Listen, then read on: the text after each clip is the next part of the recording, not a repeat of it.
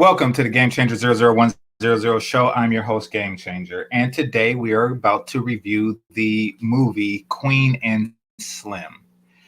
So let's get intro or anything like that today because I planned this one like a week in advance. So if you're not here and you're late, that shit's on you.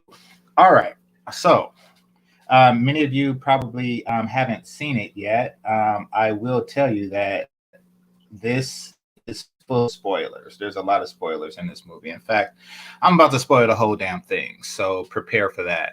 All right, let's see who we got here. All right, Mace. Mace, salute to you. Benjamin, salute. And yeah, so two so far. All right. Okay. Let's get started. Okay. So the movie opens up with a scene in a diner with a black waitress. I'm a heavy set black waitress, but you know, there's heavy set women in the world. And she gets their food and delivers it. Now, it really wasn't anything. It's not like the waitress had an attitude or anything. Oh crap. Hold on right quick. My mom's texting me. What does she want?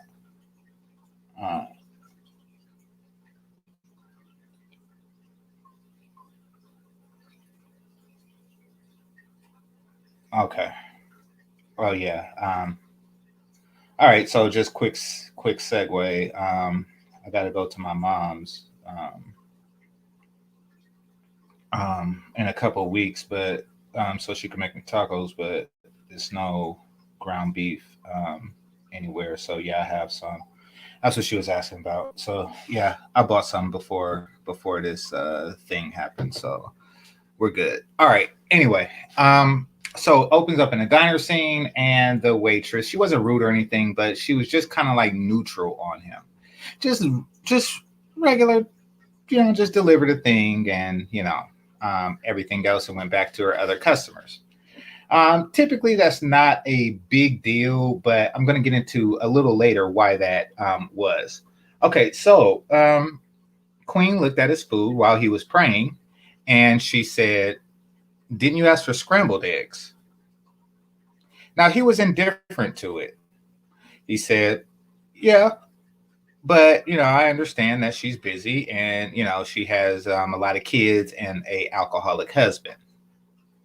Now, this is an opportunity to put black men in a bad light right then and there. Like, okay, we're not going to actually show the black man, but we will just show a degenerate of some sort. That this woman is supporting, her entire family and the husband himself. Because, black men ain't shit. Now, keep in mind, this is like the opening scene. We're not even 30 seconds into it that they start into that. And also, they made it clear that, he knows her because comes in his line and she talks to him and she leaves her Costco card everywhere. And he uses his to get her the discount. Now, she may or may not have paid her monthly Costco bill, and he's just, getting her over for the time being. Now, she won't give him a discount on the food, nor will she just give like extra friendly service or anything like that. No, it's just like, okay, you're a regular customer, even though you hook me up at Costco every time you see me. So that right there says a little bit about Slim. He's a cashier at Costco, and he's a little bit of a pushover when it comes to, black women and the situations that they put themselves in. He's a little bit of a pushover for things like that. So, yeah, that sucks. Okay, stocks are high right now. Thanks for sharing.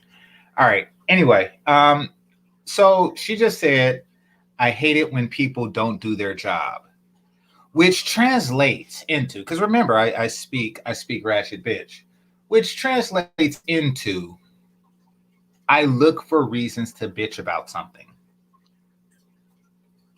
I am constantly scanning situations and look for opportunities to complain about them.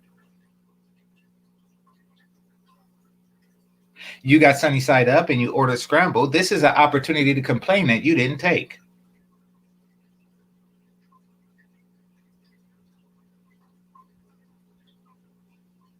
So yeah, that's where we're at now.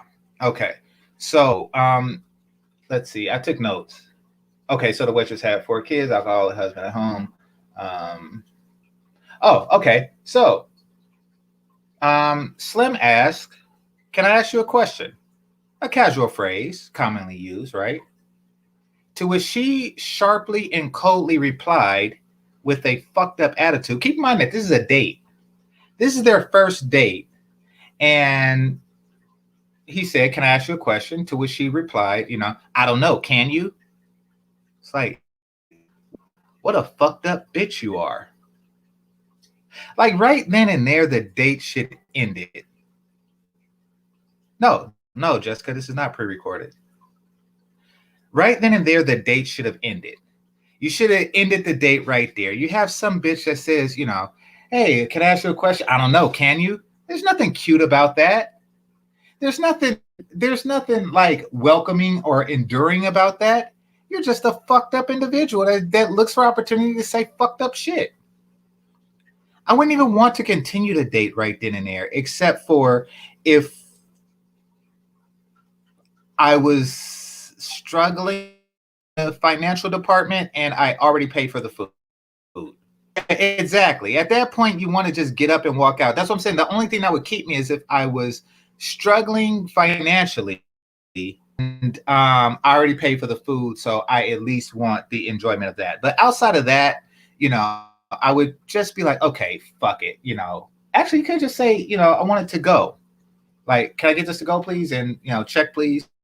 And tomorrow, this is a rude ass bitch. Yeah.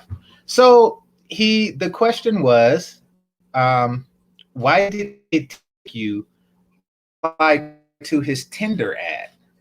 So they met on Tinder of all places. And Tinder is like the worst thing you can imagine as far as dating goes. But we'll get into that. Oh, by the way, if anybody claims that, they get all the pussy in the world because of their looks, then send them to Tinder and wait a day and see if that's true. Anyway, any guy claims that. But anyway, I digress for a second. So he said, why did it take 3 weeks? She said, I didn't know it was 3 weeks. And to which he finally was like, okay. And he said, why did you call me tonight? Or why did you reply tonight of all nights? And she said, I was bored. I was bored. Hold on right quick. How many hits did you get, Jessica? Just curious. Okay, so but basically that's how she sees you, and she's open about it. She's like, look, I had nothing better to do. Just went through my DMs. Shout out to MOT. I went through my DMs. I started looking at motherfuckers, and I just needed somebody to keep me company tonight. There is absolutely nothing in this for you. Just to be clear, you are a cure to my boredom. I spend each and every single night home alone, and I wanted to change it up. And I am using your time and money to do this, is basically what she said. She said she didn't feel like being alone. He said, why? And then she said something about how her client got off. So right now, within the first 5 minutes, we've established that he is a cashier at at Costco, and she is a defense lawyer. Because black girls are so much better than black boys, right? Right. Like that's how the world works, according to the black female authors of this bullshit. So she's a high-powered defense attorney, and he works at Costco. However, she's alone, and she just went through some pictures and said, okay, I'm alone. Let's pick this guy. And he asked, and rightfully so, well, why did you pick me? Replied that you look sad. And she felt sorry for him. This is the worst date ever. Now, this guy was nice, friendly, and charming, et cetera, et cetera, et cetera. But so far, she's just like, why didn't you get the scrambled eggs? Can I ask you a question? I don't know. Can you? I didn't notice your thing from 3 weeks ago, which means that within that 3 weeks, he didn't find anybody. Let's be clear. These are two equally attractive people. However, within those 3 weeks, he didn't find anybody. And he understood this because he asked, why did you pick me? Meaning that he understood that she had a selection and that he didn't. And that's what Tinder is putting your dick in a fucking box and hope that when she, is filling through that box that she grabs yours. And he's like, why did you grab mine? What did you like about my picture? To which she replied, you look sad and pathetic, and I felt sorry for you. She is just the shittiest date in the universe. It's pure and total shit.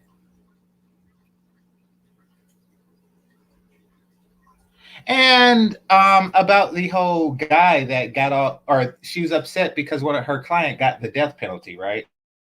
So he said, I didn't know that they still did that, here in California. Or excuse me, here in Ohio.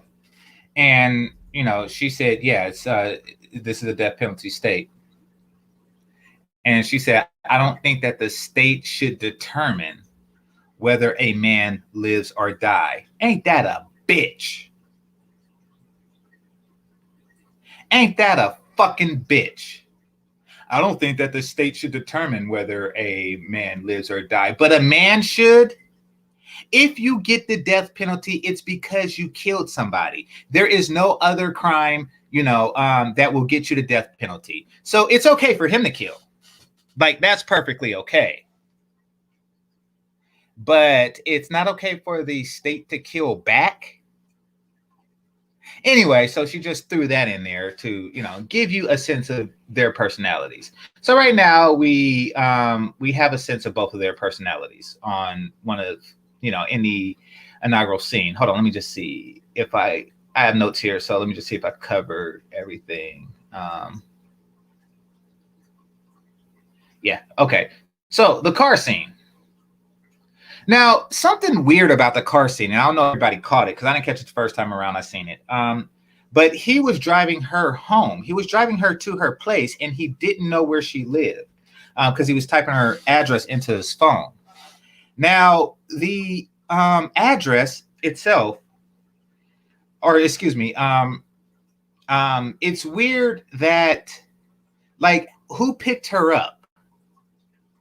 How did she get to the diner if he drove there and she was there without her car? Like, did she Uber to the diner and then had him drop her off? That whole thing was a little weird to me. Just a little bit. It seems like it would make more sense for her to drive to the diner and meet him there, or have him pick her up. But I think that this is part of the non-well thought out script, and we're going to get into other details on that. Okay, so anyway, she took the phone from him and begins to go through it. Now, she's only happy when she's asserting over this brother. She wasn't happy in the diner. Oh, I forgot. Damn it. All right, rewind back to the diner scene. By the way, she made it a point to say, is there something about this restaurant that you like, or is this the only place you can afford? Bitch! Why he didn't leave her ass there and let her take a taxi home, I will never know. That was some weird ass shit to just say. She just says the first fucked up thing that comes to mind, and he still wants to hit it. So in the car, she grabs his phone and she begins to go through it and talks about the music that he likes. He told her don't go through his phone, and she did anyway, because the whole notion of actually a woman doing what she's told, a black woman at that, is, oh yeah, that's ridiculous, right? So he, you know, he let her have it for a second, and then he later went to grab for it. Now, this is the reason that he, oh, wait a minute. Before that happened, he asked her, so what are we doing tonight? And she laughed at him and said, what, did you think we were going to have sex? Oh, that's laughable, right? That is fucking laughable. The thought of me having sex with somebody who's equally attracted to me is just retarded. That's laughable. No, I just came here to waste your time and money. Because I was bored. Every 3 weeks of being in absolute solitude, I get a little bored and I want to get a free meal off of some Tinder chump. That is basically her MO.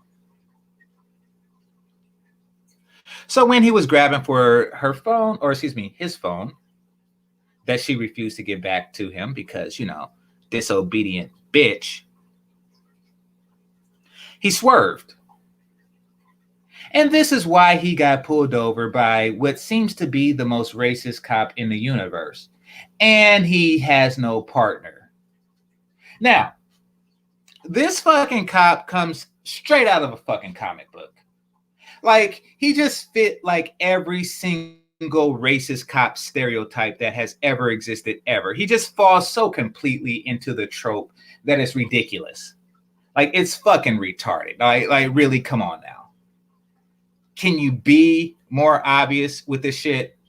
Can you be any more fucking obvious in the fact that he doesn't have a partner?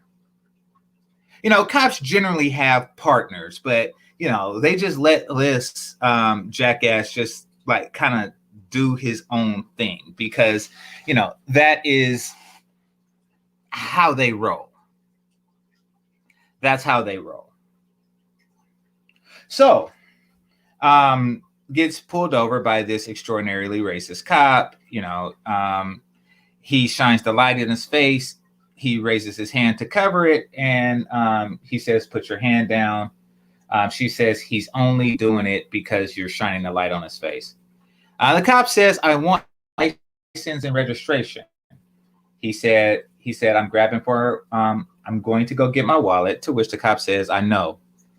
To which she said, "Well, y'all tend to shoot first and ask questions later." Shut your smart ass up. You don't have to say every smart ass fucked up thing that comes to your stupid mind, bitch. Shut the fuck up. Can't you see two men are talking?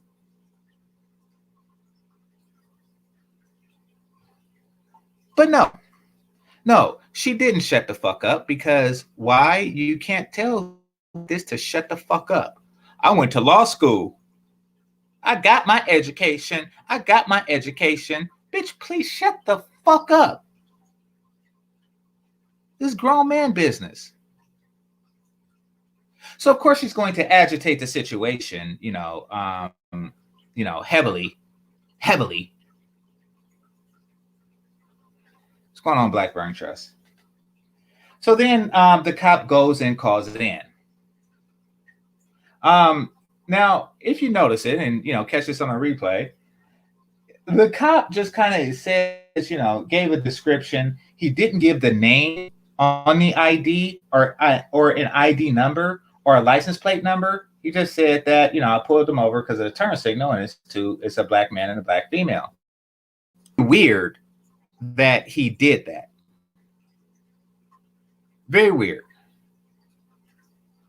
You're about to leave this place, Sister Georgia. Okay. All right. So anyway, very weird reaction, I must say. It's not like standard police, to just say that you pulled over and mention their race. And then he proceeds to tell the person to get out the car, tell the dude to get out the car, Slim. So Slim gets out the car. First he asked why, may I ask why? And, he said no. Now, so right off the bat, this cop is completely off script, and her being a defense attorney should know this.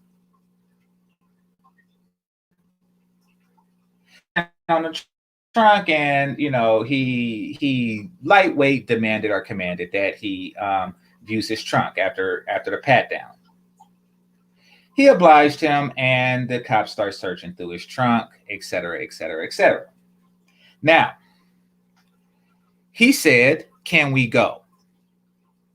And to which the cop said, "Put your hands on your head, get on your knees, etc., etc., etc." Now, this is the most, it's too stereotypical, It's like too stereotypical. They were doing too much when, defining this racist cop when they wrote his character. Now this is a cop that knows he's being recorded, et cetera, et cetera, et cetera. But, he was just, he might as well just had the mirror glasses on, and the fucking, 5-gallon hat on top of his head. It was just too much. This is how they see police. People who write shit like this, or this is how they want people to see police, as just like the most racist motherfuckers in the world. Even though they see two regular people, they still find ways to fuck with them. And so she gets out the car. Hold on, let me check my notes. Yeah, so she gets out the car and, tells him, "I'm a lawyer and this, and this." Now, of course, bitches like this always mentions their title. "I am a lawyer. By the way, I'm a lawyer. Did you know I'm a lawyer? I'm a lawyer. I do law because I'm a lawyer. I'm a lawyer. Say I'm a lawyer. I'm a lawyer. Hey, by the way, I'm a lawyer. You may call me Esquire because I'm a lawyer." So it's bitches like this that, oh God, these fucking Trumps are annoying. She gets out the car. The cop says, "Get back in your vehicle," which she did not comply.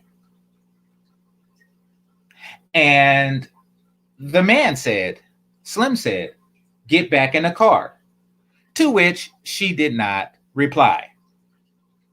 Instead, what she did was say, "I am going to grab my cell phone and pull it out and point at you."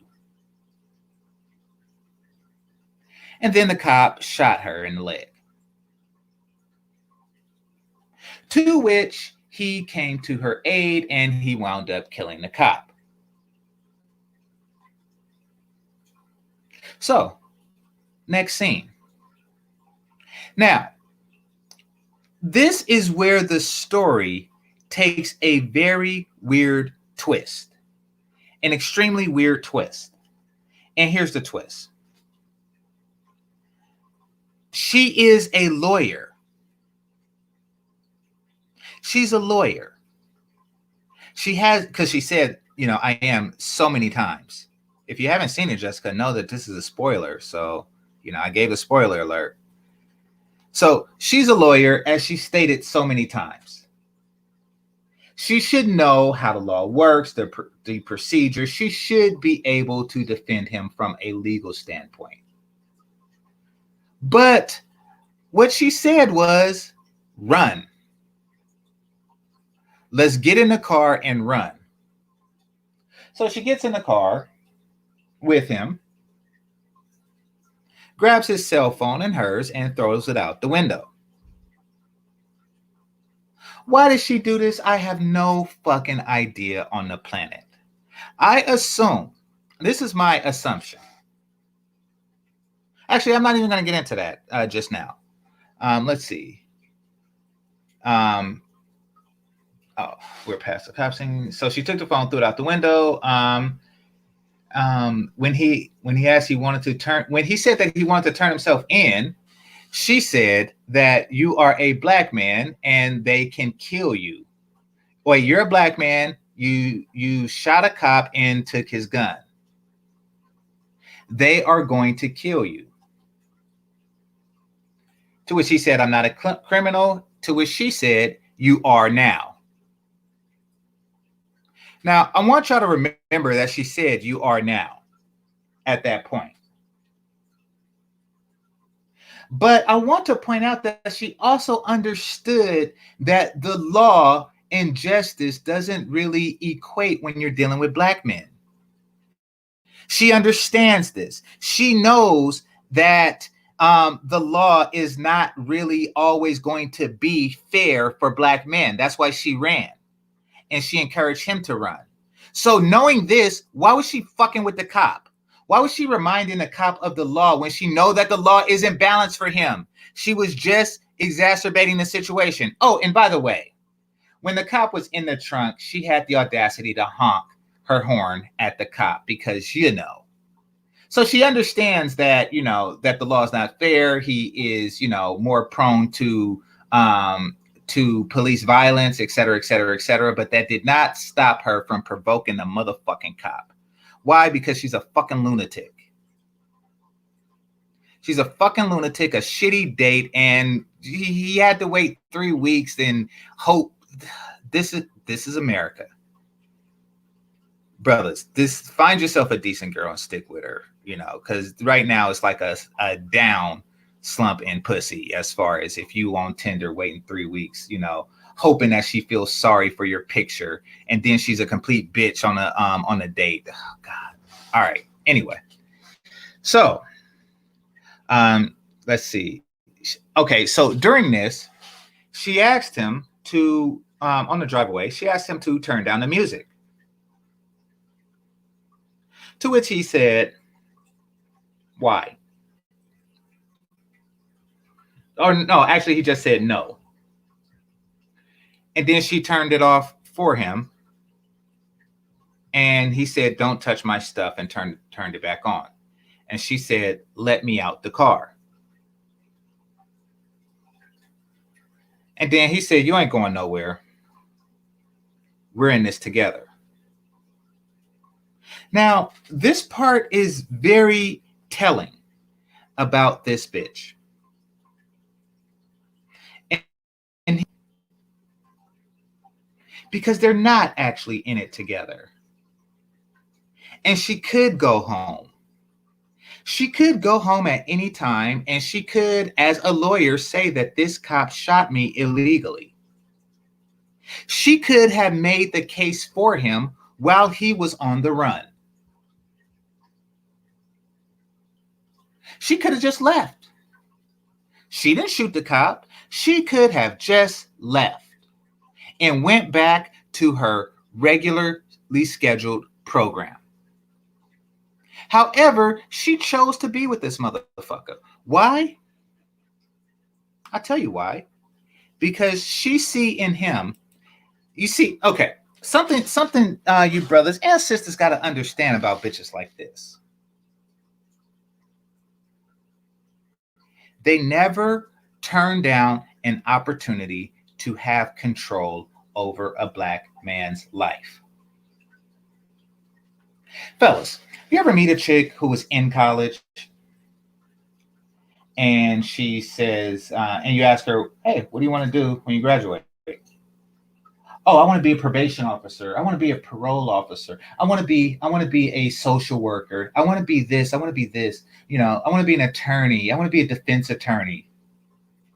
Ever notice how how so many of these educated bitches are looking for career fields that give them control over a black man's entire life? Y'all don't peep that shit? Really, bitch? You want to be a probation officer? Why in the entire fuck of all things do you want to be a probation? You revel in the opportunity to have that type of authority over black men. I get it. Why do you want to be on a parole board? Like, you revel in the opportunity to take control of a black man's life. I get it. Why do you want to be in human resources? Oh, you revel in the opportunity to hire and fire black men, even though you're not the determining factor. You just like to feel that way when you give the bullshit interview that doesn't really matter because the actual people are giving a technical interview. You're just there to scream motherfuckers and say, hey, which animal do you like better, tigers or your stupid ass human resources question that everybody passes unless you're a fucking serial killer. But you like doing that. You like feeling in that position. Why do you want to be a defense attorney for murderers? Oh, you see where I'm going with this? You see where I'm going with this? Stay the fuck away from bitches like that. This shit is fucking psychotic. You could have been anything. You could have been a nurse. You could have been like, of all the things you want to be. Why in the fuck? Who in the hell else? Who in the hell else goes to university so I can be a government employee? What in the entire fuck? Fuck you. Fuck you. So some jackass calls me this morning on some business shit, right? At 7:57. And I say, look, it's unprofessional to call anybody before 8. I know we're close, but this is not business hours. Call me back in 1 hour. 1 hour. What this nigga do? Call me back now. Fuck you. Fuck you. No business for you, jackass.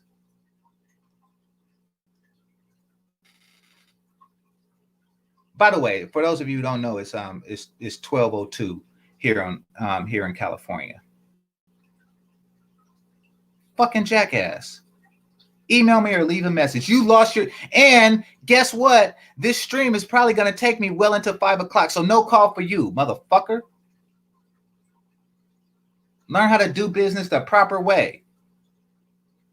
It's your fault for getting to work early. And it's your fault for going to work. It's a goddamn quarantine. I can't even go to the motherfucking gym.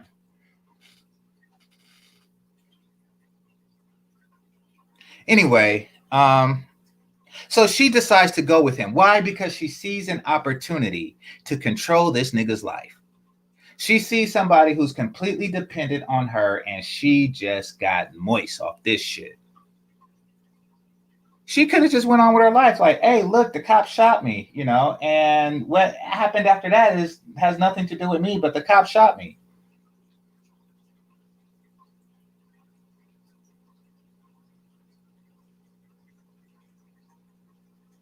But nope, she just threw her life away to be on a ride along because she's seen the opportunity to control the nigga's life. All right, let's see. So, in their journey, let me see if I covered everything. Oh yeah, turned on music. All right, got it. Okay, so I forgot to mention, after he shot the cop, she took the gun from him. Why? Because the gun represents power. And she wanted it. So she took the gun from him and they drove off into their adventure. Now, they come across a friendly passerby when they ran out of gas on the highway. So, and he just so happens to be a sheriff. I think they were in Kentucky or Tennessee. One of the two. Anyway, the sheriff, he was an off-duty sheriff, and he went to buy them gas. He came back, and she was saying, stop pacing. You look guilty. He said, I am guilty. She said, were you arrested? He said, no. Then you're not guilty. Now, I refer you back to what she said earlier. Because right now she said you're not guilty. But before she said, hold on, let's see.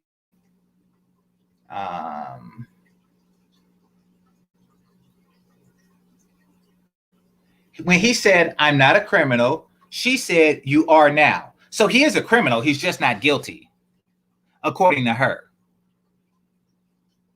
You see how this shit works? You see how this shit is playing out? You see the mind fuck she's doing to this nigga?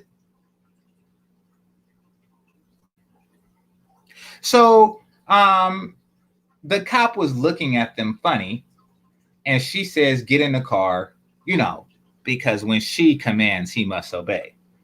Get in the car and, you know, drive off. So now he's a car thief, in addition to everything else. But, you know, in for a penny, in for a pound, right? You know, so he comes, he was like, hey, are you going to leave without me? He's still being friendly. She points the gun at him, at the officer, and kidnap him and put him in the trunk of their old car, or his car. He might have died in that trunk. Who cares? It's not like they later called and said, hey, you know, there's somebody in the trunk. He might have died in that trunk. Who cares? But she did it, you know, because she is the de facto leader of the two. That's why it's called Queen and Slim, you know, not Queen and fucked up bitch.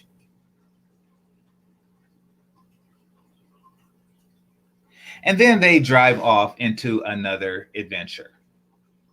So after they get gas, they realize that they were kind of hungry. For whatever reason, they still left their wallet inside the car. So they put him in the trunk. They put the cop, and they still left their wallets inside the car. But I get it. You know, you're nervous and shit. Now, what they did find was his wallet. They found the cop's wallet, and it had money in it. Now, you know, normal people, I get it. They didn't want to go through the drive-through because, let's face it, or they didn't want to go inside because, let's face it, you know, they might have cameras. Normal people would have went through a drive-through. Just saying. That's the type of shit normal people do. But, you know, they had to do something different. So instead, they did. Yes, she rolls down her window and says, hey. And then the kid approached. That's right. That's right. Black parents are so shitty that a black kid would walk up to a stranger's truck because they said A.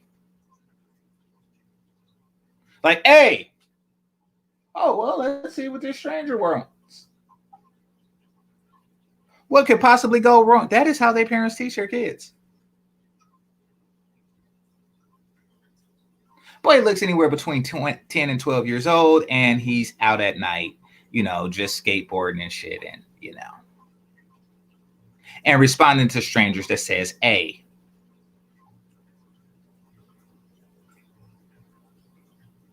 Now, keep in mind, he didn't actually have to say A. This kid, this woman could have just yelled any vowel at the kid, and he would have just came a running. He could have said E, I, O, U. She could have just yelled any fucking vowel, and he would have just came a waddling his fat ass over there, right? And then they asked him to run an errand, to go get some food. To which he did, and he said it's not going to be much change left over after all this. Doesn't really matter, you know. And then that's what they did. That's what he did. He came back with the food, and by this time he found out on YouTube or whatever that these are murderers. To which he said, my father wants to meet you. Yes. So during the process of getting food, just let's just paint this for a second. Let's just paint this scenario. During the process of getting food, he's seen his father. And him and his father seen a video. To which his father said, "Oh shit, those cop killers. They're armed and dangerous. All right, go get them their food, son, and I'll be with you shortly. Run ahead of me and get them their food, and I'll be with you shortly. Hurry up before the food get cold," is what the father said. Now, of course, they're going to make this guy the shittiest father ever. Of course, that's just what they do, right? So then, because when they started to go away, the father decides to walk in front of his truck, his moving truck. The movie is horrible, Dow. The movie is horrible. So the father gets ran over, and then they decide to help him by taking him to the hospital. I don't know why the father did not have a car of his own. I think that that's very weird. It seems like they kind of like walked to a Chubby's in the middle of the night, him and his fat ass son. Now, while in Chubby's, he said, oh, by the way, for whatever reason, they were eating in the back of the truck. Because it's not like they're wanted fugitives or anything. And it's not, I guess niggas can't eat and drive at the same time. So, they're eating in the back of a truck.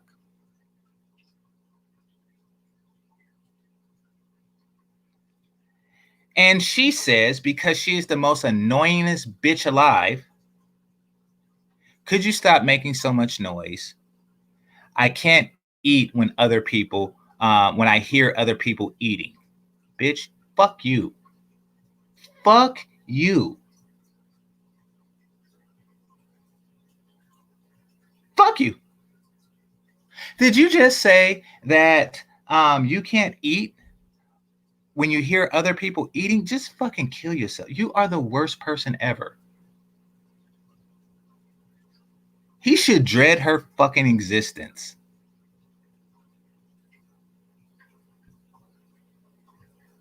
This is the worst Tinder matchup ever. He would have been better off getting jumped and robbed than to just be tethered to this bitch. "I can't eat when I hear other people eating." She just walks around demanding shit.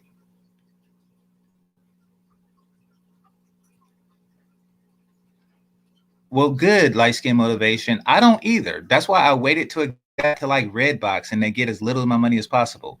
But I watch shit like this so you don't have to. Know that. I watch shit like this so y'all don't have to. Because this is some bullshit. But no, I don't like shit like this either. So let's see.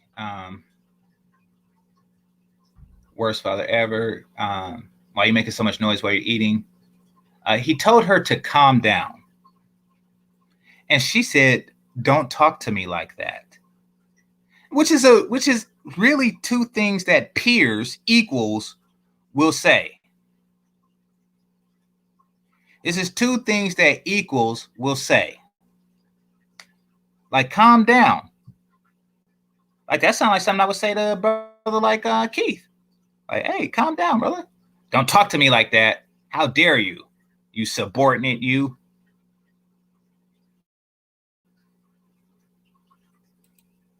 Oh, shit. So Miss Sparkle says, more dark-skinned women bashing? No, I didn't mention the fact that she's dark-skinned. But guess what? She's dark-skinned. You see that? You think you're making it better, Miss Sparkles? I don't give a fuck about your plight, Miss Sparkles. I didn't even think to harp on the fact that this bitch was dark-skinned. But now you reminded me, Miss Sparkles. Unbelievable. And you got to hear me eat. Num num num num num num num num num num num num num num num num num. That's me eating. Now, doesn't that just hurt your fucking soul, Miss Sparkles? God damn it. Just fucked up a perfectly good movie review. Anyway, where was I? All right, so they leave Chubby's, right? And Slim asks, how do I know that you didn't provoke this situation on purpose because you wanted some excitement in your life or something like that? Which she did. He said you could be crazy. To which Queen replies, it should be a sin to call black women crazy. So just the fact that y'all bitches are called this all the time, and instead of for addressing your fucking crazy, you decide to say it should be a sin. Like God should just fuck people up for calling crazy bitches crazy. You're fucking crazy. You can't eat when you hear other people eating, you crazy bitch. You are fucking crazy.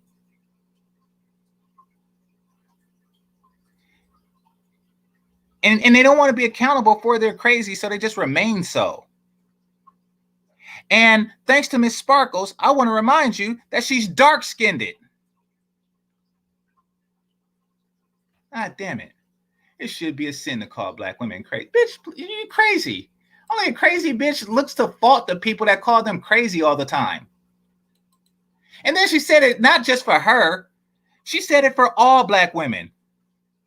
Like they shouldn't be called crazy. Why in the fuck not? Like they are impervious to being crazy.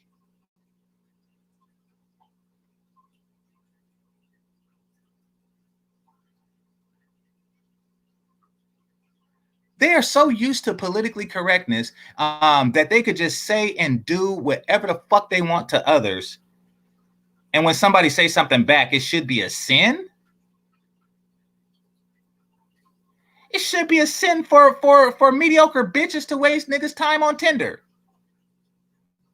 That should be a sin. God damn it.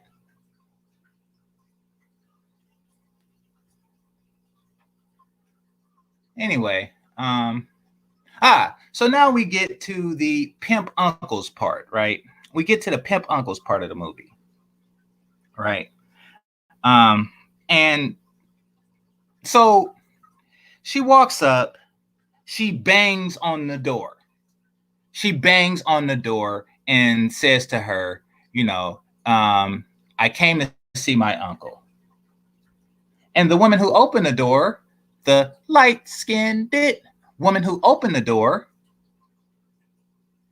said, who's your uncle? And then she said, bitch, you know who my uncle is. Obviously she didn't. But you just gotta be a fucking raving bitch everywhere you go. No polite knock or anything like that. You just go around banging on motherfuckers' doors, calling them bitches. For whatever fucked up reason you have, you just like feeling empowered.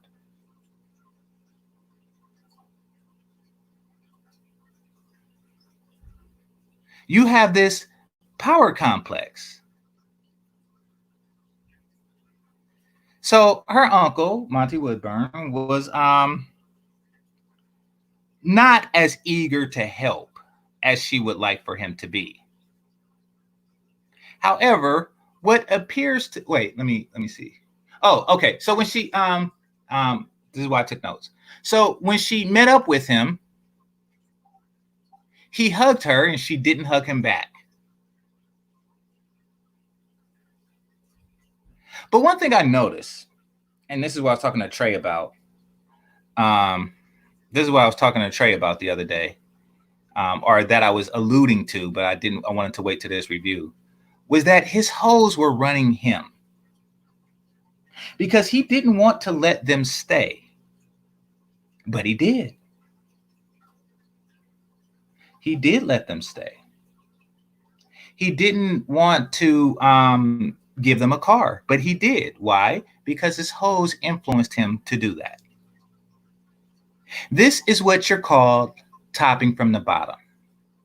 Allowing a person to think that he's in charge of the situation when you are manipulating them. And the power that he or she believes that they have over the person is really fleeting because that person cannot function without you. Therefore, they have to cater to your will. This is topping from the bottom. It's very common, especially here in these YouTube spaces. So while he thinks he's big pimping and stuff, he's actually being manipulated to the will and design of his hoes. Now, up until this point, Queen never really smiled. She just, kind of stood there with a statuesque resting bitch face that she gave to Slim the entire movie up until this point. But she did smile when she was with the hoe, when she was doing her hair or some shit like that. Then that's when she decided to, crack a smile because she's happy. She did. Now, keep in mind that this is the only time she had a one-on-one interaction with the movie.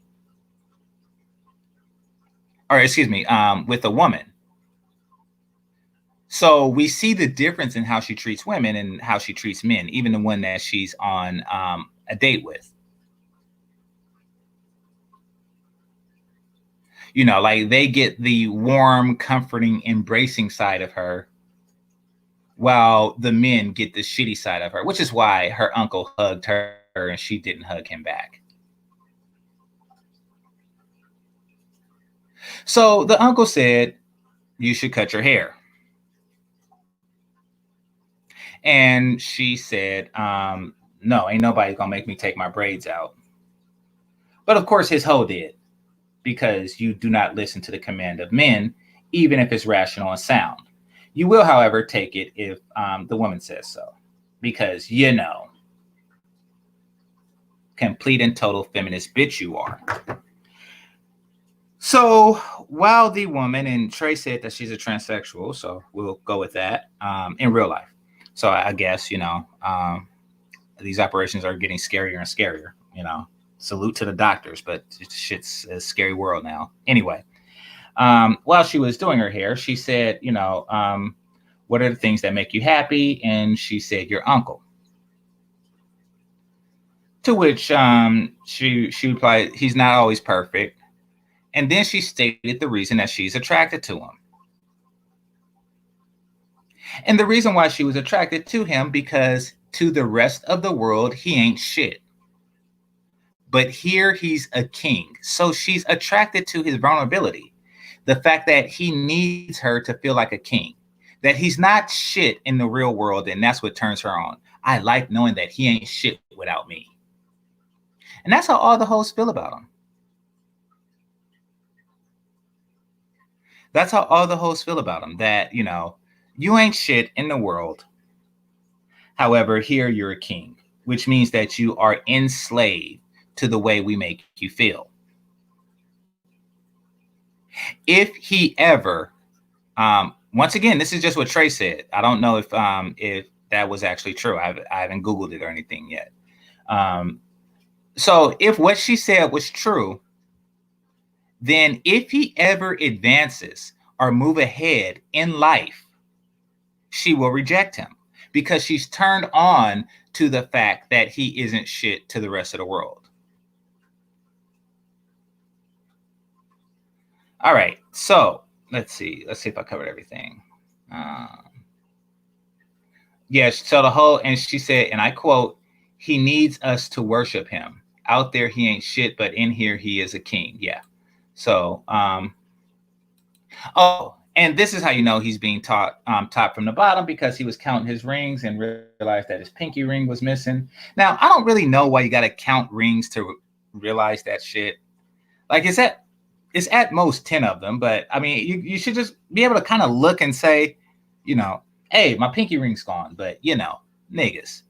And she sat there and counted and just was there for a second. Like, bitch, you stole my ring, my pinky ring. Like, Nobody wants that cheap ass, fake ass ring. And then they started arguing. He slaps her and she fights him back. And that is why they sign up for this shit, for the turmoil, for the drama.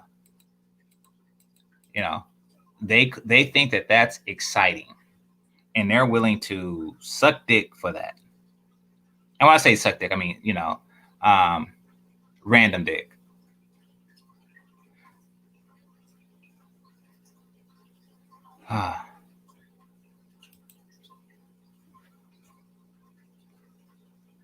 Okay.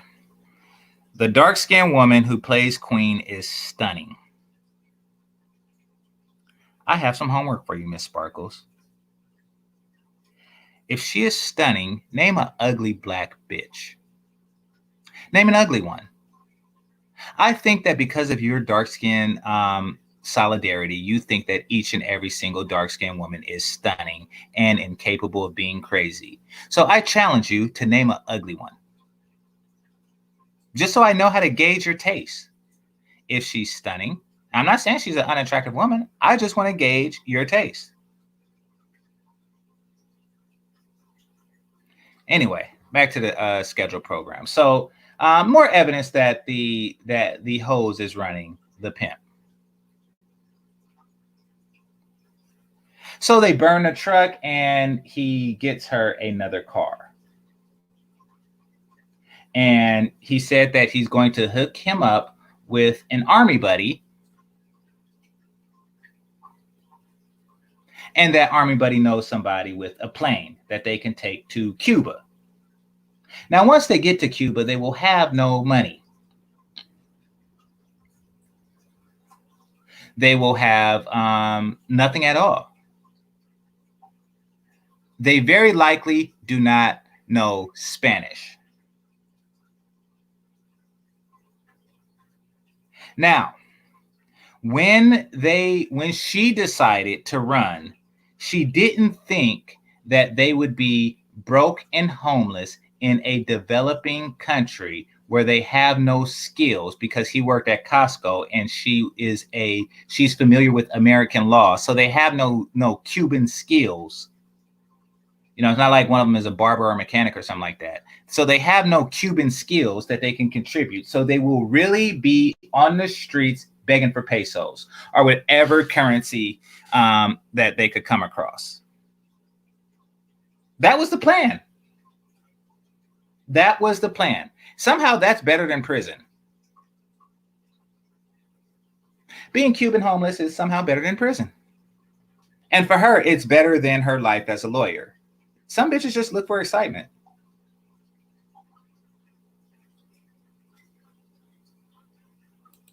And they don't care who they fuck up in the process.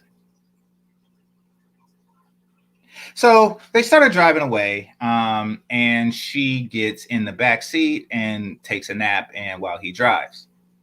Now, they reach a juke joint, or whatever you want to call these backwood hole in the wall places that country niggas get together and get AIDS from DJ Pope.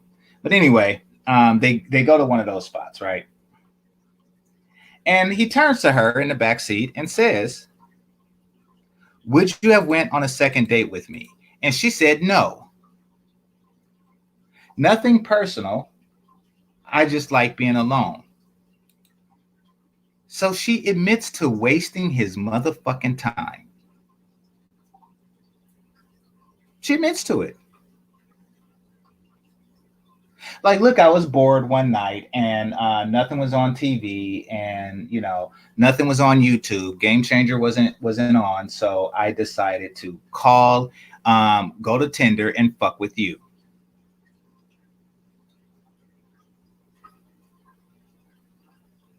You had no chance of getting a second date whatsoever. She admits to this. The sole purpose of last night was to waste your motherfucking time.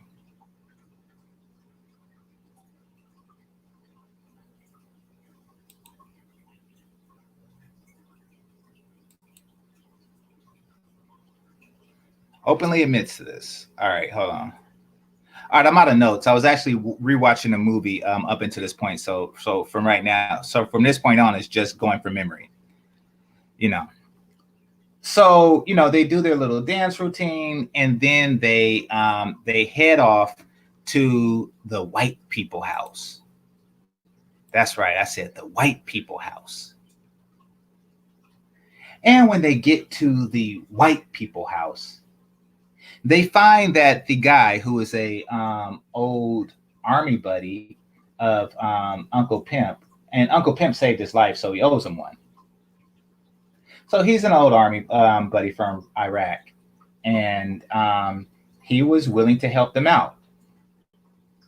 Now, the wife wasn't. And the wife reminded him that reminded them that there is a bounty on them of $250,000 a piece. A piece. A piece.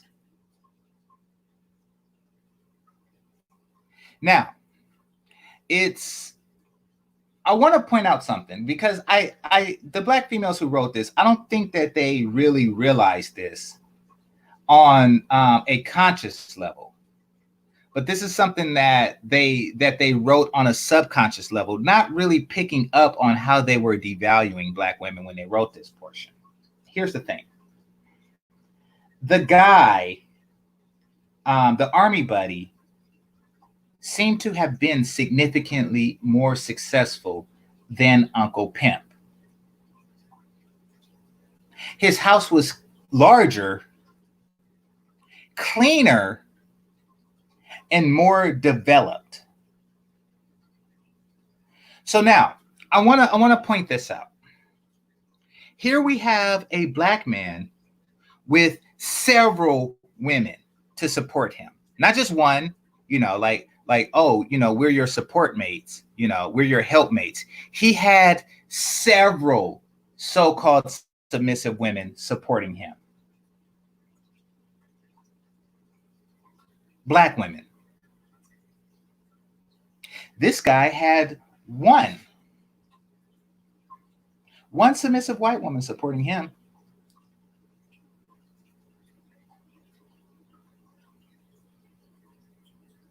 And you see the difference, the economic difference.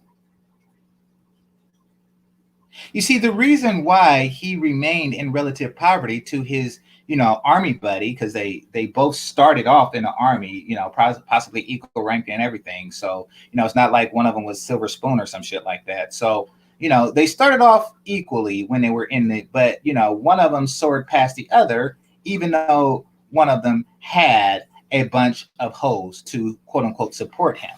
Why do y'all think that is? Because pseudo support is not actual support.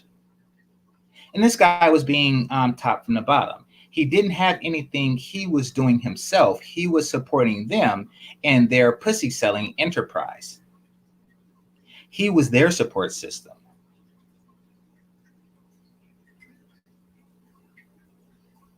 So, as far as the interaction goes, the white woman reminds them that there is a bounty on their head. If she turns you in, she will get $500,000.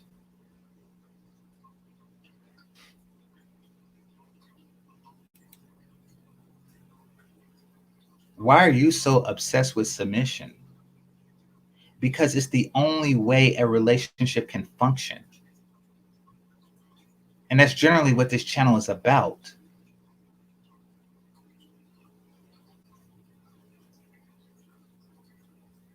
And if it's not so important to you, then just submit. Just submit. I'm on keto, but out there somewhere is a man in need of a sandwich. And somebody to fuck him rigorously on command. Do that. Anyway, where was I? Oh, so submission. Now we're going to focus on why am I so obsessed with submission? This man was able to get further in life because he had a submissive wife. His wife said that she can get the bounty money, $500,000. That's enough to pay off the house, et cetera, et cetera, et cetera. And she said, and she was told by her husband not to do that. You see, she was actually submitting to him, not the other way around. She did what she didn't want it to do. She wanted to turn those motherfuckers in. And she had the chance. She had the opportunity. Now, for whatever reason, the cops came to their house and they had a trap door. They just keep like a trap door underneath their bed for whatever fucked up reason with nothing in it. It's not like you open it up and it was like a safe or something, you know. No, they just have like a bunch of weird ass hiding places. So when the cops raided their house, they didn't find anything in the trap door. Now she could have snitched, but the command of her dominant husband was enough to check her. The commands of her dominant husband outweighed the opportunity for $500,000. That is a true submissive woman. Now, the writers didn't mean to project that positive image of white women, but she did nonetheless. The writers assumed that brothers will see the black women as more favorable because they displayed all the hoes and shit like that. And also a chick that supports you only when you're down. Only when you're down.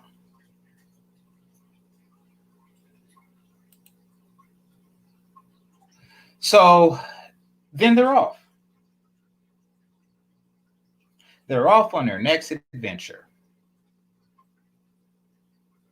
And then they come across a mechanic. Actually, I don't know which one happened. Like I say, my notes are off. My notes stopped at this point. Then they come across a mechanic, right? This is a black man. And this black man didn't agree with them. He said you should have just took the ticket. Like a normal fucking human being.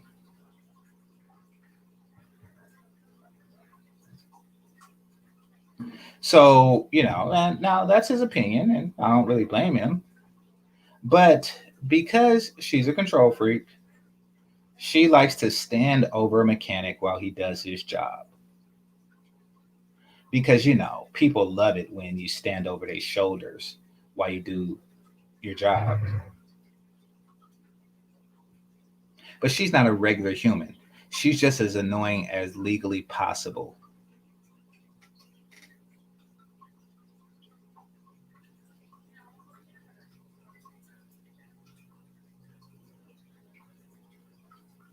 It's not sarcastic humor. You hop on the panel talking about we're talking about dark skinned women again. That's not what the fuck.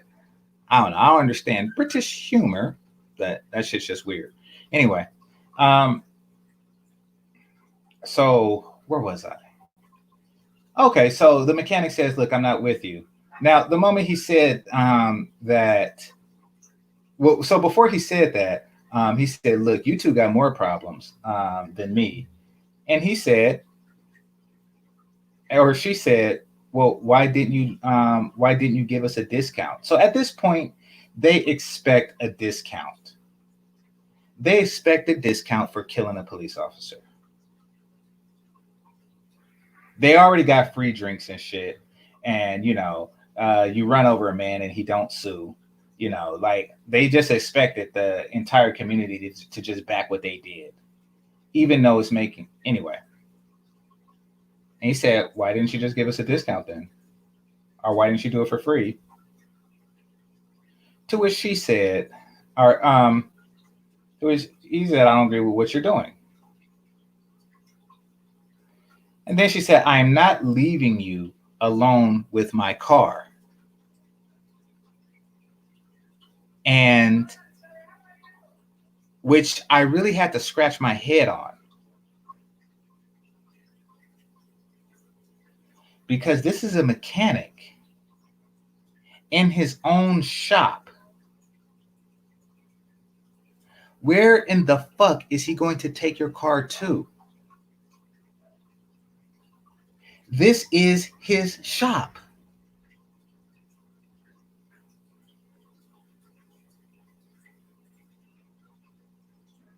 That is what goes on in your head, that mechanics steal cars from their own shop? Like they're going to take the car, put a going out of business sign on the shop, and just hit the road and say, I got him.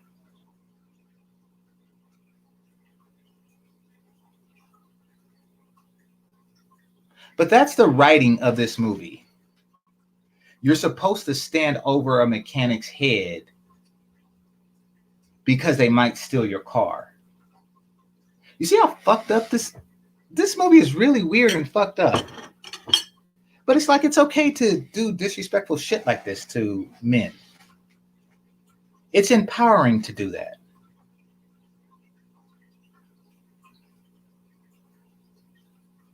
Anyway, so the mechanic says, for whatever strange fucked up reason,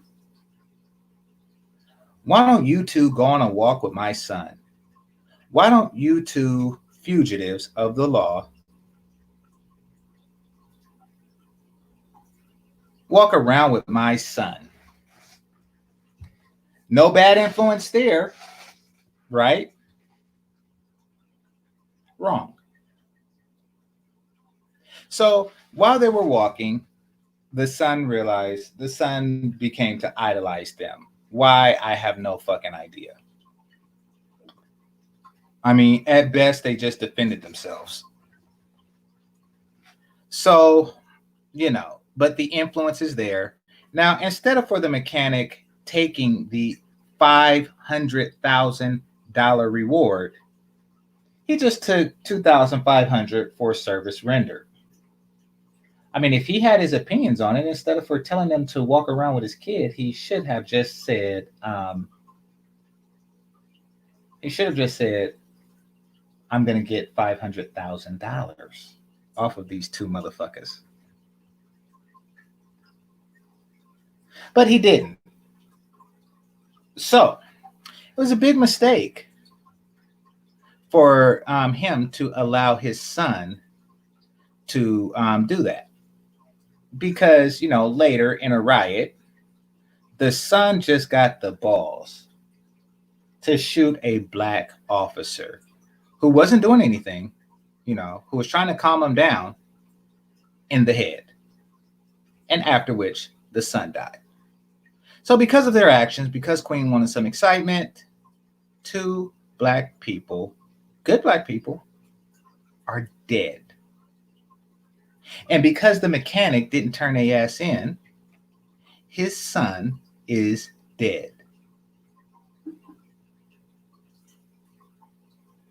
But hey, power to the people, right? Fucking joke.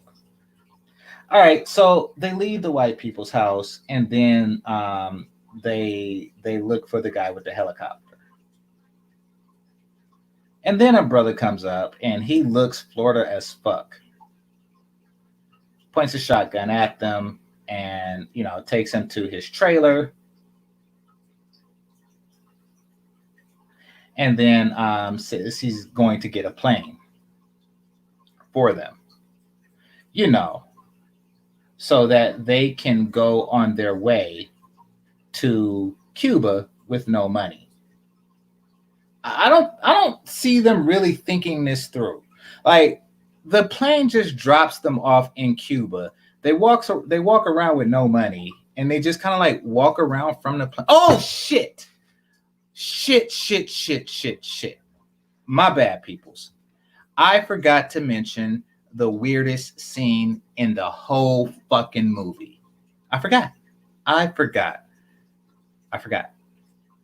right. Let me read this comment by Jessica N, because she normally says something weird. So let's see. I think they do that on purpose. They constantly try to belittle black women in the media and on the internet. Maybe this is why a lot of black women try to remain solid. that what that is? Screen's dirty. Yeah, solid. So they don't get crushed. Um, who and what media? Like, where outside of YouTube is someone doing this to Black women? Just curious. I mean, I get your point. I mean, you feel like you're the victim of a grand conspiracy that involves Black men, but this movie is written by Black women. You know, this isn't us doing this to you. And keep in mind that it never really was. Like, never in history was this like Black men's doing. Like, way back to the Mammy days. I'm talking about the Mammy, you know, like the Hattie McDaniels or the Nell Carters and shit. These were never Black men doing this shit to you. The Alice Walker did this shit to herself. I mean, like, she did this to other Black women. So, like, this is not us. Never mistake that. So, the scene I'm talking about was when they went to go get some gas. They went to go get some gas, didn't have any money, so they decided to rob the place.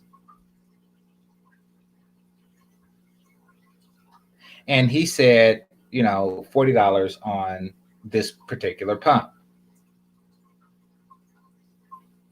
To which the white dude said, "Is that a Glock? Can I hold it?" To which he said, "No." And he said, "Well, if you let me hold it, I'll pay for your gas." And once again, he said, "No, I will kill you." The white dude looked at him and said, "You are not a killer. If you either let me hold the gun or rob another gas station." To which the Black man gave him his gun loaded. The white kid pointed the gun at him and say, "I love having deadly power." And then he gave the gun back to him and said, "Yeah, I was just playing," and filled up his tank. Now, they will never, ever show a Black man with power over a white man. Ever. They just took this opportunity to emasculate the Black man. Something fierce. You're such a bitch that you would surrender your gun to a person, have him pointed at you, give it back to you after the fact, and then say, "Go pump your own gas."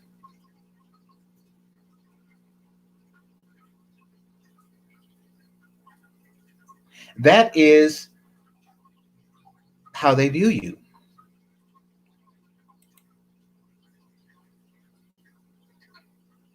All right, so now I covered that scene. Back to the movie. So, you know, they find this Florida looking dude. He goes back to his trailer.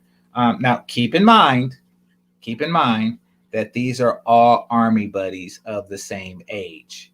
Who's the more successful one? The one with the most supportive woman. Just saying. So, it turns out that he drives him to the airport, sees a little plane. Turns out it's a setup. The cops are there. And then she said, "I will never let your hand go." And then, to make a long story short, in what was supposed to be like a romantic scene, the cop kills them both. The cops kill them both, you know, because that was so much better than having a free, you know, having a trial and actually, you know, might get away with it because everybody's seen the video.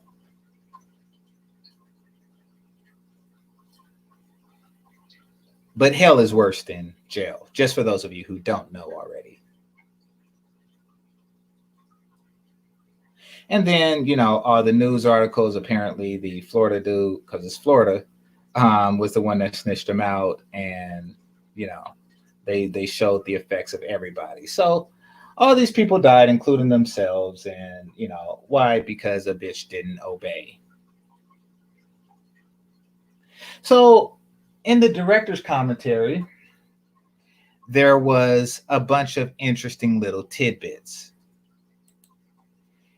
So one of them was like one of these real she was a stud chick, short hair, all that shit. And the other one was a light-skinned black woman, and they both were feminists as fuck. And they were saying, why did you name them Queen and Slim? And it was like, well, because all black women are queens, and Slim is, just something that black people call each other. Black men call each other Slim. Hey, what's up, Slim? How you doing, Slim? Like, really? All black women are queens, and you just see black men as like Slim? So they admit to what we suspected to begin with. And that was that this was some hypersexual shit. All black women are queens, and all black men are slim, and they work at Costco, while the black women are the lawyers and shit like that. Yeah. This movie was, let me put the StreamYard out there. This movie was fucking awful. Now, I have to admit, it had a real good trailer.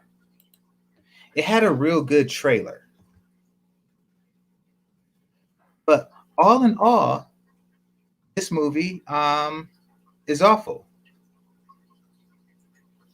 You don't have to boycott it, but you don't have to watch it either, because I just explained the whole damn movie. But shit like this should be boycotted. Like I say, I watch it so you don't have to. All right, let's see what y'all talking about in the chat room. All right. Let's see what I have here on the screen. Okay. You accuse GameChanger of bashing. Answer the question. Why do you not boycott women who portray black women poorly? Yeah, I agree. This is a woman who wrote this shit.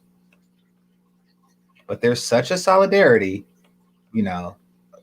I'll tell you why, because it's in the scrolls. Do not speak against the sisterhood or the sisters in it. Like, it's in the scrolls. They're not going to go against the scrolls.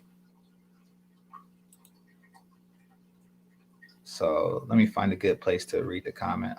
Salute, fantastic. Let's see what you're talking about. Let's see. They're building a super villain team. What y'all talking about? Oh, talking about because the other chick is from London? Yeah, who knows? Oh, you seem very sensitive. I bet a dark-skinned girl beat your ass when you were younger. Yes, it was my mother. What the fuck is wrong with... God damn it. You are fucking annoying. No matter what hue you are fucking annoying. Yes, it did. I called her mom, and she's gonna make me tacos next weekend. Hey, GameChanger, can I go in on this one? Go for it. What the fuck is wrong with you, Miss Sparkles? We're talking about a goddamn movie. How the fuck is he sensitive? Did you watch the goddamn movie, Miss Sparkles? Why the fuck are you in this chat saying some dumbass shit like that? Exactly. Mr. GameChanger, and I don't see the brother's name. I want to recognize everybody on the panel who's here now. This is OG. What's going on, OG? Oh, you got it. I would totally disagree with you 95% on your assessment of this movie. But I don't want to be on a panel with a bunch of, this is my professional brother. I don't want to be on a panel with a bunch of other people, so we can schedule it where I can come on and we can discuss this movie. And then I'll be more than happy to do it. But I won't be up here trying to clown or nothing like that. I would like to have JSP, you don't want to be up here with me then. No, you know what happened the last time me and you got up here. You know what, brother? It's a new year, a new day. You know what I mean? If you ever want to invite me to clown with you, I'm the best at it. So set it up. But anyway, Mr. GameChanger, if you ever want to have, because this is my profession. Let's do it one-on-one, and we'll get your cinematic point of view of the movie. Cool? Okay. Yeah. Whenever. All right. You got my email? No, I don't have your email. Okay. And anybody who wants to screen this movie with me, because I'm privy, because I'm a union if you want to screen this movie, I only have 6 spots. If you don't want to pay to see this movie and you want to screen this movie with me, I'll be more than happy. I'll put the link in while y'all having y'all discussion, and I have a screening for 6 people, and we can screen this movie. But we can set up where me and you can talk on a professional level about this movie, because I think you're taking away the artist's creativity, and you one thing I think you forgetting too is a period piece, and so we can discuss the what? It's a period piece. This is in modern time. This is this is modern. What he's basically what he's saying is for people who's basically on their period. Hey, this is about a weak ass dude that made a dumb decision getting with a ratchet female who happened to be professional, and then got a cop murked, and next thing you know, got himself murked. That's all it is. Okay, it comes from a girl who's gay. The writer is a gay person, number one, and it comes from her artist out of her mindset. That's number one. From her victimhood. That's most. But whatever, we can say that too. No, let's save it. Let's say Archer. We're gonna save it. Hold on, I'll put my email in the back chat, in the private chat. Hold on. Okay. See, most people don't even know it takes 125 pages to put a movie on a script. That's number one. Then by all time you do your rewriting, you got 250 pages of a movie.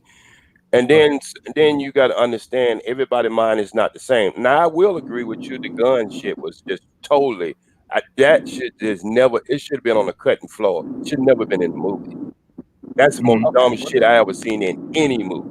What about the freaking young black kid shooting a good black cop? What the fuck was that, JSP? Yeah. I understand. Well, I ain't gonna get into it, but let me ask y'all a question before y'all start going into it. What was in that movie that you could not see in the world today? That's all I want to ask you. What was in that movie you could not see in the world today or yesterday? I'm not going to see any because I don't get around those types of people. I'm not talking about. I'm not. I don't see any of it. You know why? I'm just. You know why? Because okay, well, I don't see cops. I don't see cops without partners. I don't see little boys shooting black cops in the face. Yeah, I don't see a lot of this shit. I like typically the police shootings videos. Oh, by the way, I don't really see cops getting shot by black men on a day-to-day. Let's see. No, we're not talking about day-to-day. I'm just saying. No, I don't see that ever. What is it you cannot see today? And most certainly not in self-defense. I don't see that. I don't see like 2 people on the run, from the law like that on some Bonnie and Clyde shit. How did one of our sisters get to Cuba then? I don't. Well, I mean, but was she with the black man? Though? No, I'm just saying. No, I do just say it not on the run, but how did one of our sisters? No. Well, I was saying 2 people like that on the run, like on some Bonnie and Clyde shit. That mean like a couple on the run. I don't see defense attorneys running from the law. Like there is a lot, but we can unpack this. I gave you my email. We can unpack this. You put it down there. Yeah. Okay. Yeah, we'll unpack it. And I guarantee you might take a different look at it. I probably will. I'm open-minded. OG. Bullshit ass. Hold on, Archer. Let OG get the thing and done because I don't want this to be a back and forth. Right? Yeah, I don't want to be a back and forth because and this no disrespect. When you come from a professional angle versus an amateur angle or just a viewer, it's a different way you look at movies. What the hell are you talking about? A profession? This is a life angle. You just don't do stupid shit. You don't pull out your damn phone when the cops got a gun on you. Wait a minute, Mr. T. Wait a minute. Fucking minute. Separate, brother. I told you I didn't want to go this angle. But if you want to go an angle with me, nah. No. Look, we could do it on your channel on mine, but I'm just telling you, and with me and you having a conversation right about now, you just gave me your email and I deal with that. But see, this is why I don't like to get on these Negro type panels like this. Oh, God damn it. All right, OG. We'll schedule something probably tomorrow because I have nothing but time. Because I'm a screen tonight. I'm gonna see can I get 6 people to screen the movie, and I have already seen it twice. Okay. Yes, sir. Twice. Well, I'm gonna watch it again before we talk. Okay. Please do. Not because it's a good movie, but because just so I could talk shit about it. It's not my type of movie. Let's just get that straight. It's not my type of movie. Let's just get that straight. I'm just talking about it from a professional angle. What it takes for an artist to do and put that together and put it on film. That's what I want to talk about. That's the problem. Okay. Nah, Archer. Yeah. All right. We appreciate you. Y'all have all these goddamn internet wannabe heroes, motherfuckers don't know anything about what I'm saying. Nah. No, I'm just saying, you know. OG, we can do this again, OG. OG, I made you look stupid last time, OG. We can do it again. We can do it again, OG. I'm funny. I get paid to be funny, motherfucker. So set it up. That's all you get paid to be is funny. A clown. A minstrel character. OG, you're a boomer minstrel character. Go put your costume back on and dance around. Hey, whatever you know what? Go play JJ. Go play George Jefferson. Take that minstrel character role somewhere else. We don't play that shit in 2020. Say what? You don't do what? Take that minstrel character, JJ, George Jefferson type stuff back to the boomer age. We don't do that in 2020. We don't support ratchet ass films by freaking ABC community making black men look ridiculous. Nah, bro, we ain't doing it. Bro, you know you're talking bro, we ain't doing it. You know I ain't even gonna give you a chance to speak with that ridiculous type stuff you coming with. OG. OG, you a boomer. You need to retire. No, I ain't gonna retire because you need to motherfuckers like you out there. I can't retire. Get the fuck out of somewhere. We gonna talk about it later, bro. Okay. Yes, sir. So we get together because we have disagreed about things, but we were able to talk like men and have a conversation. But I don't want to deal with boys. I want to deal with a man. When I'm talking to a man, I want to deal with a man. I don't want to deal with boys. All right. Especially no motherfuckers who got breast milk stick on. Nah. You when you say I'm gonna say what I'm gonna say, especially when they come at me. But it's gonna be a back and forth. But I appreciate you. I'm out of here. But we get together on that. Sounds like my most definitely. Peace. All right. Damn, y'all just can't. All right, let me take the nigga shit sign down. All right. Yeah. Hey, Game Changer, my apologies. I got serious beef with OG, and I got serious beef with this movie. Last time me and OG got at it, I'm sorry, but I'm an older Gen Xer. Who came right before me is them damn boomers. And I watched this. I watched it as a 45-year-old man. I watched firsthand them niggas fuck up my hood with the crack epidemic. I watched them. OG's type generation. And then he came on a panel. I forgot whose panel it was with me with that dumb stuff, and I let him have it. No, he's a minstrel character. I don't appreciate that stuff. And that's how they portray black men in this movie. It's nothing but shit.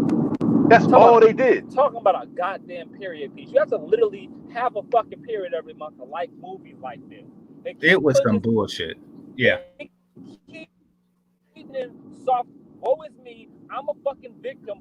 Bullshit out for us to be watched.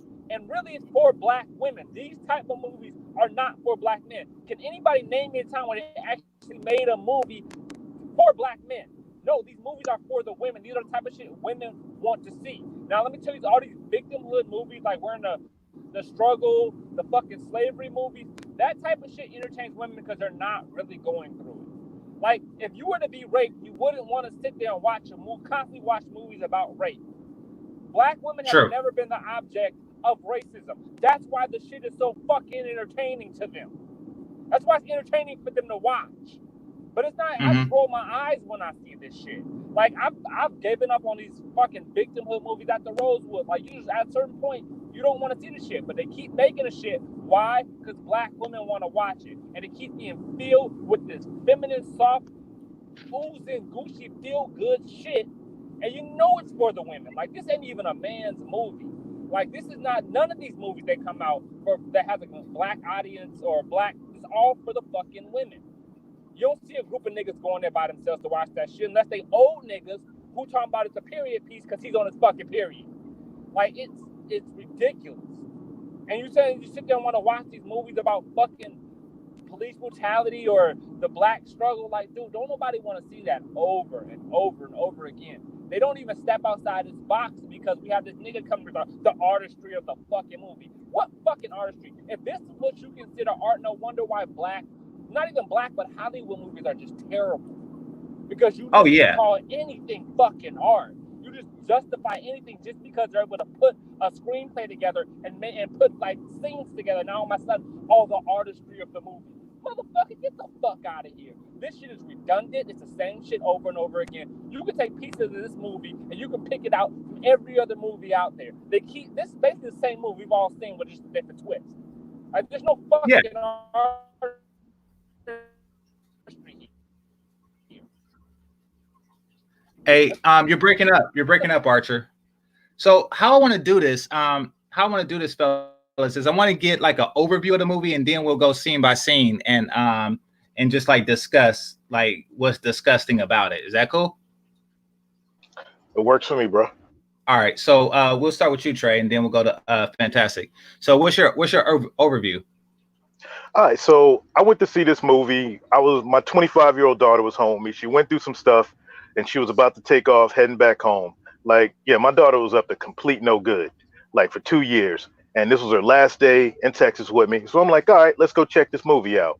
For you, I already knew what I was walking into. And after the movie, I'm trying to counsel her and let her know, hey, baby girl, don't you ever do some stuff like that in front of the cops. Yeah. Ever. Don't you ever get with a man like that. And, she's telling me the whole spiel, just like, oh, this is a love story. This is how it's supposed to be. That's how I'm looking at her like, are you crazy? That night, I went on StreamYard. I changed my avatar to what it is now. Because I'll get to that scene about old boy at the end when it gets there. But overall, I give the movie a 0, man. That's it. 0 thumbs up. Hey, it's funny that you mentioned that because I do that shit with my girl, too. In previous relationships, I've been doing that for a while, saying, if I die, don't fuck with this type of nigga. I do that shit regularly, like in relationships, just saying. So yeah, you and I have that in common. All right, so Fantastic. Overview of the whole movie. I didn't see that bullshit, man. Like I said, I heard your perspective as far as the thing goes, and I heard a couple of other reviews. Once I knew anything with Lena Waithe in it, bro, I already know how it's gonna go. She also has a show that I think she's producing too. That's the same way, that has that same vibe to it. Okay. And I think they actually at some point called her. They're trying to make her the new face of black masculinity on some shit. The face of like the new black man type shit. Oh God. Oh God. And yeah, man, and it just goes to show you, bro, from a black male's perspective, bro, that, a woman knows more about you and how you really are when it's the actual, the nigga shit and all of the stereotypical bullshit. And that's how she's going to portray you to the, mass society. Then, there's plenty of black fucking correct directors out here and shit, man. But, unfortunately, the only other famous black director for the most part is another, alternative lifestyle character. And I think Coogler is doing a couple of things, but I don't know where, he lies just yet. I think we're going to have to watch him a little longer to see, where his loyalties lie. He got a lot of things for Fruitvale Station. Yeah. And then Fruitvale Station. And he made it real big with Black Panther. But Fruitvale Station was sort of kind of even though it was that was an indie movie first, I think, right? Yeah. It was an indie that got picked up to the thing. A lot of times when those people get picked up by these big production studios, they have to play to the tune and do those type things, because it was extremely rumored that they were going to have some lesbian scenes for the Dora Milaje and things like that, but dude, that was going to be the black audience, and they really weren't sure of how it was going to take. They left those things out. But yeah, man, this thing's the black. I think he's down because of the way he wrote Killmonger. Because I know that that white people didn't really have say in they didn't want they wanted Killmonger to be more vilified, more of a villain, but he was lot more relatable, and I think that's all Coogler. Also, they were doing like a lot of weird shit. Go ahead. Yeah, but all of that though is still, that's like the fake pro-black bullshit. Even his speech he gave about kill me and leave me with my ancestors that, you know, threw themselves over the side versus came here. And I'm like, you dummy. They're not your ancestors. If they killed themselves before they got here, those wouldn't be your ancestors. It's literally impossible. Your ancestors are people that would birth you and so on and so forth. But if they threw themselves over the side, that means they wouldn't be here to be a part, you know, for you to be a part of their lineage. But either way, yeah, man, just this whole, you know, ghetto Bonnie and Clyde shit of 2000, what, this 19, I think that was last year or early, whichever one. Same old fucking story. Yeah, the plot of the shit is completely and totally stupid. You kill a cop, you on the run, you stop, you let a white boy hold a gun. Just all of this dumb shit. And then, you know, of course, black women ate it up. I saw black women, you know, that's the only people supporting bullshit like this, man. At this point, I think this, I put this as a win for black men due to the fact that black men did not support it, and those who did support it are doing what you're doing right now, pointing out the, like, you know, the stupidity of it, and just, you know, how bad of a look it is for black men in general. Well, now they're starting to listen to black men because we're voting with our dollars on shit like this. We're voting with our dollars, and, you know, we're saying, like, look, you know, you're not going to keep doing this shit and getting money off of us for doing it. You know, like, if you're going to make a black woman movie, then the movie is only going to appeal to black women. You know, you're not going to get black men dollars from some bullshit like this. Now, you didn't really see it, though. That's another thing. On the trailer, you didn't really see that this was some feminist bullshit. So, you know, if you don't watch it the first week, like Trey did, you know, you'll get the reviews and like, yep, now it makes sense. You kind of suspected it because of the name, Queen and Slim, but, you know, once they confirm it, then they shot themselves in the foot. You know, and then you see the director. Well, a lot of things too coming out with the my bad. The girl too. That girl, they're trying to build this fucking girl up for some reason. Cause what's her? That's the British black girl that's with the white dude, right?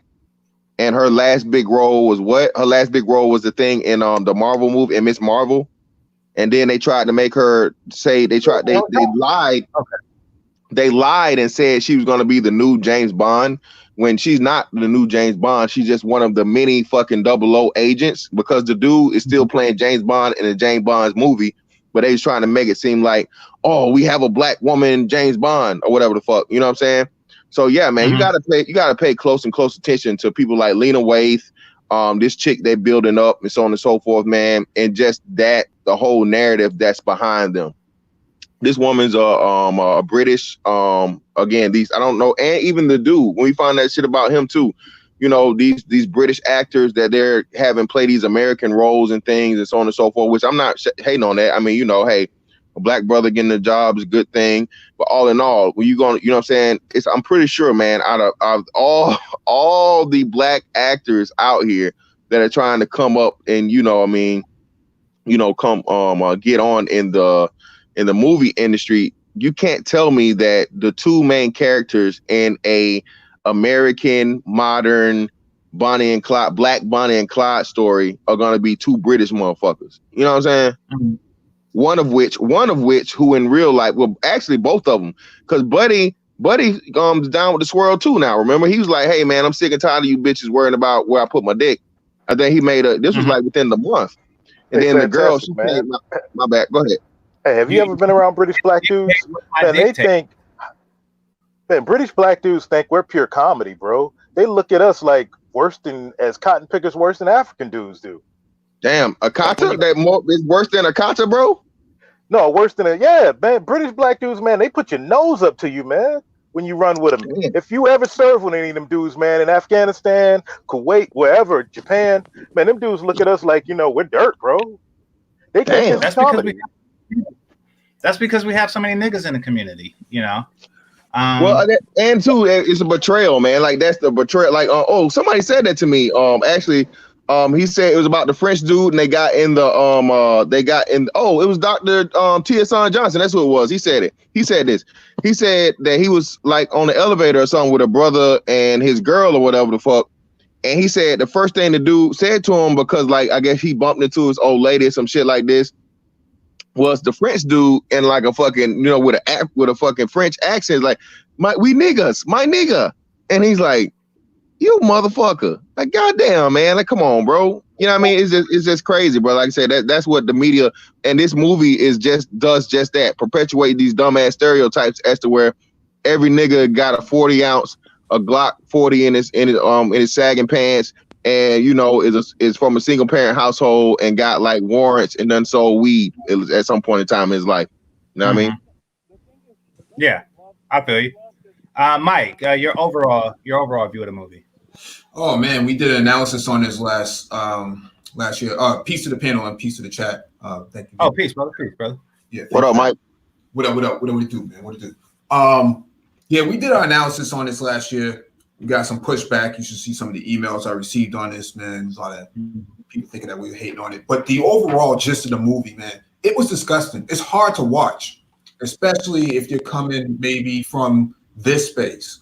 And part of this issue, and I did the backstory on this, or at least I did the research on the backstory on this. I didn't know who this Lena Waithe was. And so I had to go back and do some of the research on some of her body of work on IMDb. You know, for whatever reason, they see Black masculinity through their eyes as violence, criminality, poverty, in opposition to white supremacy. It's all of these sort of malformed ideals of Black masculinity by their perspective. But if you have the average conversation with a brother, you don't get that. And so for whatever reason, they are holding on to this perspective as a way to articulate what they think of us. Mm-hmm. And so having spaces like this, you know, the Black Manosphere, your channel, our channels, we have to keep pushing the notion that this is not us. You know, all of this stuff about shooting police and, you know, this down ass Black woman, and it's so far fetched. It's not real. You know, and they keep pushing it and they make profit off it, just like some people in the manosphere will profitize off the brothers and then call us dusty. But they want this idea to be the benchmark for Black men.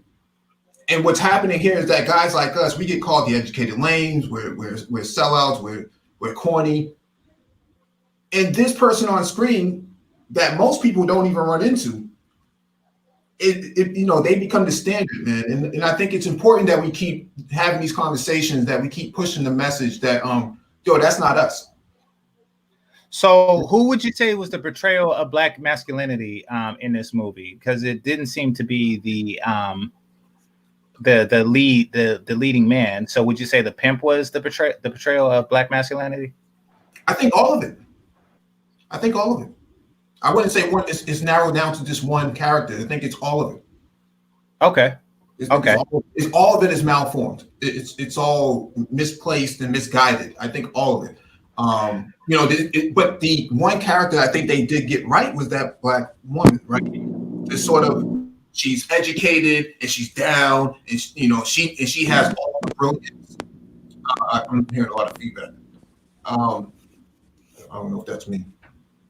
Archer, could you mute up for a second? Yeah. I think the Black female character is how Black women see themselves. Highly educated, they know everything. They're the brains of any sort of joint venture or sort of relationship. You know, they're down for you.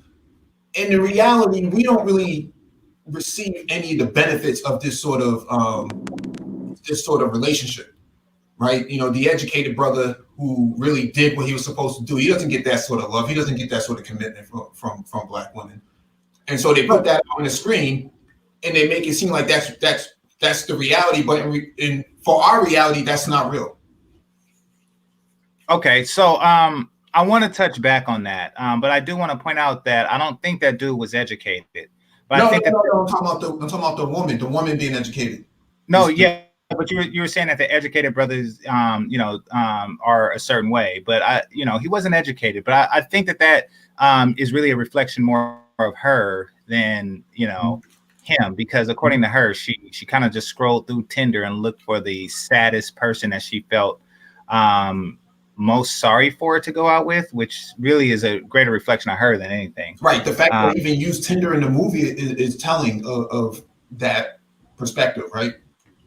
Right. Why are they on? Well, let's do a scene by scene. Okay. So and feel free to jump in. Even you, fantastic. I know you didn't see the movie, but let's talk about the diner scene. When they first got together. Fellas, what are your thoughts on that? Yeah. I mean, as soon as the movie started, honestly, my brain was like, man, this is a foodie call. They started talking about Tinder. I'm like, okay, she was hard up. He was the only dude out there that was willing to pay for her mood. Foodie call. We spent how much time last year on YouTube and the manosphere and wherever, even in the white manosphere talking about foodie calls. And they made an entire movie based off of it. I'm like, it can't get no more. You can't make this shit up. That's all I was saying to myself. Mm-hmm. Okay. Any other thoughts? No, my his thoughts echo mine. What happened, Mike? No, I was just saying my thoughts echo Trey's. And the messed up part was that they did a survey amongst women, and women admitted to it. So it just goes to show the audacity of the director and the writer to take what was admitted to by women and put it on big screen.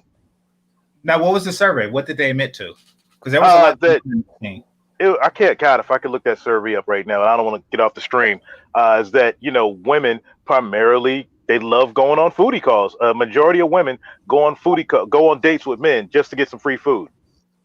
What you talking like about? dinner whoring, yeah.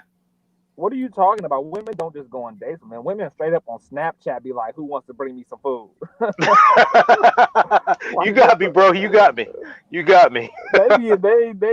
on a whole nother level now. It ain't even about dates no more. They're expecting they groupies just to come and deliver them some shit. Well, that's how they see brothers, right? They see brothers as being subservient to them. Well, kind of like a free Uber Eats. But with her, it wasn't about the free food. She needed the company because she's a lonely bitch. And she's lonely because she's a bitch. So she needs company every now and again. And it seems like she just decided to pick a guy and waste his time and money. Well, I'm gonna take it to a different level because I think what they're doing is they're leveraging their assets. What I think they're doing is leveraging. They understand that black men, and no, don't might get mad at me, but black men as a whole, not all of us, but as a whole, are some thirsty motherfuckers. And if all I gotta, most black men think of it this way: if all I gotta do is get you some fucking Chipotle for a chance to be able to fuck you, most black men would take that, and they leverage that shit. And that's what the dude in the damn movie did. He was probably trying to fuck. If this is a real life scenario, as whatever the general would say, he was probably trying to fuck, and he thought it was the way in, and it only cost him a fucking dinner somewhere. Mm-hmm. That's the way these niggas look at it. So how often do? Because I don't Tinder or anything like that. How often do it ever actually end in pussy? From what you guys know, because it seems like it's a lot of that going on. It seems like, it's a lot of guys who have to wait 3 weeks and girls who have to wait 3 minutes. And, All right, GameChanger. I would say not often because, I mean, a lot of the times I notice the bitches that be doing this shit already be having niggas they fucking. So I would say for the niggas who actually take these bitches out, not often. Now, I would imagine. I would say back in the days before, when the internet first got started, when I was in college in the early 90s, yeah, most of the time, because then you had to have a little bit of game and a little bit of swag. Early 90s, right. You still had to have some. So most of the times it worked out. But now, man, right. I'm out that game. Like even if I went back to being single, I wouldn't even touch it, man. I'd use my old game tactics and be out here moving the pieces on these chicks. Yeah, but I mean, would you waste your time with Tinder? No. I mean, if I did, it would be strictly for, shout out to Ramil, the pump and dump thing. Yeah, I just don't support it. Support any dating apps. The thing with dating apps, if you're gonna fuck with dating apps, you gotta realize there's two types of women there. There's the women who's looking for attention, which are typically the more attractive women. They're just there to get attention. They're not really going to give you True. any type of time. And you got the women who's actually looking for some dick validation. Those are typically the fatter, uglier ones. So if you're going to Tinder, you're going to any dating app, you're basically going down to the bottom of the barrel just to get either you're going to be a bitch's you're going to be used by a bitch for attention, or you're going to have to fuck a really bad bitch, just to get your dick wet. So it's a lose-lose anyway it goes for those dating apps. For my man's perspective. So it's just as I suspected. I kind of suspected that that's what it would be, especially AMS. He said that he did an experiment where he posed as a girl that he ranked as a 7, wherever his ranking scale is. He posed as a 7, and he made a Tinder profile, and she had 400 hits in a day. So yeah, unless you like the most handsome out of 400 people, which I'm not, then you might as well just get a shit up. But I don't even think the most handsome out of 400 people gets the shot. I think what these women who get those 400 hits, they get drunk off the attention. Right. That's their high. The attention that 400 hits they get every day is that constant attention. Even the most handsome guy, I don't think they give that much play to. They just get drunk off the attention. They just post more pictures, and it just gives them validation. They're not really looking for anybody. It just gives them more validation than they can fucking handle. Well, as far as I agree with that, but as far as every now and again they're gonna make some pick, and then they go there to pick, and they're picking like out of 400 guys. Now, maybe they're looking for the saddest looking one, but it's like I would like if there was a nightclub and it was 400 guys and one woman, I simply wouldn't go. Yeah. Like what's 400? That's typically why they let girls in free. Yeah, exactly. Hey, GameChanger, I got a question. What's up? So brothers get shit for going overseas where the odds are the opposite. Man, I just had to throw that out there. Well, it's weird because as Zenito said, the one with the stove that I get so much shit about, I met her online before going out there because, and I recommend anybody do this. Go online, Dominican Cupid, or wherever you're going /Cupid. Go there first because you don't want to be like because basically what you're doing is if you're trying to fuck and you're not doing that, then basically what you're doing is you're walking around saying, look, I'm a stranger. Yeah. I only have a couple of weeks in town. Please fuck me in that time. Now, would that really work here in America? Because it's not going to work there either. No. It'll work if you make 8 figures, you drive a Lambo, and you ski, and you put all that stuff on your profile, and then you meet them, you back it up. It'll happen.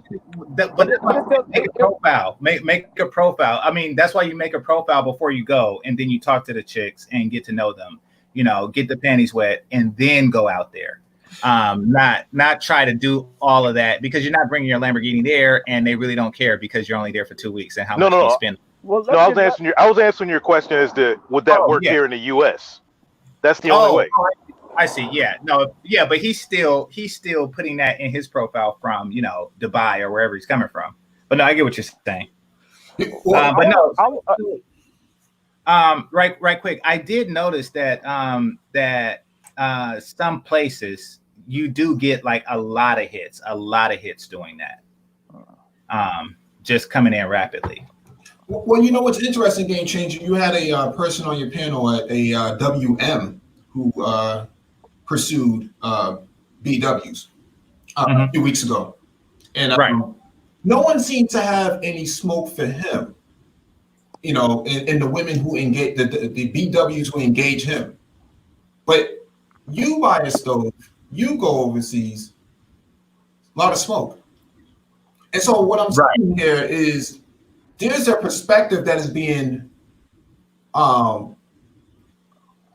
that is being pushed, at least in social media spaces, that your place as a black male is to be lonely, is to be beneath them, is to be subordinate, is to have nothing, is to be in pain and suffering.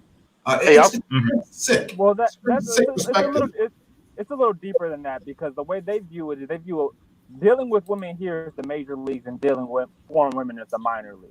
And they view you as not being able to cut it in the major leagues if you decide to go to other countries where they perceive it's easier for you to get women.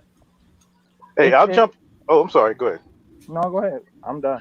Hey, what I was gonna say is that one thing the movie did get right. I do got to give this up.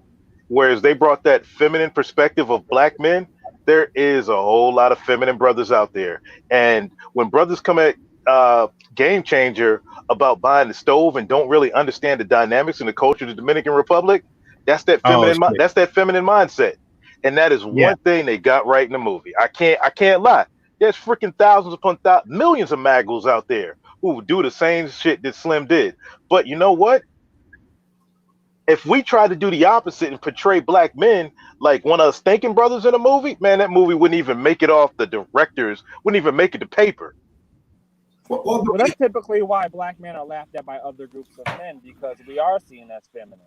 Like, we are a very soft group of men when it comes to dealing with our women. We operate like women in many cases, and that's why you can have British brothers looking down at us. Why you can have African men looking down to us, because we're put in this box by the media. And typically, the ones who support the box the most are black women. I mean, just off the name alone of the movie Slim and Queen, that is a box. The Queen comes Oh, first. no. The Queen comes first. You better, hey, keep your place, brother. Keep your place. And you know, they're trying to play off of Bonnie and Clyde, but y'all know the reason why they put Bonnie and Clyde first back in the day, right? Alphabetical order? No, when they were on the run, they were writing little romance novels about Bonnie and Clyde's adventure, and they were putting them in print, and they wanted women to read them. So they put Bonnie's name first because women saw what they were doing as so romantic. But here's the twist. Clyde was the motherfucker in charge. Bonnie was following him. What he said went. Bonnie did whatever the fuck Clyde said. That was the difference. Here's a bigger twist. White people didn't only have Bonnie and Clyde as their type of story. That wasn't the only narrative ever presented to the white society. Our only narrative is one of from a woman's perspective. Even if you look at that movie, because this movie reminds me a lot of the movie that came out where the girl was with her high school finna be boyfriend. He was a football player and he grabbed his brush and got shot by the police, and the same old bullshit. Like, you've seen this shit before. Like, we don't have alternative options as far as entertainment. When Bonnie and Clyde was coming out, white men, what they had, Godfather, they have a lot of masculine alternative options for men. But us as men, us as black men, we have to find things within these feminine, gynocentric movies in which we can relate to, which is just what makes us even more soft, and it becomes the norm. And you get brothers like George on here. I mean, not George, but General on here talking about the artistry and the periods of the people watching it. Like, it's just fucking ridiculous. I'm waiting for a black movie to be a masculine man. I'm waiting for a Black 300. Like, we're gonna get one of those motherfuckers. Hey, I'm writing the book, y'all. I'm writing the book. Stay tuned. I'm writing a 3-part series, and I'm working with I'm in talks with Aaron Ferris of Black Men Travels, and let's see how far it goes. I want to see a black movie that puts us outside of that box of either the ghetto or the victims of white supremacy. Like, there's a box, and we got to get the fuck out of that box, because the women are very entertained by that box, and we got to break that shit. So Lorena Gonzalez writes, why do you have a problem with the black woman being educated in the movie? Man, do we let her have it? Nope, I'm not even gonna do it. Not even gonna do it. I'm just gonna go on mute. Exactly. Why would you have a problem with the black man being educated in the movie? Were there any educated black men in the movie? Why do you think that anybody gives a shit about our education but you and other black women who think like you? The reason why it's a problem is because it was put there to placate to women like yourselves. Right. Women who live vicariously through stuck-up educated bitches. If you, as a woman, want to be stuck up, and it seems like that's the goal of most every woman, is to have justification for their stuck-up ass ways, then the way to that is not through education. The way to that is through sucking my penis and getting me a sandwich.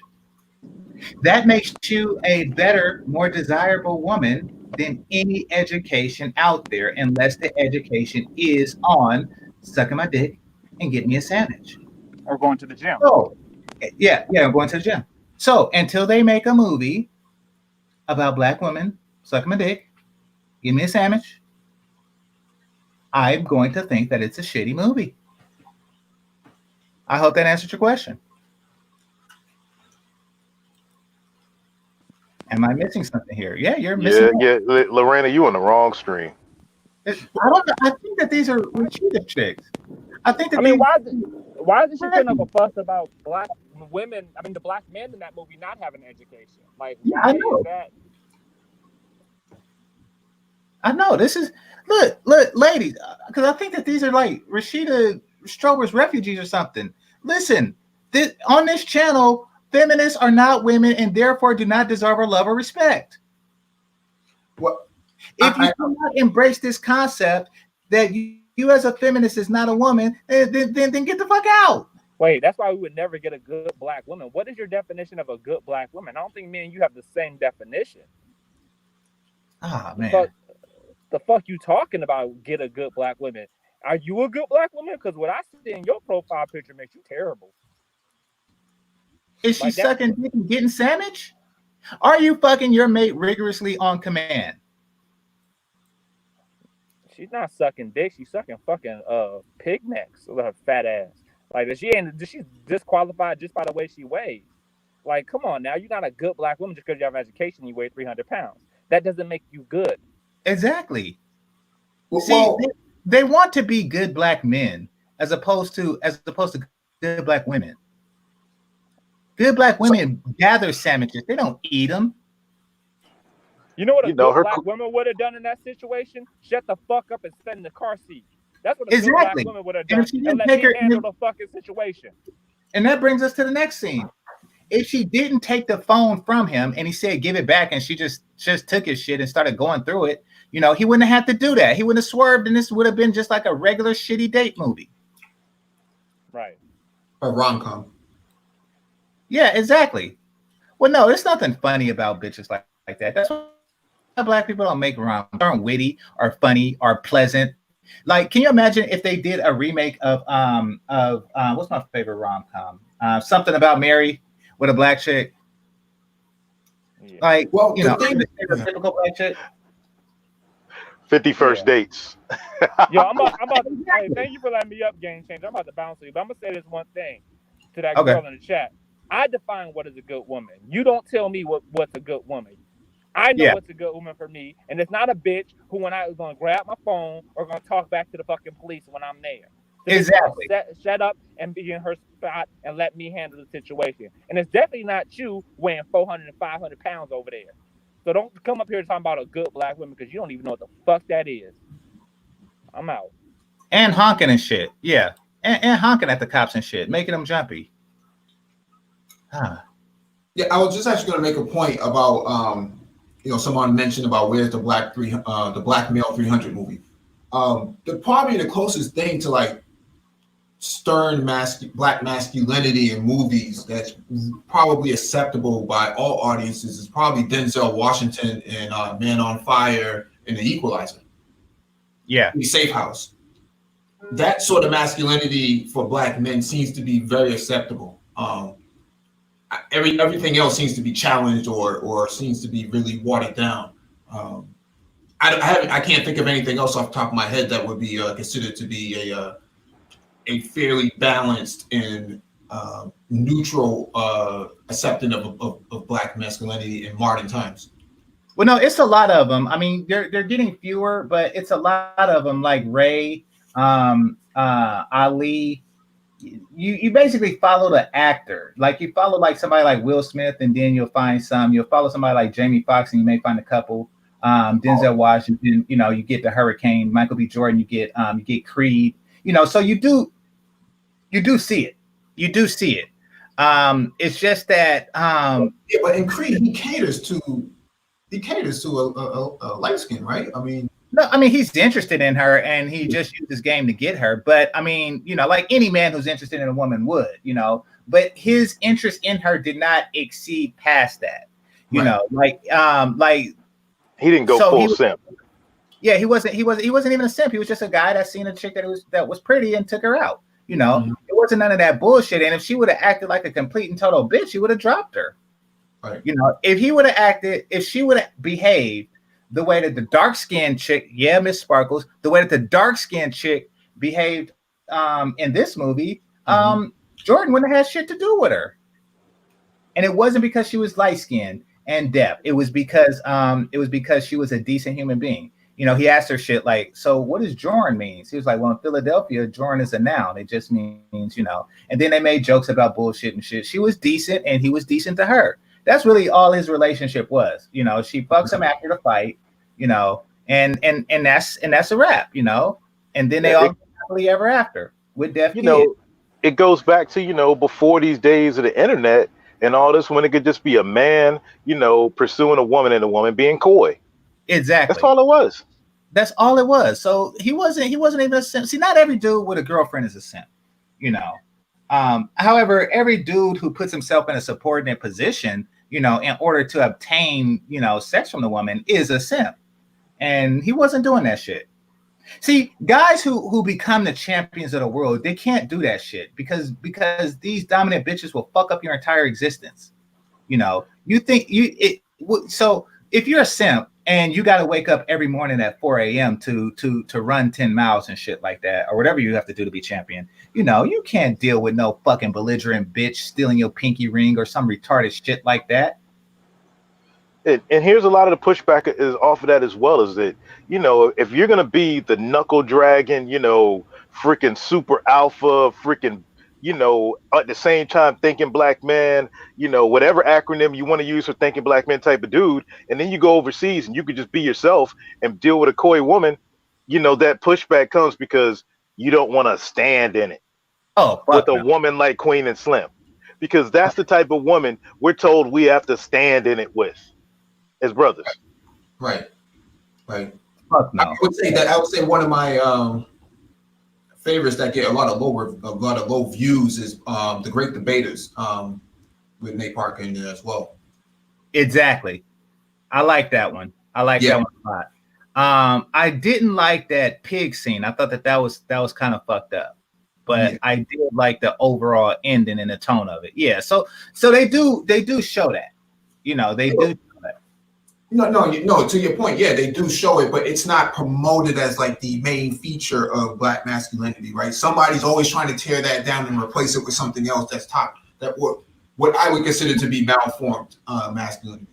Well, what's going on is that the black male masculinity movies, the positive black male masculinity movies, just so happen to be good.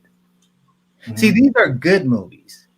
And people tend to not realize, you know, recognize good movies because they're good and a movie is supposed to be good. When a movie is shitty, the first thing you ask yourself is, why would anybody watch this shit? And then you examine it and you're like, oh, it's full of this feminist bullshit.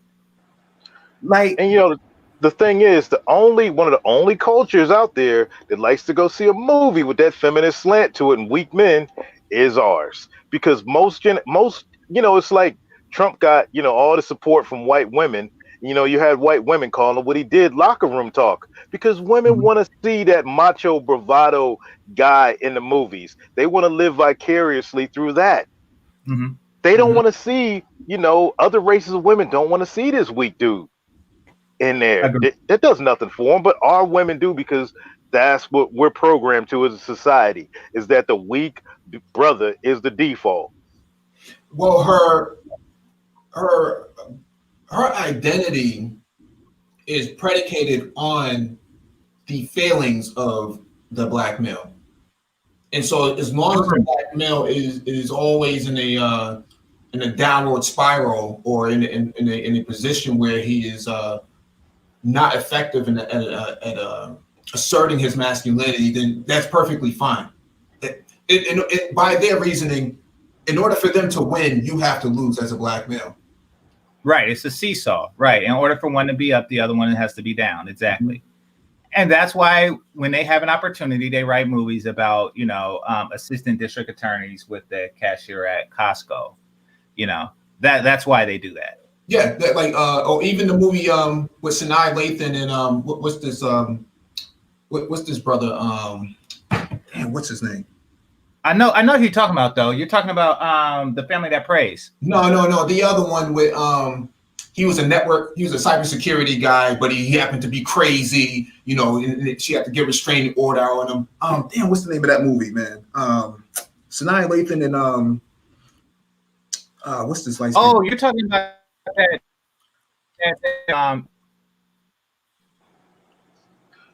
you're talking about the light skinned dude that Halle Berry used to fuck and Morris Chestnut, right? Yeah, I'm trying to remember his name because this is gonna kill me.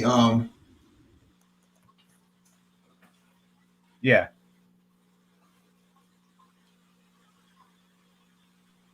The Perfect Guy. That's the name of the movie. What's this guy's name? Yeah, that's the one. I don't know, but it's Halle Berry's ex-boyfriend. Yeah. Or maybe even ex-husband. You know, she had a lot of them motherfuckers. But yeah, I know you're talking about. Yeah. So I'm saying they throw a lot of shit like that out. They throw a lot of shit like that. Michael Ealy. Okay. Yeah, Michael Ealy. But yeah, that's the point that I'm making. Even when the brother has himself together, there's something wrong with him. Right? There's something wrong. He's just crazy. He's deranged. You know, you can't trust him. He's cybersecurity. He can hack into your systems. He can ruin your life, and he can do all these type of things. I was offended by that because I'm a cybersecurity person myself, and so I take offense to these sort of caricatures that they try to put out there, and just like in Queen and Slim, in that movie, The Perfect Guy, the BW is always educated, far more educated. A lawyer, she runs things, she does this, she does that. Who the hell is writing these scripts? True. Yeah, who is it written for? Right. What the fuck are you talking about? What do you men want? Freebies? Mm-hmm. You talking to the Stove King? Who in the fuck says we want a freebie? God damn it, we want you in your natural submissive place like a goddamn woman. And that's where you into yourself. And stop trying to fucking negotiate up. You don't get shit but what you deserve.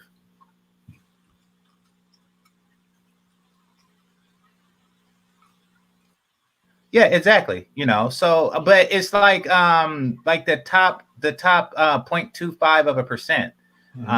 Which is okay if you're that guy. I'm not. If there was 400 guys lined up, chances are somebody in that lineup would be more attractive than me. Same with you, Jessica. I mean, you know, if there are 400 women lined up, there will be a more attractive woman in the crowd. So if the situation was reversed, you wouldn't get picked either. So, you know, that's the unfortunate truth of Western dating market. What is a Tinder? A young girl? Well, I mean, it's a legal one, but I don't think that's why they named it that. Because, you know, that's back in the 90s. They was like, you know, Tinderoni and shit like that. But these were also younger dudes saying that about younger. I think it's just like an attractive woman, you know, and also young and attractive. And those two things typically go hand in hand. Mm-hmm. Yeah. All right. So the next scene. So we talked about the phone. We talked about the fact that she took the gun from him afterwards. Let's talk about the cop, the other cop. What do you guys think of that scene? Which one? The black and the white cop together? No. So after that, they drive off, right? They drive off in their Sonata. Uh-huh. And then they run out of gas and they hitchhike. Oh, okay. Yeah, the Hispanic dude. Yeah. Gotcha. Yeah. Yeah, he was Hispanic. Yeah. So what did y'all think of that scene? Or the scene that follows that? It was just kind of weird. I mean, that scene it seemed out of place. His actions it was like, okay, another man of color, let him just default to, you know what, let me act like a little B. Basically, I he just went super soft, like, "Oh, I feel your struggle. I'm a man of color. I feel your pain too." Versus what? It just didn't seem right. I don't know. I can't really speak on it because it was just one of those weird scenes. It just didn't even seem right. Like it was far fetched, just like the white boy with the gun. Yeah. So back to that right quick. Wasn't this like the most ridiculously, like overtly strange cop ever? Yeah, like I said, man, it was just okay. He didn't, like, you would think a cop would put up a struggle or something like that, but all of a sudden he turned into the hostage negotiator. No. Versus, I'm talking about the previous cop. Let's rewind a bit. I'm talking about the previous cop. Wasn't that just like? Yeah, and that's the point they're trying to make. They're trying to make a point of that all white cops are this way, and she had nothing to do with it. It's just cops are this way. It's just you're a cop doing your job. There's a woman in the car blowing your horn. There's a woman in the car running her mouth. There's a woman in the car getting all snappy. And I'm sorry, but white boys view the ABW is exactly the way what she was doing in the car. And if you're in the car, I'm telling y'all right now, I've been there. If you're in the car and you're with your other half who's that way, I'd be like, get out the car, put my hands up, be like, lock me up, arrest me right now. Because she might get you shot. Exactly. I don't know how she got there if he didn't know the address. I personally don't know how she got to the restaurant, but that's how she should have got back home. Bitch said, is this the only place you can afford? Can I ask you a question? I don't know. Can you? Bitch, get the fuck out. So Kale's right. Why would Mike mention light skin? What was the relevance to the relationship besides it being with what's her name? Miss Sparkles. That's why I mentioned this shit, because I like fucking with these colors chicks. I don't know what Mike did, but I think he probably just describing. Because if you're talking about on Creed, but you can answer better than me, Mike. I was just indeed I was that. No, you answered it actually well. I wasn't sure what her name was. The only thing I could think of was the light skinned one, because there was that other women in the movie as well. So now she plays in a lot of movies. That chick right there, I don't see the appeal. Like, to me, I think that she's not the hottest out there, but she plays roles like that. Like, I can easily see somebody like Zoe Kravitz in her place. And I'm not saying that Zoe Kravitz is the hottest out there either, but I'm saying that she is hotter. But you see this chick like as the new Man in Black. You see her as Valkyrie on Endgame and stuff. You see her like in a lot of choice places.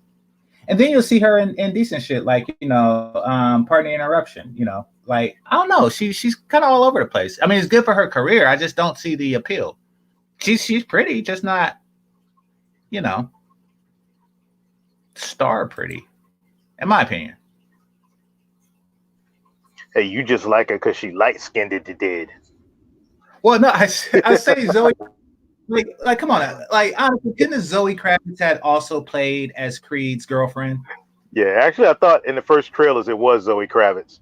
When I was just glancing at the trailers. Yeah. Or the chick from or the girl from Atlanta, the one that played what's her name's girlfriend in Atlanta. Donald Glover's girlfriend in Atlanta. Sexy. God damn, she's sexy. Ah, damn. Yeah, that girl. The German in Black girl. Yeah, she's just like out of this world. When she played Dama, I mean, I had a crush, or TV crush, whatever you want to call it. When I seen Atlanta, I think it's her hair.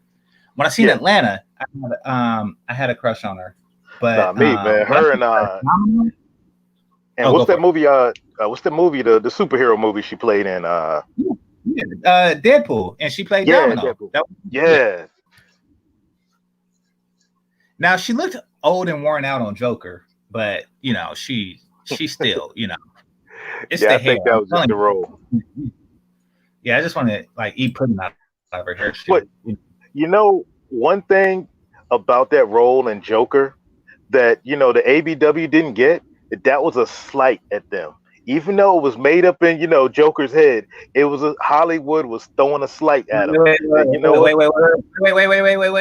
Spoiler alert on Joker. Oh, my bad.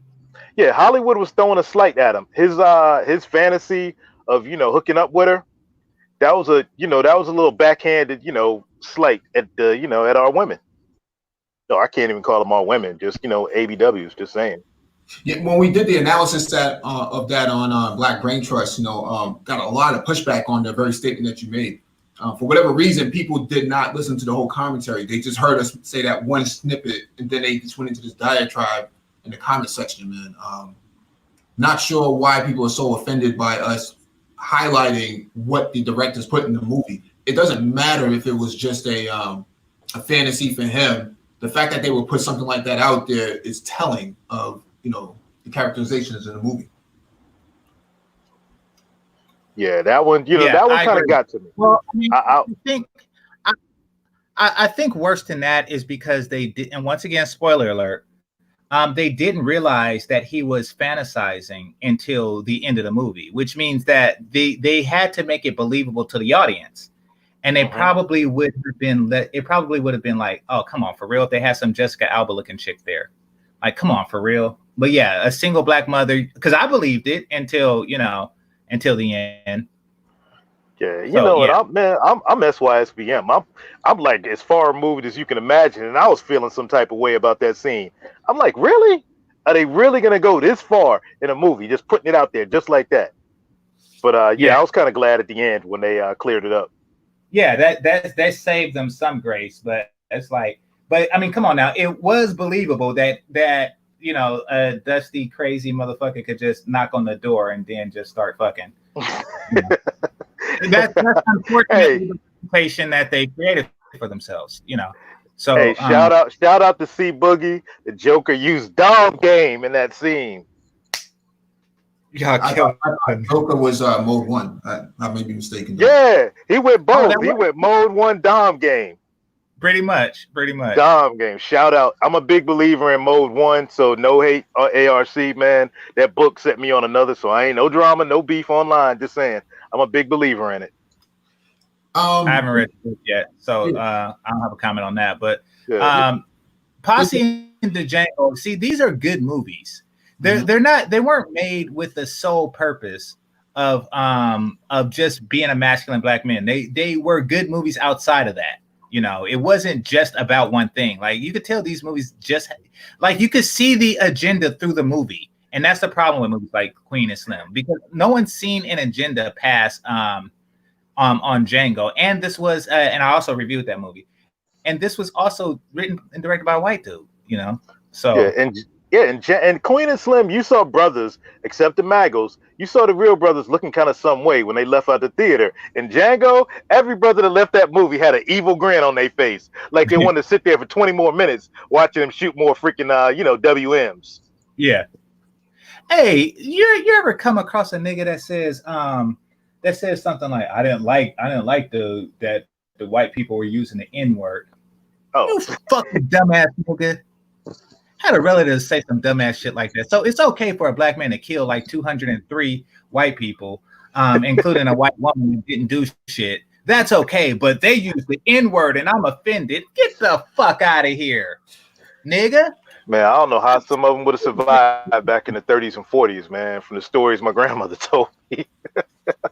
Mine too. Game changer. My dad was born. I shit you not. My dad had to be taken home because they didn't after birth they didn't allow colored babies with whites. Now keep in mind I grew up in California. I was like, damn, what the fuck, y'all? I wouldn't even think of no shit like that. I wouldn't even think about like segregated nurseries. They were some fucked up people back then.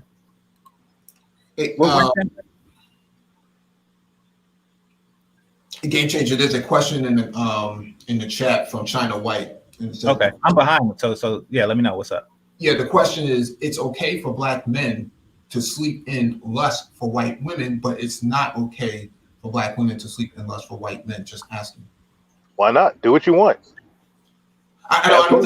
Let's reverse the movie role. Let's reverse the movie role and tell me if it would not be a bad look on that end. if you say it was Harley Quinn, say this was the Harley Quinn story, and she just, imagined herself in this relationship with a black man, you wouldn't say that that's a bad look? Because I know that black women would go crazy. Oh, like, oh shit, y'all go for white women even when they're crazy as fuck. And by the way, Harley Quinn she got my penis. So, even though she's crazy as fuck. I don't know why I'm attracted to Harley Quinn. I just am. So yeah, it's a bad look no matter which way it's done. Yeah, what they don't get is that I'm sitting up here saying I'm a hardcore SYSBM brother, and I got your side. I had y'all back on the Joker movie. Like, why the fuck are they portraying her like that? I had y'all back. They're not even listening to what we talking about in the chat. Yeah, I think the notion behind SYSBM is being misrepresented here, so I won't really go into it now. But to answer China White's question, the problem here is that black men don't lust, for white women in that regard. Because if that was the case, you would see more men just doing it. But the problem is in the movies, and in these movies, they make black men out to be wrong for doing it, but justified for black women to go out and do the same thing.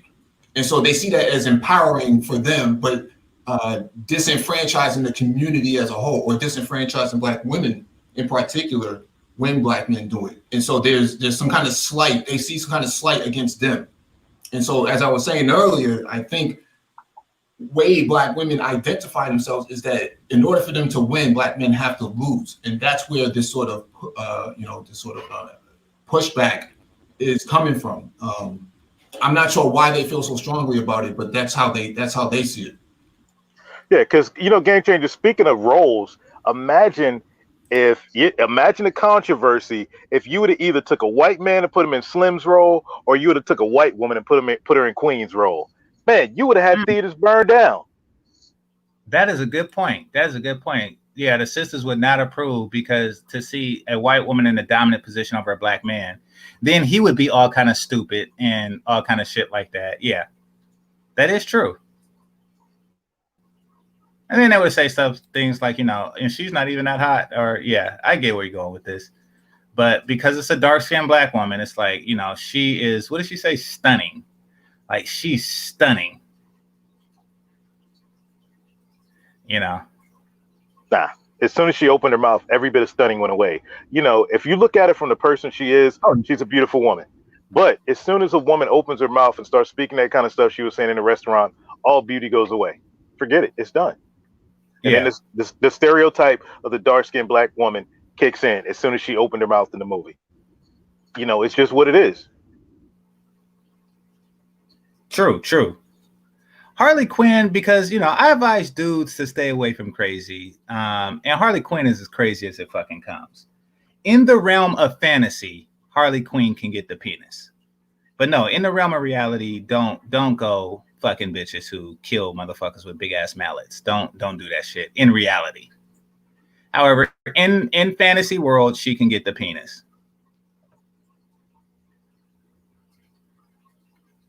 All right, let's see. I think I'm all caught up, just about. Harley Quinn is feminine. No, like the mallet shit is not feminine, but like the backflips and all the shit that she does is feminine as hell. New Harley Quinn birds of prey, now that she broke up with the Joker, and this feminist shit is not feminine. Harley Quinn with the Joker. I wouldn't even go see that movie. My daughter saw it and told me about it. My other daughter saw it. But Harley Quinn with the Joker is completely feminine. And she's submissive to the Joker. She even jumped into the vat of acid because she was submissive to the Joker. Complete psychopath, but she's she's feminist, but she does the flips and shit, like, and just all the other shit. And she does it, she calls him Mr. J and shit like that. And so, yeah, so there is femininity there. Now the mallet shit is just her being insane, but there's femininity there. So who's not feminine in that series? What's that chick name? Not Loretta Devine. What's her name? She was on Fences. Help me out. The one that's always doing the snot crying. Oh, I know what you're talking about. She played in that new horror movie called Mama. No, not her. Oh no, there's a movie called Ma. So you saying that she played in Mama? Okay, my bad. Yeah, Ma. What? So no, she wasn't in Ma. That wasn't her in Ma. This was I think it was Viola Davis or something like that. Oh, Viola Davis. Yeah. From How to Get Away with Murder. Yeah, exactly. Her. So she played a woman who wasn't feminine. Yeah, she was the boss. Yeah, she was in charge of the squad. Exactly. You see, that's what's not feminine. But like even in the jail cell, she's hanging from the sheets and shit, doing all kind of ballet and shit. See, that is what feminine is. Shit like that. Shit that men don't do is generally falls under the feminine category. And yeah, so it's just a turn off that she hit motherfuckers on the head with the mallet, but she is doing it at the behest of her insane ass dominant man, and that's the Joker. So there is that aspect. But yeah, if she broke up with the Joker, then she's just some crazy bitch, with a mallet. So let's see what else we got here. So anyway, well, Poison Ivy was a dead feminist. Yeah, exactly. So she don't. And I'm telling you, once a woman becomes feminist, the shit, all dicks are off. Like all dicks are soft at that point. Once a woman becomes a feminist, the shit's over. Your whole fucking SMV goes down amongst real men. I mean, you're gonna get the maggles, but there's no you can't. There's nothing you could do to not get the maggle, and that's why dude trying to get in her pants after she was a complete and total bitch. Okay, so let's see. Oh man, can you go to that scene? That scene, I got to get up out of here. Can you go to that scene? Yeah, go for it. We'll jump ahead since it's a small panel. We'll jump ahead. Go for it. All right, the sex scene. It was crazy. Like I can't believe that she finally forced him into doing some like masculine, hardcore Tyrone type stuff. And once she was able to convince him to do that, now she was physically attracted. She turned feminine, and she had to give up the draws to him. I'm sitting there watching. What did she force him to do? In the club, when he decided, you know what? No, we're gonna stay here and just dance. You know what? Fuck everybody else. Okay. I'm gonna go up here. She gave him some draws after that, even though he don't drink, and he drank then. Yeah, I got you. Yeah, it was like, you know what? All right, I'm gonna get some Hennessy now in my system. You know what I'm saying? I got my sweatsuit on, my velour on. I'm about that life now. Okay, now he can get the draws. You're right about that, and I agree with you. His masculinity is not certified until the Henny gets in the system. So, in the velour, these sort of characters of masculinity is really, really, it's really telling. Yeah, exactly. He couldn't just put his pocket protector on or his bow tie or something. It just had to be that. And he's also at his lowest. Like he is completely and totally broken and just at the end of his ropes and shit like that. And he's about to die. So that's when something, you've done enough. Now you get some pussy. Yeah, it's like your hood card, your nigga card has been proven. And it just goes right back to that stereotype that, that y'all in the chat, y'all women in the chat can't see, is that they throwing slight at y'all. Even though, these are two ABC women and they just throwing all kinds of shade at y'all in this movie. Like, you know what, y'all professional black women, professional B-dubs, this is the kind of guy y'all go for. Boom. Mm-hmm. That's it. Facts. Somebody said he earned his stripes. True. So Warmaster 7 said, sent the cash app. He said, no sandwich, no stove. Any questions? Agreed. Yeah. Well put. Let's see. Hey, but GameChanger, man, I got to get up out of here, man. I got to load. I'm about to head from Phoenix to Dallas. Freight is still moving somewhat.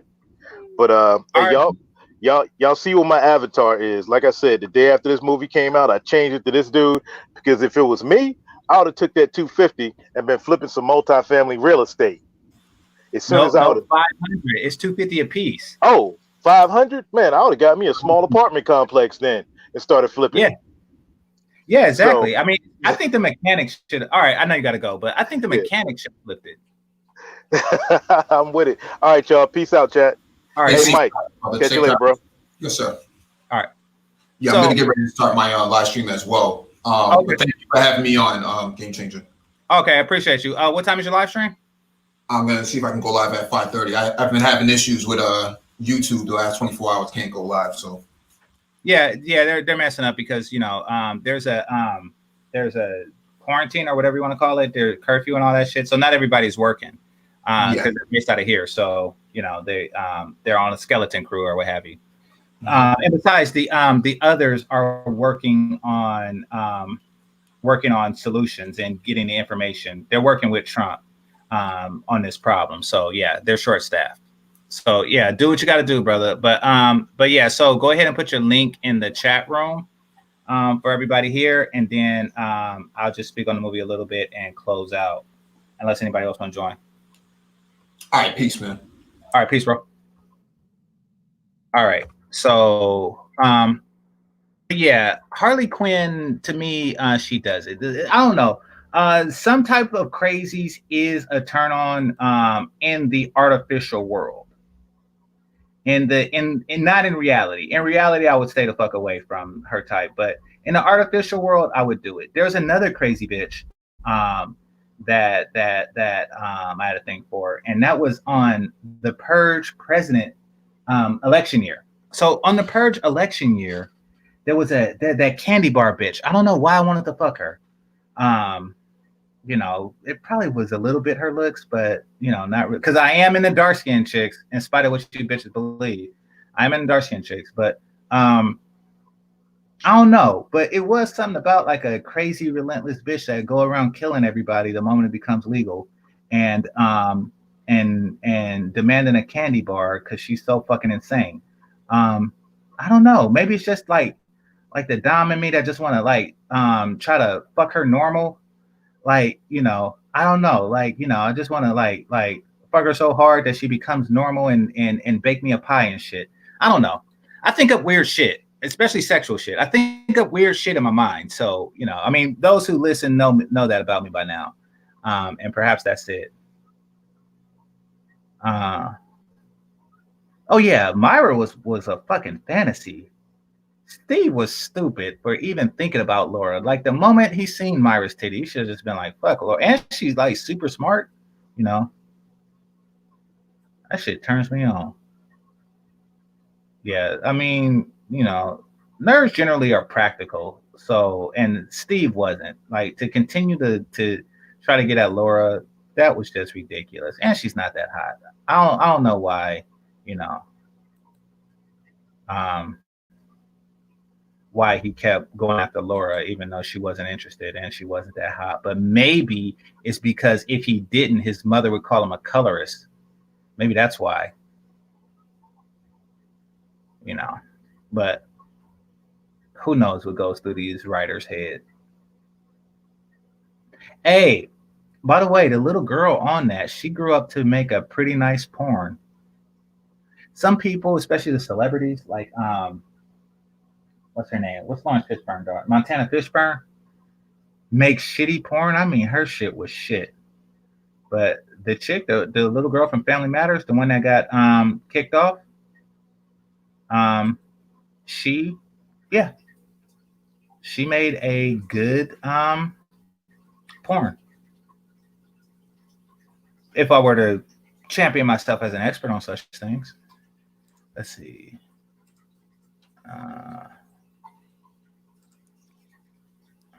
What's up with the sweatsuit thuggo archetype? Like Slim really dressed like Lala. Yeah. Well, he had to get the pimp's clothes.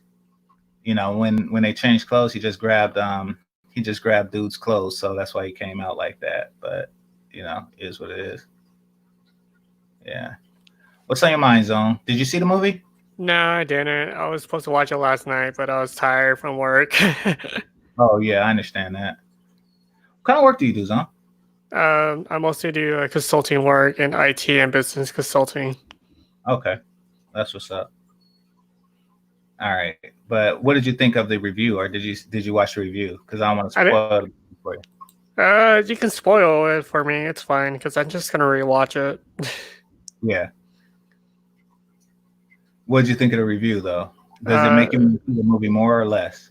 I mean, everyone has different perspective when it comes to reviews on movies, so I'm just gonna rewatch it to see what's their director point of view and stuff like that. Okay. But oh yeah, so when I do the follow-up with Jay Speed, I'm gonna rewatch the director's point of view because I know he's gonna be talking about that because he's in the industry. So Jay Speed, if you're out there, I'm gonna let you know that just because a movie takes a lot of hard work, that doesn't mean that it's good. I'm pretty sure you have an appreciation for the work that goes into something. There's a lot of work that goes into software. And video games or just general software. But when you get a bug or the shit's delayed, from your point of view, it's crappy. And as a consumer, you can be critical in that regard. I mean, there's a lot of work that goes into anything that a person receives, and you really don't have to appreciate the artistry of it. You could just say, like, look, this steak tastes like a piece of shit. And you can say that, oh, well, it takes a lot of work to go to chef school and become a 5-star chef. And it's like, I don't care about that. It's shitty. It's a pretty shitty steak. It takes a little more work to make it a good one. And even if you put all the hours into that steak, it's still gonna taste crap to some people. Exactly. So, but I think to the wide majority of people, this was a shitty movie. Except for the people who are most akin to the writer. If you're an alphabet black woman, then yeah, this probably would be a decent movie. Hearing somebody saying that it should be a sin to call a black woman crazy is probably something you would like to hear, especially if you're crazy and you're a black woman. That is some shit that would probably be empowering to you. The rest of the world, that's just some dumbass shit to say. Exactly. I don't know why a black woman will want that stereotype around the world. Yeah, and then they perpetuate. Nobody's doing this to them. This is written, directed, all that good stuff by y'all. Like, nobody's doing this to you. This is something that you're doing to yourself. And you think it's okay. And you also think that the traits you as an alphabet woman find appealing, that everybody else in the world finds appealing in women, but they don't. I mean, to write for a non-alphabet woman from an alphabet woman's perspective is all kind of weird, because you are projecting the traits that you look for in women onto the male lead,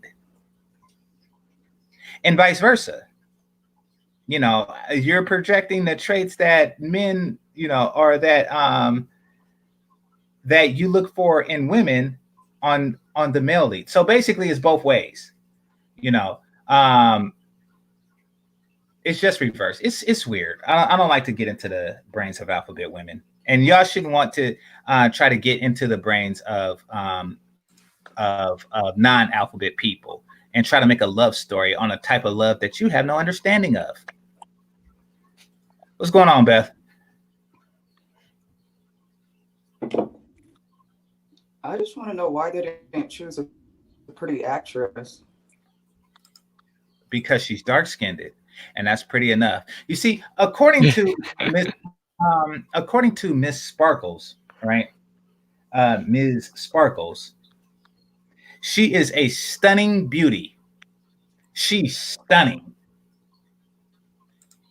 She's stunning.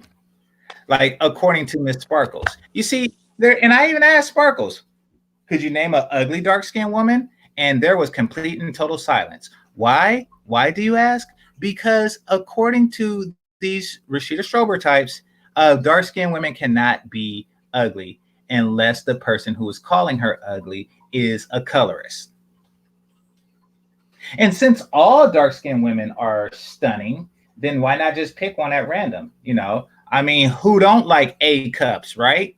Like, come on now, let's be reasonable. Like, you couldn't have found a young Kenya Moore. There are so many. There is so many attractive dark-skinned women out there.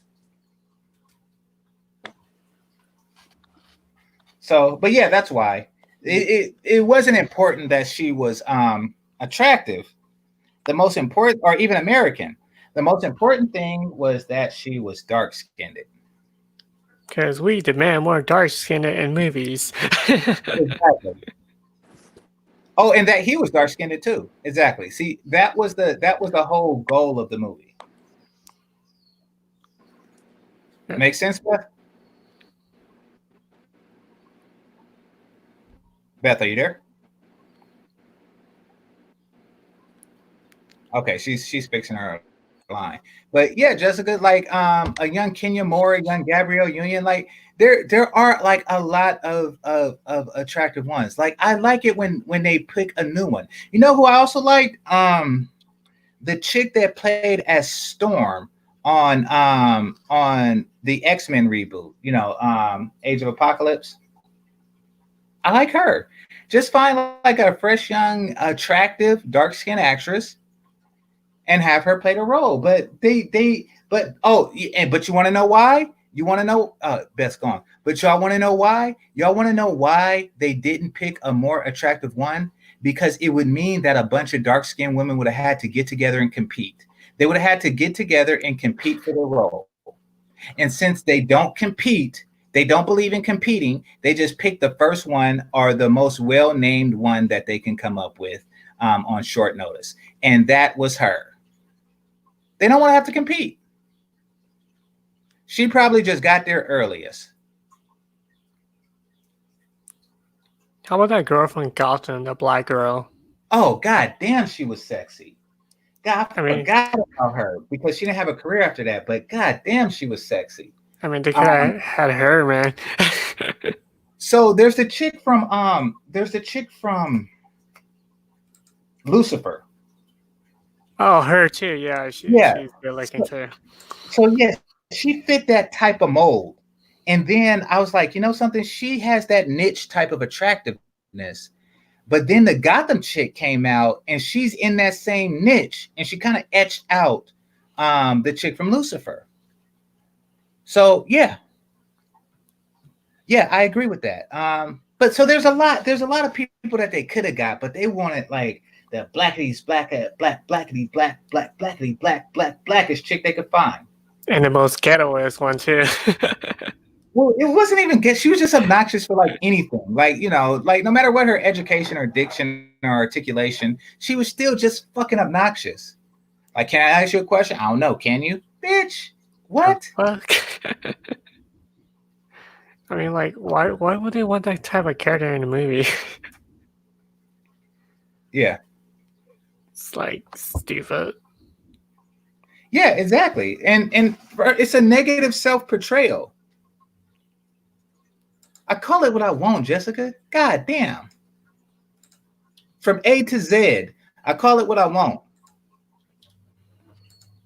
Anyway, what was I saying before I got distracted? But yeah, so they could have put like a lot more attractive women in there, you know. But so it makes sense that they wanted to be balanced.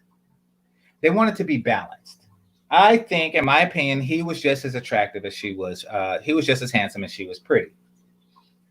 Now he's shorter than. Yeah, go for it. Yeah, that is true because it seems like they were like a match when it comes to appearance in the movie. Exactly. If you've seen the two of them together, people would say that makes a reasonable sense. You know, you would see the two of them together and like, you know something, that makes sense. Just I didn't say that either of them were attractive. I said that they were equal. They were equal. Now I know it's not your type for the same reason why Zone can't hit it, and that's because he was shorter than her. But you know, nevertheless, they made sense. But she didn't want to make sense with him or dollars. She just wanted to, you know, use for company on some Tinder shit. And that's the type of games that women like you can expect on Tinder, Beth. That's why I gotta be leery and not invest too much emotionally on these Tinder niggas because It's a lot of bullshit going on. Basically, what's going on Tinder is the girls don't want to meet and the guys just want to freak. That's it. I would not expect too much on that. I wouldn't invest too much emotionally in Tinder, Beth. Yeah, Oh, what? it's No, pretty. Oh no, no, go I ahead, didn't use Beth. Tinder. I used what was it this Bumble and OK Cupid. Okay. Well, I don't Yeah, know how Tinder. I those already work. know what that's about. Well, what is it about in your? So you're saying Bumble is different? I mean Tinder. Like we all know Tinder to be the hookup app. Here's the thing about apps, and really anything, in the West as far as dating goes. I don't know if I told you, Jessica, but I prefer this picture, the one that you have now, over the titty picture. Bumble. But so yeah, Bumble. All right. So here's the thing about any dating app, because we have a hookup culture going on. It's always going to be saturated eventually, no matter what platform you put it on. It's eventually going to be saturated with fuck niggas who are looking for pussy, and they're going to scare away the regular women, which is just going to leave a bunch of attention seekers and whores. You know, like I've seen it happen so many times. It happens in nightclubs too. Like, you know, fuck. Yeah. Can you hear me? Yes, Yeah, we can you're hear you. good. Okay. I know I was going to say, I think you summed it up pretty well. Everyone knows now that if you're looking for something serious, Oh, you that's avoid Jessica? dating apps. Yeah. Hey, Beth, Yeah, I missed you. yeah. Oh god. Oh. Yeah. See, so you do. You like it. You I like that missed you, picture better Beth. than the titty picture, right? Who? Than the titty picture, the one in a Yes. white Yeah, spaghetti. yeah, Yeah, I do too. yeah. What you got on there? A little T-shirt. Oh, let's see. Yeah, Yeah, I Oh, like sorry. that better than the t-shirt picture. Yeah, Yeah, I like I it. like that. Got all that hair. I like that. Nice smile. Yeah. But what were you saying, Jessica? Yeah, no one goes to dating apps for anything serious now. The reputation precedes, dating apps, so everyone knows what they're about. So like I said, I tried it out for one day and I was like, oh hell no, I'm not dealing with this. And I deleted that and I never went back because it was just weird. First of all, I had people telling me, they said, I don't pay for pictures, so don't bother asking. And I'm like, what? I wasn't asking you to buy my pictures. So I'm just like, right, I'm not going to talk to you. And then you get the other ones who just straight away, they say something like really sexual. So you know what they're looking for. And so it's like, okay, I don't want to talk to you. And then it just gets exhausting. And I can imagine doing that every day. And I was just like, no, do you know what? I can't be bothered. You do have a few people who try and talk to you normally, but the other ones mess it up for the people who have true intentions, put it that way. It's not worth it. Now, Beth is having trouble in this department. So let me ask you, how do you filter for the ones who are sincere in, their desires and the ones who just are looking for, if only for one night type situation? Who, me personally? Yeah. How would you? I should say. Okay. 'Cause I think. All right. So some of the guys who are looking for a booty call or one night stand, they do the mode one approach. So they are the ones who straight off the bat, they come and they say something really sexualized. So they're letting you know straight away what they're about. And I think they do it on purpose, to be honest, because for them it makes it easier. So they don't have to waste their time talking to a girl and then she's like, okay, I don't want to meet up. They just get straight to it. You're either down with it or you're not. So if you're not looking for a booty call, you can sort of push them to the side, right? I think it all depends on the approach, right? So I only used it for a day, GameChanger, just a day. But if I was to actually go onto it properly. It's more about the conversations that they're trying to have. If they're actually asking about you, they seem interested in you. I think maybe if someone was too hesitant to meet up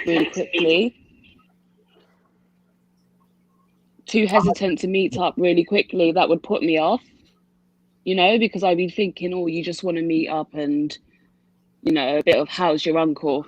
So I'd be like, that would. So you would be put off if a guy said, you know, let's meet up tonight, you know, like out of, Yeah, of course. yeah, like he Yeah, didn't of have course. anything going on and you were just bored and he's like, you know, okay, we can meet up like right now. He's always available. Yeah, no, I wouldn't want that, no. Because So I'd be thinking, go for it. yeah, sorry, I'd be thinking, wouldn't you want to get to know me better before we meet up? I don't know. Maybe some people prefer to meet up in person and see if you have that connection face to face, but for me, I'd rather No, get I to know agree. someone. Yeah, I agree. I don't think they just want to meet up. Oh, let's just meet up with. No, I don't think they just meet up with every girl. I think that's, yeah, if they're meeting up early, I think I agree. They're just, you know. They have intentions, yeah. I disagree with that because they're time wasters. You see, here's the thing. Some women, even though they choose to be alone, they are lonely. And they just want somebody to talk to over long stretches of time. But they never have any intentions on ever fucking you. So I think that they just like looking for a new phone buddy, so to speak. Do you know what? Text buddies?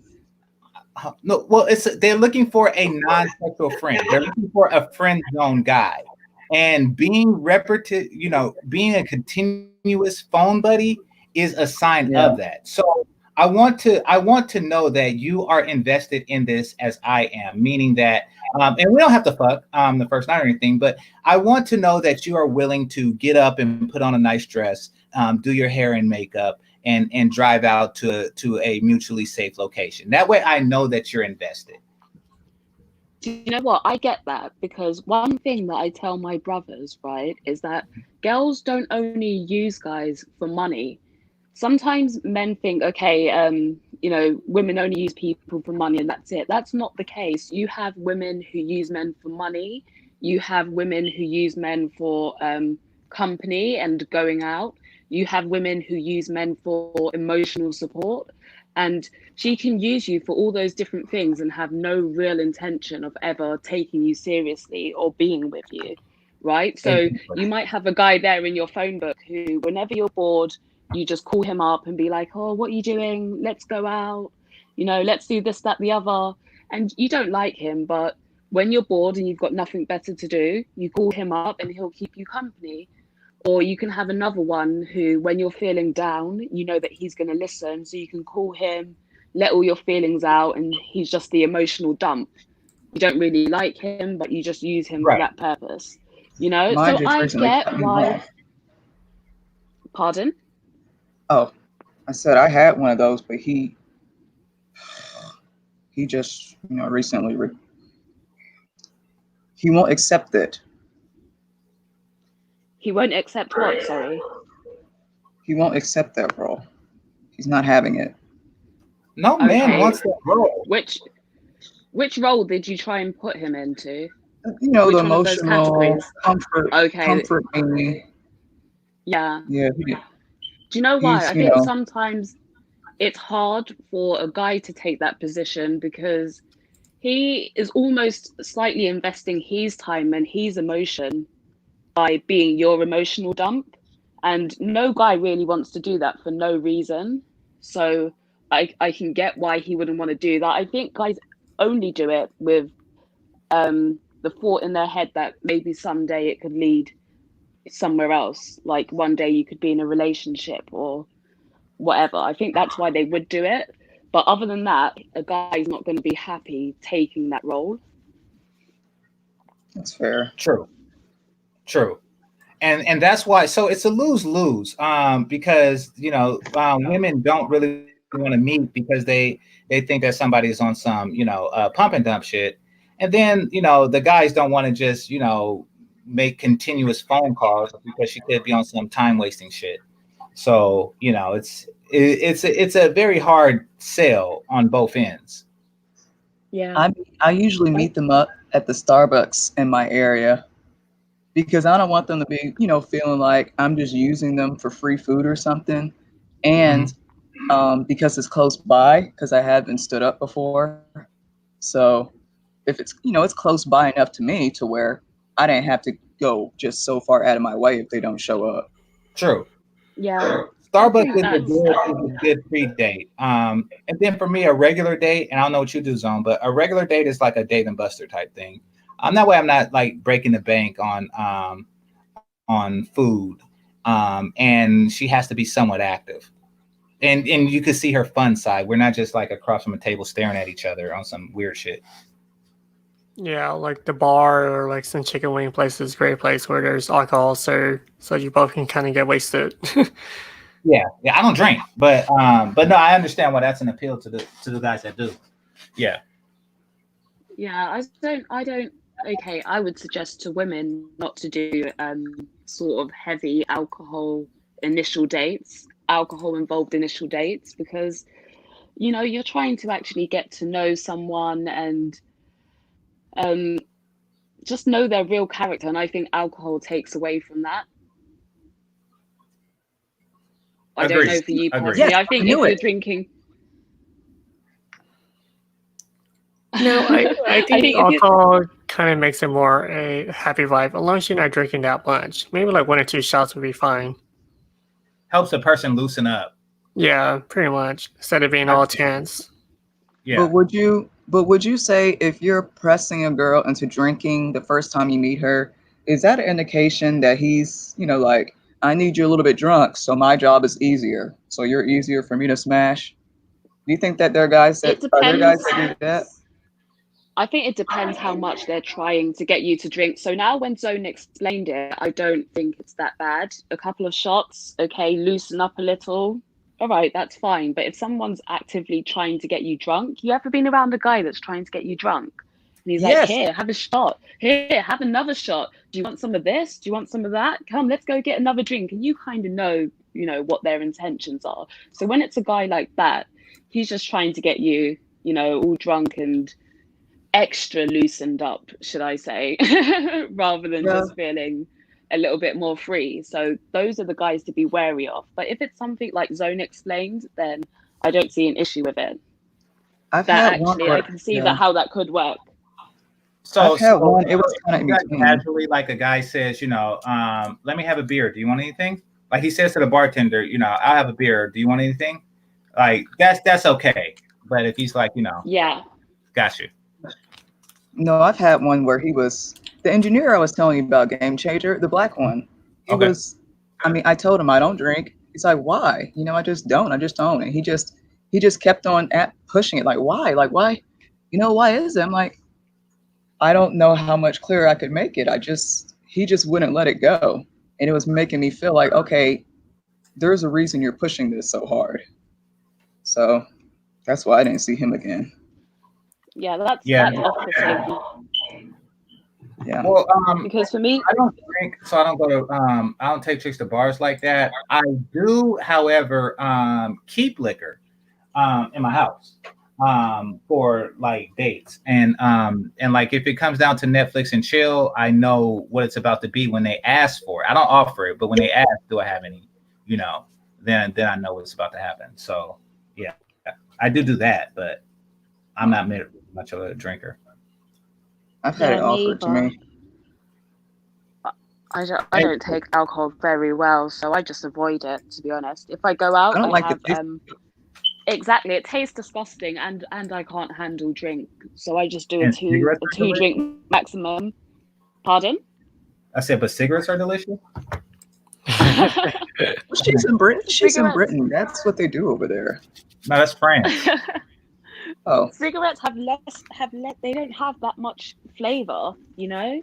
Not like alcohol. Alcohol is literally, it's disgusting. And when it's that extra strong alcohol, it burns my chest. I don't see the appeal. And then it makes you sort of lose all your inhibitions. And me personally, I like to be in control of myself.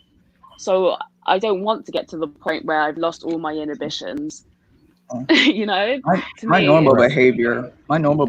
People think I'm drunk just from my normal behavior. So I couldn't imagine me actually intoxicated.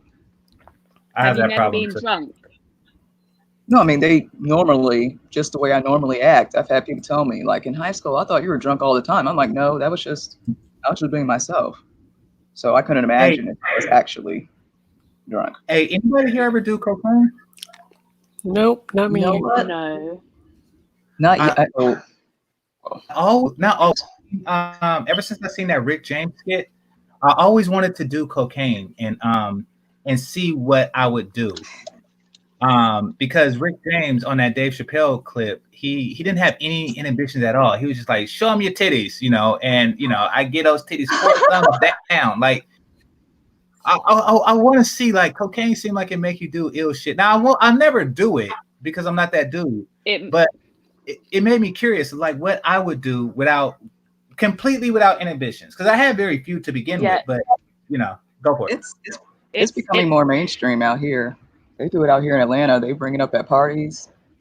Yeah. Here too. Like if you go out in London, you're bound to see someone in the toilet and they're like, oh, do you want a bit? And I'm like, no, thanks.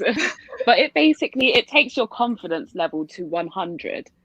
So if you're a person that's quite shy and reserved, and okay, when we were in uni, right, there were people that used to take a little bit of cocaine before they give presentations.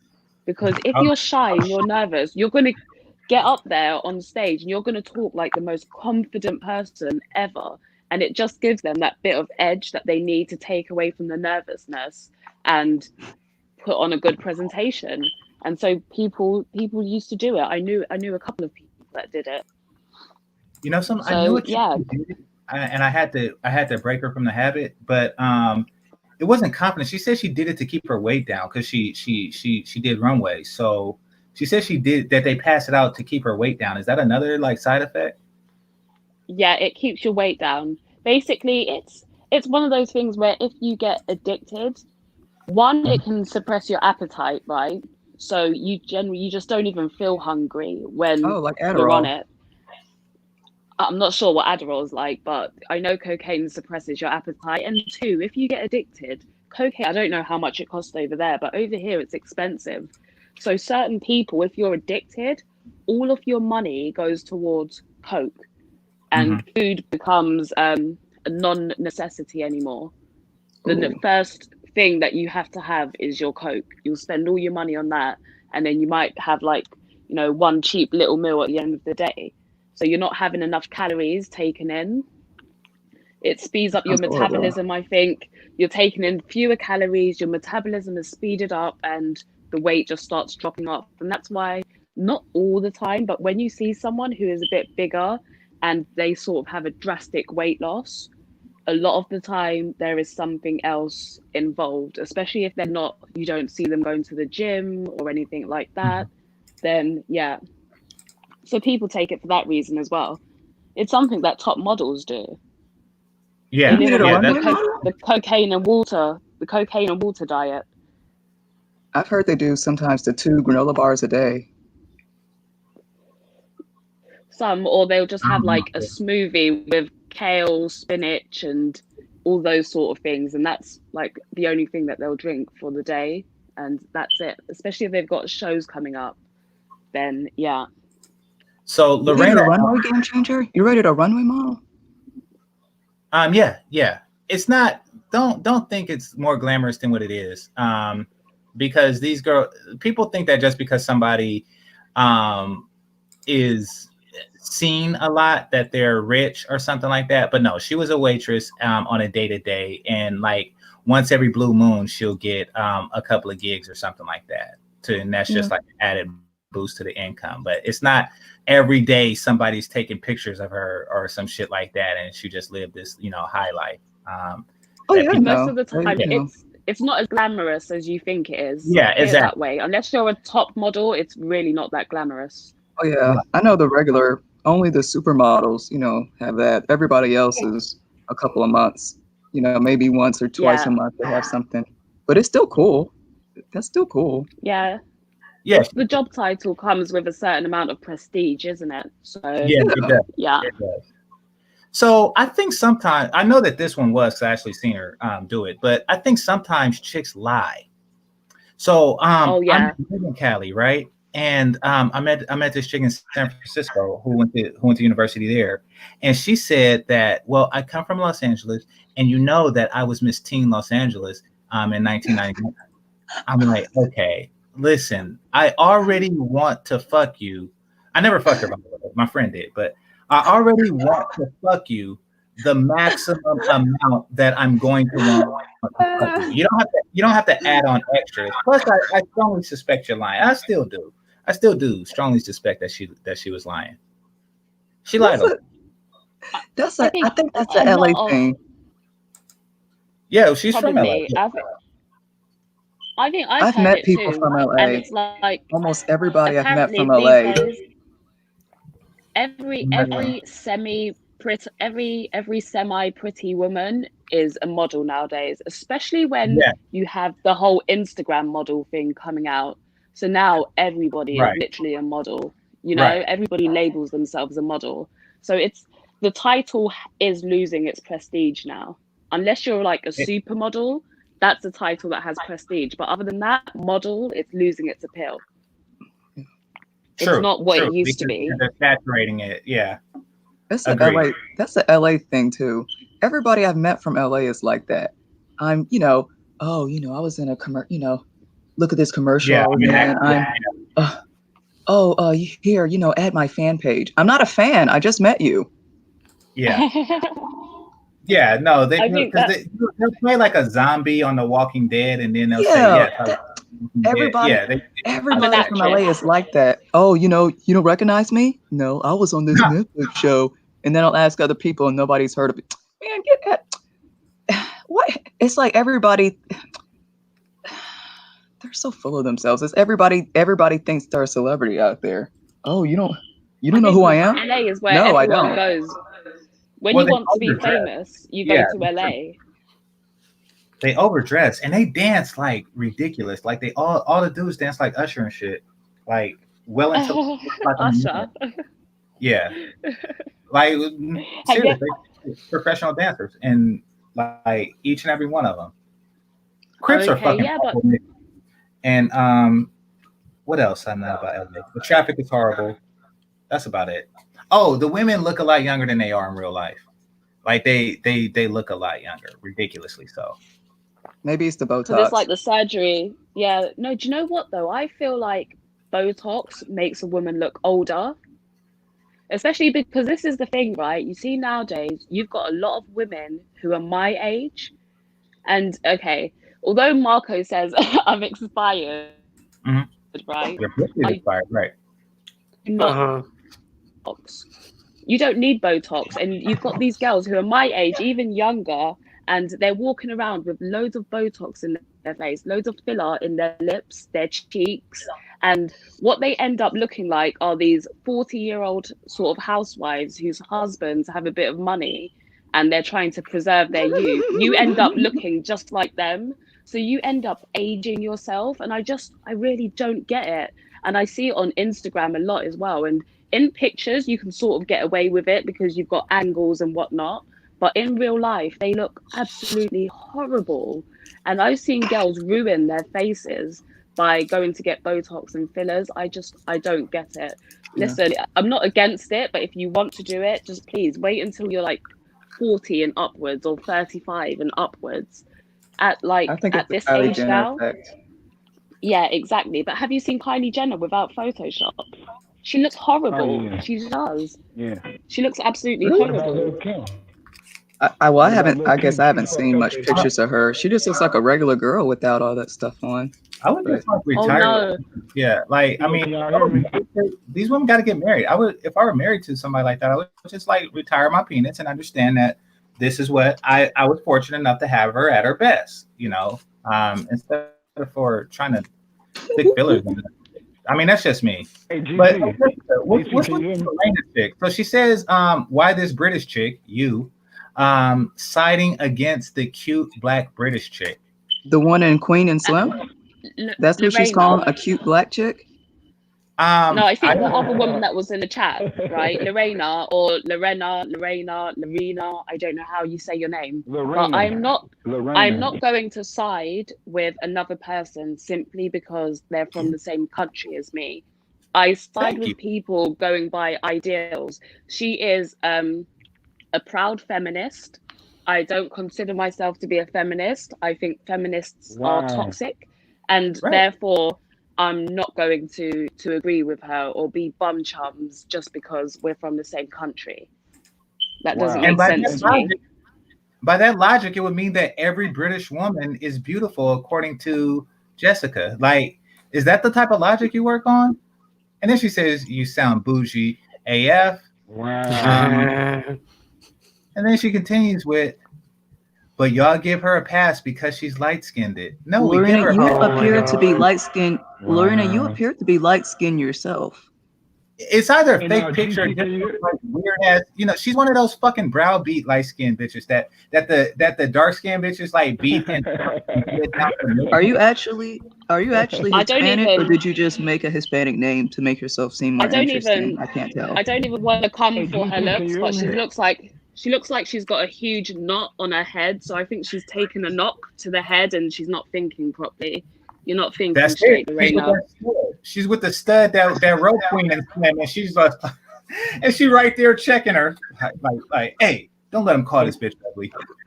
Is she talking about the Queen and Slim chick? Yeah. Is that who she's calling? She's talking about a woman that was in the chat. Oh, okay. Where does that go? I don't know. He was talking, but his mic was really, really low. So Can you guys hear me? Can you guys hear me? Can you guys hear me? I think that's right. I actually didn't hear him. Okay. His mic was really, really low. Okay. But we gave her a pass because she's light-skinned. Seems That's kind of dumb logic. You look light-skinned yourself. She's unless your filter is lying. Well, I mean, she's probably dark-skinned and either over-filtered or just catfishing.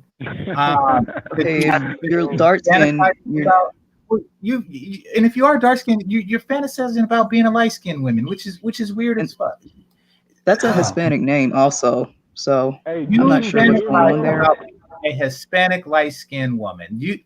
That's severe help, Destiny. And you talk shit about other light-skinned. And you know what the weird thing is, GC? Thing that you fantasize about. That shit is weird. You're right. There are a lot of dark skin. We can hear you, Zach. Can I just finish quickly? Sorry. Okay. There are a lot of dark skinned girls who come on here and they catfish as light skinned girls, but they hate light skinned girls. It makes no sense whatsoever. Well, there's one main one that I know. Aren't you? That's what it is. They hate you because. It's like, why do you come on here and pretend to be a light-skinned girl? Like, I don't get it. Maybe wouldn't you?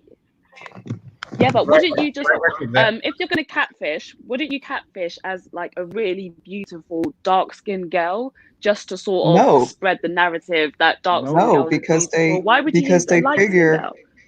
Because they figure as a dark skin, you're automatically gonna assume it's the colorism thing, so they have to disguise themselves as a light skin to where you can't throw it at them. So now it's like, oh well, you're on the same level here. If I'm also light skinned, I'm not hating. True. Or they exactly. Pretty much in the middle. What'd you say? What'd you say? I said they disguise themselves as they like not really light skinned or dark, but like in the middle, so they wear makeup and they take pictures from different angles to get good pictures of the best angles to show on a picture, because you know the camera has the flash and it lights you up. But if you see them in real life, they be mainly dark skinned. Well, I mean, just the fact that they are seeking to make themselves as light as possible really says something about their view on it. You know, they do in some way wish that they were light skinned. That and the nose. I noticed in the makeup tutorials, they always slim their nose. That always had a problem with them. Like these tiny little noses. Yeah, it's just like, I mean, the idea behind it, you're saying I have to, the makeup is supposed to enhance. So you're saying I have to fix my nose. Right. That's what Or you're they saying. grab Yeah. their face cheeks in. You ever notice they try to make their face look skinnier, like light skinned people, like it's a lot of big face people, like, and this is what I was gonna say to GC. It's a variety of women that look good just the way they are, dark skin, light skin, white, whatever. But the thing is, a lot of dark skinned women, they really want to be light skinned, but they don't have the guts to say that. So they take pictures and wear makeup and dress up, and then they criticize light skinned women because they think y'all get too much attention. That's all it really is. And I Do you agree know with what? that, but that's their issue. But they're putting it off on everybody else. That's their issue about how they misconceive their own beauty. The men aren't thinking this, and neither are the light skinned women. That's Yeah. something that you think, and don't pull me into your bullshit, telling me that I don't know my own mind because I may find a attractive light skinned woman attractive, because I also find attractive dark skinned women attractive. That, So don't try to and bring that's me what I into was your saying, GC. That's what I was saying, bro. yeah, Right. so that's why I go so hard against the colorists, because you're trying to drag me into your fucked up psychosis, But see, that's a psychological insecurity that most dark skinned women have. To be honest, most dark skinned women are greedy and selfish.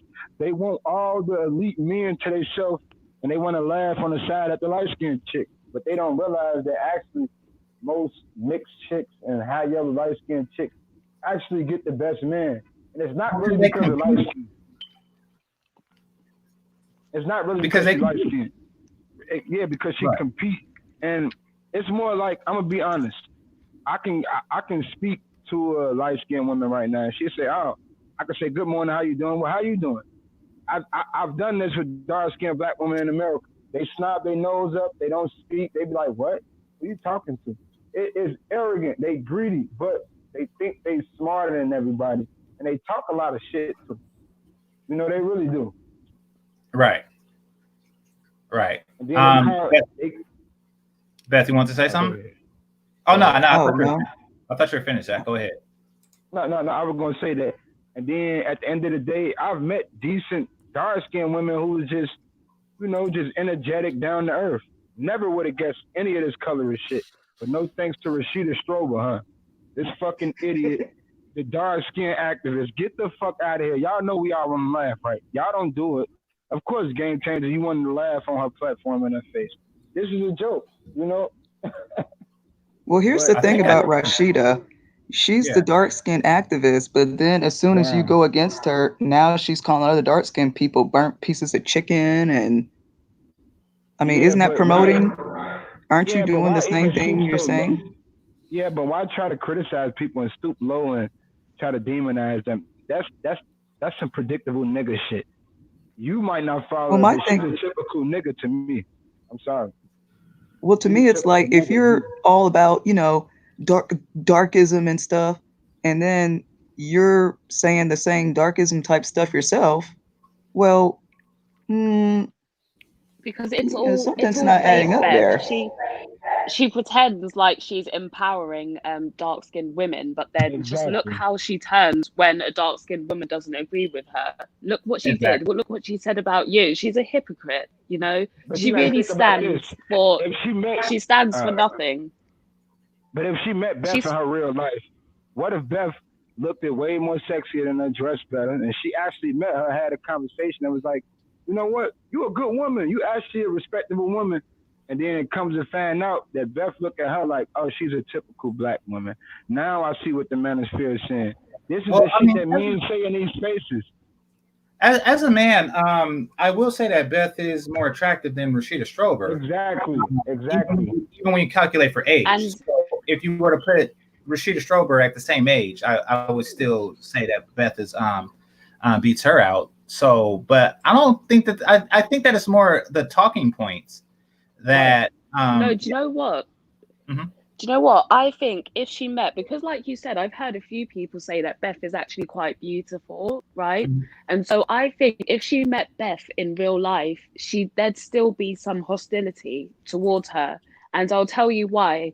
Because a lot of these dark-skinned women, right, they like to sort of play the victim.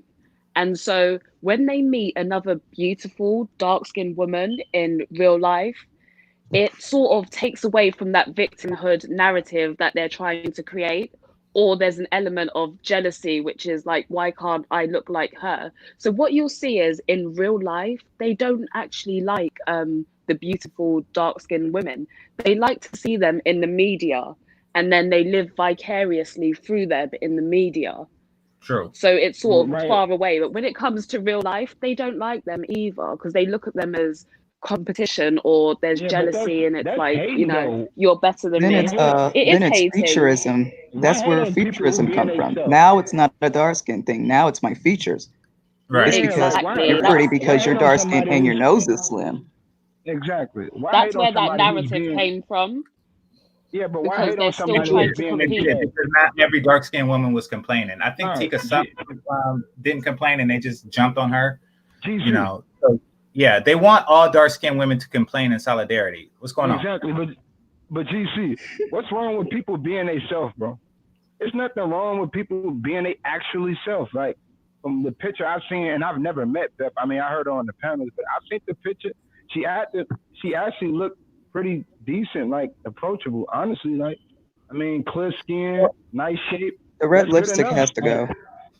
I like red Huh? lipstick and black, but I know I'm unique. Oh, Oh, who that red she lipstick does? is some crazy shit. Well, no, I- I like it, but I do hear brothers complain. So yeah, you It's probably wanna the that. specific shade that she wears reminds me of Mr. Popo from Dragon Ball Z. I like it. I like red lip. I think red and black are good colors that go together. I do hear brothers complain about dark skinned women with red lipstick. So, you know, I if think that's red lipstick can be quite alluring. Yeah. You know, It's gotta if be the it's right done shade for correctly. you. Exactly. If it's No, done it's correctly, it sexual. can look It's really sexual. nice. It can. But see, what it does to man is when we see the red lipstick and you have, it's a difference. Like every man is different. Every man have their own way of how they get attracted to women. But sometimes True. for me, when I see red lipstick and they perking their titties out and they got a slim waist with an ass out, it's just like she's trying to be flirtatious and sexual. But at the same time, she don't want to have a real genuine conversation. Like, what was the last relationship you've been in? Are you a fucking vegan? All that. Like, I ask women the random and shit. Every woman I meet, I ask them, what was the last book you read? Give me the author.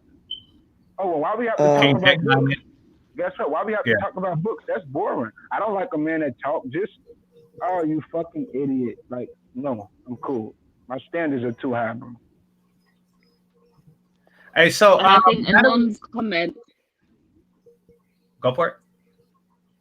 I was just going to quickly say that Anon's comment ties in with what Beth said, and I feel like they're both correct. That when they're sort of when you uplift a black woman, a beautiful black woman, because they can't use the colorism argument anymore, it goes into featureism, and when they can't use the featureism argument, it goes into texturism. Or it goes into body shape and body type. There is always going to be something that they complain about just to keep that victim mentality going. You will never win with them. You can never represent them well enough. You can never bring their self-esteem up enough. You can never do any of those things because they don't want that. They want to complain. That's what they want. They don't want representation. They don't want equality or whatever they're saying. They want to be able to complain and keep that victim mentality going because they feel that benefits them. It gives them privilege because when they have that victim mentality, it gives them the privilege to be able to say certain things, make certain comments, and then they say, I can say it because I'm a victim in all of this. You know, I have the right to speak out because you have a privilege and I don't. They don't want to be in a position of privilege because then they can't, do and say whatever. They want to be a victim.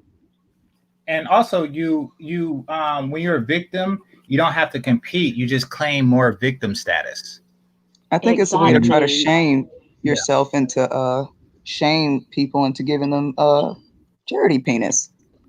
Exactly. Like, dude, like why would you want that? Like if a woman told me like on Queen and Slim that, oh, well, I felt sorry for you. That's not, I don't want your sympathy pussy. Well, it's a way to try to make you feel bad about what you like to where it's like, okay, let me give you a chance and date you. I know because I used to be the ugly girl Yeah. trying to shame people into wanting me, and not once did it work. Why? You can't shame Why? someone into finding you Yeah. attractive. It's never going to No, happen. no, It's not. no, but you know what? You know what?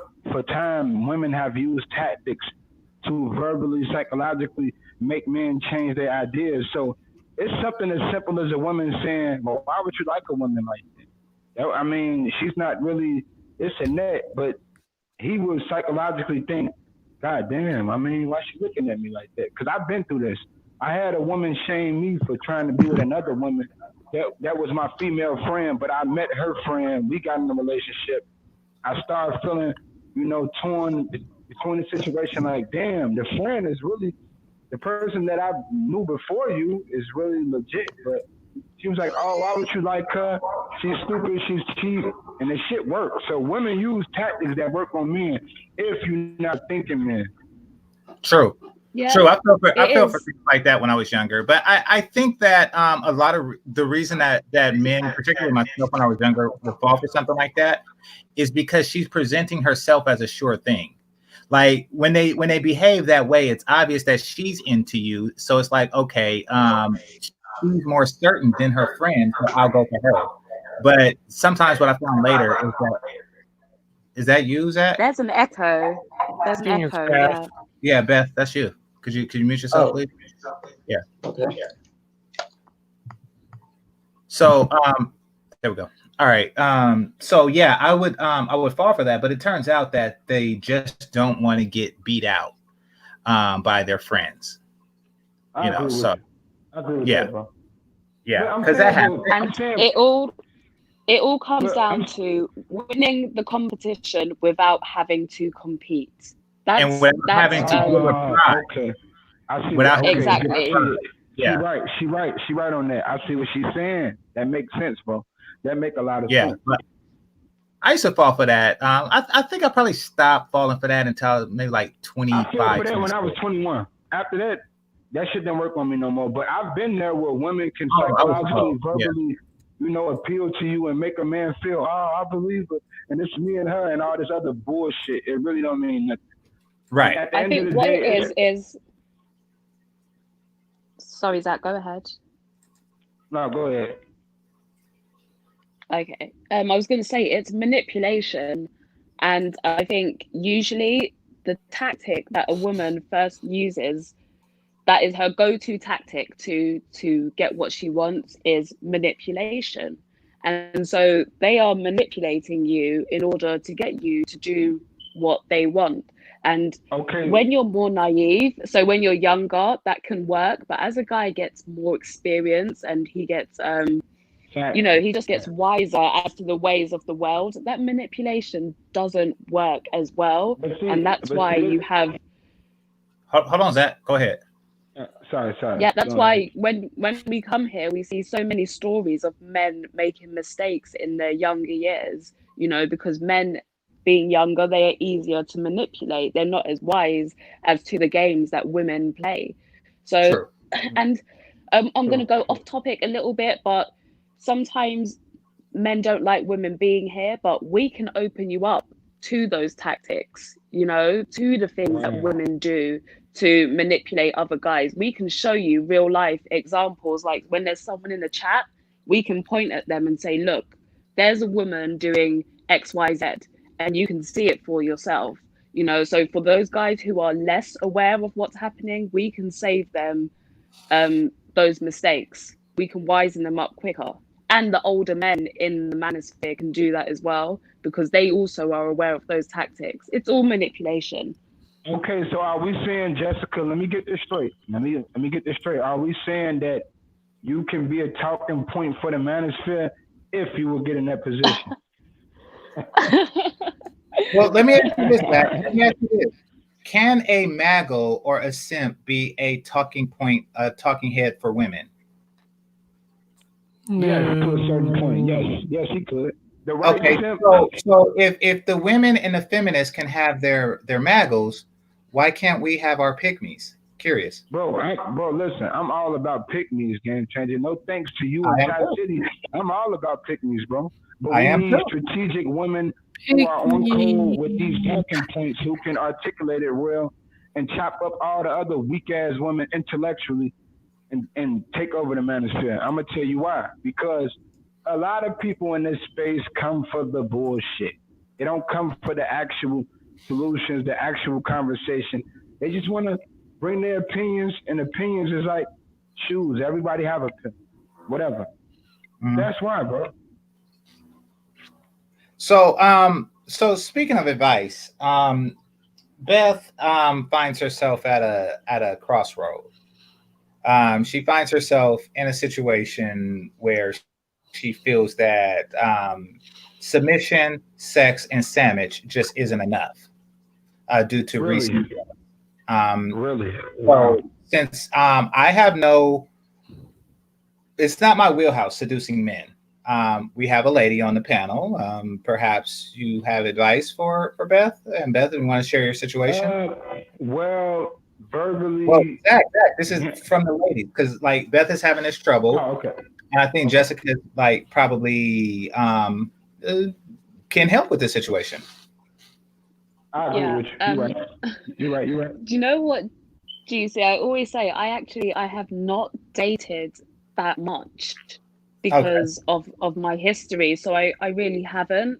So I can just give advice more from an outside perspective, not something that I've actively participated in. But I think it's something that I said before, and I think MOT also said it on the stream earlier, and that's where you meet these sort of men. When you're more specific over where you go to meet men, you are effectively eradicating a few of the issues that you're going to come across when you're trying to create a bond with someone, right? So I agree with that. If you meet someone on the street and he's like, oh, let me talk to you, and you give him your number, or you meet him at the bar and he's like, oh, you give him your number, right? You almost don't know if you have things in common. You don't know if you're the sort of girl that he wants, right? But if you go to a specific venue, so just say that, I don't know, you like Dragon Ball Z. So if you go to, or anime, I think it's called, if you go to an anime convention, you're going to immediately find a guy where you can spark up those, you can have those similar interests. So you have those similar interests, but you can also get to know each other on a deeper level and find out the things that are different about you guys. It immediately gives you talking points, and it makes you bond a lot quicker because you can have those conversations. Whereas when you meet a random guy, you might not always have that, that spark or that click. It can be hard to have conversations with someone sometimes. You eliminate that. You've always got something to speak about. There's always a topic, and those things are bonding. When you sit down and you talk to someone for hours on the phone, that right there is bonding. And you can't do that with everyone depending on where you meet them. So when you meet... Hold on, Zach. Go for it, Jessica. Yeah, so when you meet someone in a certain place where you know that's something you're interested in, that's always going to be of benefit to you. So I'd straight away advise that. You're up to date, Beth. You're aware of certain things to look out for in a guy's approach. But this is another thing. Sometimes don't give out too much straight away. Show him that you're there for him and you're interested in him, but don't come at him full force, because it might be a little bit daunting for some people. So just let him know that you want to show him that you're interested and that you're a solid option, right? But don't force it, because you can be a solid option and then there's forcing it. So don't force it, but be a solid option. So show him that you're looking for certain things, but don't try and force it too much. So that's the other thing that I have to say. Okay, so fellas, right quick, Zach. So do you prefer mystique over, just a woman being overt, kind of mode one, or what do you prefer? I appreciate both, but I probably would go with a little bit mystique, depending on how long it's been. Depending on my mystique. I'm going Yeah, with depending on Mystique. my first level, I would probably. I think I lean towards Mystique too. No, Yeah, but I think there has you to know be an what, Game element Changer? of both. Show him you're a solid option, but also keep it mysterious. Don't force it, you know. Let him sort of get to know you. Let him get deeper into your mind and, you know, let him do that. Because I think men actually like that. They want to get into your mind and get to know you. So it's not always Yes, good to just yes, put everything yes. out there on the table straight away. Just show him Yeah, that but you've got Jessica, I certain disagree ideals though. and then let him Right, delve right, right, further. right quick, Zach. Yeah, Oh, just go show ahead. him you've got certain ideals. So you can show him that you're feminine, you like to cook, you're this, that, the other, and then let him figure everything else out. You know, let him do it his way. Let him take control and find things out his way. You know, that's what I'd suggest. Oh, Okay, well, okay. let me break down every. Go for it, Zach. Go ahead, brother. No, Go no, ahead, you brother. good. You I, good. I You was clear. gonna say, let me try to break down everything I heard. Actually, Jessica is 100% correct. A lot of the things she said was actually accurate. But I will say, as a man, I would say, well, I can't help Beth because there's no helping somebody who already know everything. You know what I'm saying? Like, bro, she got this, bro. You just give it time, this shit'll work. But at the same time, as a man, I would say you pick the most unpredictable men. And this is usually the dudes who don't drink, who don't smoke, they don't do none of this stupid shit. They don't give a fuck about hood nigga shit. Some of them might have a job or whatever. You have. I mean, see, and here's why I wanted her to speak to Jessica on this, Zach, because you just described yourself, and you're physically attracted to Beth. So you know, I How think does he that know he's attracted to me? He doesn't know what I look like. he said it. He said it earlier. Yeah, He he called you did. pretty earlier. Yeah. But how does he know it? He hasn't seen pictures of me. I Oh, I don't know. think from I your thought he did. body and just maybe the way that you carried yourself in your body, he liked that. But Yeah, he he did likes your say body. that. So I mean, you know, we so stuff like that is why it's probably not best to get advice like from men or women who sees you as competition. So which would probably make Jessica a decent, you know, helpmate in this regard. Because I wouldn't even thought of the mystique thing personally. So you know, I think that's interesting advice. So Sparkles, are you gonna fuck Jabbar in New York? Are you gonna fuck this guy? Because here's the thing.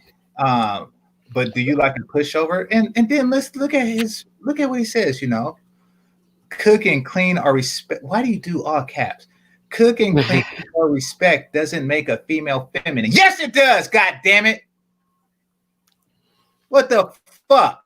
You see, that's kind of the thing that's kind of hard. When I was asking you about femininity earlier, I get a lot of, one guy No, says one thing and then the next says the complete opposite. So it's a little confusing. no, here's the thing. Here's the thing. Just like you know, being like a bruised knuckle knockout nigga doesn't necessarily make you masculine. You know, it's kind of the same concept. It's a broad definition, but it doesn't make you a slave. What in the fuck is he talking about? Look, either she's gonna fuck you. This is what Mode One is for. Like, stop doing this to yourself. You dishonor yourself and your father's father. Like you do. It makes her a slave. No, it makes her a fucking woman. I Are you a think you have slave? to look. Somebody has to go for it. You have to look at the language that these people use, right? So effectively, and this goes back to manipulation, right? You're trying to manipulatively shame someone to make them come across and think your way. So here, cooking and cleaning and showing someone respect, he's labeled it that as being a slave. Yeah. You know, Miss Sparkles before, she is labeled being submissive as being a pushover. You have to Right. look at the terminology that they're trying to use in order to shame you. The subtle shaming, where she's in the chat saying, "Oh, I cook, I clean, I do this, that, the other," but then, and she's trying to show you that she's got all these good qualities, and you're like, "Yeah, I like that, I like that, I like that," and then she's gonna say, "But do you like pushovers?" So she's trying to basically say that she's quite masculine and assertive, And now because you've been saying, yeah, I like that, she's expecting you to also go along with her being assertive and slightly masculine. You know, it's the slight switch where in the beginning they tell you all those good things and then they slightly start changing it up. They slightly start changing the language and bringing you over to their way of thinking. And you have to look out for those things. And Jabba, I know, like, I get a lot of support for you, but you have to be careful in the words that you're saying and the effect that you're trying to have. There is no way that cooking and cleaning and being respectful makes you a slave. How do you even make that correlation? I'm sure you cook, Jabba. I'm sure you clean. I'm sure when you meet someone, you're respectful. Are you a slave? You know, it doesn't make sense to me. And the only way to be free is to not cook or clean or be respectful. Just be a messy, hungry, belligerent motherfucker, and you're free. That's what you call freedom. No, Ooh, Miss Sparkles, exactly. can you make brown chicken stew? No, this is her fucking with him some more. Because she knows that he's going to pretend to like anything that she says, you know, that she is, you know, because of her avatar picture. So, you know, she's like, I love to cook because I love to cook. I come from a Jamaican back. Well, you love to cook because you're a motherfucking woman, and get me a sandwich is what you was born to do. That's why you love to cook. God damn it. Jamaican men don't talk about how much they love to cook. No, this is not a Jamaican thing. This is a vagina thing. You know, you love to cook because you're a motherfucking woman and you're waiting for a man to demand that you give him a sandwich. But some bitch got in your ear and told you that it makes you a slave. It doesn't. It doesn't. You know what? I used to fall for that.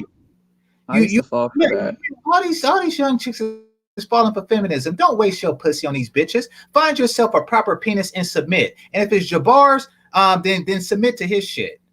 But make sure he's not submitting to yours. Fucking bullshit. Yeah, like I remember, like someone, I think it was on a show. It was that Blackish show. It was an episode where the wife made her husband a meal or made his plate and gave it to him, and the mom was like, "Oh, are you in servitude or something?" And it was making me feel like, oh, okay, that's making me feel like that's something. But then when I think about it, I'm like, but wait a minute, I've done that for people before. I didn't feel like I didn't feel enslaved or whatever. It's not that big of a deal. That's when I realized what was going on. I think was it you, GC, that sort of spoke about Blackish and the narratives that they're trying to push. I think it was you, but I'm not 100%. Yeah, it's me. I'm boycotting. Yeah. I'm boycotting.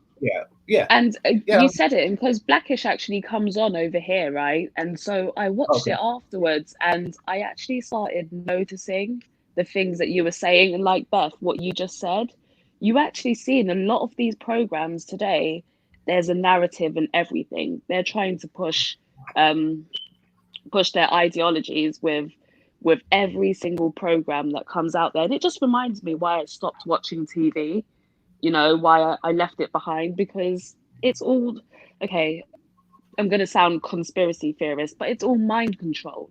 When they throw that stuff at you enough, you start to follow along with it. Even if you don't realize that you're doing it, even if it's subconscious, you actually start to follow the things that they tell you. And before you know it, you're like a raving feminist, or, you know, you're out there protesting for the LGBT community, and you're just, you know, you go full force with everything. So it's true. Stay away from TV, guys.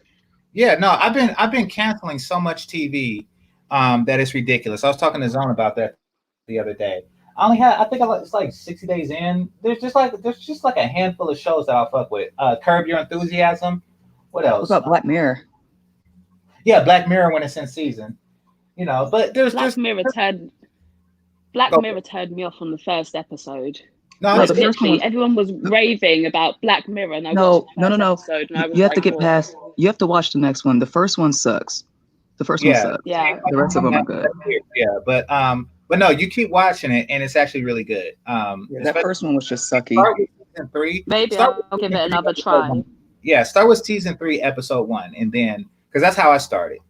And then you get hooked. Every now and again, I throw a weird one in there with what's his name, Glendon Cameron or something like that situation.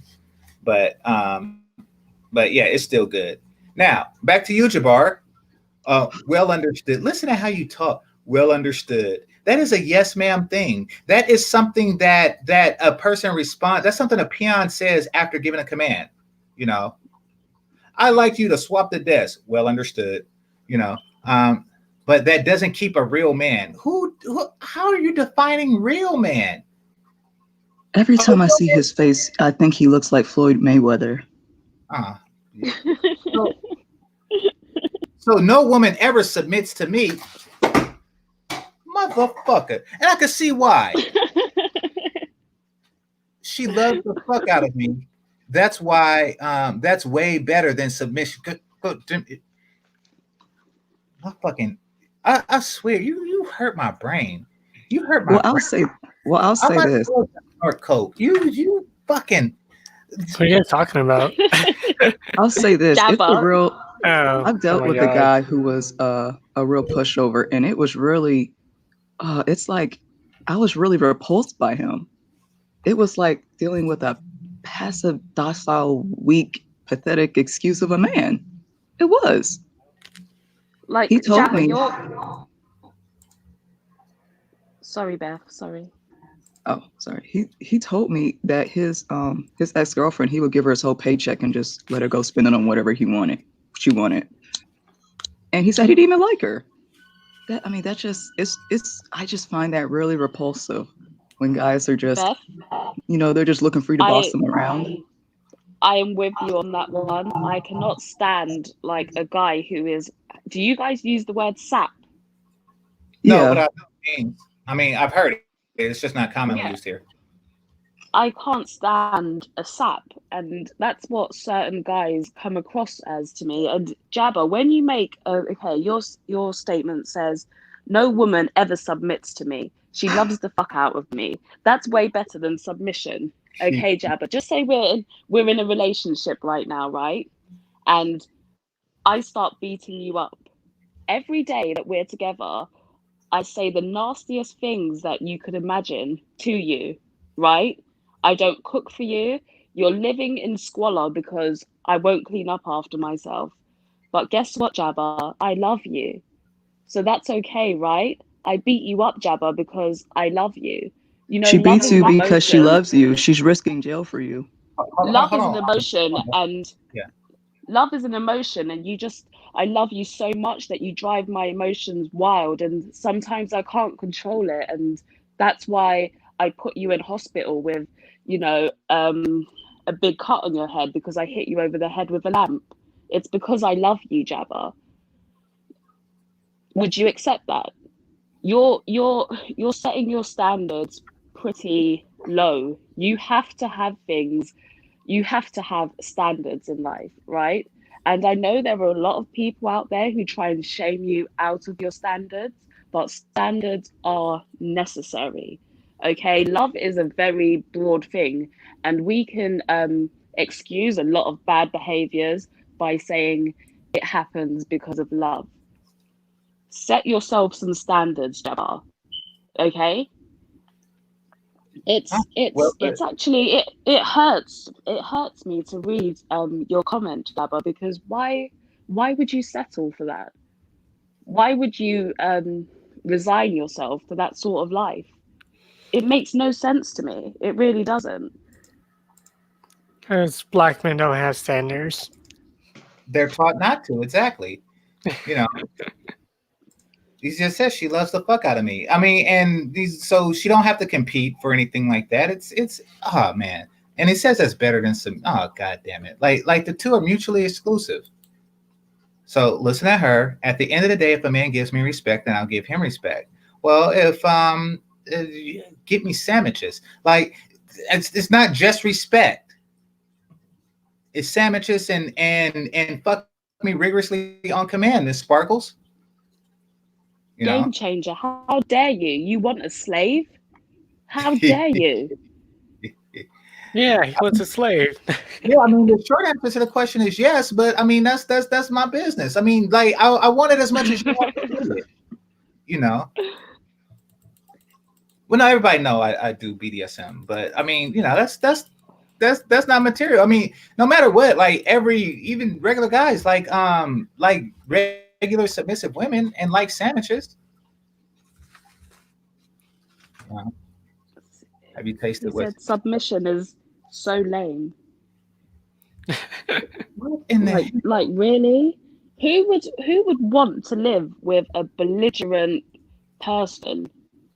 Who would want someone who literally makes their life hell? Listen, if simp. somebody is Yeah. if so- I mean, you're a masochist, or you feel that that's the only. Well, Are you there's addicted? some guys like that game changer. There are some guys who they like aggressive women because they feel like that translates into the bedroom. No, I get it. If you're, I met masochists, you know, like extreme masochists. I get it. There are guys like that exist, but I mean, they should announce themselves as an anomaly, and they all do. They don't present this as a standard lifestyle, you know. I mean, I knew a dame, and she used to do all kind of shit to masochists, but I don't think that this is what it is. I think that he's just telling pussy what he thinks it wants to hear. I think so. Yeah. Yeah. Like masochists. The pandering thing. Well, yeah, I think he's pandering because masochists do not aggressively promote it because they're not aggressive people. So, you know, they're not aggressively promoting that particular lifestyle. Oh yeah, that's the whole, oh my gosh, I went in my life. Yeah, you're right, girl. This life's you wet. What's your number? Let me come over. Yeah, exactly. You know. Beth, I'm not. Can you guys hear me? Yeah. Okay, sorry, I just had to take my headphones out. My battery died. Oh, okay. Says I know where near a pushover. I'm nowhere near a pushover. Okay, got it. All right. But do you know how to make New York style pizza? Yeah. Nope, I don't care about that. I want New York style pizza. Beth, that's your job. That's your job, Beth. See, nobody gives out the recipe. That's these stingy New Yorkers. They want to come up here and just flood the streets, but not one of them have thought to open up a New York style restaurant. They don't want to give out the recipes. And then they say, oh, you can't make it outside of New York. You need New York water. I know you need that mozzarella, the string, that cheese to make the cheese, but I don't know how to do the rest. When I figure it out, it's over. It's the water. It's over. It's the water? I don't know exactly, but it might be the water. But that's what they say. They say you can't make it without New York water. So that's code for we just don't want to tell you. But man, when I figured out how to make American deli buffalo wings, it's over. It's over. Jabba, I think you say that you've been MGTOW, that's it, right? And in the manosphere for a long time, but from your comments, and not just from today, but from what I've seen previously, you do strike me as more of a blue-pilled guy. You know, your ideology is blue pill. You go along more with the feminist ideal of how they want a man to be, rather than you doing what's best and most productive for yourself. That's what I've noticed about you. So, and I don't even mean this in a harsh way, but do what's best for you. Don't always think about what's going to be best for the woman. And I'm saying this as a woman. Do what is going to be most productive for you and what is going to make you live the happiest life.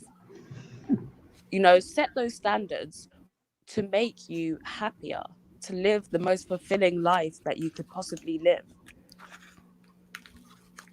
Yeah, I agree. So apparently you're passive aggressive. Don't be fooled by sweet sounding voice. So Miss Sparkles, I'm still waiting to hear if you know how to make brown chicken stew. I'm still waiting to hear, are you gonna fuck Jabbar? Like, because I want him to know if it's worth it or not. Okay. Apparently you have it all wrong. I'm far from a simp. Oh God.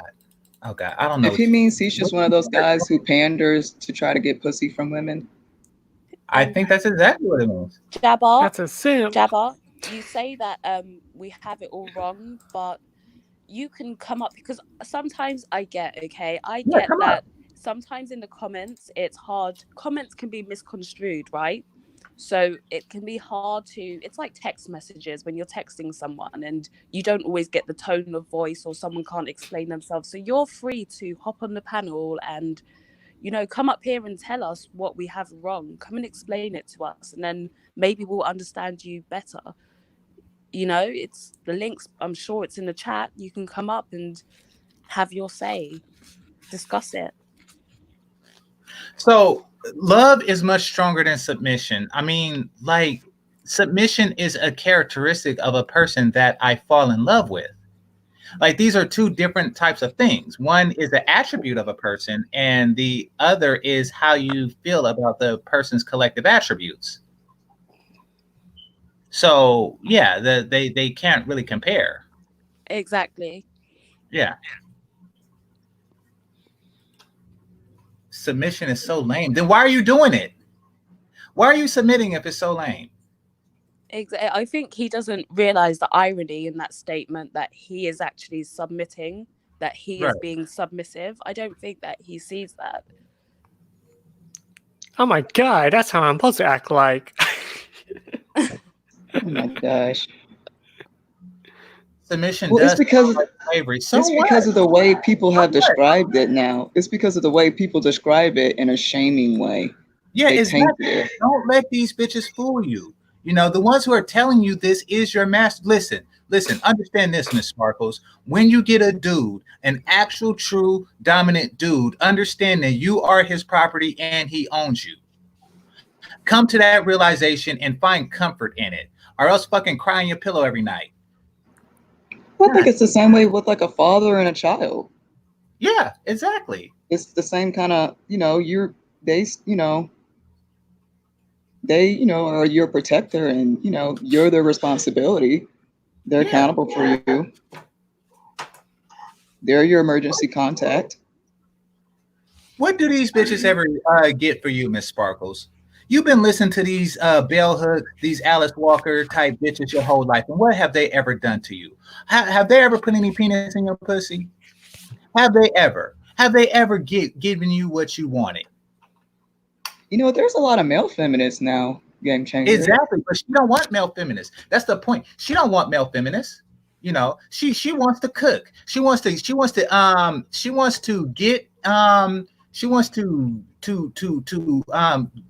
stir a pot of Jamaican food and serve it to her dominant man. She don't want a motherfucking feminist who say, oh, you shouldn't be in front of the stove, honey, because that's slavery. She don't want that shit. You want to be in your natural submissive position, panties and apron. That is your desire, but you can't find it. Why? Because you've been following these feminist bitches that's going to zap you out of your youth.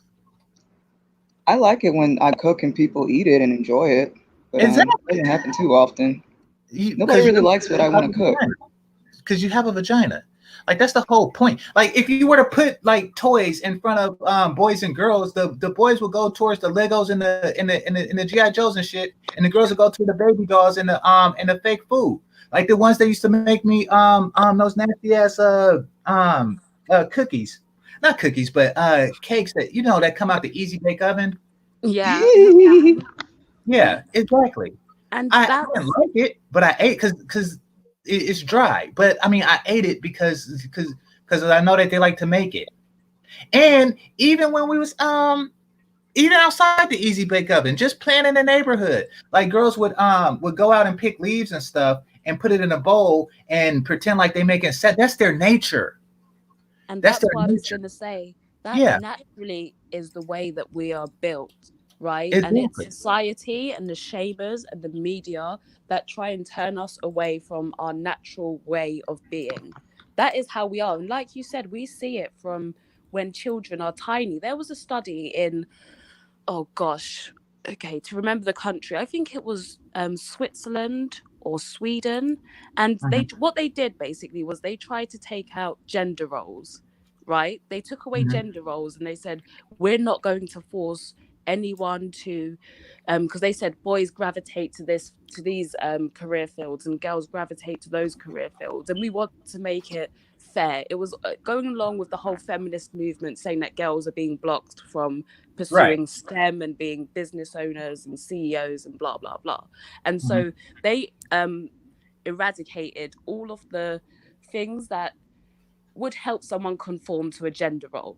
And what they saw was, even without that external influence, people still gravitated to the same roles. So women still gravitated towards fields where they could care for people, nursing, carers, things like that. And men still gravitated towards fields that were more STEM related, more leadership related. So those are our natural roles. That's what we're meant to be doing. Miss Sparkles, what was your question? No, Please her ask Define what submission. she said. Define submission. I'll tell you what submission is. Submission? God damn it. Submission means that you are his property and he owns you. Now, that's my definition. So take comfort in it. Take comfort in it. Understand, take comfort in those words, God damn it. When somebody says submit, that's what he means, and embrace it. And Shit. submission means, basically, submission is falling, yielding, falling under the leadership of somebody who is superior to you, right? Basically, that's what submission is. And I'm sorry, but if you're not looking for a guy who is superior to you, a guy who is better than you, a guy that can lead you to a better place, then you're doing yourself a disservice. That's not something somebody could shame me for. That's something that I should be looking for. I should be looking to submit to someone who is superior to me, who has superior knowledge, who has superior strength, who has many attributes that are superior to mine. That is how you progress. When you're with someone who is below you, guess what? You get dragged down. When you're with someone who is superior to you, you progress. You become more productive. You are happier. So no one is going to shame me and tell me that I'm a slave because of what I want and the natural way that we are meant to be. I can't be shamed out of that, no matter how much people try. I can be called a pick-me, a slave, whatever you want, but it's not going to work. Now, you see this? You see this? I'm no one's property. Well, fine then. But you will constantly be unhappy until you are. And somebody told you that being someone else's property is a bad thing. And I get it, given our history in this country. I get it. However, there are certain feminine joys that a woman receives in that place. And you know it. And I think that that's why you're here. I think that you know that it exists. And you want dominant men to submit to you and give you dominance on your command, but that doesn't work. That doesn't work. That's a paradox. It's not going to happen that way, So, I mean, sorry, not sorry. If you are no one's property, then that shit's on you. That shit's on you. And you'll never find your true happiness as a woman. Do you know what? It's like property. Go for it. The connotations of property, can be sort of triggering. It's like a feminist trigger word. Property. It is. I want them to get used to it. I want them to get used to being triggered this way. I want them to feel comfortable with certain things that would trigger them. So that when you are somebody's property and somebody say, "Oh, you're acting like property," you don't get triggered anymore. You have embraced that role. I want you to embrace it fully. That's why I use words like that. That's why I say, you're his property and he owns you, because I know some Jabbar nigga is going to come up and say, "Oh, what, you cooking? You must be property." And then you get triggered and you try to leave a nigga. Nope. Get used to it. You are motherfucking property. Because we need to sort of get people. I get that. We need to get people used to hearing it and get past the being triggered and actually think about what it means to be property, right? So let's look at it in the real world. When you have property, what do? You look after it, you protect it, you cherish it. Exactly. People insure their property. It means something to them. You care about it. You're going to put yourself on the line for it. So if there's a fire in your house, guess what? You're going to stay that little bit longer and you're going to go and you're going to take your most expensive property and run out of the house with it. Why? Because it means something to you and you're willing to sacrifice yourself that little bit more to protect your property. And you should Exactly. want a man who is going to protect you and is going to value you that much. People value their property. Property equates to something being of value to you. You should want to be valued. Exactly. And somebody wrote that property equals value. So that's all we're saying, Miss Sparkles. If you want to be truly valued by a man, and I know you do, because you got a goddamn vagina. So I know that you do, but you got to get over these hangups. Property reminds me of slavery. Yeah, I mean, see, here's the thing. What if a man was to take that philosophy and says work reminds him of slavery? Work of any sort. Oh, you working, you a slave. I mean, like work can be equated to slave too. Like I slave away behind the computer all day when I'm working or some shit like that. Like anything can be, related to slavery. But the key thing that makes a slave is that it's forced upon you. And there's only negative reinforcement, not necessarily positive reinforcement, meaning that it's always a consequence for not doing something, not a reward for doing it. In the case of natural submission, when you're submitting to somebody who you choose to do so, too, it is not slavery. You're getting the satisfaction of knowing that you're submitting to somebody that you deem worthy. That's the difference. That is its own reward. And not only that, you get the benefits of the children that are born in such a situation. You see, that is the benefits of it that they don't tell you about. It's not slavery. What the fuck? And I think every worker can be called a slave by that logic. I think you highlighted a very good point there, which is that slavery is forced. No one is forcing you to do anything. You go out there and you willingly submit to a person. Willingly. There's no force involved.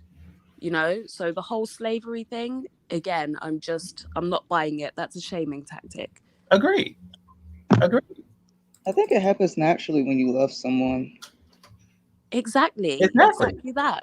You fall into your submissive role, but if you're apprehensive, then he's going to be apprehensive as well, And I want to get women out of this. I want to get. I don't want y'all thinking like, oh, I'm not going to be property under any circumstances. I want y'all to feel more like, okay, I'm really feeling this guy, and I'm just testing him to see if he's worthy of my complete submission. That's what I want the mindset to be, or else y'all just walk around fucked up like all these other ratchet bitches. Yeah, I will say it's really easy for women to get turned off to that when they've had a bad experience, when they've submitted to the wrong person and they've been, mistreated. I do know that, a lot of women, that turns them off to where they don't ever want to do that again. I'm not saying they should, but I mean, I know that is a real thing that happens.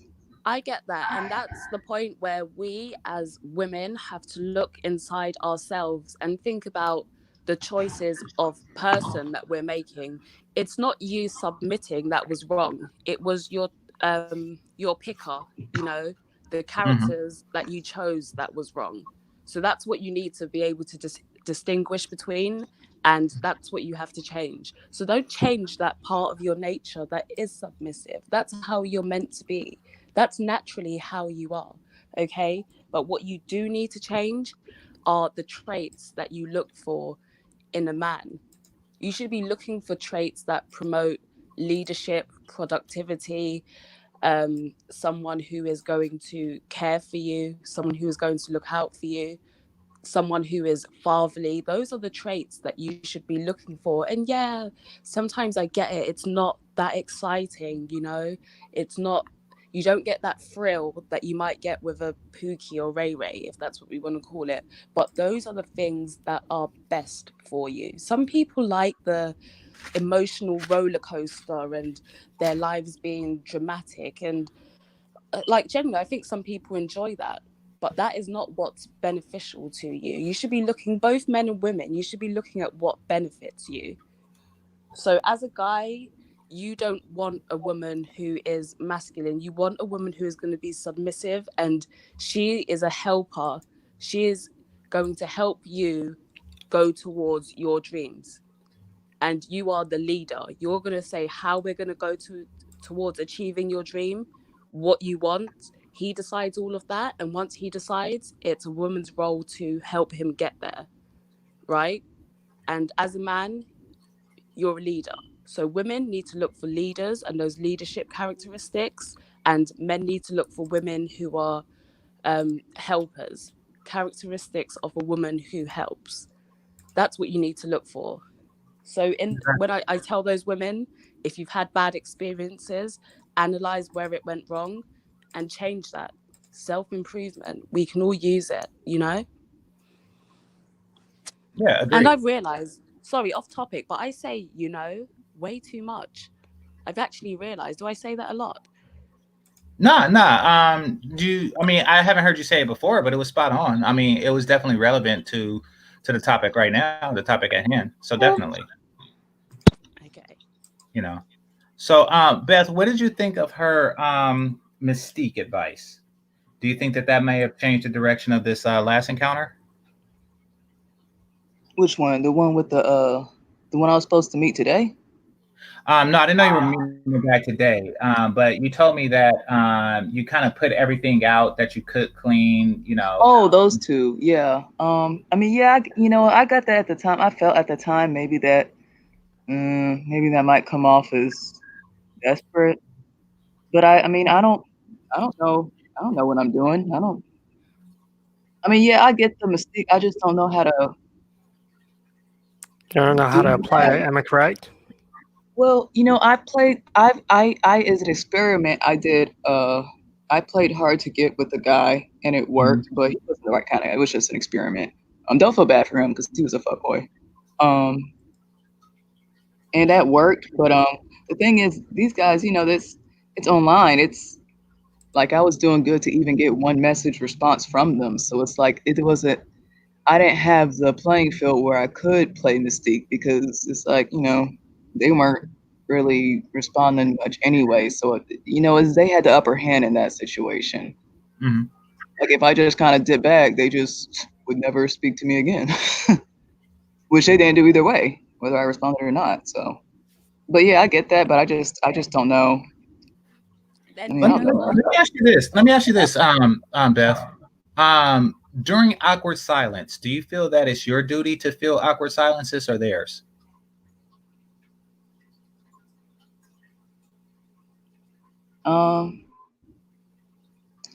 I feel like it's not anybody's role. I just feel like usually I'm the one. Usually I'm left to. Like usually, if I'm around people, it's no one is saying anything.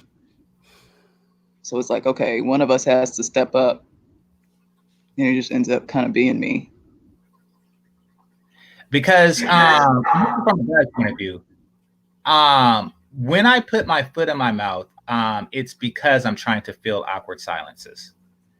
And that's because it's not part of a natural conversation flow. It's just me thinking of anything to say on the fly, which may or may not be the right or wrong thing. And also, I want to just shake things up a little bit. So I don't really know, perhaps Zone, because you're closer to her age, you can say, do you feel it's a guy's responsibility to feel awkward silence? I think it is the guy. If you do take him out on a date, you're supposed to be the one that's starting talking points and stuff like that. Yeah. Yeah, you're supposed to be guiding the whole entire relationship as like the dude in the relationship. Yeah. Oh, okay. they never do that though. Are the ones I like?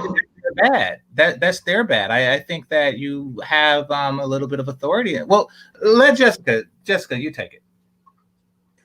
If it gets to an awkward silence, I don't tend to fill it.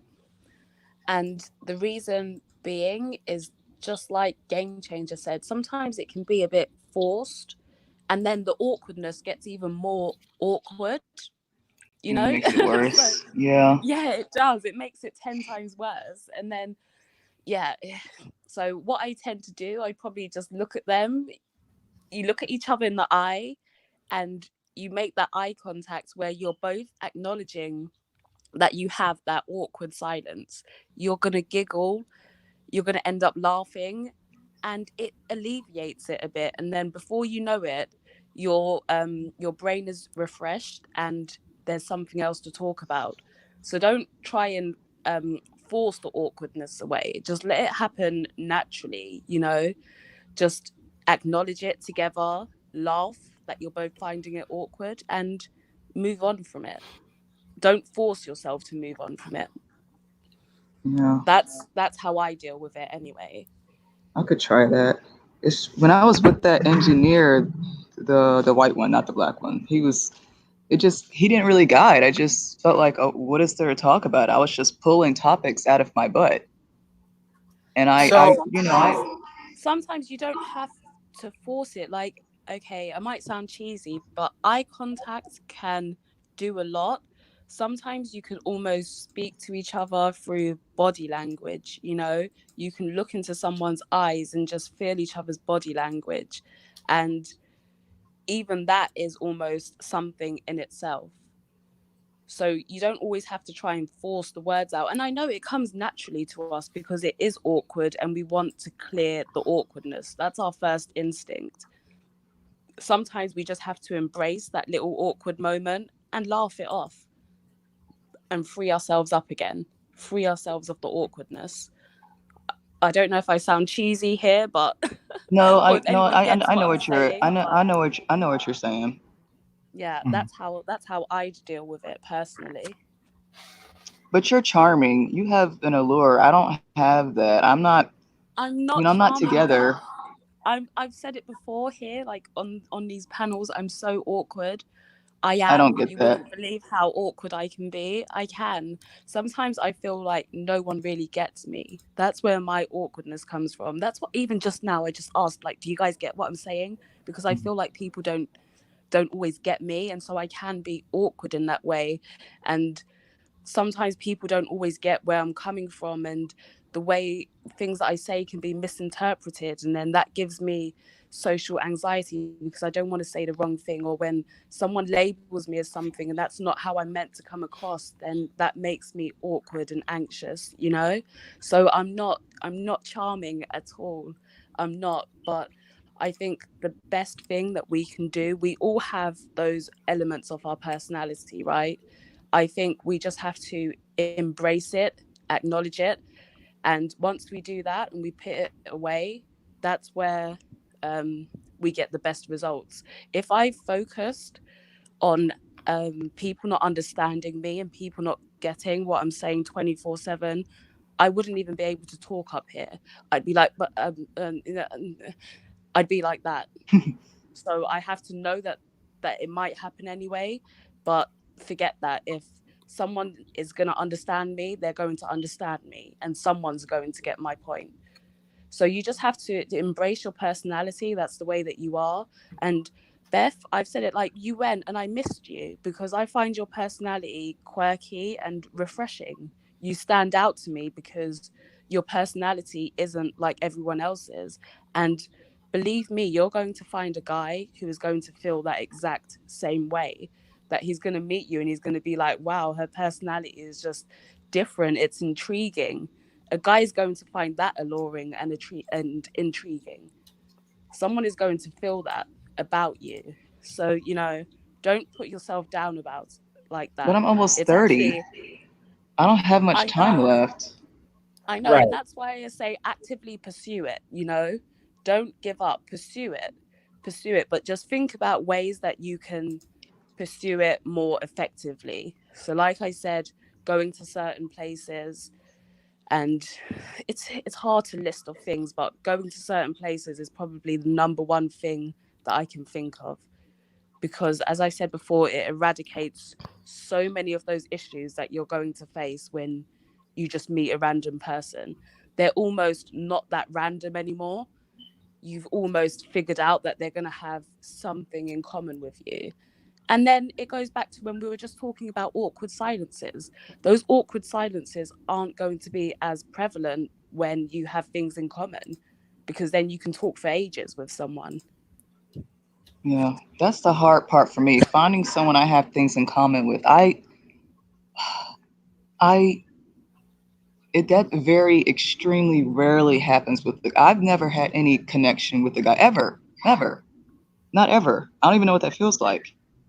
I'm I don't just know why I'm not. learning in common with Well, the I guy. mean, Well, I mean, like people talk about that spark. You know, everyone's looking for that spark, that connection. That's what they keep saying, and I don't. You know, it's just I really. don't think, I mean, because Jessica mentioned the qualities that you should be looking for: confidence, leadership, responsible, and things like that. I think if those qualities are present in a man, what does it matter if y'all both like Dragon Ball Z or not? No, I Like, mean, but for them to like me, you know, a lot of them say, you know, oh, I wasn't feeling a spark. I'm not feeling a connection. I'm just not, you know. So yeah, there's something that is Do you know not what? there. The spark thing, I almost feel as though it's um, a very elusive incident that you might not ever find, you know? So, and Beth, like, do you know what? I've sat here on panels like a few months ago and said, I need someone that I'm going to have that spark with, and it has to be perfect. It has to be like a fairy tale. And when I meet him, I'm going to be like, oh my gosh, Prince Charming. And, you know, and I've Yeah. had to realize that that's not realistic. You know, I might wait until I'm 50 before I find that. So you have to have a list of traits and characteristics, and if they tick a certain amount of those characteristics, then pursue. If you're happy when you're pursuing it and you're getting to know each other, keep going. You know, if they make you happy, that's what you should be looking for. It doesn't have to be a spark. As long as you're feeling happy and somewhat fulfilled, that's then, you know, go for it. But it doesn't have to be like a spark and be like, oh my gosh, this is the person I've been waiting for my whole life. Because I feel like it's not going to happen, really. It's not. So we just have to be realistic about things sometimes. And, No, I mean that's you what. know, No, I mean I'm not saying I have to feel. I'm saying that's what they say is missing. Like they're then looking for that in do you me. know what? They're probably still sort of immature, and they don't quite know what they want. I think the spark thing comes from people who don't know what they want. They actually don't know what they want. They just think that they're going to meet someone and, you know, the spark is going to come. It's just going to happen. And so when you're Yeah. looking for a guy, you need to go for a guy who is sure of what he wants. Like he's got his principles, he knows what he wants, and he stands by that, and he's going to go for it. When someone says, oh, you know, I'm looking for the spark, they don't know what they want. They don't even know what's going to set off that spark. If you ask them and say, oh, what do you think is going to create that spark? They're going to say, I don't know. I'll just know it when I feel it. They don't Yeah. even know what they want, you Yeah. know? That's what they say. nah. Yeah, Well, I they mean, don't know. they're not working off logic. Then I mean, they're not thinking like men. You know, like that's not a logical thing to say. You know, I mean, don't get me wrong. I dwell in that area. Like if a woman like buttons her shirt from the bottom up instead of from the top down, and I don't know why certain shit just turned me on, but it does. You know, and you could call that a spark, but it's not. It's just me having a fucked up thing going on in my head where I just get turned on by random shit. You know, but nevertheless, you know, I don't look for that, and nor should guys. I mean, you know, you're a reasonably attractive, submissive woman that fucks on command, rigorously on command. What is it? Well, Submits. that was the thing with the guy from before. That was I was really having a hard time with the physicality aspect. And he didn't make me happy either. In fact, I was, you know, crying at night sometimes because I was like, you know, if this is what I'm gonna have to do just to say I have somebody, it's just, you know, miserable crying at night.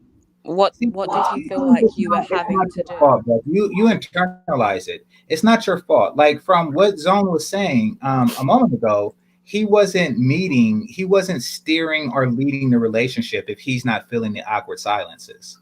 And I agree with Zone on that.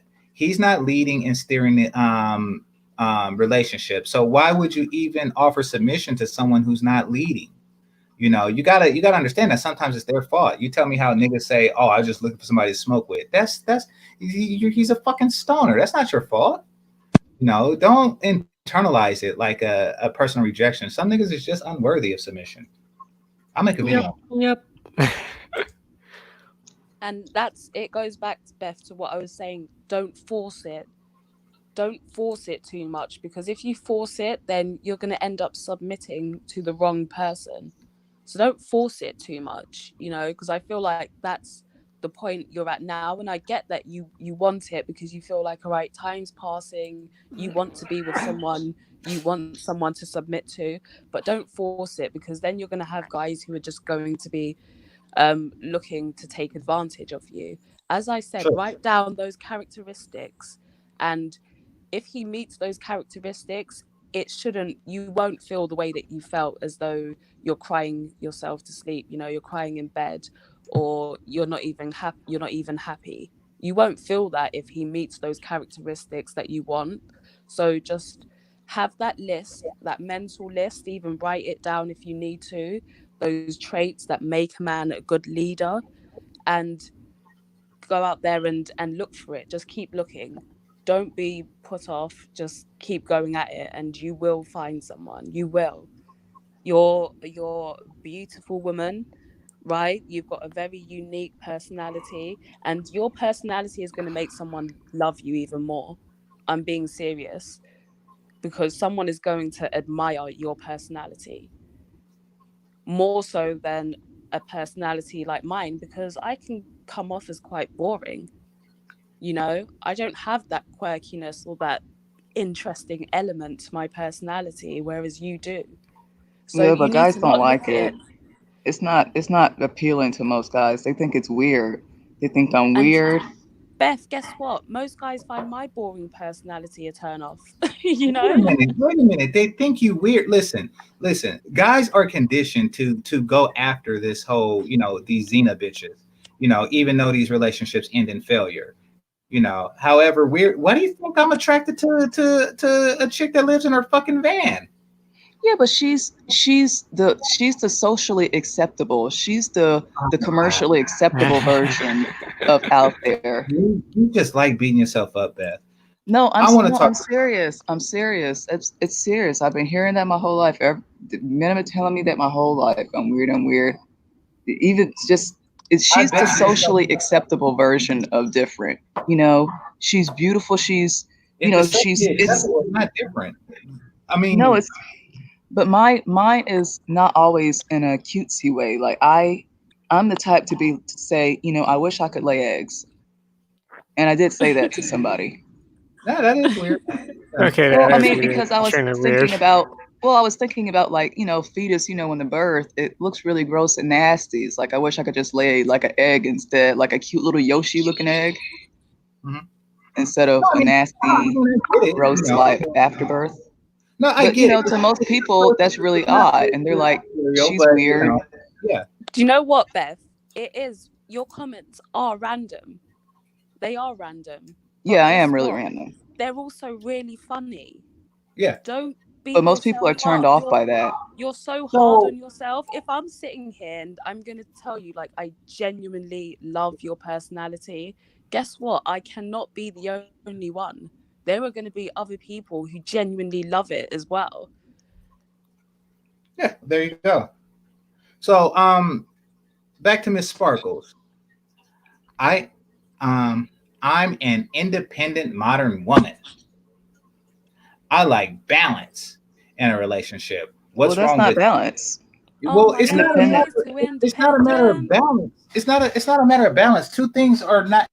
I mean, like if things are meant to work independently, then they eventually will, and that's where divorce and shit comes from. So why would I mean, like marriage is a state of dependency, whether it's emotional, psychological, or financial. It is a state of dependency. So that's why people do it. You're basically saying I don't need marriage. Now, as far as the balance and relationship portion goes, if you're submitting to a guy, there is balance. Now, there's leadership, but there's balance. Kind of like when you throw a punch, and one hand blocks and balances yourself, and the other one is actually throwing the punch.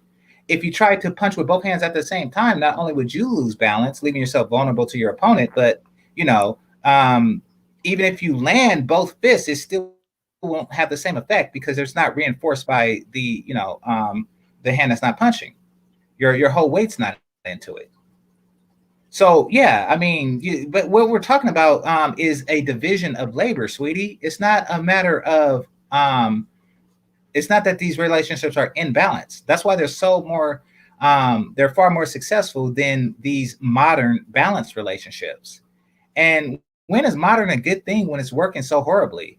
Like, the only people who are not getting divorced are the ones who are not marrying. And the only ones who are saying married are the ones who are in traditional relationships.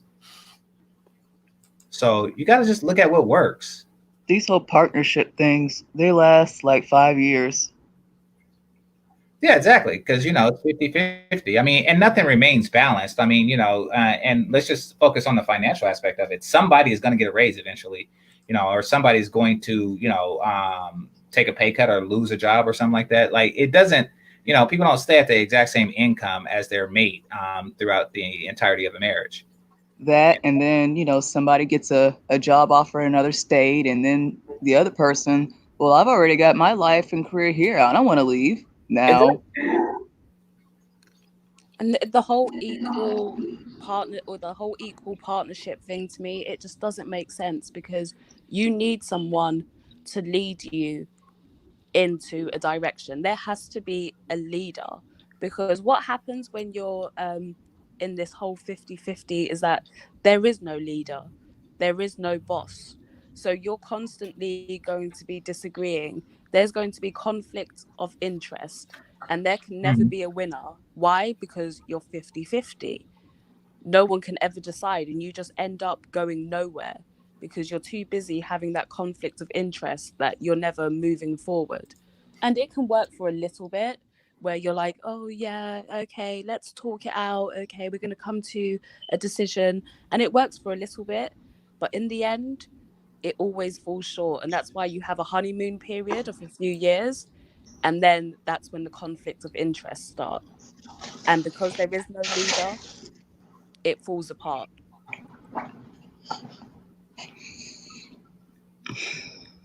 There's no balance in submission. Only the guy benefits unless she is in the business of being docile. She is, because she's a fucking woman. And that Can I is ask a question? that is hold on, because this nigga, that is her benefit, is to feel comfortable in a docile position, is to be free of decision. That is her benefit. God damn it. The reason why there's no balance in submission with you is because when you have two people submitting, there's no counterbalance. It's just, if it was a scale and on one side you have submission, on the other side you have dominance, that's balance. But with you, it's just two submissions on the left side, and the whole shit is just out of whack. Think about it like a battery, Jabba. When you put negative and negative together, what happens? They repel. You have to have the positive and the negative going together, and they attract. You need that balance. You need those two different forces to come together and make everything work. I That's think you like a mean a simple magnet. analogy. Well, No, it works like both ways. a magnet and on batteries. Think Yeah. about when you put a battery into a remote or whatever, right? It works both ways. That's a simple analogy just to get your head around it. That's the way of the world. It's the yin and the yang. It's the positive and the negative. You need those two elements to come together and create harmony. So, Why do you have to be bossed about? why? Miss Sparkles, I Go for it, Jessica. yeah, I don't. It's not about being bossed about. I see myself as being a support system. That's not being bossed about. There's a difference between being bossed about and being supportive. And again, it's the terminology that you're trying to use in order to shame me, right? But it's not. It's called being supportive. It's called being caring, being nurturing. If you're okay, just say you have a child, right? And your child falls over and cuts their leg open, and you go to help them. Is that you being bossed about? No, you're fulfilling your natural role of being caring and being supportive. So you're going to do what you need to do to make things better, to make things work, right? That is what it's about. That's our nature. It's not about being bossed about. Naturally, you are not meant to be a leader. naturally you are not meant to be an independent woman and be alone, because one, either the world will stop going forward because there are no kids being born because you're an independent woman, or you're going to end up being a single mother because you're an independent woman. And we've seen in life that those things are both detrimental towards society and towards you as an individual. So if you want to go ahead and keep doing those things that are detrimental to you, then albeit, go for it. But I choose to do what's best for me, what's most productive for me, and what's most productive for society. And I can't be shamed out of my mindset. Well, I think that's coming from a place of fear. It is. Well, look at the next comment. Look at the next comment. Some marriages don't work out either, as couples end up resenting each other. Everybody resents each other. No, but it's not even that, GC. Go and look at all these old couples, right, who have gone together, who have been together, and they've done things the traditional way. You see that, like, I don't want to be like, cringy, but you see them sitting on the bench together at the park, having an ice cream or eating sandwiches. They still love each other. When one of them dies, the other one will either literally pass away afterwards because they're so heartbroken and they can't live without the other one, or they just choose to remain single out of devotion and love. That works. You're being brainwashed. Like you let these bitches get in your brain. They only show you the bad parts of marriages. Yes, every now and again, grandma and grandpa has a fight. Maybe grandpa drinks too much or grandma gossips too much or something like that. But I mean, that happens. At the end of the day, it's like Jessica described. That's what traditionalism is. Till death do you part, and the resulting kids of these unions is also a spectacular benefit to both parties.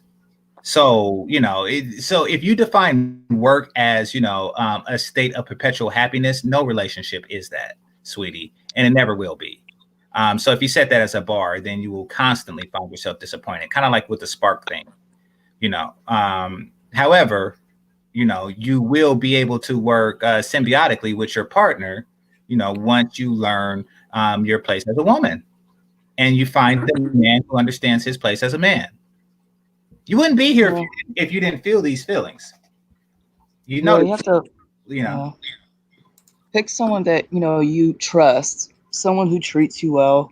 I think I know what she's talking about. I mean, I've known people who have been in those where the guy, he's, really, he's not really treating his woman, he's abusing his power.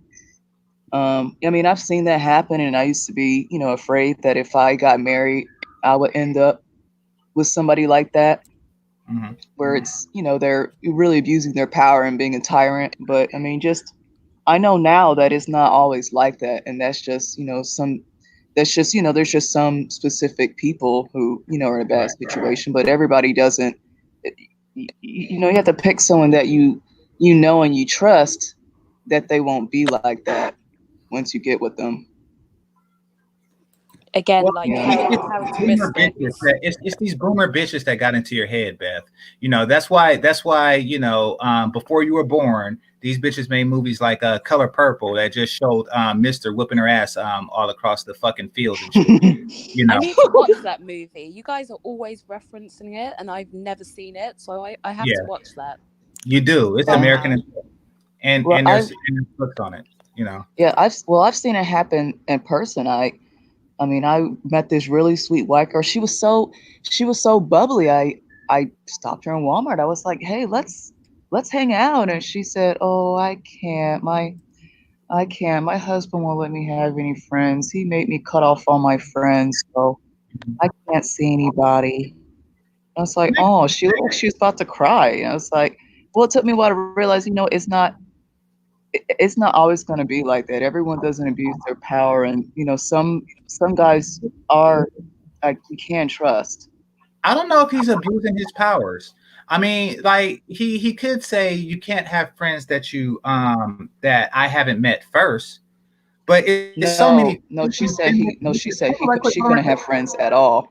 She said she couldn't have friends that's at all. how I differ. I'm a different Oh. man than him. But I'm Oh, saying okay. that's how I differ. But I understand why he has that. There's so many women who are fucking feminist bitches that get into girls' heads, and next thing you know, they all fucked. Oh, he treating you like a slave. He probably don't want to deal with that bullshit. No man does. So she goes out and make a friend, and she's on some feminist. Next thing you know, she's shaving her head and doing all kind of weird shit. You treat me like a slave. So I get why he probably has that rule in place. Now, I would personally, I would do things differently, but I don't think that he's oppressing her. If marriages are so successful, then why are there so many divorces? Because of modernness. Because it's Modern it's marriage. huh? Mhm. Yeah, modern I was marriages just have all the agreeing. divorces. Yeah. Exactly. It's not like grandma and grandpa was getting divorced, and it's modern. It's when you have two independent entities trying to fight for superiority. Then when you win, you lose. Either way, modern marriages doesn't work because it goes against the natural order of both man and woman. Exactly. And it's like Miss Sparkles, if you want to know why there are so many divorces, then go to your bathroom and quickly look in the mirror, because it is your mindset and ideology True. that explains why there are so many divorces going on nowadays. And we've seen it for the past couple of decades. As feminism has grown stronger and stronger and stronger, we saw that rise in divorce. And there are people now that are finally trying to combat it, which are the individuals that you'll see in this space up here on the panel. But there will always be the naysayers like you who will contribute towards those statistics. So people like you are the reason those statistics exist.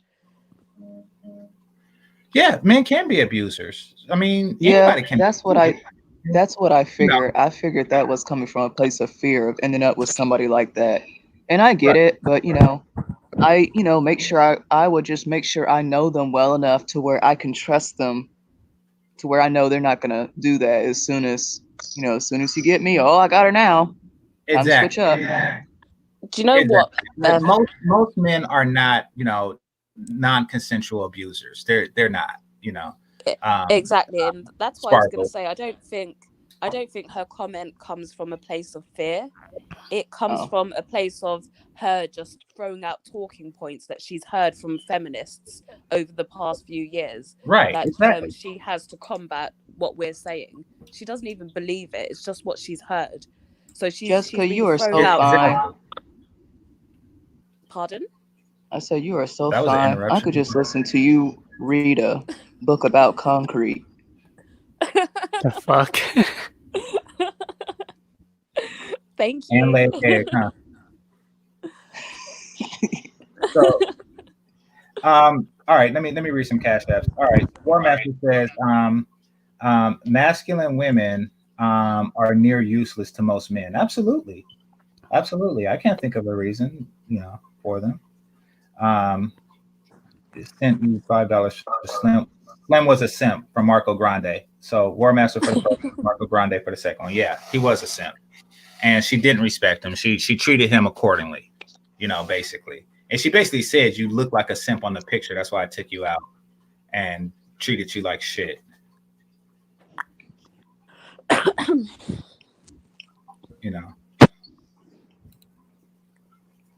All right. Well, you can eat cake now, Sparkles. I'm tired of talking to you. You. And this is why she's single. Yeah, well, let him eat cake. Let her eat cake. I mean, Well, look. I think guys interpret that as I don't need you and I don't value you. I don't need you for anything. What do I need you for? Well, I mean, if you're happy being your own person and you're not, you would much rather have a man that definitively says, you're my property and I own you. So you're not happy in this quagmire. But if you tell yourself that, and if you have other rabbit bitches tell you that, then I say eat cake, because I'm tired. Put him on. I want to speak to this nigga. I want to hear that guy. I want to hear that simp. No. Give him the link. Give him the link. I really want to hear this nigga. And explain to me how is he fucking with somebody who claims independence and all this bullshit. Talking about cooking and cleaning this. I want to hear this. Put him on. Because I had to hear that. We all know that's not going to With happen. Warren. There's going to be an excuse of why she can't do it. Probably because he He's doesn't working a exist. double nighter. But He's working a double nighter at the Here hospital. comes the excuse. I don't live sorry. with I him. don't live with him. I'm an independent woman. He doesn't live with me. But I How mean, dare he has. can't live with me? I can't be controlled. But I mean, but Sparkles, he has a computer, and we're under quarantine. He's not doing whatever. So yeah. Yeah, just text on this YouTube stream. Wait, are you guys quarantined over there in England too? They're more quarantined than anybody. We're advised against any unnecessary travel, and the lockdown is imminent. Basically, we're going to have 12 hours warning. I believe it's going to be here before the end of the week. Schools have shut down now. Everything is slowly shutting down. They're saying that London is basically the cause of the coronavirus in the UK. London is at the center of it. So if she lives in London, then basically you should be on lockdown, self-quarantine already, and it's going to be enforced by the government basically any time from now. They're having discussions about it as we speak constantly. V for Vendetta style. I haven't Remember seen the V for 13th. Vendetta. So he's on lockdown. Put him on. I want to talk to this dude. Put Well, him if on. he's on lockdown, he still has access to a computer and Wi-Fi. You're not locked out of the internet. So He now has you his know own. how much she's not gonna fuck you, Jabbar. Now you know. Now you know how far is it, not only geographically speaking, but just in general, how far you are from fucking her. She already found somebody to put up with this shit. She's got the English version of Jabbar. She's got your Bajar, UK twin already, Jabbar. It's Bajar from London. It's Bajar. Oh shit. Oh man, that is. Well, what does it mean is it a bad sign if a guy offers to hire you as a maid? I mean, if he's sexually interested in you, then yeah. I mean, especially if you haven't like requested such a thing. My friend's wife used to be my maid before she started doing Uber Eats, not Uber Eats, Instacart. But it was. Go for it. Sorry, yeah, just look at the subliminals of what that is, right? Him wanting you to be a maid. One, you're getting to go around his house, which is his comfort zone. So he's sort of bringing you into his comfort zone. And two, it's a way for him to get to know you without possibly being rejected. So it's not like he's asking you out on a date. He's essentially offering you a job, which you could either say yes to or no to. But going beyond a job, it means he's going to spend time with you. You're going to be in his house cleaning so you can conversate, get to know each other a bit more. And to me, it sounds like he wants to get to know you more. He might be a little bit scared or shy, but he wants to get to know you more. Yeah, well, I think that was maybe made. just maybe he wants to see you in that French maid outfit, dusting corners. Yeah, I sent him a picture of that. It's the guy GameChanger, the same one I was talking about before. But yeah, he I think I did kind of scare him a little bit with the physicality. I was just so afraid when he asked me to Essence Fest. I'm like, okay, you're asking me to go somewhere out of town. I know what you're expecting in the hotel room. I think he was offended. He was like, I was not expecting, I didn't do that expecting sex in return. He said he's been with a girl who's celibate before. Yeah. So I sometimes I personally, I don't really speak too much about the sexual element, especially if I'm just getting to know someone. Maybe if we're in a relationship, then yeah, but other than that, no, not really. It's more something that's private and you have to explore to see that side of me. It's not something that I put out there like, oh, we're going to do this, that, and the other, or send sexy messages or something like that. No, it's more personal, and you sort of see that side when we're in person together. You have to let him explore that side of you. Keep it interesting, make it intriguing, build up that, let him build up that sort of element of what excites him. Allow him to do it, because I feel like he's going to be most, all right, not to be graphic, but he's going to be most turned on that way because he's doing it the way that he likes it and he wants it. Whereas if I start sending him like pictures now and things like that, or I start telling him certain stories, that might turn him off. That might not be what he likes. So allow him to create that fantasy that he likes, you know, and then you indulge in that fantasy, but you don't set the scene for it. Let him set the scene and you participate. So just let it come naturally. Let him, and it's just about like guys being a leader. Just let him lead it, you know, and go with it. As long as you're comfortable, then go with it. But don't force it. Allow that part to be a bit mysterious. Yeah, I brought it up because I was worried. I thought that him doing that meant he's gonna be expecting sex, and I'm not even comfortable. I'm barely even comfortable hugging him. Even when he gives me the close hug, I'm having a hard time with physical contact with him. It feels like basically if a complete stranger walked up to me and tried to kiss me. Do you know why I though? just Because you've thought about it in your head, you're sort of amplifying that feeling of, you know, being reserved and like, don't touch me, it's, or, you know, it's disgusting, don't do that. It's like you're like a stranger. You're amplifying that feeling by constantly thinking about it. So just stop putting those expectations on yourself, you know, because the more you're giving yourself expectations, you're thinking, I've got to meet, you know, this criteria, that criteria, and then you start getting anxious. Just don't think about it. I know it's hard, but just push it to the back of your mind and just let things go naturally, because as he said, he wasn't even thinking that. So you would have gone there that night, seen that he's a gentleman. He wasn't, you know, he was doing whatever to make you feel comfortable, and it would have been good.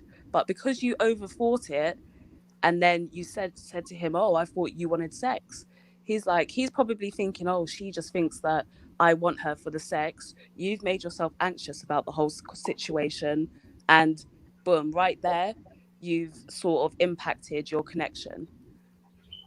So you just have to stop overthinking it and just let it come naturally, you know, just let it flow. And if you let it flow naturally and it gets to a place that you're uncomfortable with, okay, then pull back. But let it flow and see where it goes. Explore it, see where it goes. yeah, we went to the movies, and like at the movies he, you know, held my hand and I didn't like it. And, you know, he was getting close to me, I didn't like it, and you know, he was turning to me. I think he was trying to kiss me, so I kept just looking straight ahead so he wouldn't try to turn in to kiss. I'm just not comfortable with physicalness. Well, I'm not attracted to him at all, so it's uncomfortable. So I was thinking, like at Essence Fest, I was thinking, well, if that's what he was expecting, I guess I'd have to just get really drunk ahead of time so I can get through it. Then I told a guy friend, and he started saying stuff like, "Don't be doing that. You know, girls can always turn around and say you raped them," and da da da da. And I was like, okay, well, so I'm just really, Because again, you're trying to force yourself into a situation. You said that you're not even attracted to him. Now, for me personally, looks isn't, I have a few things that I like, but I don't have a specific, you know, he's got to be this, that, or the other. To me, you could date a guy, right? 5 out of 10 is average, right? You're not, if you're 4 out of 10, you're not going to be hideous. So if I stay over a 4 out of 10, I'm not going to be repulsed or completely unattracted to a person. So for me, it's 4 out of 10. You have your own standard of what you think is acceptable looks wise. Just stay within that barrier, because there's no point you wasting time with someone who you think is repulsive. You've basically got yourself off to a non-starter.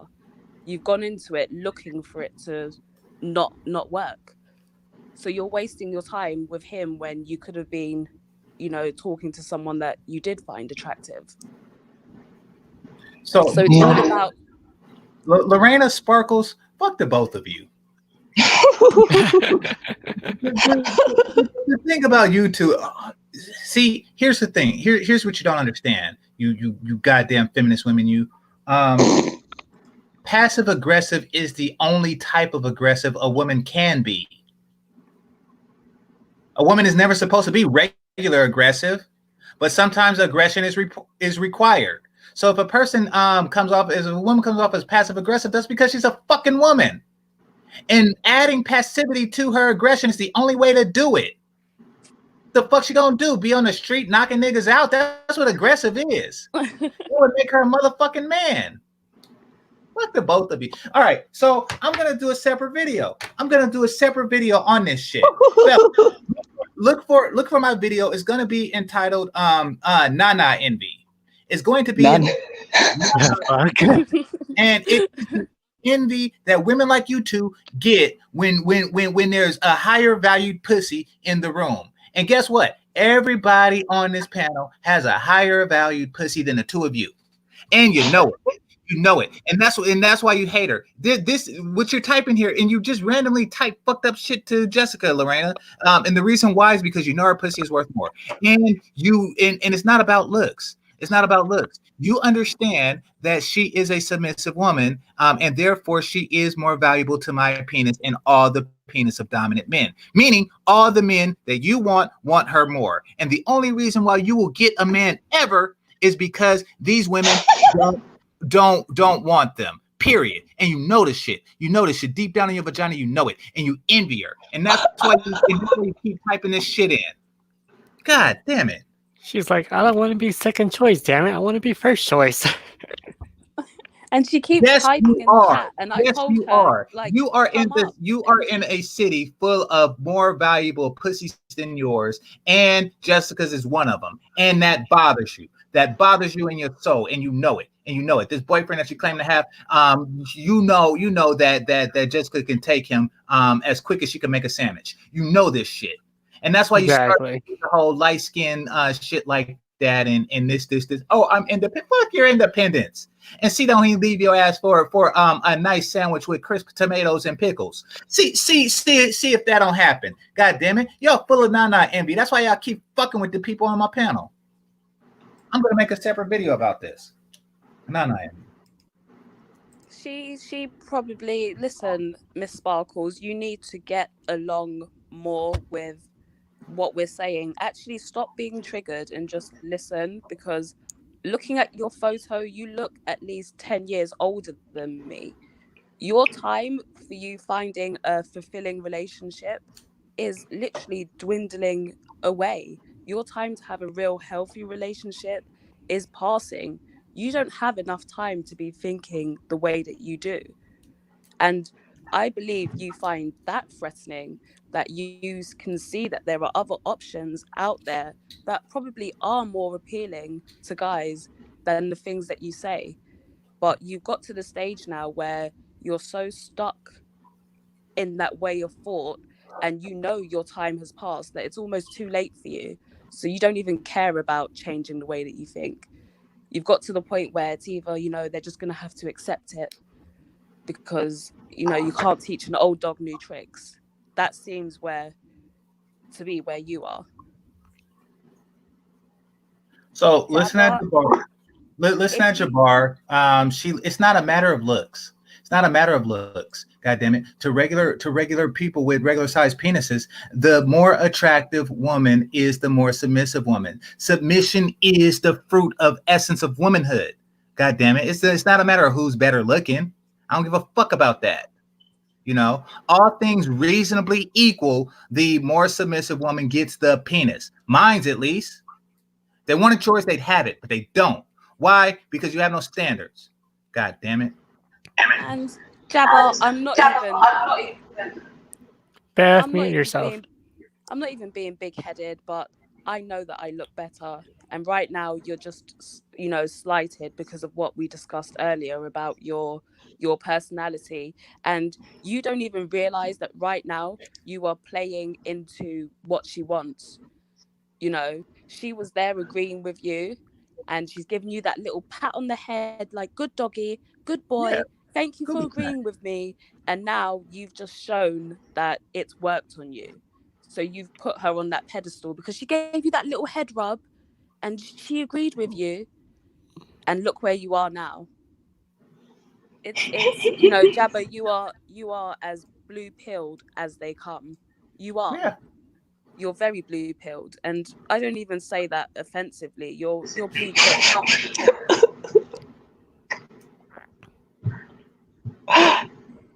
You're so polite when you roast people. So, well, it's progressive. But listen to that nimble mint. I'm not threatened by Jessica McCullough. What is it about? Why do you think it's color? I just said it's not about looks. God damn it. I think nimble mint is a guy. I don't know if he's being sarcastic or what. Oh, maybe I maybe thought it was a guy He's this just whole trolling. time. Yeah, I think he's trolling. Then that means you have no self-respect because you see, you are a weak woman. You want to know why? Because you let these old bitches with their empty pussies guide your decisions, and they guided it wrong. You seen that it got Alice Walker nothing. You seen that it got these bitches nothing. Oprah walking around fat as fuck with an empty pussy, and you think it's a good thing. These Lonnie Loves and shit. All of these bitches are miserable, and you follow their path of misery. There is nothing worse. You are a fucking lemon. Lemming. You're lemming. You are a lemming. You follow these bitches to despair. You know, these are women who are smart enough to create their own path because they see the folly of the path of the fucking boomer bitches.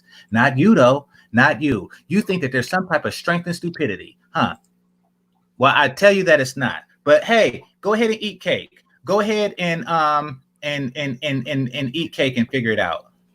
And adopt some cats. Yeah, exactly. I'm not Obsidian. What the fuck? I'm not Obsidian.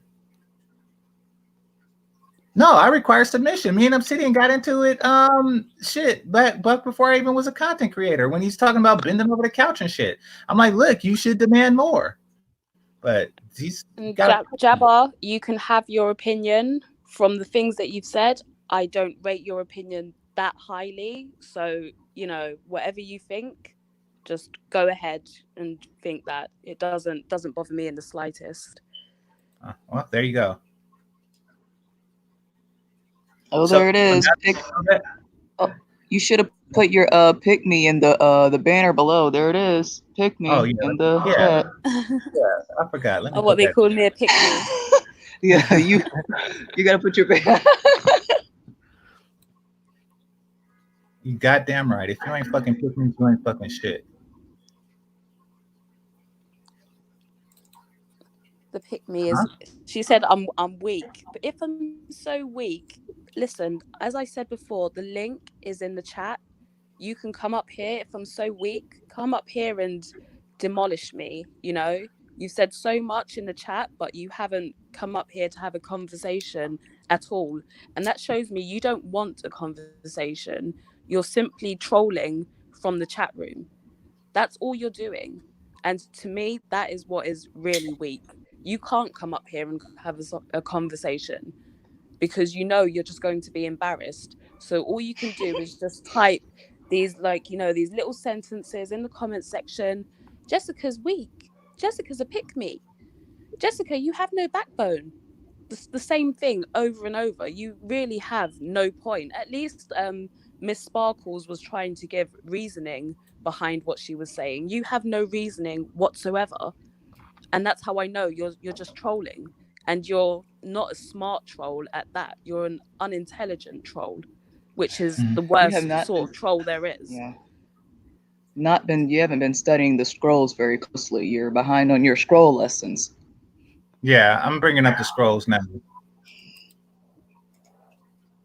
Because these chicks, and they've been following the same scroll since the day after slavery, and it hasn't gotten them anywhere. And they call you weak for going your own way, for taking the most intelligent, productive, and natural path. But here's the thing: it's like the whole mindset. It's like, what's the goal? I'm so strong and independent, so I'm just gonna be alone for the rest of my life. Is that the goal? Yeah, exactly. Or be with somebody that my nature tells me not to be with. You know, just for the sake of saying I have to. You know, those are the true miserable. Yeah, having somebody. Yeah. being Like, with is that the goal? That's yeah, the win? being with a spineless nigga that you fuck on Valentine's Day and his birthday. Because you can't really stand the fact that he's a spineless nigga for the other 363 days a year. Yeah. Like there's no future in this bullshit, and they know it. But they've been at it so long that they don't know another way. And because their mother's been reading them the scrolls since they were kids, they just stuck with it. They don't know another means of seduction, and they don't want to get out there and compete with superior pussy, like the two of yours is, and they know it, and that's why they're in here, expressing such visceral hatred. This is not envy, plain and simple. Do a separate video on that. Do a separate. Y'all ever have like a zone? You ever been in a room with like the most attractive chick in a room, and then a hotter one walks in, and you see the expression in her face change? Yeah, because she's jealous. She's like, "Damn, I gotta compete against that." Yeah, exactly.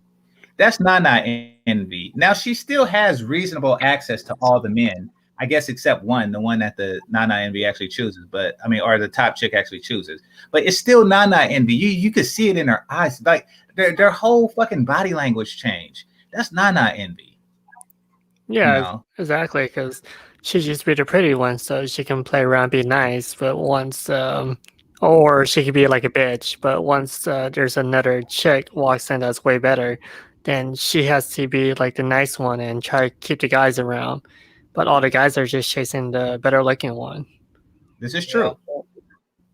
That's true. This is That's true. how it Now, I works. make a man only see the most beautiful women in the room, and when I was younger, I used to fall for that shit.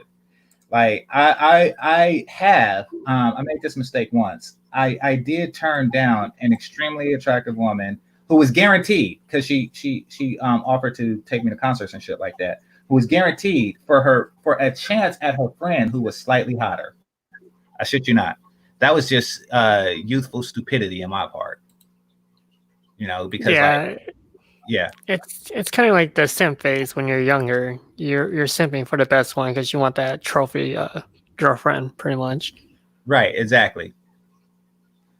I never in my for the hot. So you did end up going for the hottest one. So they both were hot, right?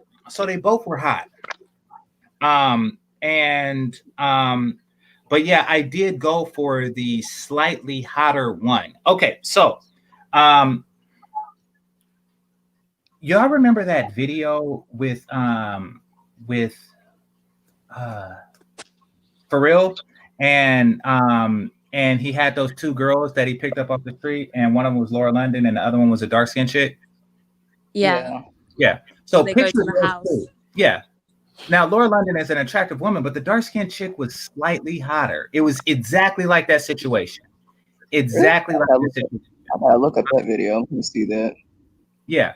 So it was exactly, so picture those two girls, and I went for the darker skin one because it was just like that slightly thing, even though the lighter skin one was damn near throwing it at me. And she was saying things like, I want to watch you fuck a flashlight pussy. She was saying, like, she was being really overt with it, but so that, yeah. And she was a, yeah. But so when you're young, you do stupid shit. Like I think they still do that, even as adults. I know, like when I was an adult, I was a younger adult. I was an adult. This was at work. How old were you? I was around Zone's age. So he was in his late 20s. Oh, I didn't know you were in your late 20s. No, I was in my early 20s. Okay, early 20s. Yeah, I was late 20s. Yeah, they still, yeah. I mean, I had a friend who was prettier than me, and I knew it. And when the guy, started heading over to her, I was like, yeah, it's over. Yeah, it sucks. And that's what these chicks are feeling. That's that Nana envy. That's why they feel that way. Well, I was a good sport about it. Like, I didn't try to, cock block or anything. I just, acknowledged. Or if I'm going for a guy and I see he's with this, like, oh, you're trying to get her? Oh, well, yeah, she got me. Yeah, I think you just have to embrace it and use whatever else you have to your advantage, you know? Yeah. Because there's always going to be someone that's better looking than you. You know, you're never going to be the prettiest woman in the world, or you can't be pretty to everyone. You know, one guy might prefer you, but if you've got dark hair and dark eyes and a guy likes blondes, well, guess what? You can be the most prettiest dark-haired girl ever, but he'd rather pick a blonde, you know? So you just have to embrace that and just don't think about it too much. Like you said, just be like, oh, okay, it is what it is. Yeah. So this but the is shaming them. thing, This it is you. doesn't work with guys at all. Yeah. So look at the comment that Lorena has, and look at the scroll. The submissive black woman is the mortal enemy of the sisterhood. You see, this is why they hate you so much. This is why they hate you so much. I don't think that's her real name. That's a I don't think Hispanic anything's name, and wrong with Hispanic women. It's probably not. Hispanic women don't think like that. It's probably Hispanic not. women are very traditional. If you can Yeah. look at her picture, there's so much lighting in her picture that her whole face has disappeared.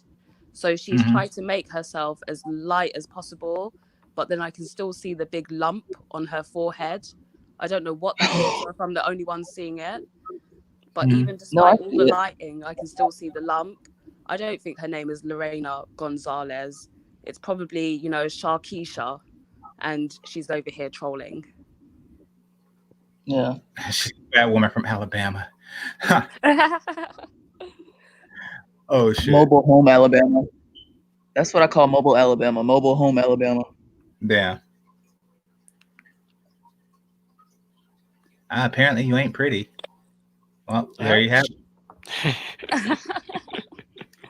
I said it before, I'm not even being big-headed, but personally I feel as though I look better than you.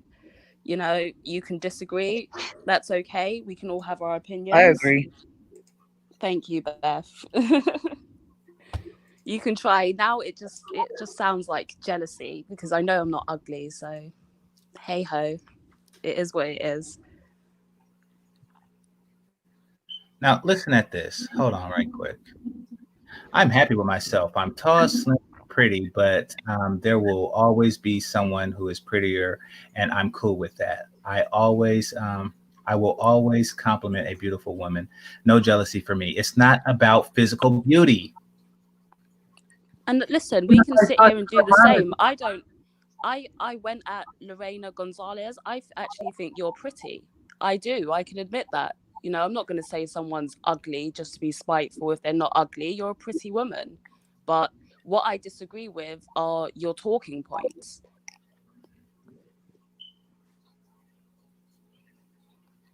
Yeah, well, I mean, I said it before and I'll say it again. If you ain't fucking pygmies, you ain't fucking shit. But so those are the scrolls. And you ladies are welcome to come anytime to get some of this schooling. Oh, she's laughing. She's laughing at what are you laughing at? What's this? What's this? I can't believe you actually these are printed. This is I can't believe someone made this whole PowerPoint and they actually just had this. Like, were they giving lessons on it? You said they had seminars, right?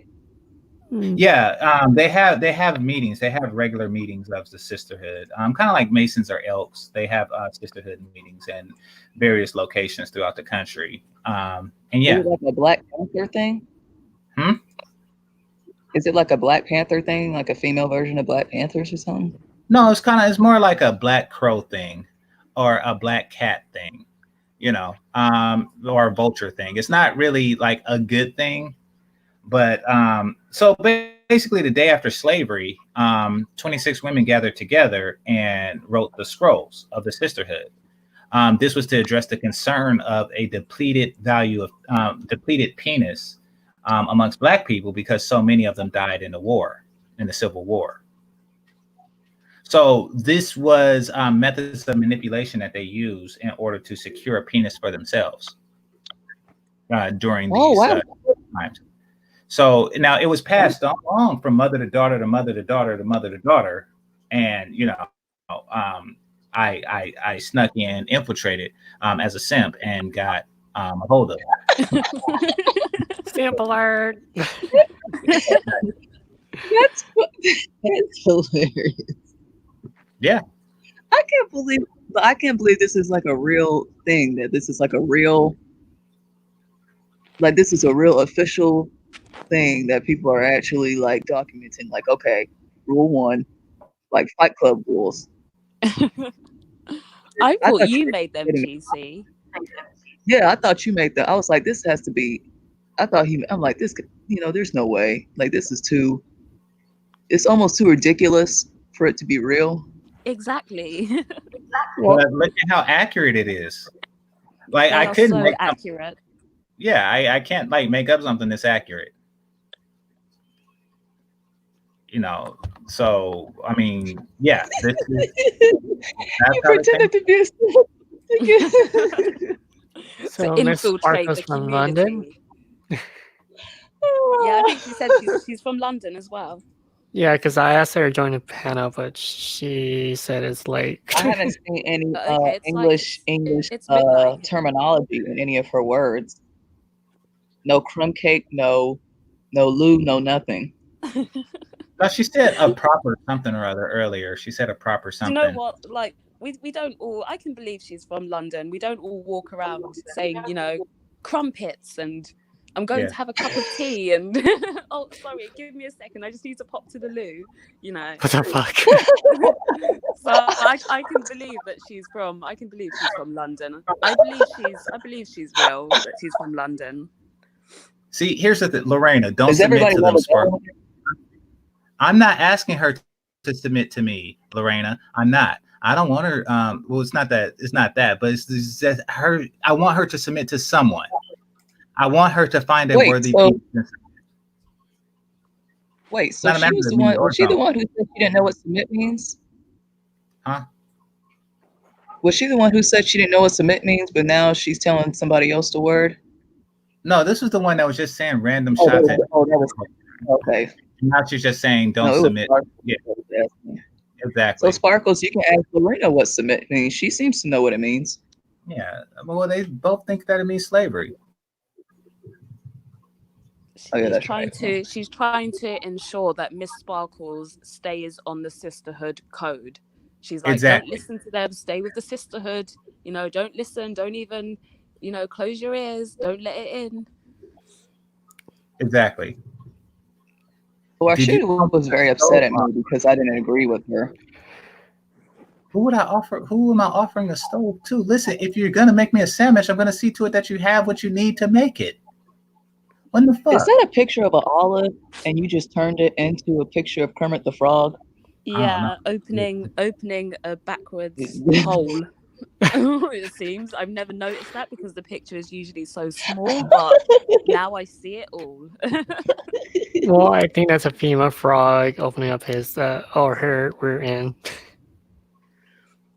Lorena, you say brainwashing doesn't work, but you have obviously been brainwashed by feminism, and you don't even realize it. Brainwashing does work, and you are proof of that. Just the fact that you're a light-skinned woman talking about colorism is proof that it works. How much more fucked up brainwashing is that? Or that you're a regular hued woman with an extremely using one of those fucking 1920s old-timey flash bulbs. Where it take like a whole light bulb to take one picture and then it just oh shit. I'm picturing it. It's old time. Brainwashing doesn't work. Pardon? Yeah. I said, no, I was just reading what he said. Brainwashing didn't work. Well, speaking of washing, you may want to use a different conditioner. Ouch, ouch.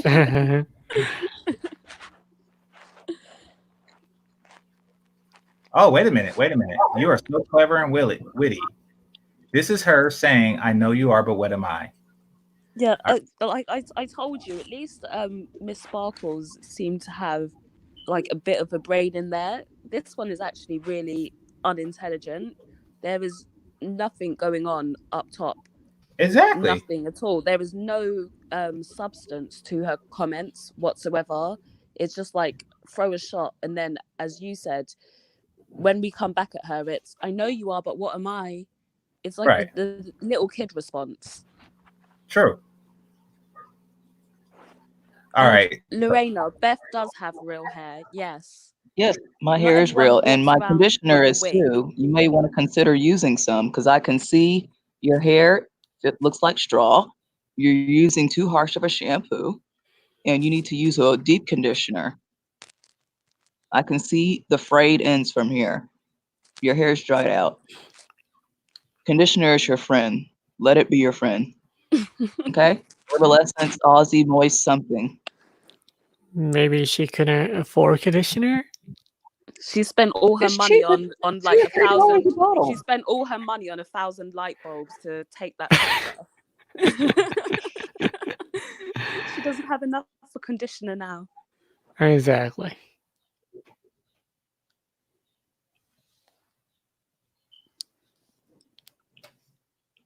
I sound like a man. How would you know what a man sounds like? You don't have one.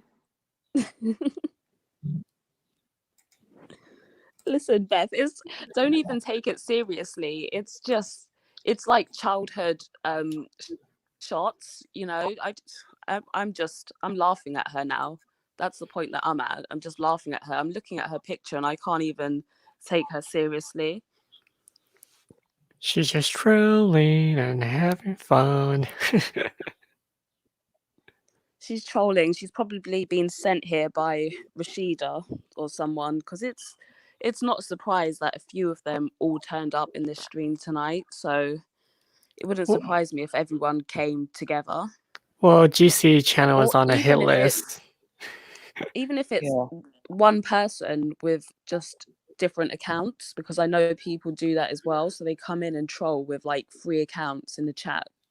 And I bet if you go on her page, like she has very few subscribers. They always do.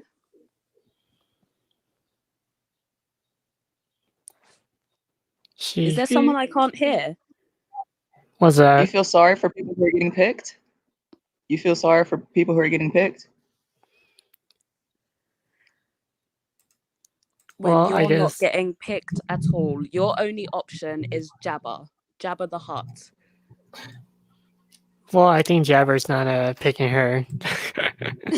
Well, he said that she was hotter than Jessica, so I think he is. But you know, Jabba is your only option.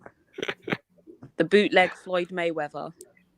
Oh God damn! Your vibrator does not even want to turn on for you. Well, Jabber is chasing after her, but she's not picking him.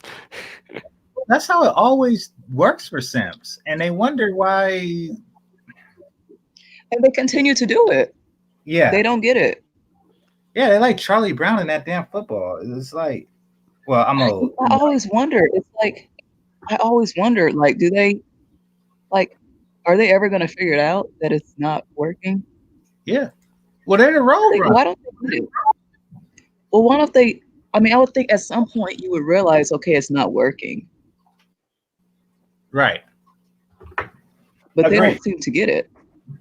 Agreed. And these be dudes like in their 30s. I mean, like these be dudes like far later in life.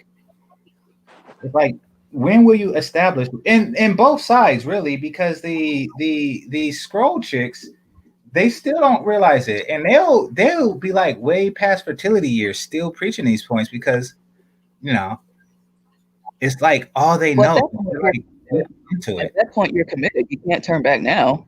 Yeah, well, I mean, that sucks, but I mean, if you have a boyfriend, you would I'm talking to Sparkles, if you have a boyfriend, you would be better suited to submit to him. Just saying, like that would move the relationship along faster, and it would secure it more on both ends, and you will find greater pleasure and satisfaction in doing so. But that's but they can't because they're addicted to the scrolls, especially the Lorena Gonzalez chick. She just can't stand sexual competition. So she's going to follow the ideology that says you don't have to compete. And that's really the selling point of the scrolls and feminism and stuff like that, because it was born out of the desire to not compete for men due to the scarcity of the remaining men after the Civil War. So it was born from the desire to not have to compete. Therefore, that's what they offer them. Kind of like, dating coaches offer invisible pussy to men.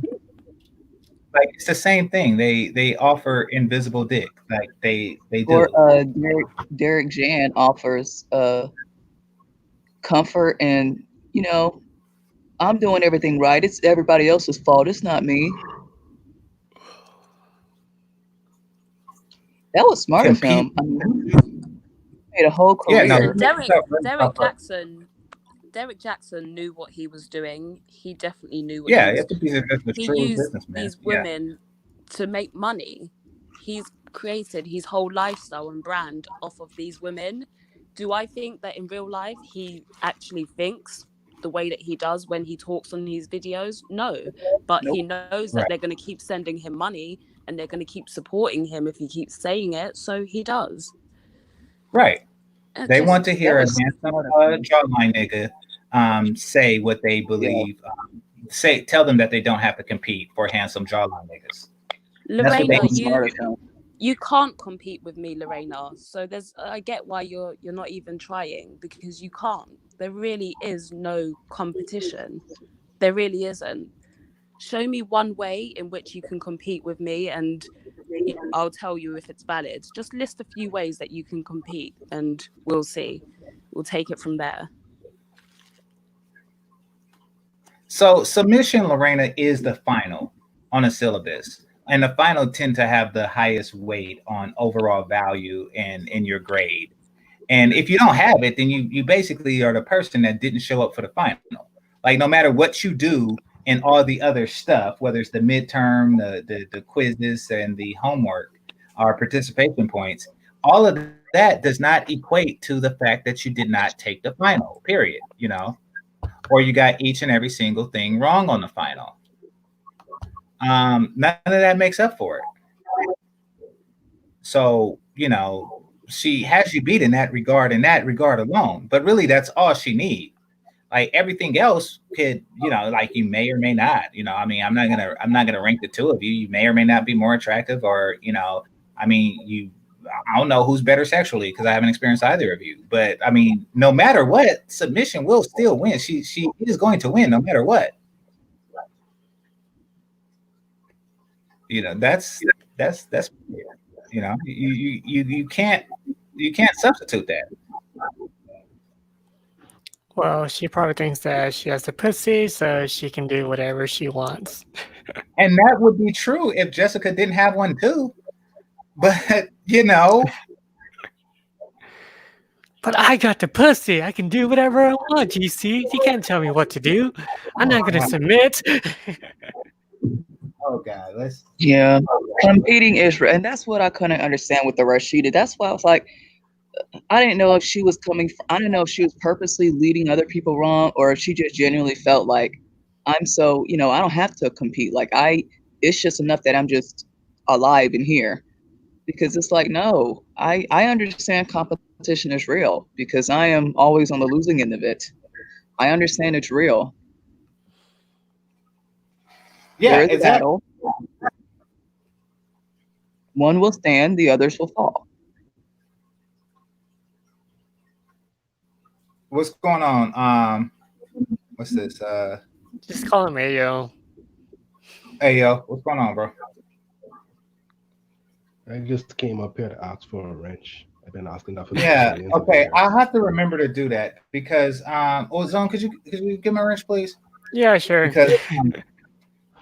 Because StreamYard takes up a lot of my shit, and it's hard to run several sites at once with StreamYard up. So yeah. And moderator. Okay, you're a moderator now. All right, there you go. But yeah, so I've been asking that for years, and you just keep ignoring me. Yeah, that's for the reasons I just explained. But you got one. Now I want to get back. So she just confirmed it, like she's one of Rashida's minions. You know, she But is. you're weak. She just But you're the confirmed weak it. one. Right. She's just a pawn. I'm weak for having principles, but she's there, you know, running behind Rashida. She can't even have a free thought of her own. She has to pick up Rashida's talking points. Exactly. Which isn't even working out. Which isn't even working out for Rashida. Show me one actually genuinely light-skinned person that agrees with Rashida. There are none. That's how we know that this is the troll account. Other than Jerry. Other than Jerry. Who's Jerry? Oh, her you know, her boyfriend. light-skinned boyfriend. Yeah, the one that she always tells you her light-skinned boyfriend. Just in case you forgot, he's light-skinned. Yeah. Who she never shows on camera. But she don't have a burnt chicken boyfriend. Yeah. Every 20 seconds, my light-skinned boyfriend. My light-skinned boyfriend. And that's the thing. It's like, why does she always go out of her way to point out that he's light-skinned? It's almost like, well, I couldn't compete against the light-skinned chick, so I have a light-skinned guy. So this is my prize. This is what I have to show for what I've got going on. I feel like she sees it as a protection mechanism. So it's not that I hate light-skinned people, because my boyfriend is light-skinned, and I tell you every 20 seconds that I've got a light-skinned boyfriend. So I don't hate light-skinned people, but I'm just going to say lots of hateful stuff towards them. But I'm not hateful because my boyfriend is light-skinned. But it was very clear. I'm gonna start doing that. I'm start doing that with my dark-skinned girlfriend. I didn't even think of that shit. I'm gonna start doing that. My girlfriend's darker, so I'm gonna start doing that to Rashida. I plead the Rashida defense. Yeah, exactly. I told her. I told her when she was saying something about you. I said, "But his girlfriend's dark-skinned." And then she came up with something they don't know else. what to say. Yeah, they don't. Yeah. And Lorena, I don't feel threatened by Rashida. Rashida feels threatened by me, which is why she makes all these videos, and you feel threatened by me, which is why you've done exactly what Rashida does, but you've just done it in the comment section. You lot are the ones that are threatened, and that's why you're not willing to compete, because you feel like you truly can't compete. So that's what's put you in the situation that you're in right now. You want to be more like me. And I can tell you that because you've sat there and you've used the brightest light possible on your face to try and get that look a little bit more. So even as though you might say, oh, you know, I don't want to be like you, I'm better than you. No, you think I'm better. That's why you're trying to look a bit more like someone who looks like me. You don't love yourself, because if you did love yourself, you'd be out there trying to get what's best for you. But as you say, you don't compete, so you don't want what's best for you. You're just willing to take whatever comes your way. That. She says she's got it like that, where she doesn't have to. I don't see how. Sure you every do. woman compete. Every woman compete. She said, "I hope Rashida." She said, "I hope Rashida shows up in this chat." Oh gosh, she's probably gonna go. Let me get this straight. So she's an advocate for Rashida, right? Rashida, right? This chick, she keep asking y'all shit. She keep trying to get a reaction out of y'all, but maybe she should join a panel and say what she got to say if she got enough guts. She won't come up. She won't. Exactly. They don't have enough for her. Yeah. She knows she's gonna look stupid if she comes up here. You have to learn this face to face. Most people don't have on these panels and at least say, I don't know what the fuck they're gonna say, but they're not gonna do it. She'll never come up on the panel. They never will. Rashida might, because she's like, you know, the head honcho. She's the person in charge. But all these, she says though, she is the originator. She's the founder of dark skin activism. Exactly. And I don't know, some people are saying that Rashida has light-skinned people that are following her, but me personally, I never saw one, not even one, that was in there supporting her. You had like people like Faith and a few other women, but there weren't any light-skinned people that were supporting her. And one thing that Rashida talks about is the plight of dark-skinned women, right? And how hard it is for them in life because of light-skinned women. And I genuinely don't believe that you've got it like that, as you say, because if you did, you wouldn't even be wasting your time watching Rashida's videos. There'd be no point in watching Rashida's videos. So you obviously feel as though you don't have it like that. Well, That's according to her, beautiful. all the black men should be with dark skinned women first. According to her, I mean, she said it. Didn't she basically say that she wants men to balance out to date equal dark skin? Are you kidding me? Right, right. Are you kidding me? That's not realistic. But I mean, she have an I just think imagination, I that's guess. such extreme insecurity where you're at the point where you're just like trying to force men. That to me, that's like insecurity on a whole other level. That's like you just innately almost feel like you're handicapped, like you're, like you have some kind of handicap. Yeah. I'm not handicapped. But you know what? It's creepy guys out here. But it's creepy guys out here that like to be forced into doing shit, and they will do exactly just that. Not all of us, but it's a few random creepy dudes who really were like, you know what? They forced me to be with a dark skinned woman, so I'm gonna do it. Because I know men Do they like have a it. place? Do they have a place? Do they have their own place to stay? Some of them work, some of them live with women, some of them in relationships, but they have this thing in their mind where they feel like I like a dark skinned chick because she's dark skinned, but not knowing you meet women in all colors, well, shades, whatever. Whatever woman respect your opinion and she give you submission, so be it. That's the woman who wins.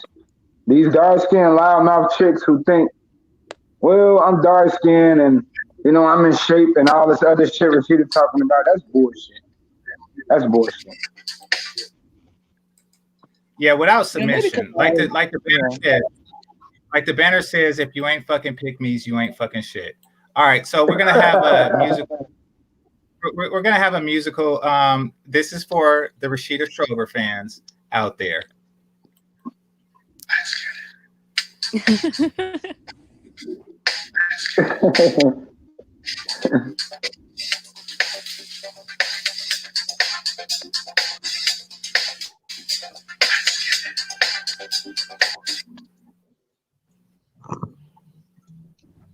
Hold on, suffering.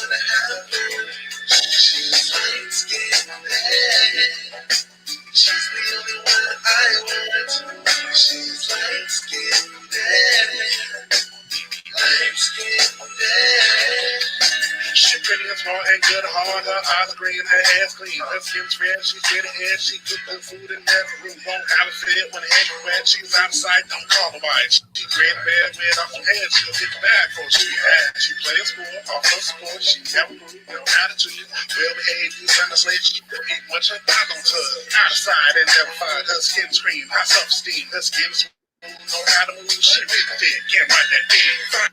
Swine with a knife behind, her skin is beige. In the same page with a white girl class and a big fat ass, her hair blown. Listen to this song.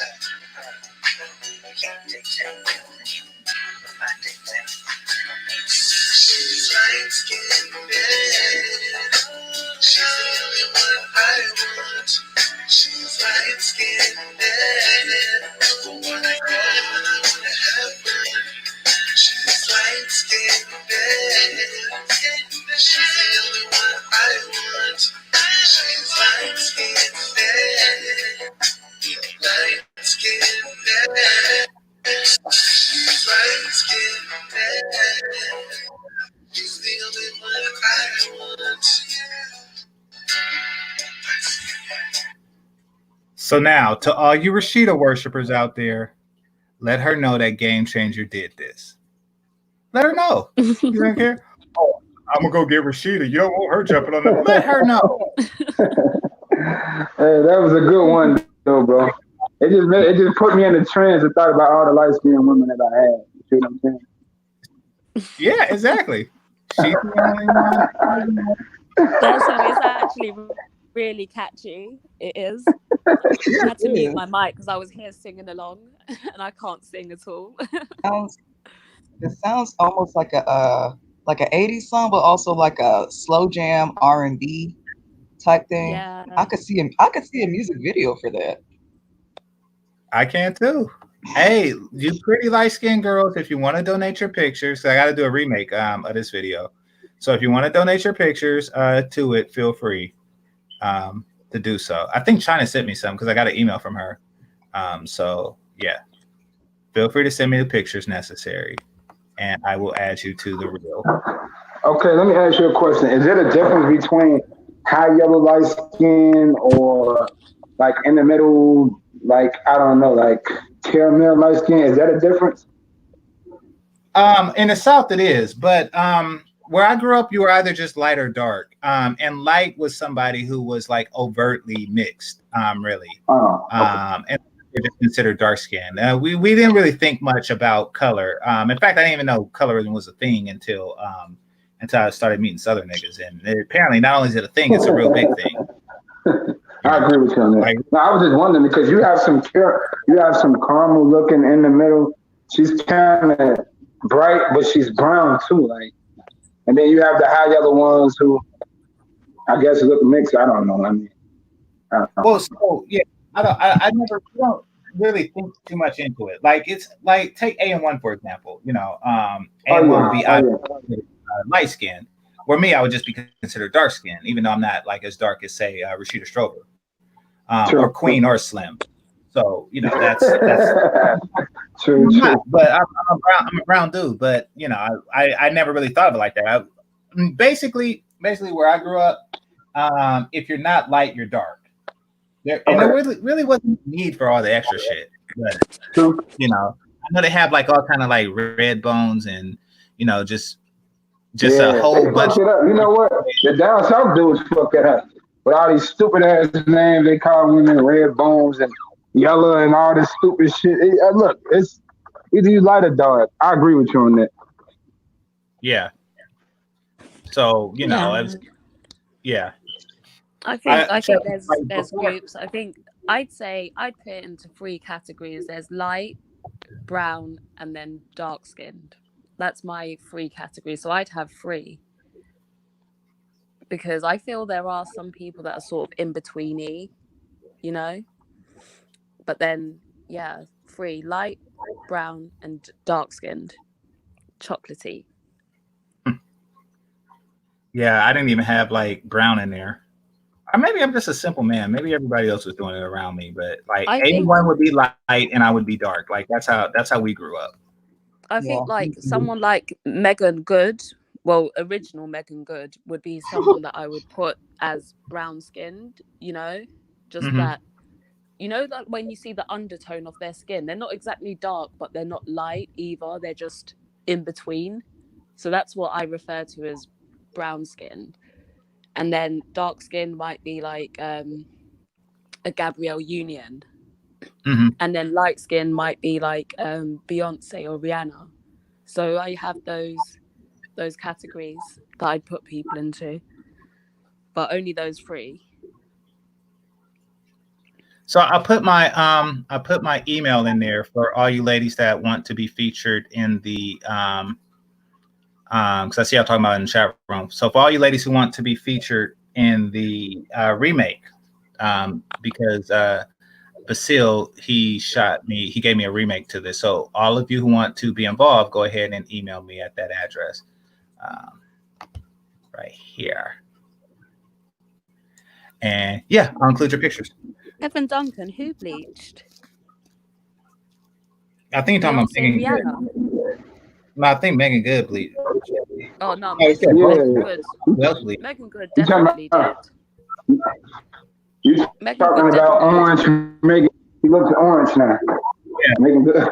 Well, no, she looks orange. She's gray. Well, she went from orange to yellow, and yeah, she lost that glow. She's not even yellow. She's actually gray and ashy now. Yeah, it's not good. That was a bad decision. I don't know why she did it. It's like, why ruin a good thing? Maybe she can work out, detox, and 6 months later get her color back. I don't know. I don't know if it works that way. Hopefully it does for her, but I think she realized that she made like a horrible mistake by now, because she hasn't showed her light skinned face since then. Like I just don't know she did that. The blue. Yeah. But so you know the thing about dark skinned women and light skinned women, and like I've learned this. Like, okay, I mean, light skinned women, they talk doing sex. You see what I'm saying? They what? They do what? I'm saying, I have noticed that darker skinned women are a little bit more sexually aggressive, where sometimes the lighter skinned women try to stay cute, but not across the board. And perhaps that's just my preconceived notions of them. But I haven't noticed that the light skinned girls talk more during sex. I haven't noticed that. No, she do.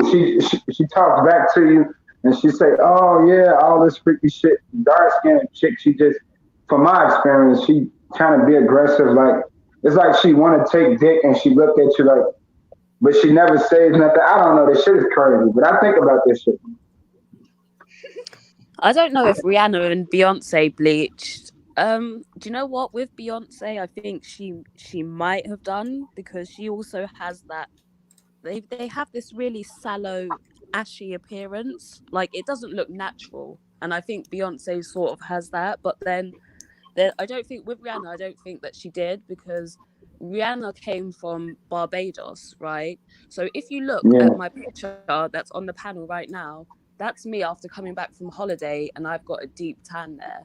But then give it 2-3 weeks later and my tan's gone, then I go back to the color. Yeah. So sometimes, you know, the light in and tan can play a part. It can make you look different.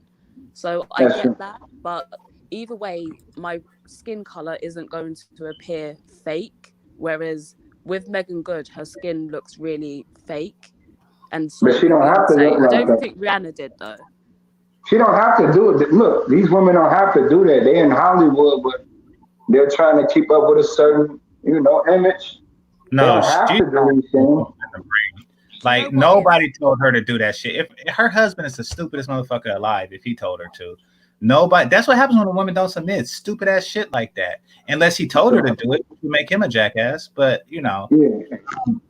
that's just some retard shit. Done that now. She should have done that now. Like I can understand if it was at the beginning of her career and she did that thinking that would help her career, like Nicki Minaj. But she's been out. And it's because she had so much sort of admiration and validation in regards to her looks. Everyone, I've never met someone who said that Megan Good is ugly. Everyone's always talking about how beautiful she is. And that's why sometimes I say it's an internal thing, because everyone on the outside was telling her she's beautiful, but maybe she herself just thought, well, perhaps I'd look a bit better if my skin was just that bit lighter. And she ruined herself. Well, now she around movie directors and millionaires. Now you know. She's always movie directors and millionaires. Zach, you should know the girl from Eve's Bayou. You do know that, right? Yeah, that's true. No, you're right. Yeah, that's just her life. In like, there's a girl that lives on my road, right? And she's like maybe Filipino or one of those countries. And it's so weird because I see the differences between us. Like when the sun's out, I'm trying to tan as much as possible. But then I see her and she uses an umbrella to walk around so that the sun doesn't hit her.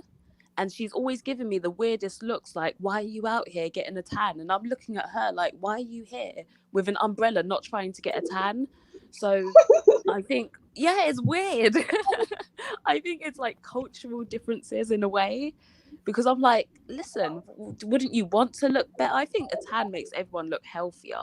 For me personally, I think everyone looks a bit better with a tan, even if it's fake tan on brown skin or dark skin people. It gives you that extra glow and just the extra oomph to your skin. But then in certain societies, they don't see it that way. Maybe if I grew up, and when I listen to people talk, I think if I grew up in America, I might not be the way that I am. I'd maybe trying to be as light as possible. Whereas over here, I'm like, me and my friends, we're like, all right, let's go out and get a tan, let's go and enjoy the sun and tan as much as possible. So people are just different depending on your culture and where you grow up. Well, you know something, I think it's subconscious because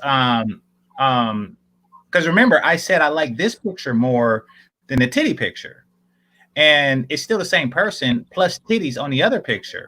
So I think that the tan did probably it's probably why I like this picture more, and I don't know why, I don't know why I like this picture more, but I do. And, it could just be the tan. It could be something as simple as that. So yeah, you're right. So I agree with I agree. I feel I do look better with a tan. I feel like everyone does though. I don't think, I'm not putting down pale skin, but I think most people look better with a tan. But that could be the environment that I've grown up in, this being a more majority white country and everyone is tanning.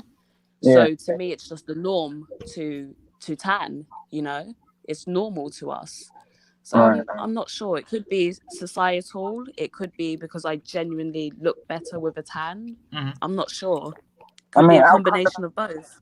I would say that, especially in America, tan or no tan, I would say, as long as you maintain your skin, because it's one thing when you have a bunch of acne and all type of shit on your face and your skin, that's different.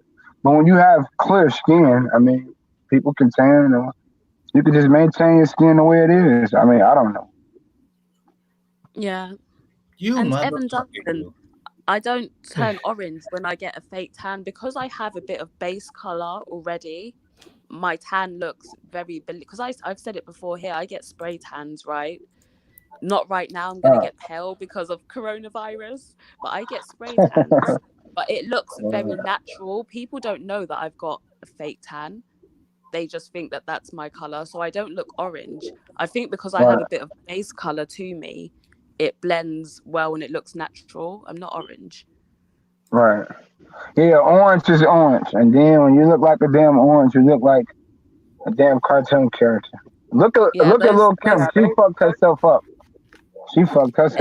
Yeah, she's another example that we can look at in the media who just wasn't happy and completely ruined their looks. But we have the best example that people look at, which is Michael Jackson.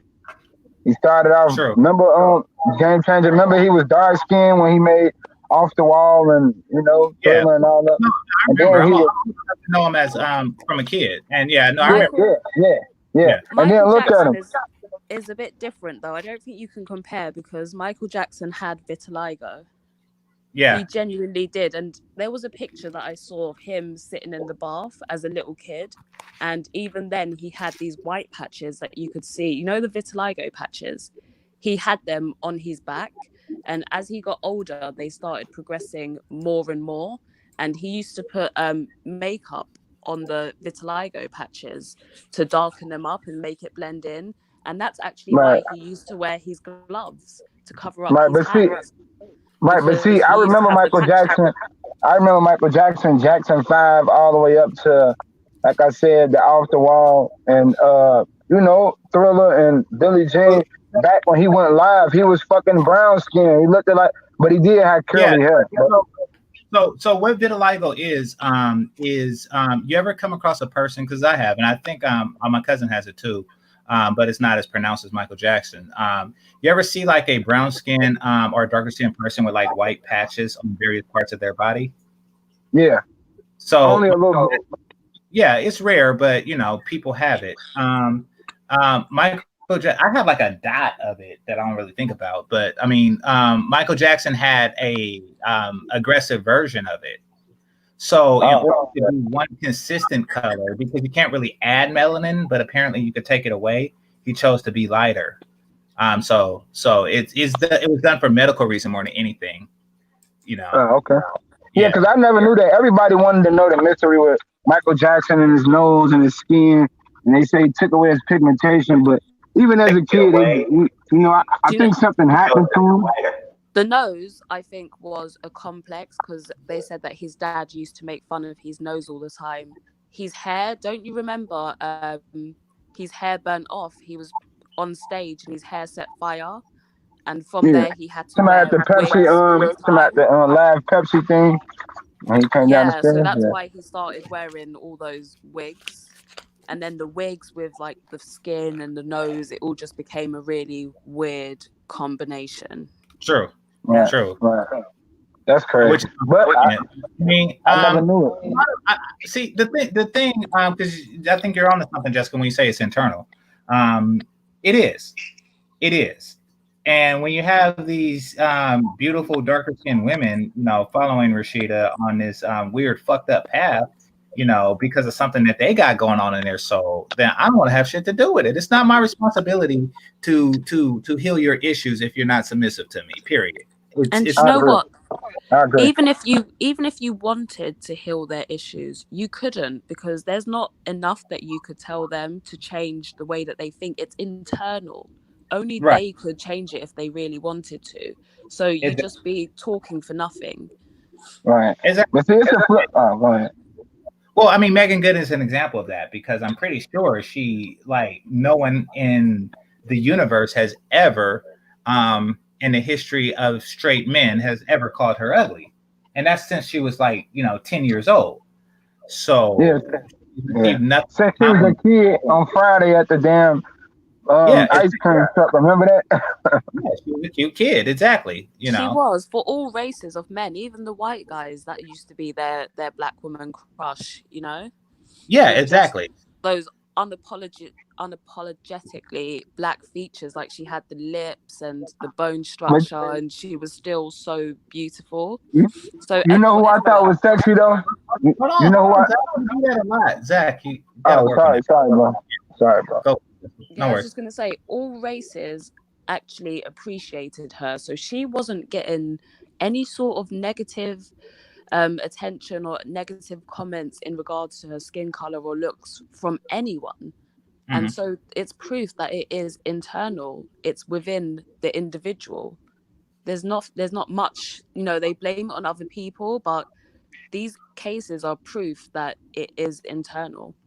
Exactly. So and that's why I push back against colorism, because it's their internal issue that they're pushing out onto society.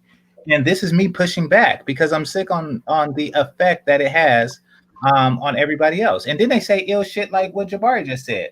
When light-skinned females date black men, they can be taken advantage of and taken for granted. Any woman could nigga.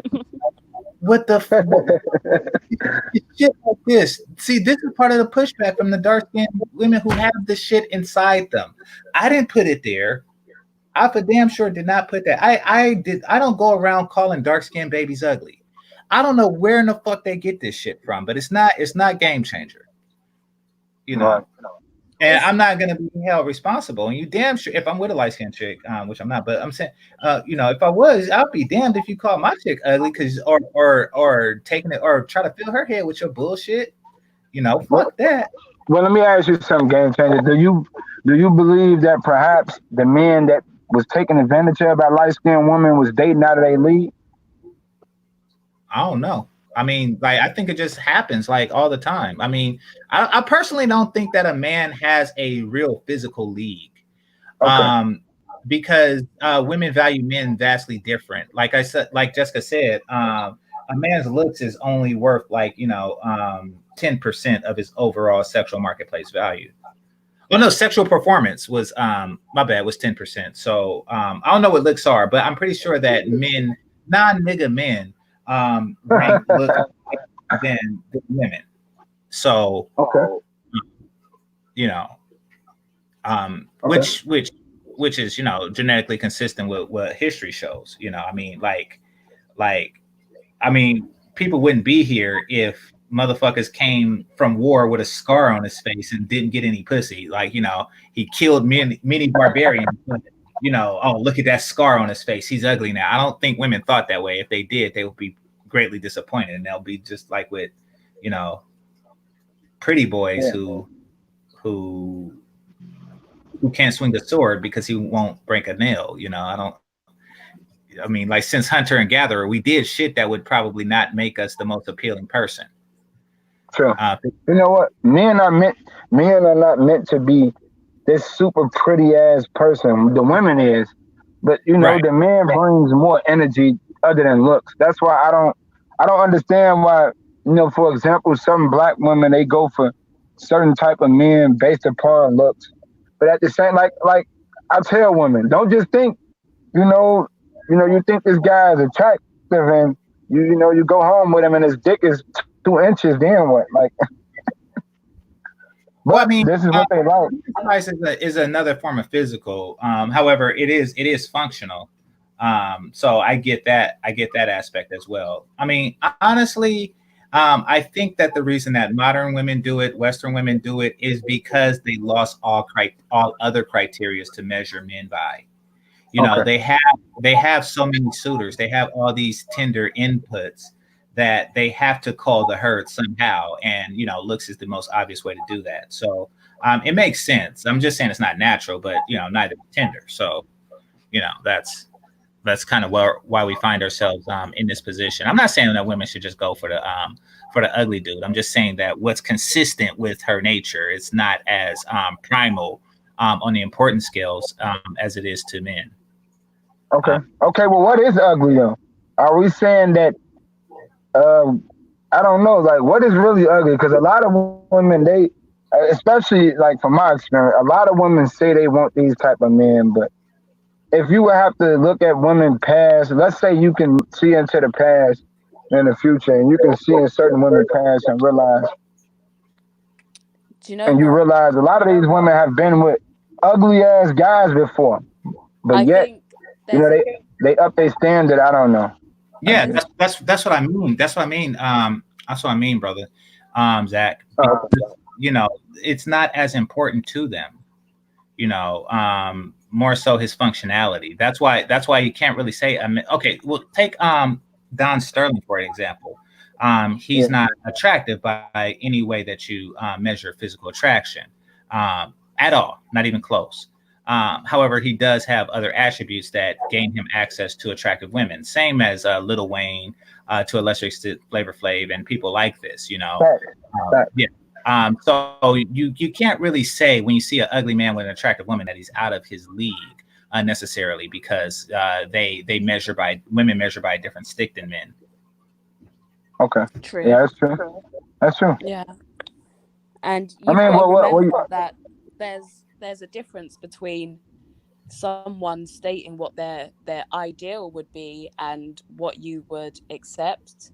So I can say that like I'm most attracted to a guy that could be a 9 out of 10, but I said earlier that as someone who is a 4 out of 10 and above, to me that means you're not ugly, you know. So there is a lot What? of room for maneuver in there. It's more What do you about, mean? listen, as top model, right? If I picture the guy of my dreams, to me, he's going to be a 9 or a 10 out of 10, right? But Right. what I find for my, for the way that I grade it, right? If you're a 4 out of 10 and above, that means that you're not ugly. And I could still possibly, like, have a relationship with you. As long as I don't find you ugly, then it doesn't matter. There are other things that are more important than your looks. So if you're a 4 4 out of 10. out of 10 or above, I could date you. 4 out of Zach, 10. you gotta wait for the periods and the commas, brother. Okay. But go ahead. I think she's done. So go ahead. Yeah.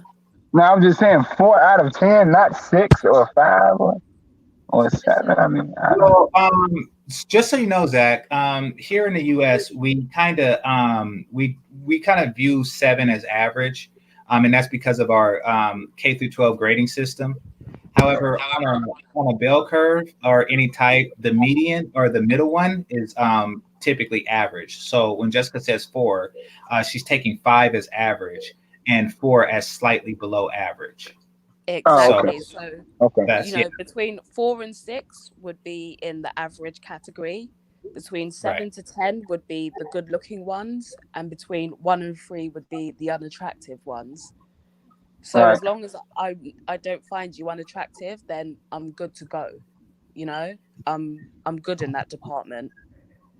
If you have other as traits, long as you're not exceptionally unattractive, right? Yeah, exactly. Yeah.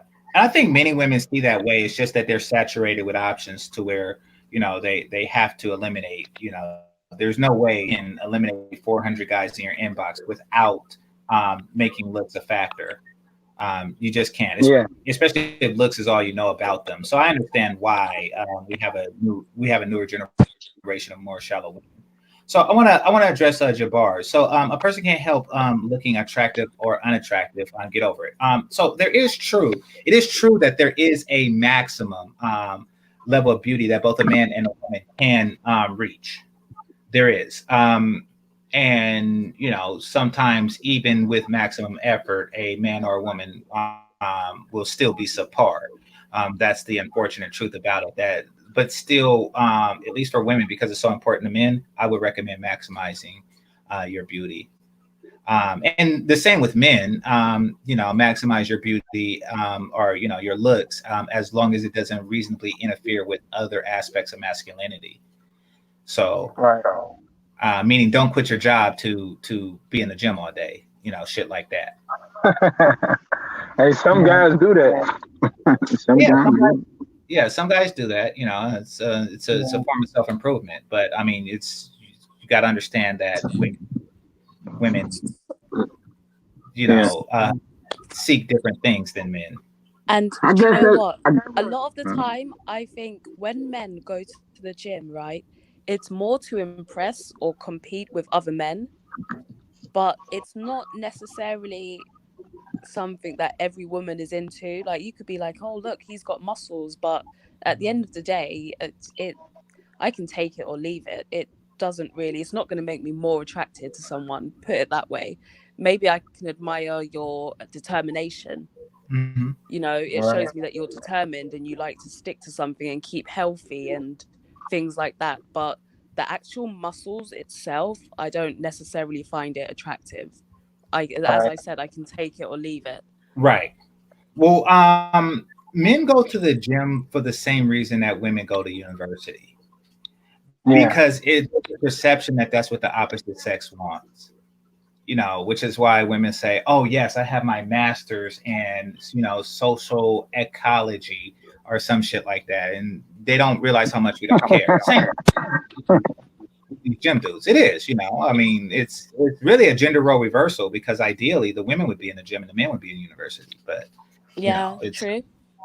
Yeah, it's kind of like but you know, Black community. Unfortunately, there's a lot of gender role reversals in it, which would be okay. It would be completely okay if the pretty boys got with the, you know, overly accomplished women and made happy families out of that. But they don't like each other. And that's what's up about the dynamic. I thought that's what homosexuals. I thought that's what homosexuals do. Pardon, Beth? I thought that's what homosexuals do. That is what homosexuals do, but they do it with a sequence of women. They don't do it with one consistent one. Wait, like sorry. if homosexuals like married, you know, these women, and formed families where, you know, he performed the traditional, you know, woman role and she performed the traditional masculine role, then I would be completely okay with it. But they don't. You know, they just sit on the couch until she gets tired and calls him a bum ass nigga, and then he goes to the next couch. Like, and you see it happen over and over. Yeah, every day. So families aren't front either. What's I think it's a sexual hierarchy.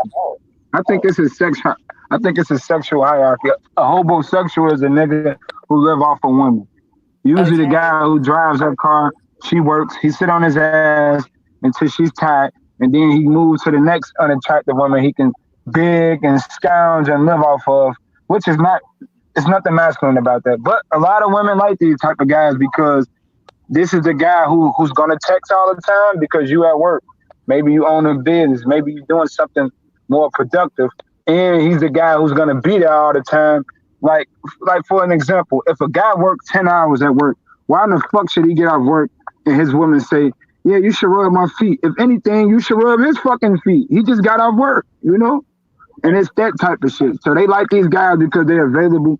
These guys are usually, you know, listen a lot to a lot of bullshit that men like us would be like, yeah, whatever. Basically, they want a wife. Why? Okay. No, I mean, the thing, like they're kind of like looking for a wife in a way, a housewife or a house husband. But if you want, you're saying the women are looking? Yeah, they're looking for house husbands. You know. Wow. Yeah, it's a little, it's different. But if it worked, it would be okay. But it doesn't work. That's the cold part. It doesn't even work because their nature kicks in, and you know, I see it happen so many times. The women get frustrated, and she gets disrespectful, and you know, because she can't help it, and eventually they break apart. Yeah, and he goes to the next. But why would you want to be a house husband? Well, I mean, because the culture is twisted, and they think what they're doing is pimp adjacent, and that's because pimps receive their income from the labors of women, and you know they use their sexual virility to, you know, secure this. So they think what they're doing is pimp adjacent, and because a pimp is, you know, higher on the hierarchy, their perception of the hierarchy than a trick, you know, they can do this. Like they can feed like a bunch of fat, ugly bitches that buy them Lunchables, but they'll never buy a stove, and they think that they're better than those. So that explains why I'm single. Then that explains everything. Now I figured it out.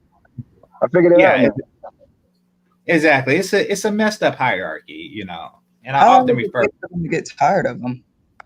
Huh? How long does it take those women to get tired of the guys? 2 years. 6 months to a year. Years. 2 years on average. On average, I've seen it. It's 2 years. Okay. I say 6 months to a year. Oh, really? I mean, well, from what I've seen, 2 years. And see, this isn't just from something that I experienced personally, because I've never been a homosexual, but this is something that I see in. Okay, I'm gonna tell you my education on this primarily. My mother's friends. My mother had a bunch of girlfriends, and when you're a kid, you hear your mother talk and gossip and shit like that. You know, over you hear the process of the entire relationship. Just listen to mom on the phone. And it's the same cycle over and over again, and it keeps happening. Sometimes these bitches be switching dudes, you know. and then gossiping about it. Like when his 2-year cycle is over, he'll go to her friend and they'll complain about the shit, and then he does the same 2-year cycle with them. It's but it's roughly 2 years, like give or take. So I know that as a kid it doesn't work. Maybe that stopped me from being homosexual, but I know it doesn't work long term. Let's step it up a notch. The man ends up feeling emasculated. The woman ends up feeling like she's doing too much, and they end up just splitting. What if a woman leave you for one of those guys? Then what? I mean, then she'll regret it in 2 years. Well, I mean, that's more fool her. I mean, but yeah, she's gonna end the shit in 2 years.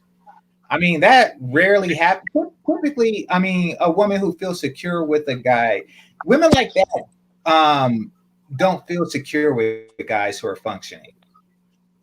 They want a guy that can't leave them. So if she does that, then she was going to leave anyway, whether it was for him or not, for him. Because she's insecure in the relationship. She thinks that because you have the qualities that she looks for, that she has to compete. She fears competition. Right. She fears competition. And really that's what homosexuals are for. It's for women who fear competition. And unfortunately so many in our communities do. Yeah. Because even if you just not you don't even have to be a perfect guy. Like if you do all these things and you tell the woman that you're with the things that you expecting out of her, and she don't want to agree with it at all, then a year and a half, 2 years later, she leave you for a dude with absolutely nothing. It's crazy, bro. It's crazy. I think I had no expectations of her, probably. No, the thing with me is a lot of women don't like me because I do shit like this. I get with a woman and I say, listen, I don't celebrate Christmas, neither should you. And if you're my woman, you're not. I don't eat pork. Guess what? If you're my woman, neither are you. And they don't want to respect that. And I tell women, you have to be in shape. You have to read a book every month. These are my requirements. Most women think I'm crazy. They call me crazy and all that, and they don't want to deal with me. But I see the choices they make after me, and it's fucking trash. And that's why I had to learn how to be single and, do other shit like spend time and, with myself and just be free. So just how it goes. So yeah, I can. So yeah, if they don't like, and especially if they're not used to control like that, especially the type of control that goes against what they've culturally become accustomed to, then yeah, they probably would push back and just go with somebody who doesn't require such restrictions on them. Like Jessica, for example, if a guy pushes too hard and says no smoking, that might be a deal breaker. So you probably hit a deal breaker or two, in your requirements, and it's your right to have those. So I want to address licensing motivation. So licensing motivation, make sure you tag my the link to the original song in your video. Also, I had a friend. So yeah, all right. It does work a little bit better, but not much. It does work a little bit better with white people because I know a guy. I don't know if they're still together. This was over 10 years ago, but I do know a guy who married a Mexican teacher who was very attractive, by the way. A white dude, and he was a stay-at-home husband after that. It does work better because there isn't like a broke-ass nigga stereotype involved. Also, that you fall into. There isn't a Dusty's category for guys like that. So that's one advantage that they have. And another advantage that they have is because non-Black women work harder, or excuse me, don't work as hard, and they get paid more. And I think, yeah, go for it. Yeah, I think the thing that struck me about that statement was that situation was temporary. So it's not as though they looked to keep that dynamic forever. It was just for a certain amount of time. She probably earned more and they needed that money for the children. So for that short time, he looked after the kids, but it wasn't like he was doing nothing. At that time, he was still getting his master's degree. And as True. soon as the kids are old enough, they flip that dynamic because they had to, have that dynamic for the sake of surviving.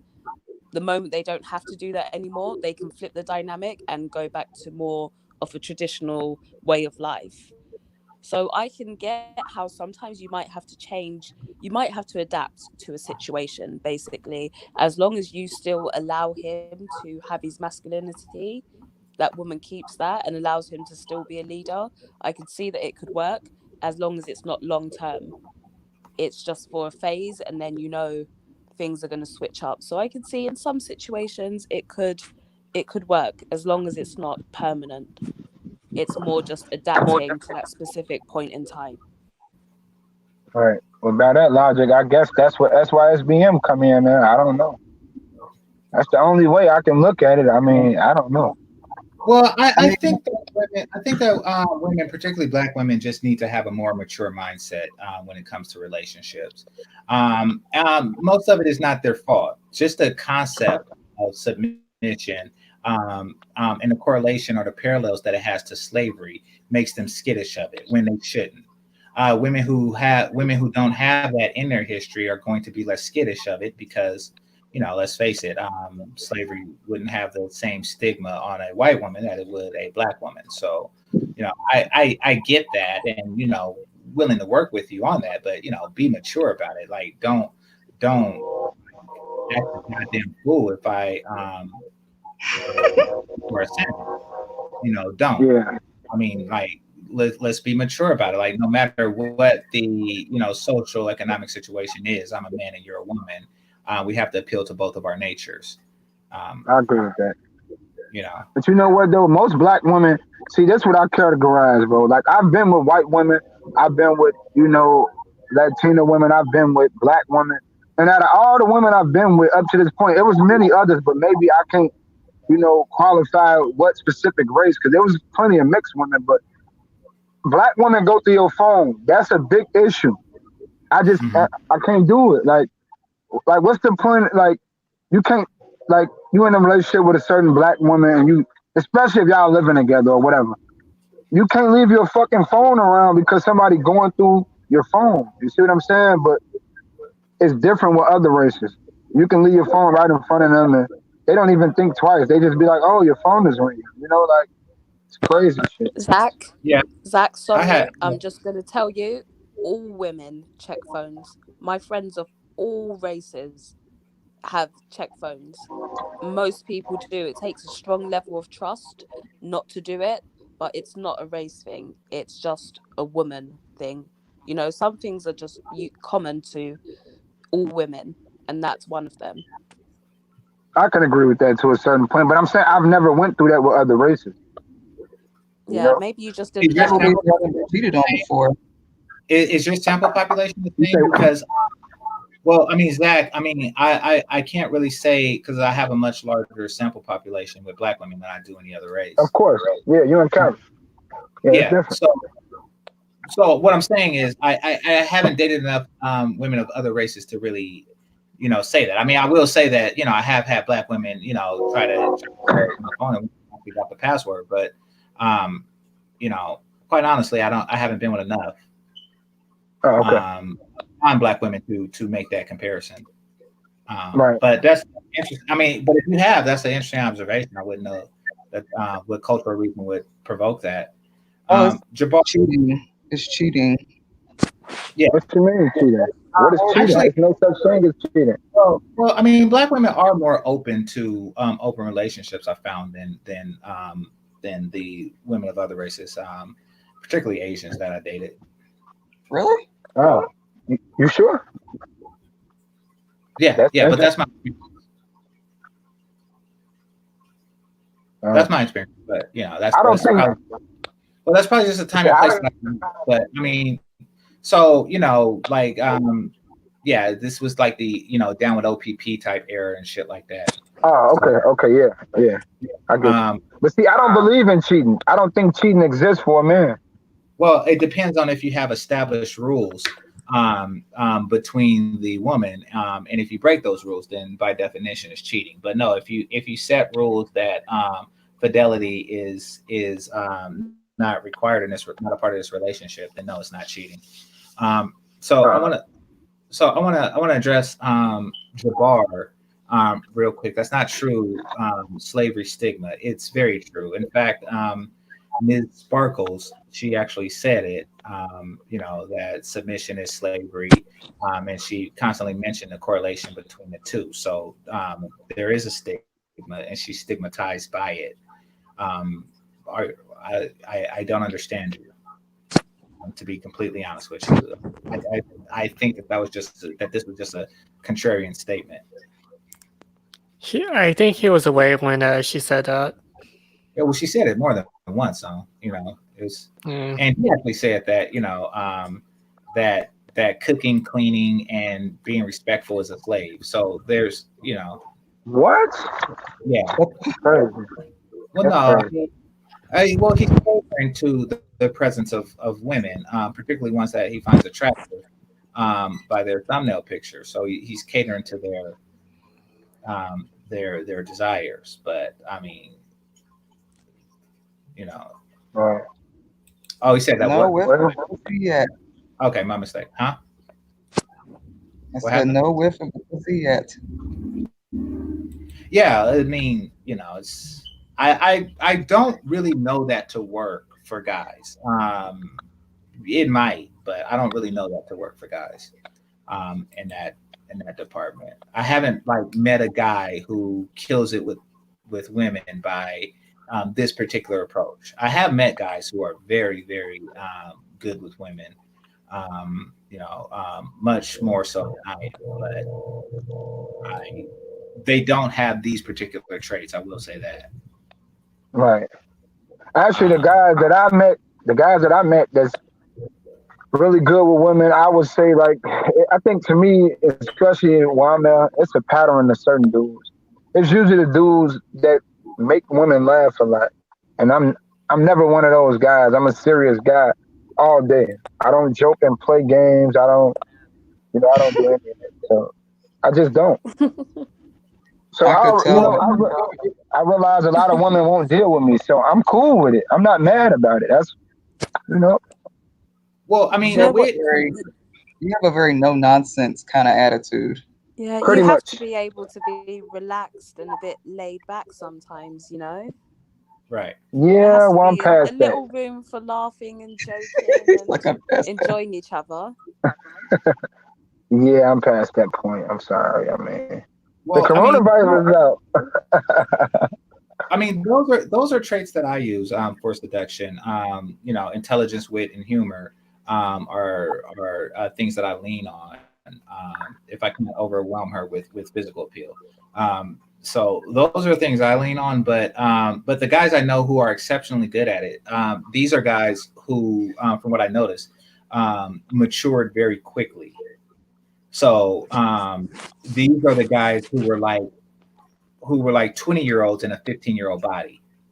Oh, yeah. I'm not talking about these guys had a very mature understanding of women, the world, and everything like that. So they had the maturity of adults, even though they were teenagers. And when they were in college, they had say like a 30 or 40-year-old, even though they were just college age. So they would have, okay, put it like this. If I were to go to college in my 20-year-old body, then I would be that dude now. So, however, they actually matured much faster than me, and they got to be it. So that's one of the traits I noticed about them. And this was regardless of looks, Same with women, though.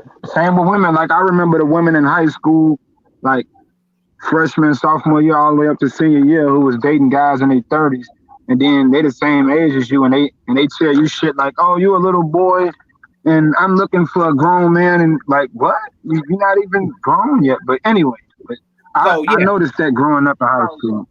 No, it makes sense. I mean, because women are looking for older, more mature guys. I noticed that too. And back in the day, there wasn't such a stigma with statutory rape. So high school girls would go out with much older guys.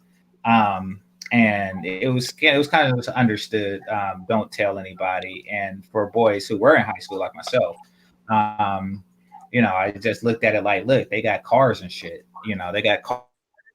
I'm waiting for my daddy not to be home. The fuck, I get it. They got mustaches.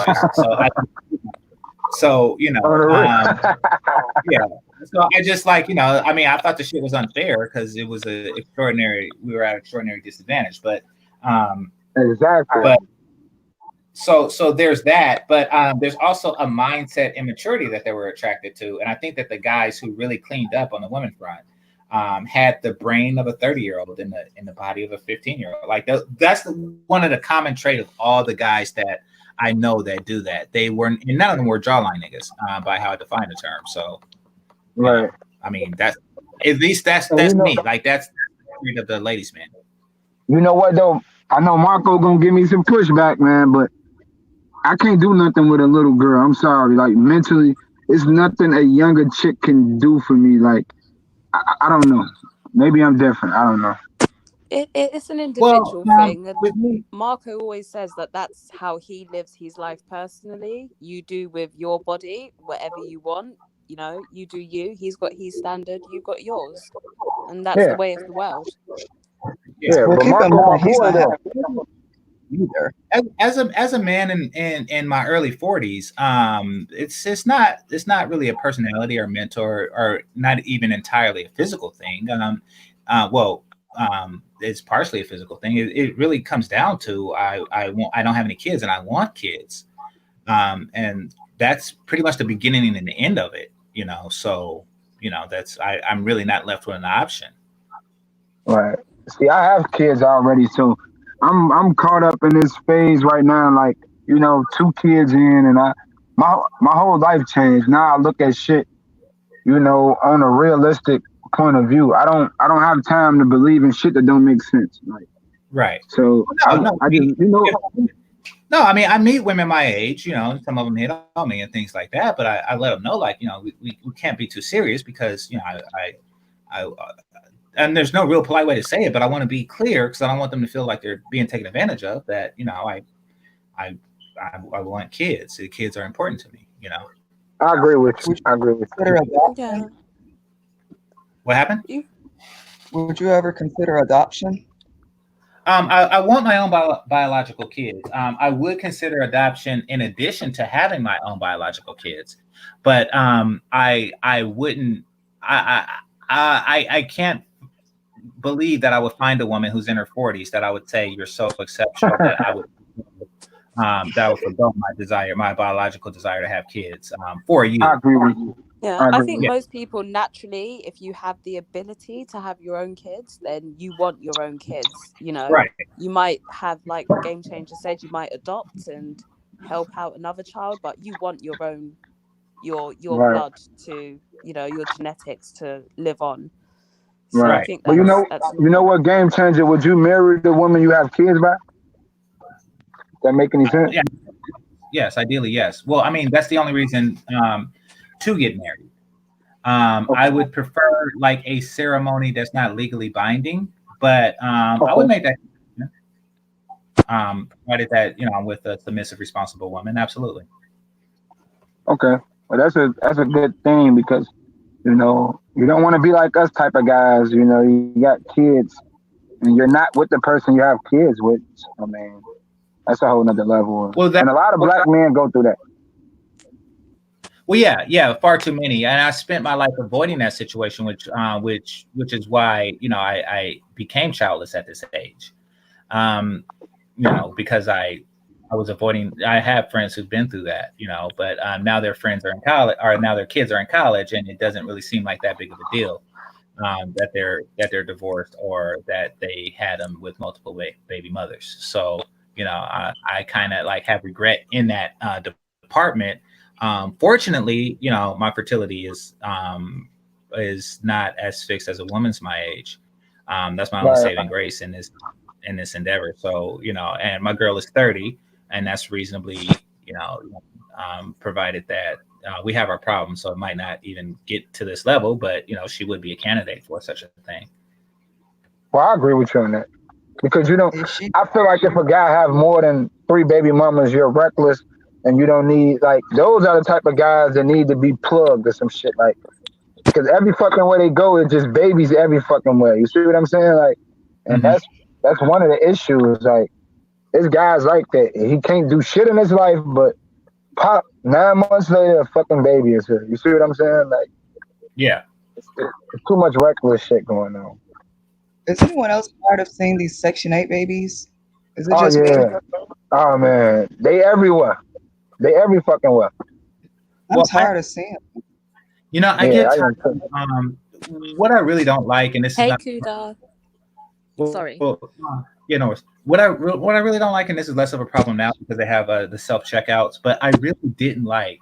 Um, well, no, I really didn't like those vouchers that the bitches use, where they sit there and fill it out, and it's holding up the line. Like they get Oh a yeah. bunch of milk, and then they take out this WIC book, and there's a longer process than regular people that just swipe their debit card and buy their groceries. So I didn't like And that. not to mention, she got 3 kids with her and one in the stroller while she doing this shit. That's the shit that makes me sick, man. Every Yeah. fucking where I go out here, you see They're one running chick with around like 5 kids, and she petting her damn head, poking her fucking face out like she just God's greatest fucking gift. When really you're irresponsible with your pussy. And a lot of women think that, man. They think just because they have kids, they grown, which is, that's very much like that's some immature shit. Like, I can't stand seeing women that have more than 5 kids, and Well, it's I not even don't. about one dude. It's not about one dude. It's either 3 or 4 guys, and it's like, how the fuck could you move from after the first one? You didn't get it? Like, what the fuck? Oh I no, don't that's Crazy. some think the And number the other of kid is Asian. Yeah. yeah, that's I some don't think purpose. the That's for number check. of kids is an issue. I think it's your situation. So if you can adequately provide for all 5 children, because I've got brothers and sisters, there's 5 of us, right? But we were provided for. We all come from the same parents. But if Okay, you that's can't good. provide for your children, then it's irresponsible for you to keep having more and more kids. If you're on Section 8, as you guys call it, and you've got 5 kids, that's irresponsible, you know? And if you continue to live that lifestyle whilst having more and more kids, it's irresponsible. But If you you know have, what? Oh, go ahead. Sorry. yeah, if you have, see, now this is the thing. For me personally, I don't judge a woman if she's a single mother.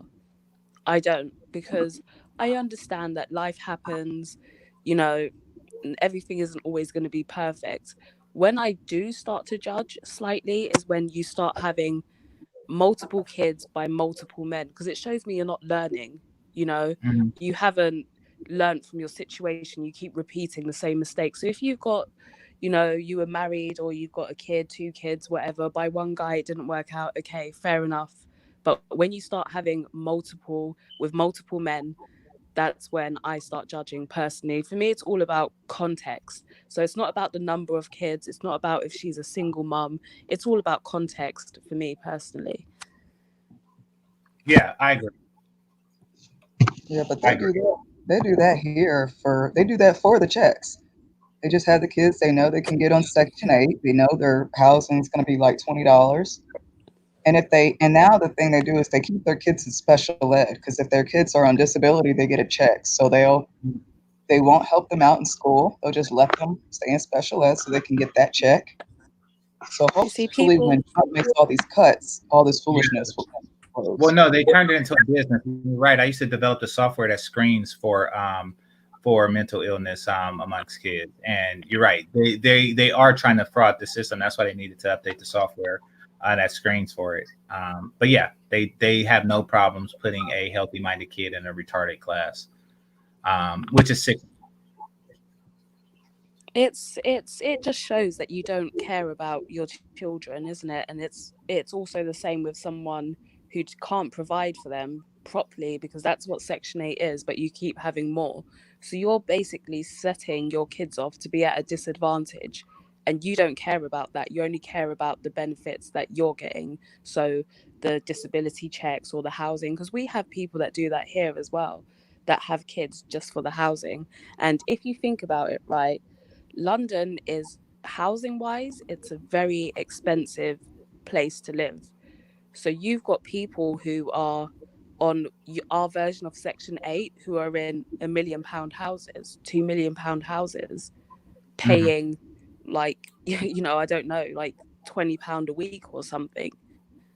It's ridiculous. So people do it here as well, but they are sort of trying to curb it. So what they're doing now is they're sending them out of London, they're housing them out of London. So because if you're housing them in that £2 million house, basically the government has to pay your rent, whereas the economy would benefit so much more if they rented that out to a worker, or if they sold that house to, someone who's willing to buy it. So the way they're combating it is they send you out to the countryside where the rent is completely different out there. You're going to pay, like, rather than a £2 million house, you're going to be living in £150,000 house. And they're saving a lot of money through that. So we have the same sort of thing. I don't know. You don't get vouchers here, but you do get money.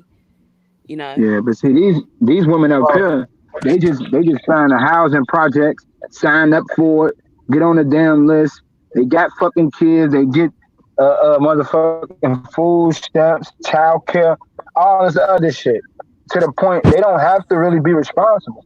If they wanted to get a weak ass Walmart job, which is most of these chicks, then this is what it is. Lazy. They want to, they just want to depend off, lazy. They don't want to have to do anything for themselves. It's easier to just leave somebody else. Yep. My gosh, like, I couldn't even imagine just being comfortable with that. Like, you're just comfortable. Because you have more class. You have more class than the average chick. Some chicks would just settle for that because, as most women think, I have a pussy. That's all that matters. No thanks to desperate men out here. This is what these women are doing. If you had more men with standards, these women wouldn't be like that. And that's why it's an issue, especially in the manosphere. You have men who say, "Oh, y'all simping," and then you got men who say, "Oh, you a trick." But at the same time, the guys is really saying that as the dudes who's really enabling these women to do the same shit. You see what I'm saying? So it's like a give and take type of thing. It's better off that you find women, who really got some type of culture and class. That's what I would say. I can't deal with a woman who can't fucking read and hold a conversation. That's just the reality, but most dudes can. I mean, I don't know. It's just different. I mean, I can deal with that's not a feminist. I don't expect women to, to grade calculus papers or any shit like that. It's not that I think that they're less intelligent. It's just that that's not part of a requirement that I have for them. It's simply not. But I understand that that's good for you, but it's not really what I require. I mean, if you could laugh at my jokes, that's a huge turn on to me. I agree with you. Yeah. Dear laugh at my jokes. But I require women to serve me. It's it's probably top of my list. I know it sounds bad, but I cannot stand stupid people. It actually irritates me. I can't stand them.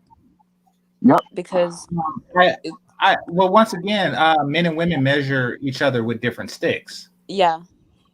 I get that. I think to men it's not always as important as it is to women. Even to some women it's not important, but generally women like intelligence. Men are more driven by looks and other elements of your personality. It changes between us too, but yeah, for me it's top of my list because I get irritated easily, and I couldn't.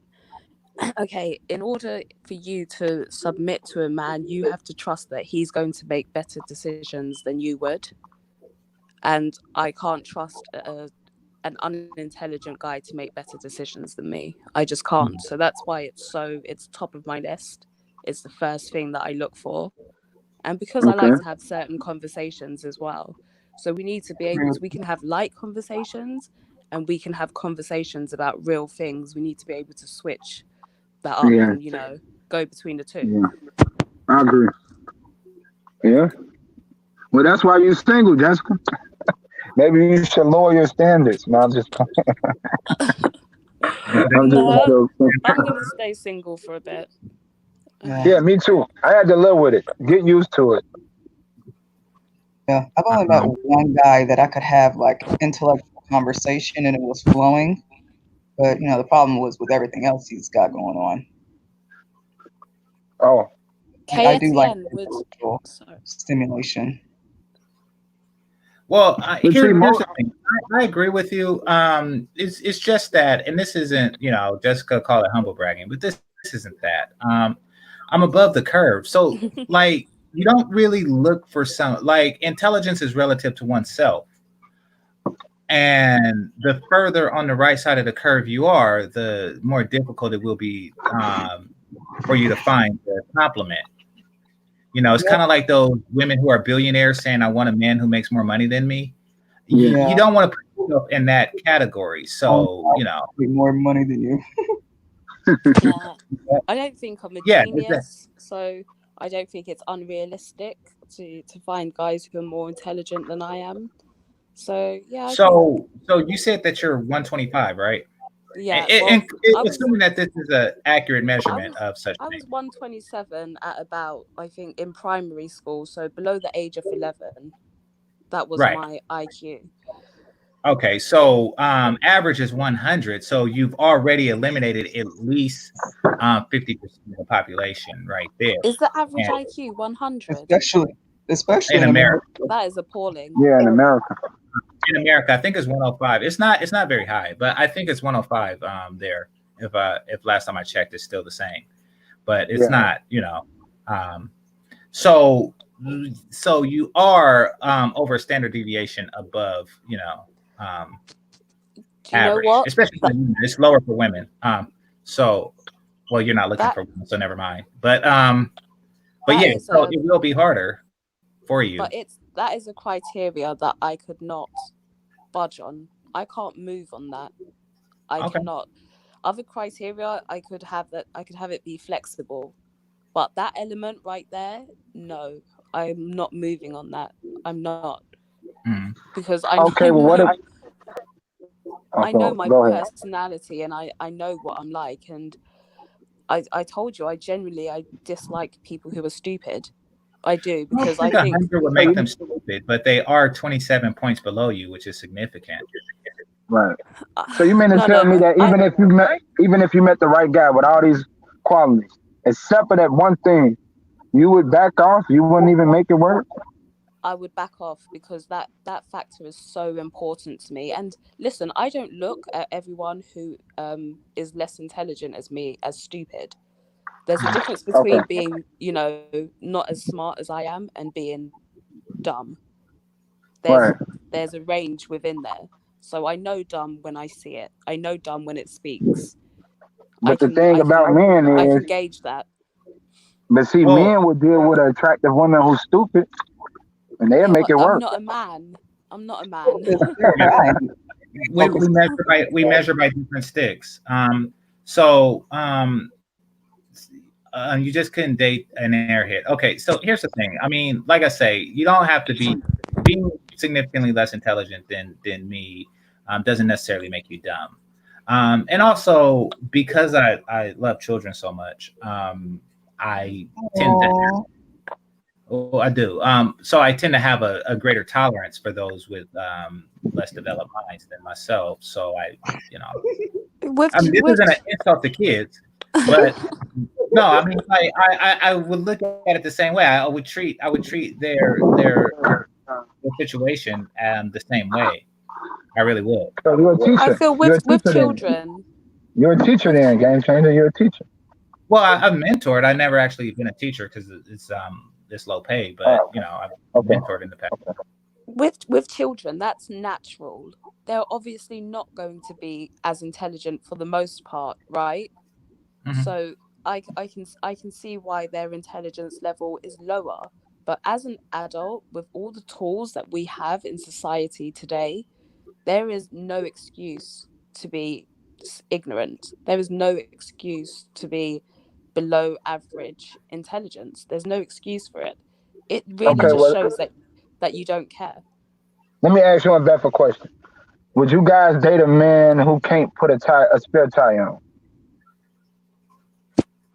Yeah. He'd have to learn, because me personally, I don't know how to do tires or anything like that. So one of us has to be able to do it. I No, can but learn if how he to was a do it. AAA guy, if he called AAA when stuff happened, Right. Wait, what? Oh wait, you said a tire? Right. yeah, Yeah, a Oh, tire. oh, I thought you said a tie. We He has might to end have. up stranded out on the motorway somewhere, And like he don't know how to do it. 3 hours away That's, from AA. That's not really going to work. I don't know. I feel like there are basic things that maybe your dad should teach you in regards to being a Exactly. man, and that's one of Right. them. How But to see, change a tire, those how to fix some household stuff. You should know right. that, just Those as a type of woman should guys know. are getting passed up. Those type of exactly, guys are getting passed up in America. I'm sorry about that, bro. exactly. Yeah, you really gotta. I think you do it more to Jessica because her voice is very soft. But Nah, I ain't gonna say that. I'm just listening. I'm gonna be quiet. You're right. You're right. No, it's not be quiet. It's just like there's a cadence, and like the other person not finished speaking all the time. But it's good, brother. We all have habits, you know. But yeah, it's. I mean, of course, I don't want somebody who's legally retarded. But I am flexible on that. I no, I mean, if you can, write a couple formulas and split some atoms, I mean, I'm not against you, but yeah. But you know, you guys are looking for. You're not valuing. That's not your. You're not requiring. What you require from a woman doesn't require such a high intellect. We want someone who no, you're Yeah, looking can for manage. leadership. No, I understand that. yeah. Yeah, So you're not looking for that in a woman. So if a woman's dumb, it's like most of what you wanted is to sleep with her. If she's a really hot chick, most of what No, you wanted is to sleep with her, and and sandwich. let's just be honest. no. A lot of No, relationships out here are built together, are strung together by just good sex. They are. I mean, So Well, not all the time. here's the thing. Both parties cannot be looking for their superior in the same category. So, if a woman is seeking intelligence in a mate, and a man is seeking intelligence in a mate, someone is going to be more intelligent than the other, and therefore one person is going to be disappointed. And it's not going to work. Agree. The yeah, same thing with looks. I mean, like if the woman is looking to be the ugly one in the relationship, and the man is looking to be the ugly one in the relationship, somebody is going to lose. Like, you're not going to find two exactly equally beautiful people. So, Right. y'all both just be ugly. But you know what? Game changer. Let me ask you. Do you think is there anything wrong with a man looking for a woman with intelligence? I mean, no, like I say, I'm indifferent to it. I'm patient if they're not. oh, okay. I enjoy the company of those who are, but I mean, even if even if she's not, I just enjoy different aspects. The person can be like, once again, I'm not talking about the retardeds. I'm talking about, a person can be fun, enjoy life, and certain things, without, and like sex aside, all the freaky shit in that aside, like you can still have like a fun loving, pleasant person, who can't fill up the chalkboard, with linear. So I mean, which is perfectly fine. I agree with you. I don't I agree require, with like, how often do you sit and talk about highbrow shit? you. But I'm saying though, that explains why I think my standards is too high, and that's why women they don't really deal with me. Like it's crazy now because like I tried to date, I tried to meet women and all this other shit, and most of the time, most women say, "Oh, he's crazy, he's weird, I don't understand," and all this other shit. But I think I'm a regular guy. I don't see nothing wrong, with that. But I could be wrong with, feeling that way. Maybe women think different about shit. I don't know, man. I just know it's crazy. I don't know. I think you wanted a vegan. You want someone who's intelligent. You want her to read Yes. a new book every month. You Yep. wanted someone who doesn't laugh and just wants to be serious. There were I mean, quite a few different, you know, there were quite a few different standards that you have that might turn some women off. I could see that being a possibility. That's a lot of requirements. Yeah, you want her to be slim, you want her to be Yeah. beautiful, this, that, the other, no kids. There's Right. a lot, you know. Sexy It's vegan. not mathematically I mean, feasible. I could deal with a woman who has kids if she already got her current situation basically in order. Like I can't deal with a woman who, if you're not with the child's father, get the shit in order. Don't try to be in relationships when it's an issue, because nobody wants to deal with you and your fucking baby daddy and all this stupid shit. This ain't Maury, you know. Like I don't No, I get understand. that. I So, get that. That's not unreasonable. So Jabari, legal Jabbar. retarded is yeah, Jabari, thank you. Legally retarded is a path to submission. It's not, and this is why the more intelligent women are submissive. You see, and here's the thing, and this is actually a side effect of why I generally wind up with more intelligent women, because for one, they're able to keep up with my humor, which allows them to be attracted to me. It's easier for me to seduce a highly intelligent woman than it is one who isn't, not for lack of trying. But so that's one reason. But two, it's because it's the more dim women who are more prone to not submitting, because they're following the first influence that entered their mind, which is television and just general feminism. It takes intelligence to go against the social norm. I mean, they're really already submitting, but they're submitting to the social situation. But you will notice that the more intelligent a woman is, the less prone to feminism she is. It's actually reversed, Jabbar. I always used to think highly intelligent guys that are, doctors and stuff, I always used to think that they wanted someone who was their equal, because I've seen a lot of Indian doctors and stuff, and they tend to match Marry up. other doctors and Yeah. So I always would feel intimidated with guys that are, really established. I'm like, okay, he's not even going to want me. He's going to want someone who's got their stuff together. Yeah, well, Zone does. Zone is of that type. I'm not, but maybe I'm not smart enough. I think it varies from person to person. I think a lot of the time within certain cultures, so like Indian culture, a big part of it is keeping wealth and gaining wealth within the family. So you can do that by having a wife who is also making good money, and then you're gathering wealth for the next generation. You've got more options. All of it is about keeping wealth within the family, and I think that's why they do what they do for the most part. Yeah, but then everyone's culture is different, so not every guy is going to put intelligence at the top of his list. I think it's rare for a guy to put intelligence at the top of his list. It comes pretty far down for most of them. Yeah. And I think for those guys who are with those women who are intelligent, it's not like those Indian guys you described. It's not necessarily the intelligence. It's more so the status, the wealth that comes with it, not necessarily the intelligence. And they also arrange marriages there, so that's a factor. And it could be arranged on these bases. I mean, I know that I know a guy who wasn't allowed to marry his girlfriend. I know two guys like that because they weren't doctors, even though these were software engineers.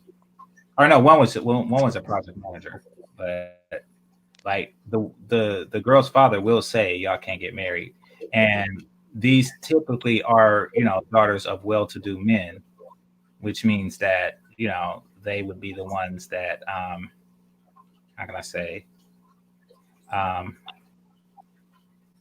they would be the ones who are most likely to have doctor daughters themselves. Yeah. And they want to keep that standard and that tradition going. Exactly. But homosexuals do not make it far in the Indian culture at all. Definitely not. Definitely not. I think it's practically almost non-existent over there because it's so frowned upon and it's not allowed. Mm-hmm. It's not allowed by society and the people within society itself. So it's I don't even know if you'd even see it. It must be very, very rare because the culture doesn't breed that sort of behavior. Right. Whereas when you come to, England, America, you do see that happen. It exists kind of a lot in certain social groups. You see it more often than others. Mm-hmm.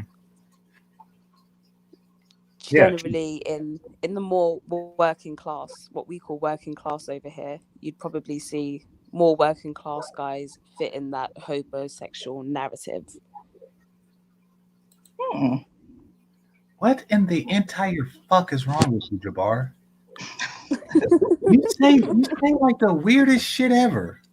That quarantine is fucking with him right now. Oh, somebody else was fucking with him? No, I think that quarantine is fucking with his mind. Oh, you said quarantine. I thought it was like another chick. Yeah.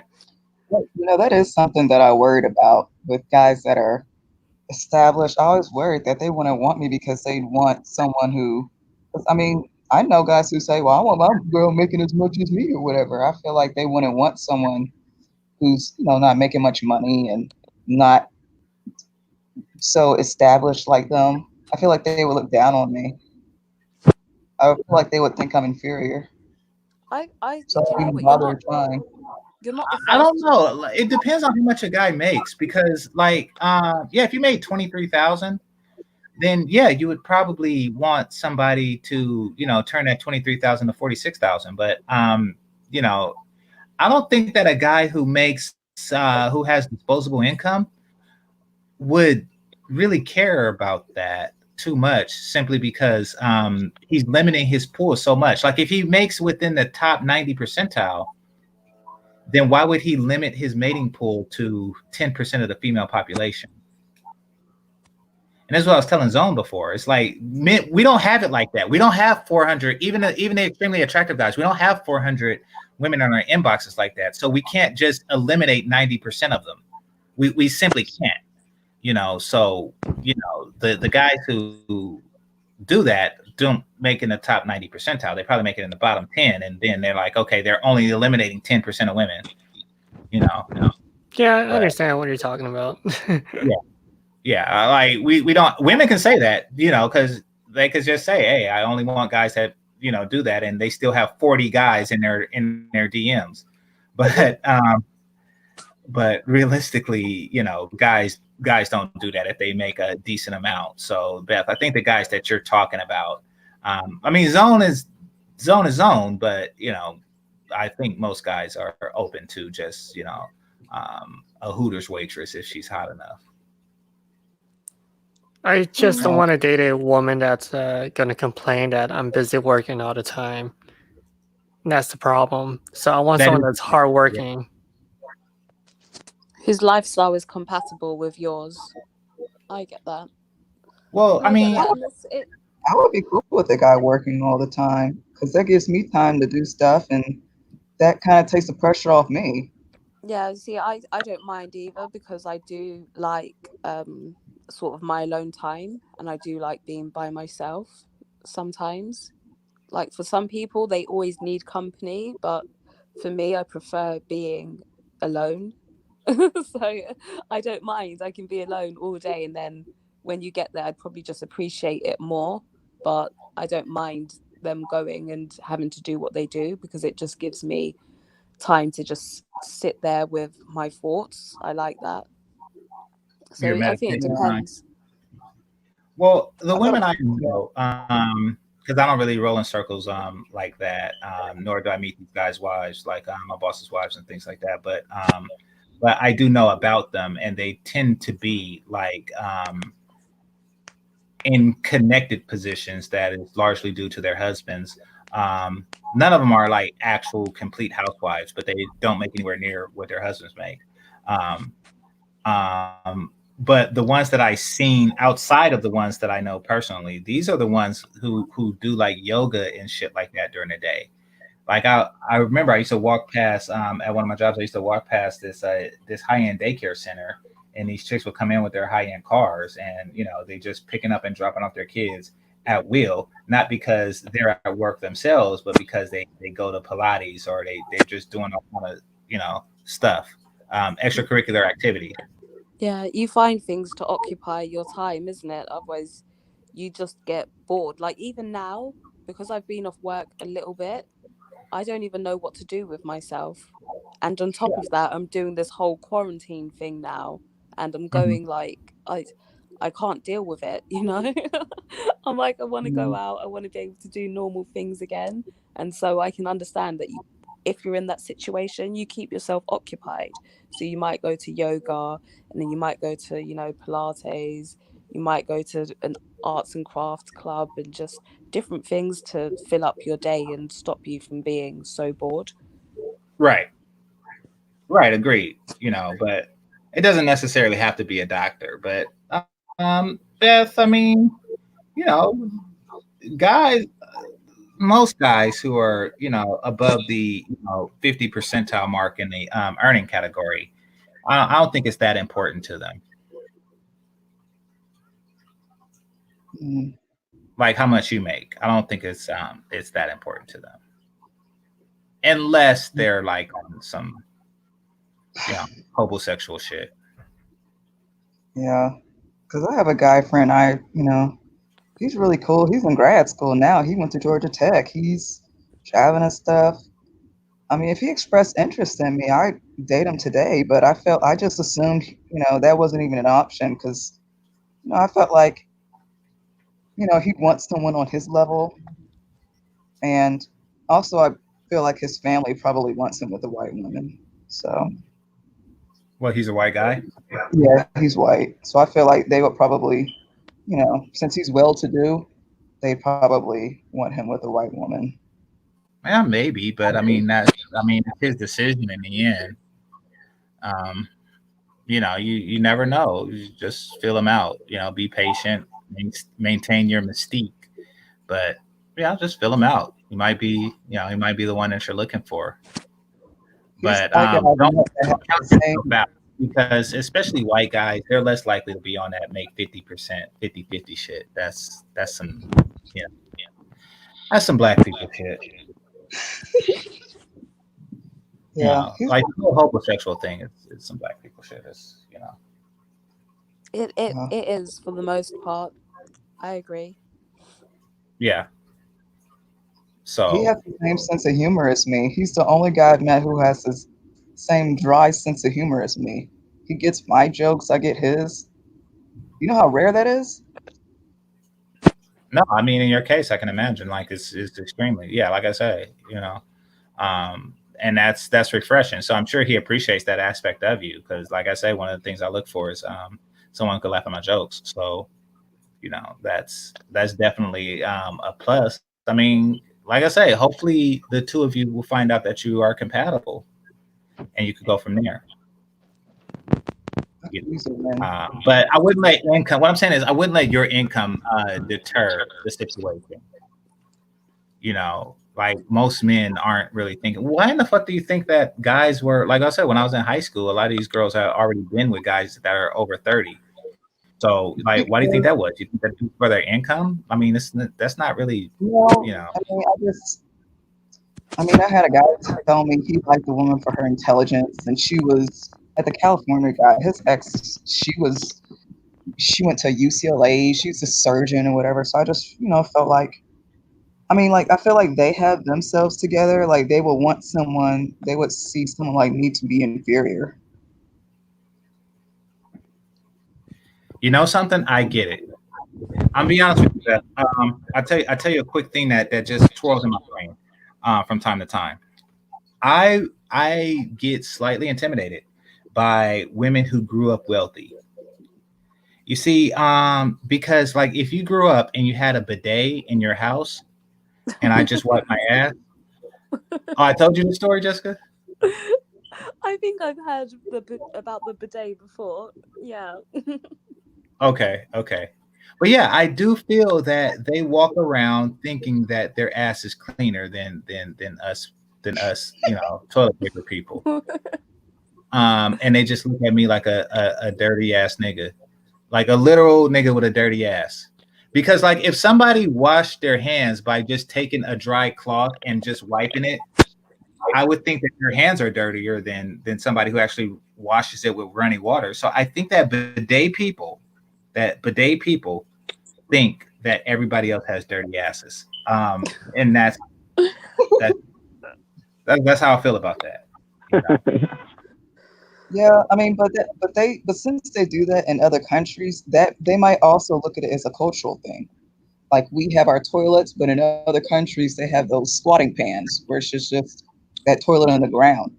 And you just No, use I'm your talking. So a bidet is a device that squirts water in your ass and washes it after you take a and that's not common unless your family has that type of money. So if you grew up with it, then it's something that you've grown accustomed to, and you've always had a cleaner ass than those who grew up like myself in Oakland, and we just shit in the toilet and wiped it with toilet paper. Yeah, he said dirty ass, huh? I get the whole thought of being intimidated because you feel as though you don't quite meet the requirements, but in the reality of it, right? They realize that most people do not have the advantages that they have. They realize that most people aren't on the level that they're at, and so you'll find for the most part they're not judgmental about those things. They're really not. I'd say a good 80% of them are not that way. So the chances are in your head, you're sort of destroying the possibility of anything happening before it even gets the chance to happen. You've already, stomped out that dream before it happens. And don't do that because it's not as it's not as big of a thing as you think it is. Sure. It's not, and I feel like through a lot of things that you say, sometimes you think about it too much and you sort of destroy the potential of what is to be just through a few different stories that you've told. And that's why I say, like, stop overthinking it, stop overthinking it, just let it happen. Let it happen. Well, you're talking to me or Beth? To Beth. Yeah. Yeah. But does she lower her standards? I mean, what are you implying? Does she have to give up certain things in order to really talking? Yeah, sorry Zach. about that. Can you hear me? Can you hear me? My bad. I can't hear you. Yeah, Zach is talking. Yeah, she'll be back. I was just saying, like, GameChanger, what do you think? Do she lower the standards or does she give up something for the possibility of getting a real mate and being in a relationship? Because if she have these things that, these requirements that she's seeing men, I mean, I don't see nothing wrong with her having to change nothing. Maybe the guy that's for her would just fall out the sky. I don't know. Well, from what I observe is that she internalizes incompatible situations as a failure of her own, for one, and for two, like Jessica was saying, she assumes that she's not adequate for the guys that she really wants. But yeah, Jessica summed that up better than me. I don't know if it's a thing of high standards, and perhaps there's that too. But nothing she really stated indicated that. But it was those two things primarily that stood out to Jessica. I mean, specifically, Beth, what are you true? I mean, it's hard to ask a woman that, but it's easy to ask a woman, what are you looking for in a man? Every woman have their own things, but I'm talking about as far as a woman who's really secure in being with that particular person and not doubting it. Yeah, I mean, so she's really looking, because I mean, Beth, you could probably answer this better than I am. Like, what are you looking for in a man? But I think right now you want to secure a long-term relationship, and the individual traits probably isn't as it should be. Am I correct? Yes, I mean I like him to be just like just professional, upstanding, clean cut types. Okay. Yeah.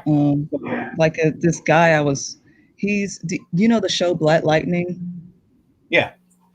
So they filmed that out here, and the director, he has a son. He's a production assistant and works on his sets, and he's tall, and his dad even put him on blast and said, you know, he was single and complaining about it, and you know, he just seemed like such an earnest, nice guy. But I just figured, you know, his dad's the his dad is the director of Black Lightning and Love Is. Like he's most likely going to be well on his way to that.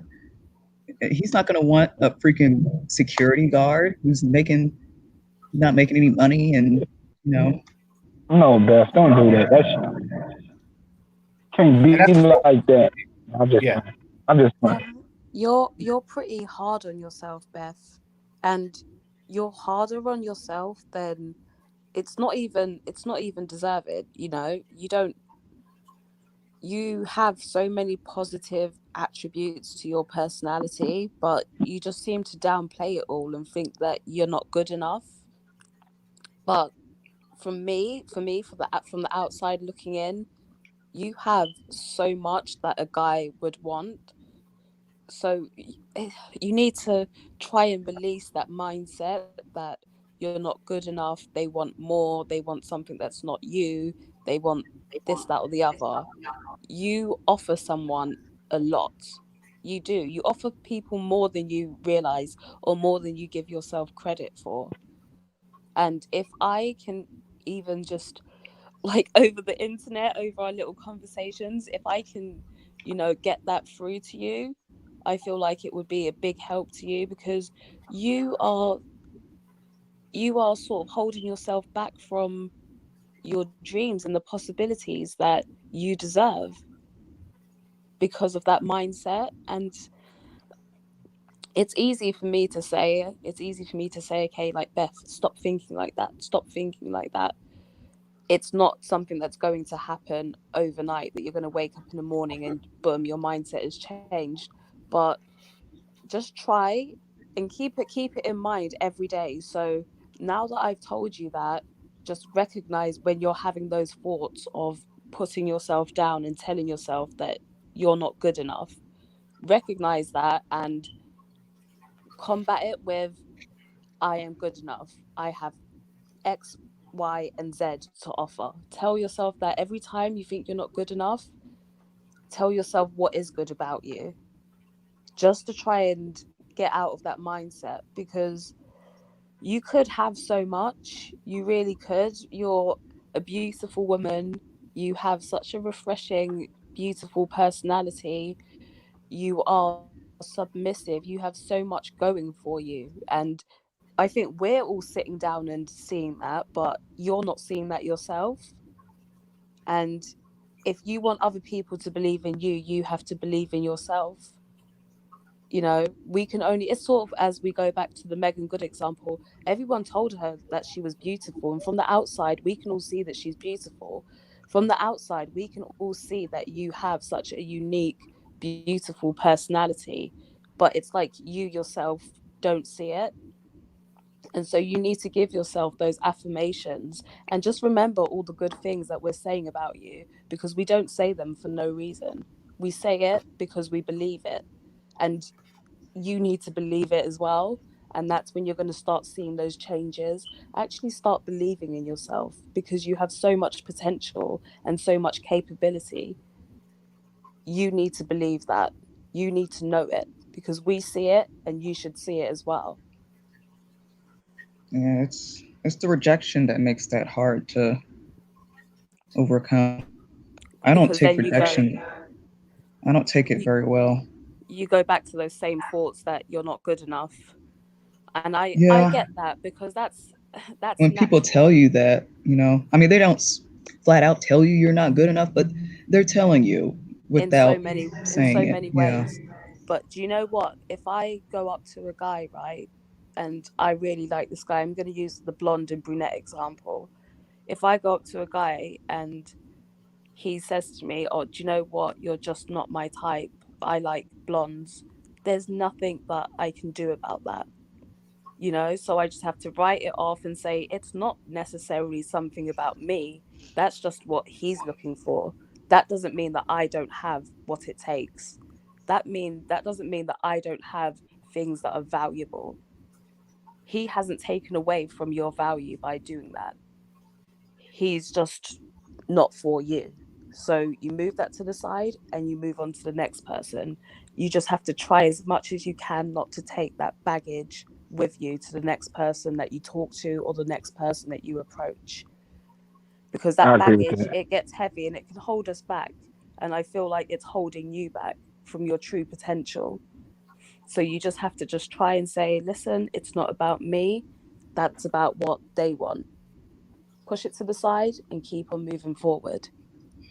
Yeah. That's hard for me to do. I don't see whenever I always take it as some other girl pulled the right moves or she was better in some way and how could I have been better, and it just I get that, because I get that it's one thing me saying it, but to actually put that into, reality is a very difficult process. And it's not going to happen overnight.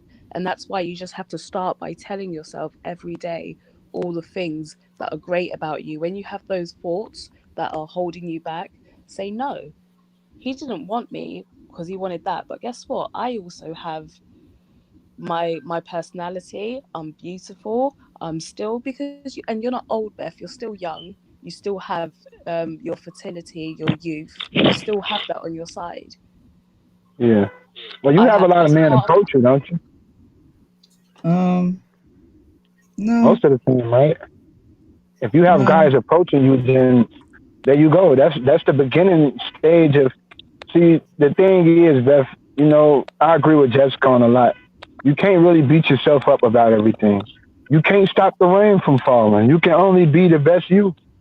So you have to learn how to relax and just think things through. Now, if you want these particular guys that you want so bad, but the circumstances is different, like you just mentioned, the one guy, you said his son was he was a movie director, some shit like that. Then those are the type of guys that you really want. But in real time, it's many guys that's willing to, meet you, go out with you, or some guys they might try to speak to you. It's all about how you take it. Can't you can't worry too much about things you can't control, and that helps a lot. The shit is not easy, but after a while it go away. Then you can move on to the real stage, which is dating, relationships, and shit like that. Now I'm gonna throw sex into it too. See, sex is a key.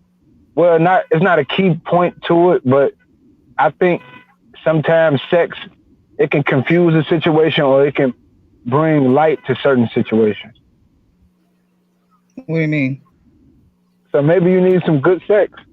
It sounds like, it sounds crazy, but where can she find that? Where can she find that, Zach? People have been telling me since high school. People have been telling me since high school, you seem uptight, like you need to loosen up and get laid. not just get laid, but I mean, have a genuine encounter with a man that, you can have a connection with, and you go from there. Y'all have butt naked, sweaty sex, then so be it, I guess. I don't know. I don't think it's a sexual thing, I think it's more of an internal thing with you, Beth. And sex isn't going to cure that, okay? It's more just about you improving the way that you see yourself, because I feel the way that you see yourself is distorted. You don't realize how much you have, and that's where the distortion is. You're not seeing what you have to offer. And it's like, Bev, if I have to keep telling you 100 times over that you are great, I'm going to tell you 100 times over. Well, And I see. that's not something that I say lightly. I'd only say that if I truly believe it, and I do. And if I can just drill that into you, I'm going to do it. Well, I see my worth the way guys see me. So if they see me as just like a hookup thing, then that makes me feel like I'm useless or I'm worthless. Okay. I mean, for one, Beth, hookups aren't really useless to guys. You will always have that particular use, and that's. I mean, useless, just like not worthy of this love and yeah, exactly. that. But I mean, so you have that use no matter what, but you want a greater use, and I think what Jessica is saying in that regard is that you can find it, but like she said, you probably get intimidated by those who, I mean, I can tell myself I'm this and that, but if the person I'm interested in thinks that, doesn't even think I'm worth responding to a message to, where did that get me? That's the thing. I've only loved 2 guys in my life.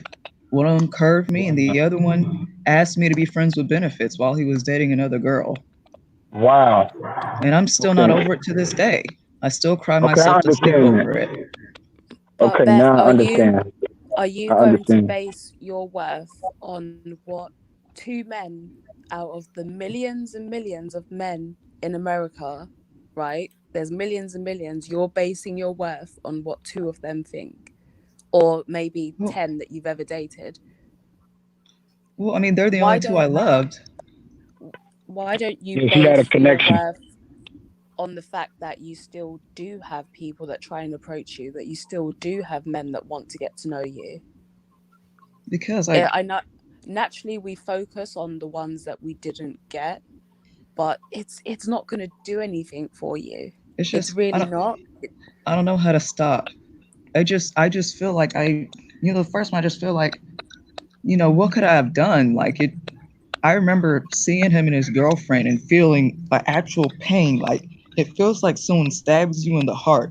And I remember what that feels like. And it's just like, I checked up on him on Facebook. I saw when he got with other girls. I cried, and he's married, kid now, and I'm still not over it. Do you know what? Sit there, right? If you can, have a discussion with him and ask him what were the things that he didn't like. See if there are points that you could improve on, because I think that's the wrong move. No, because we can all improve on something, and maybe if he got to know Beth deeper, then he might see something else. We can all use self-improvement. No one's perfect, so there's always room for improving ourselves, so that's definitely something that you could do. But along with that, see what those improvements are that you could make, and continue every day to tell yourself everything that is great about you and work on those things that you can do to improve yourself. And it's not going to happen overnight, but gradually you are going to start breaking that routine that you have got yourself into, which is putting yourself down and telling yourself that you're not good enough. You've told yourself that you're not good enough. Well, guess what? Now I'm going to do X, Y, and Z to improve what I am. I'm not going to be that person that's not good enough.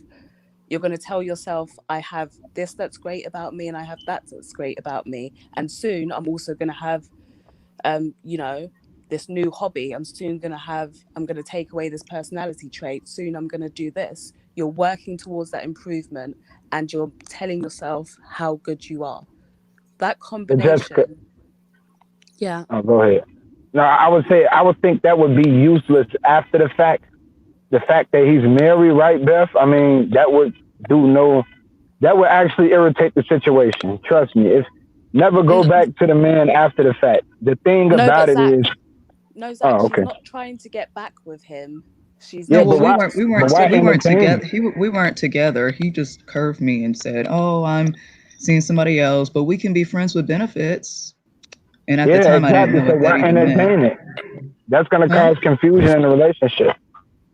See, the thing is, you're gonna have to find a new dick to get over that guy. That's just the reality.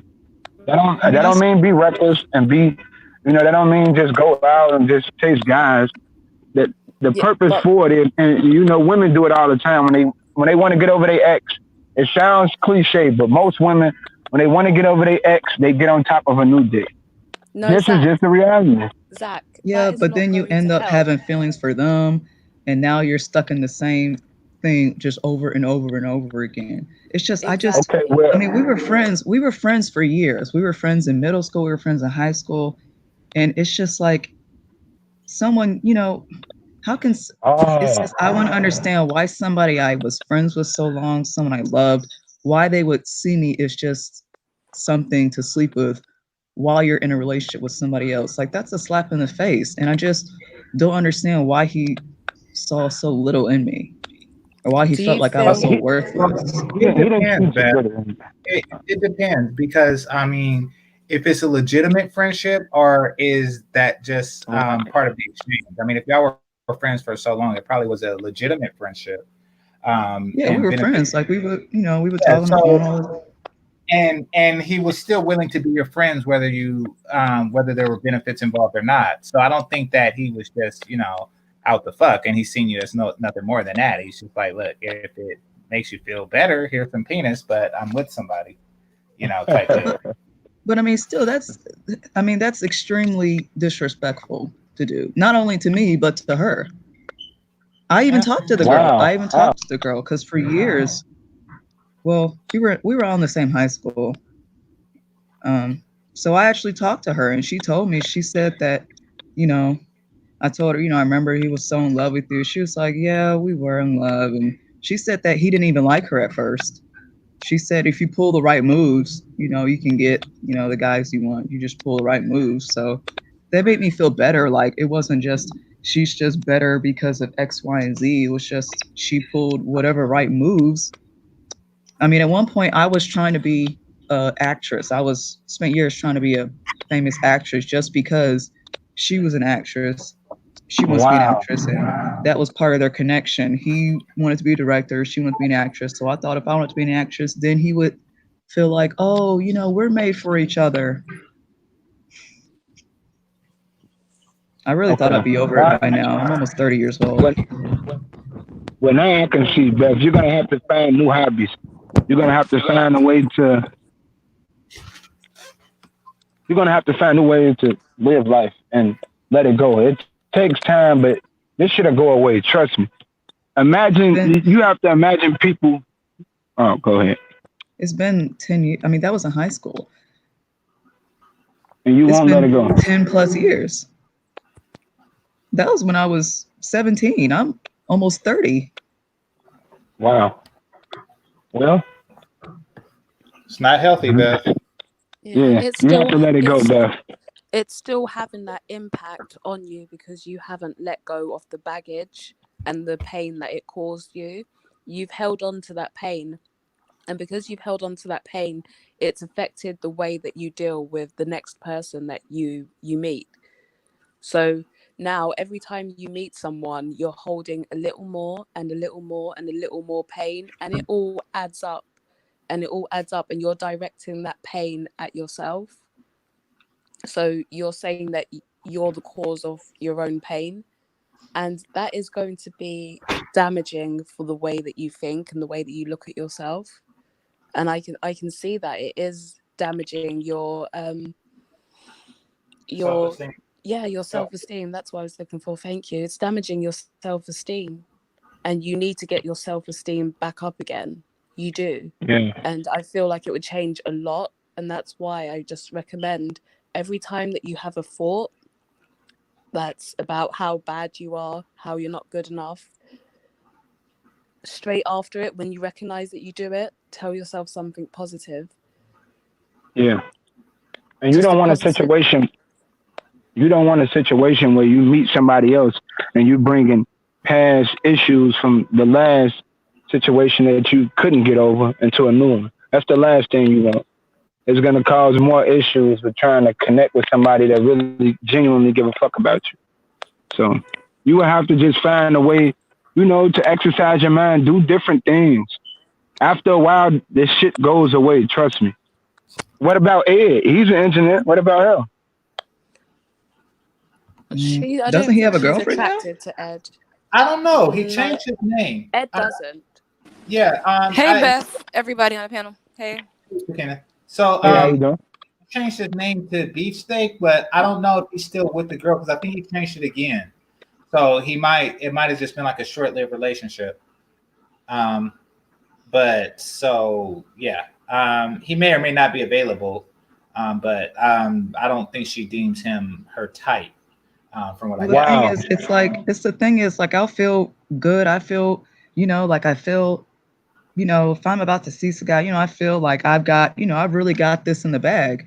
And then, when they ghost or whatever, it's like, it just takes me down to just Do you feel nothing. like, not to cut you off, do you feel like you're chasing more than they're chasing you? Yeah. Yeah, do you feel like you're chasing them more than they're chasing you? Or is it Yes. equal? Well, yes. Well, they're not, Yeah, you they're gotta. not chasing me. They're not Oh yeah, going to you need come a after guy that's me. chasing you. That thinks you're like fine as hell. Because I feel like that's the only way you really are gonna get, benefits or somebody that really wants you. Because most guys, like, even if you're nice, like, it's based off of attraction. Like, if you're not attractive to him, he's just gonna brush you off. Now he might sleep with you just for the time being, if there's nobody around. But you want a guy that's chasing you. And I think a lot of females, like, can y'all hear me? Yeah, I can hear you. You but And what? So go ahead.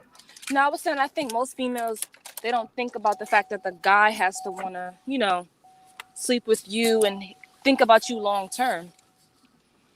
So you have to, I'm like GameChanger says, you have to have that femininity and, cook a sandwich and all of that. But at the same time, he's got to be attracted to you as well.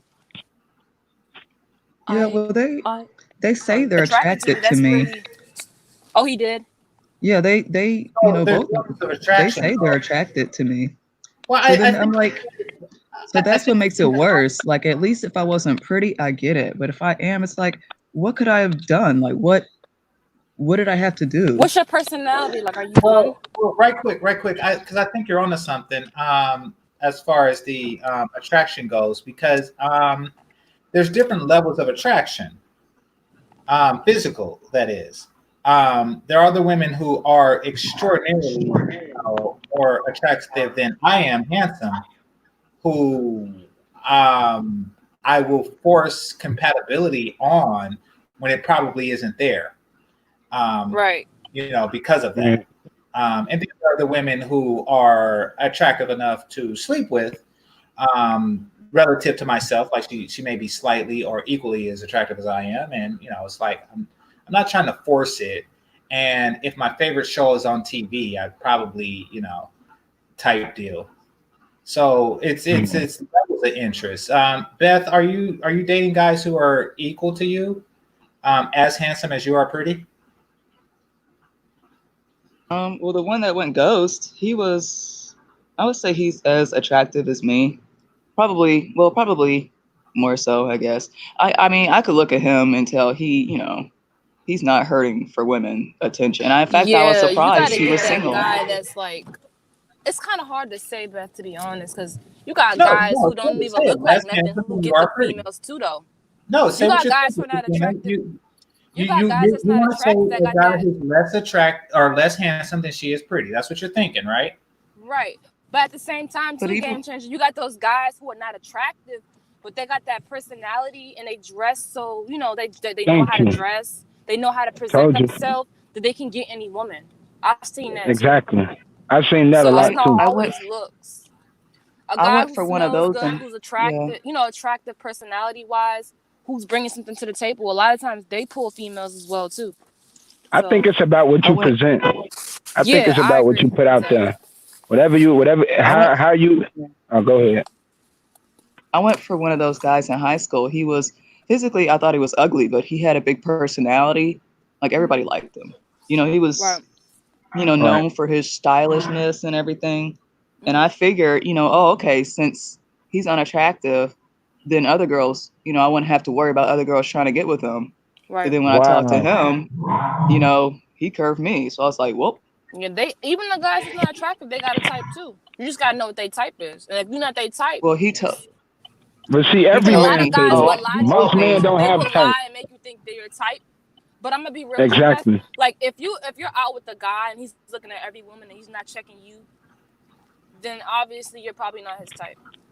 No, that's not true. Most men, that's not true. Well, most men are gonna look, but I'm just saying, if a guy is Look. embarrassed to be out with you, that's it. I mean, that's sign enough.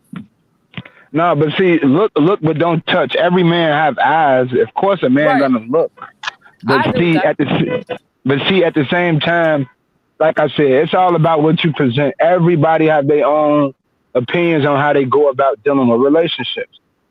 Unfortunately, Beth just gonna have to find something different to break her up out of this, and then she can look back on it and say, well, you know what? I used to love that dude and yada yada, but you know, she moved on. Everybody go through a point of their life where they can't let certain things go. You know, it's not easy for everybody, but it's all about how you take it. Like, I can be pissed off at the fact, of a chick who, you know, didn't go for me in high school. I could be real pissed, like, you know, and then I could say, damn, she chose this guy. I know I'm better than him, but at the end of the day, I learned to move on because you can't change everybody, you know? Right, that's true. Yeah, you just gotta find that guy that's like GameChanger said, that's not as attractive as you, but that still is bringing something to the table. And a lot of times, females, they know that guy, but it's just like the thought of that guy, like Beth said the other day, like it makes you sick. But it's like that's the guy for you, for real. So let me get this straight. You gotta pick and choose. Like, is it worth it for you to be alone? Or is it, you know, chasing a guy who doesn't really want you, that's going to keep curving you or calling you whenever he, you know, is done with the other chick? Or that guy that's going to, you know, give you his all, and, you know, he might not have the looks and stuff like that, but he's a good guy. But, I mean, why are y'all saying looks? Men are not meant to be super fucking pretty like women. We are meant to be I'm saying, more but some masculine. females are about looks. Or then she's not responsible in picking mates. Right. She's not responsible in picking mates, because you got to think about it. You got men out here that go for, you know, sleazy ass women who are attractive, but yet she can't do half of what the next responsible woman who also attractive, but guys put the stigma on her as she's weird, boring. She, you know, like it's that type of shit. But at the same time, they'll go choose a sleazy looking stripper, a slut, somebody who and this would kill me about guys. Why do y'all want the women that every man want? I don't understand. They want that woman on their arm so they can brag to their friends. That's cheap. I would never do that. Never do that.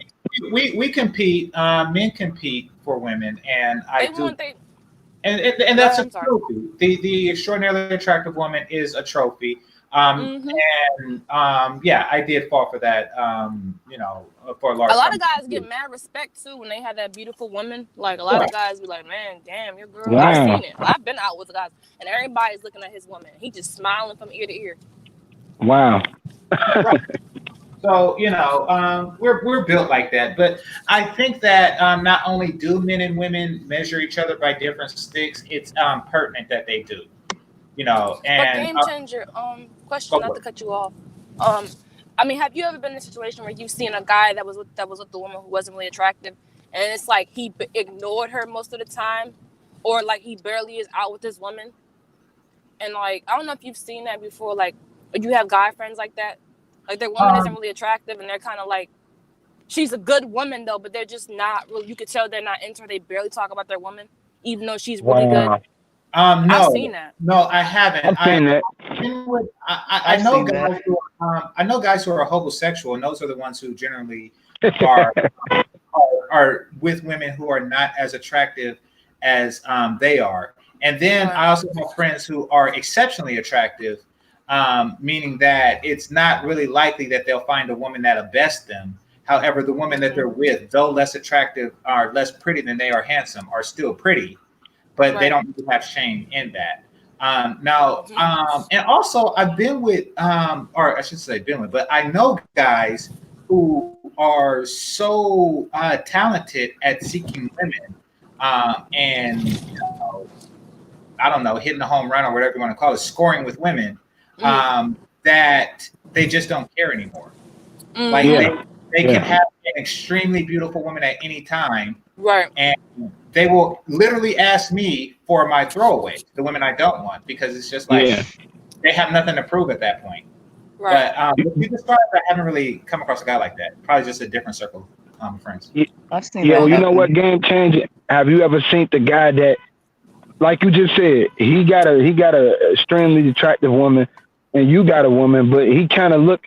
I've been in a situation where a guy, his chick was, man, sexy as hell, but he was like, man, I want what you got, bro. Like, you know, and my girl was more cooperative, submissive, and understanding. You see, like the things he went through, I didn't go through. Right. Well, there's a belief that attractive women are not submissive, cooperative, and understanding. And that's because, first of all, that's the rumor and a belief that's held by unattractive women that they want to perpetuate. Right. So men don't shoot for the stars. Right. But men will always shoot for the stars, though, regardless of what people say. Yeah. So, Yeah, exactly. But so there is that belief, and also people feel that things have to be balanced, but it really doesn't. They assume that if a person is smart, he has to be physically weak, or if a person is physically strong, he has to be dumb. Like people think that there's balance, but really there are just exceptional people in every way that you could think of. Or another thing too, that I've noticed. I agree with that, bro. Like, Go for it. Yeah, I was saying another thing that I noticed is like a lot of people think like if you got a guy who's smart, who's a smart guy who might not be from the hood or whatever, he's lame, and I find that shit weird. Like some of them guys are like the best guys out there for real. And a lot of them guys like they know how to hold their own, but it's like they don't need to because they're not around people like that are doing certain things. Right. Well, they need but to you know prove what? stuff. But you know what? When I didn't hear that until YouTube. Like I didn't, I got called nerd, but I didn't really see it as a bad thing because I was a nerd. Like I didn't actually hear it on the block. It's weird. It's weird as fuck. No, because it started with like the only females who got an issue with a guy who's smart and attractive, not attractive, but who's smart and might be a nerd. It's a ratchet chick. That's it. Yeah, but you see, they would call me insecure if I said stuff like, I can't be with an extremely attractive woman because that's just too much for me. And they be like, oh, that's insecure. How? Like, it's order with me. It's order with me. I don't want a woman that every fucking dude wants. I don't want that. If I walk to the mall with you and everybody's breaking their fucking neck, that is the issue with me because I like to live in order. I don't want all that attention around me because I'm not an upfront type of guy. You see what I'm saying? Right. But people would say, "Oh, you probably need, Beth, a guy like him." Yeah, probably. No, but see, it's a difference. It's too complicated. Every guy is different. Some guys are complicated. Every man have their own ego and how they deal with things. I can't be with a chick that look like Rihanna and every nigga want her. I can't do it. I might as well let her go. Not because I can't handle her, because I could, and I don't have time for random shit. And that's why any woman I get with, she can't have a Facebook page. A lot of people call that insecure. We're different, Zach. I do not care about that. I do. Zach, you and Beth might need to walk on the block. I'll walk on the block with the baddest ever and tell the niggas to eat. I eat meat though. I'm not doing vegan. Yeah. I like meat. Zach, you I like Nathan's hot dogs. I like Nathan's hot dogs. Let me speak to something real quick. Let me speak to something real quick because I want to speak on something. Jessica, can you hear Benjamin? Benjamin, what's up, bro? What's up, Zach? What's happening? Jessica, can you hear? Yeah, I can hear him. Okay, cool. Go for it. Yeah, I want to speak on what Beth said earlier about how the guy who she had her eye on was dealing with a chick who was an actress. So she changed and went into going into acting. Now, this is some advice for Beth and also the younger brothers and sisters coming up behind. What I see from that, what I surmise from that story that she told is that she put that guy up on a pedestal. And to the young brothers and young sisters, never idolize somebody in your mind to where you put them on a pedestal to where you will make drastic changes like that. Now, I'm not coming down on you, Beth, because we're all not perfect. I've done some dumb shit in my life too. I've done some shit in my life as well. But that's a learning experience. Never put somebody else on that type of pedestal, because in all honesty, you really don't know what it will be like to be in a relationship with them. Like, we all have our ideas in our mind what it would be like to be with that super fine chick that laughs at all your jokes, but you really don't know until you know. So my advice to you and to all the young brothers and young sisters coming up that might be dealing with something similar to that is focus on something higher. You know, for me is in my own personal journey, spirituality, you know what I mean, my God or whatever, and my personal development. No, I disagree. I agree think with that. I think that there's nothing higher that Beth should be focused on right now than to find a proper penis and submit to it. I think that's no. It sounds funny, but no, I'm being 100% No, I agree honest. with you, GameChanger. I agree with you. No, Yeah, GC, I do agree with you on that point, but do you think that she should have just like changed her whole, well, not her whole life, but if she was in college, if she was in college for accounting, and then she said, oh my God, this guy's dating a actress chick, so let me change my major to theater. You well, think I she should have did that? be willing to do that. Now, I think that if she were with him, then and he desired or required that of her, then absolutely. However, she wasn't. So I think there is a hyper focus on guys that she's not with. But she does have a healthy, and I don't mean to make this sound bad, but she does have a healthy thirst. And I respect that and appreciate that. Can y'all hear me? But she was willing to go the extra mile. Yeah, she was willing to go the extra mile to be that for that guy. Yeah. I know who I was. I mean, I know at the time I was thirsty for him. Well, yeah, I mean, but the extra mile very likely wouldn't have taken you there. Is what I'm saying. So I'm not saying that desire is. I'm saying that your desire is healthy. In my opinion, it's simply misplaced. But what I want to do, because here's the situation, and I hope Jessica comes back. But what I want to do is I want to let the ladies give her the advice, whether on or off air. And that's simply because, you see, here's the thing. Women know what men want better than men know what we want.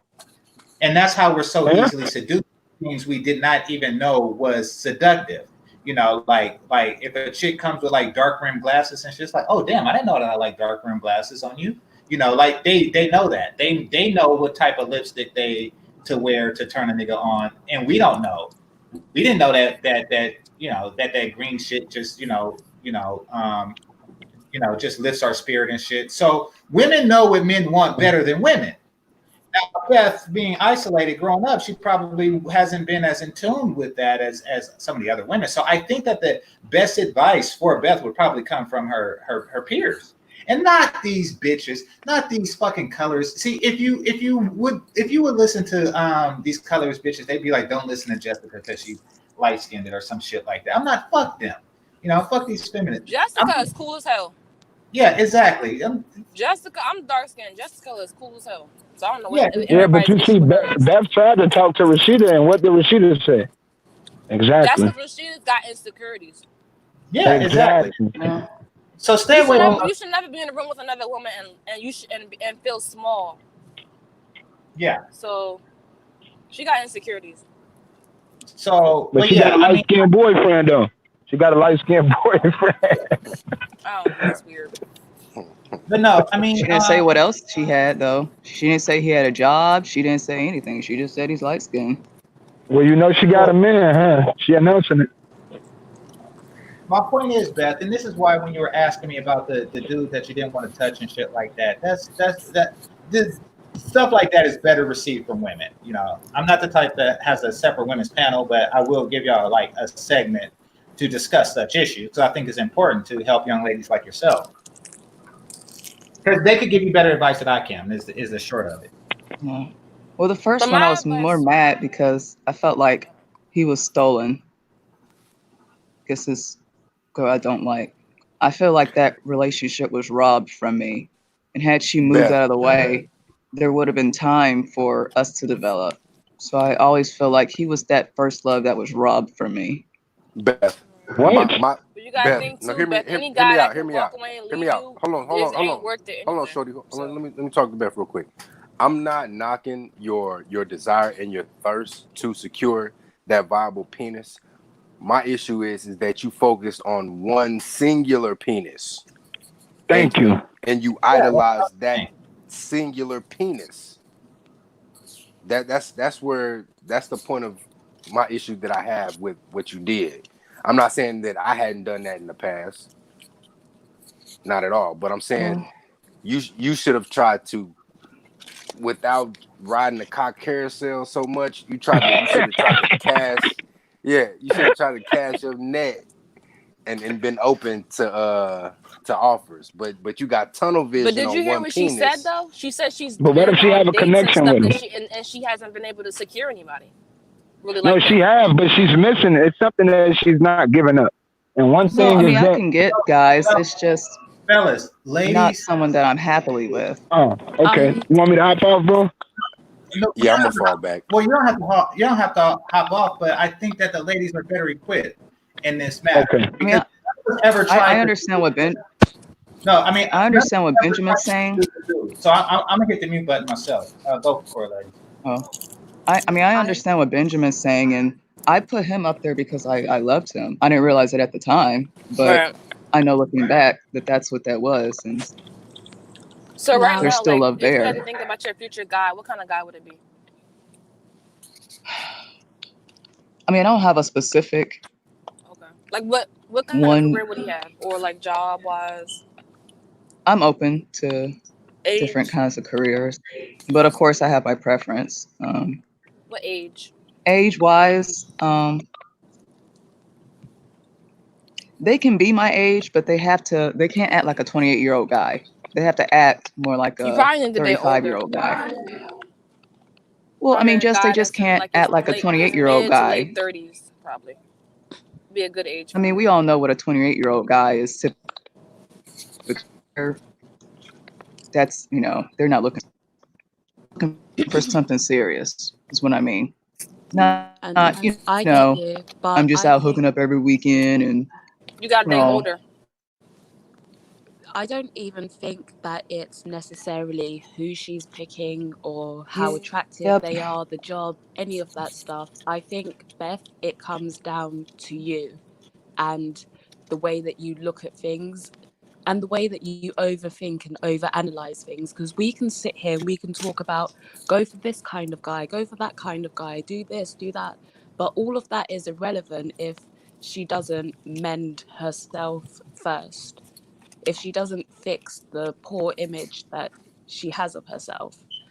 So Beth, again, I think before you start thinking about, just who it is that you're going to date and, okay, I should go after this sort of guy who has this job, you need to work. And I mean, like, tomorrow when you wake up, do what I said, which is just give yourself those positive affirmations. You have to change your mindset because, Beth, like, if you don't change the way that you think, you're going to keep going through the same situation, and then you're going to get even more hurt and you're going to get even more stuck in the mindset that you're not worth anything. You need to change the low self-esteem. That is the first thing that you need to combat. You need to get yourself mentally healthy. That's mentally healthy in the way that you look at yourself and, the perception that you have of you. That's what needs to come first. And then after that, we can start, once you get that process underway, then start thinking about, okay, let me find a guy with my new, fresh mentality. I'm working on myself. I'm working on improving the way that I look at myself. And let's see how different things are. See the changes. See what happens. Once you start making those changes to your mindset, then see what happens. That's personally what I think that you should do. And also too, like if you have any girlfriends, like when you meet some of these guys, like run it through by your girlfriends, or if you have guy friends too, run it through them and ask them what they think about the guy. If they can who? I said ask them what they think about the guy you're potentially trying to talk to. Oh. Friends, guy friends, female friends. I think it wouldn't hurt, to get an outside perspective. And I get from what you say, I think you do need somebody who is more mature. I think a lot of us as women, we tend to prefer a guy who is a bit older than us because they are that bit more mature than guys our own age.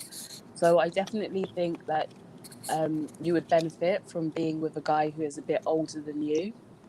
And I already know, Beth, from what you say, you're not going to be picking guys who are bums and, you know, who don't have anything going for themselves. So I don't think that's anything that you need to work on in that area.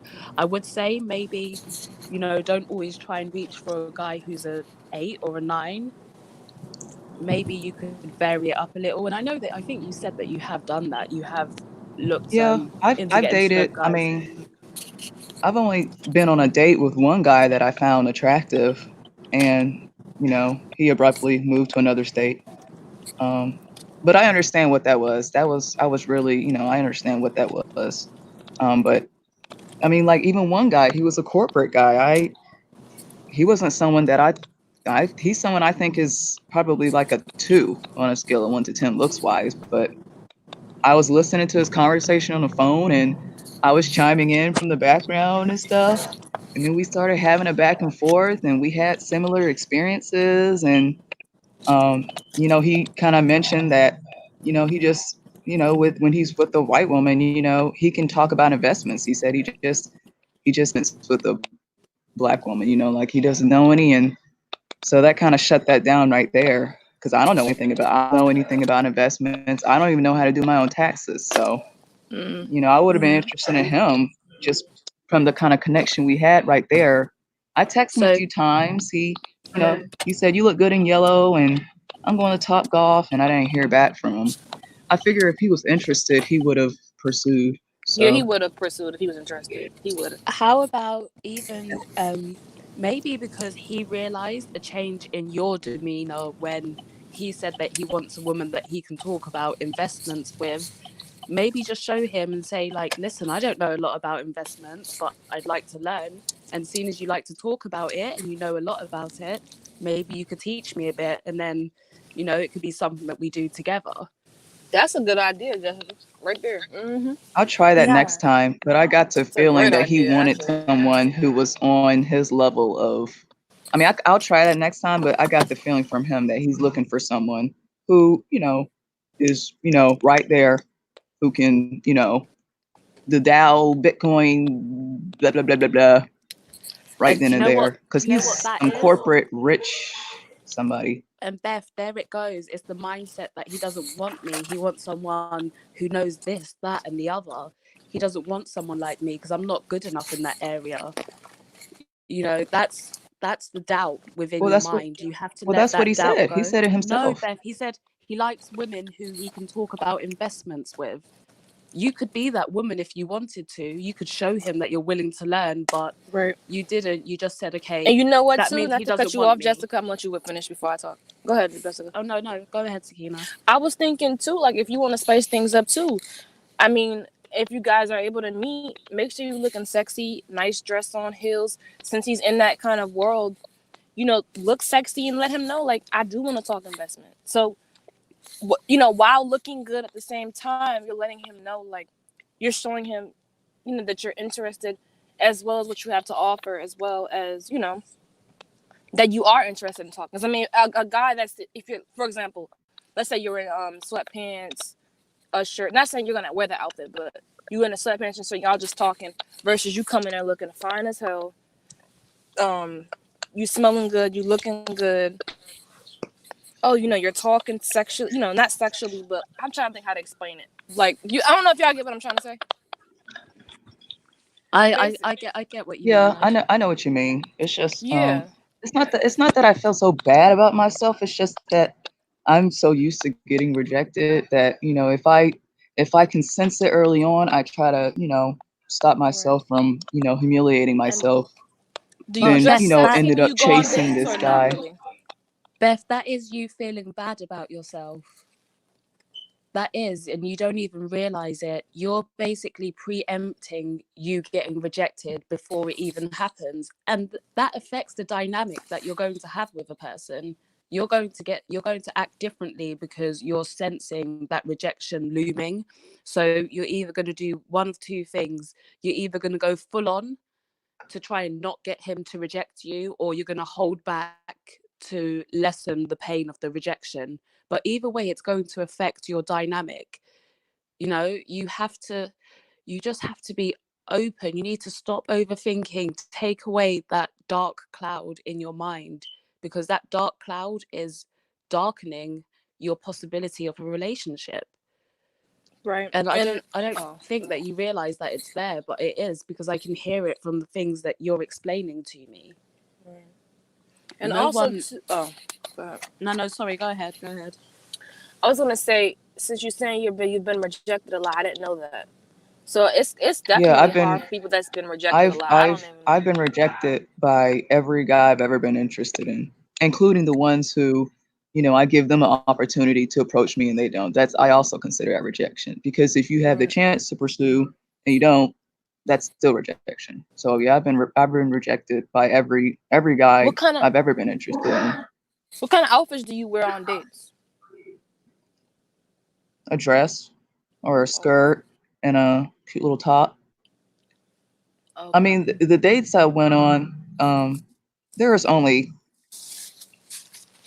maybe, well, yeah, because I'm not gonna lie to you, Beth. I'm telling you, like, when you, not saying looks is everything, because I'm not trying to say that, but at the same time, I'm just going off what I've seen.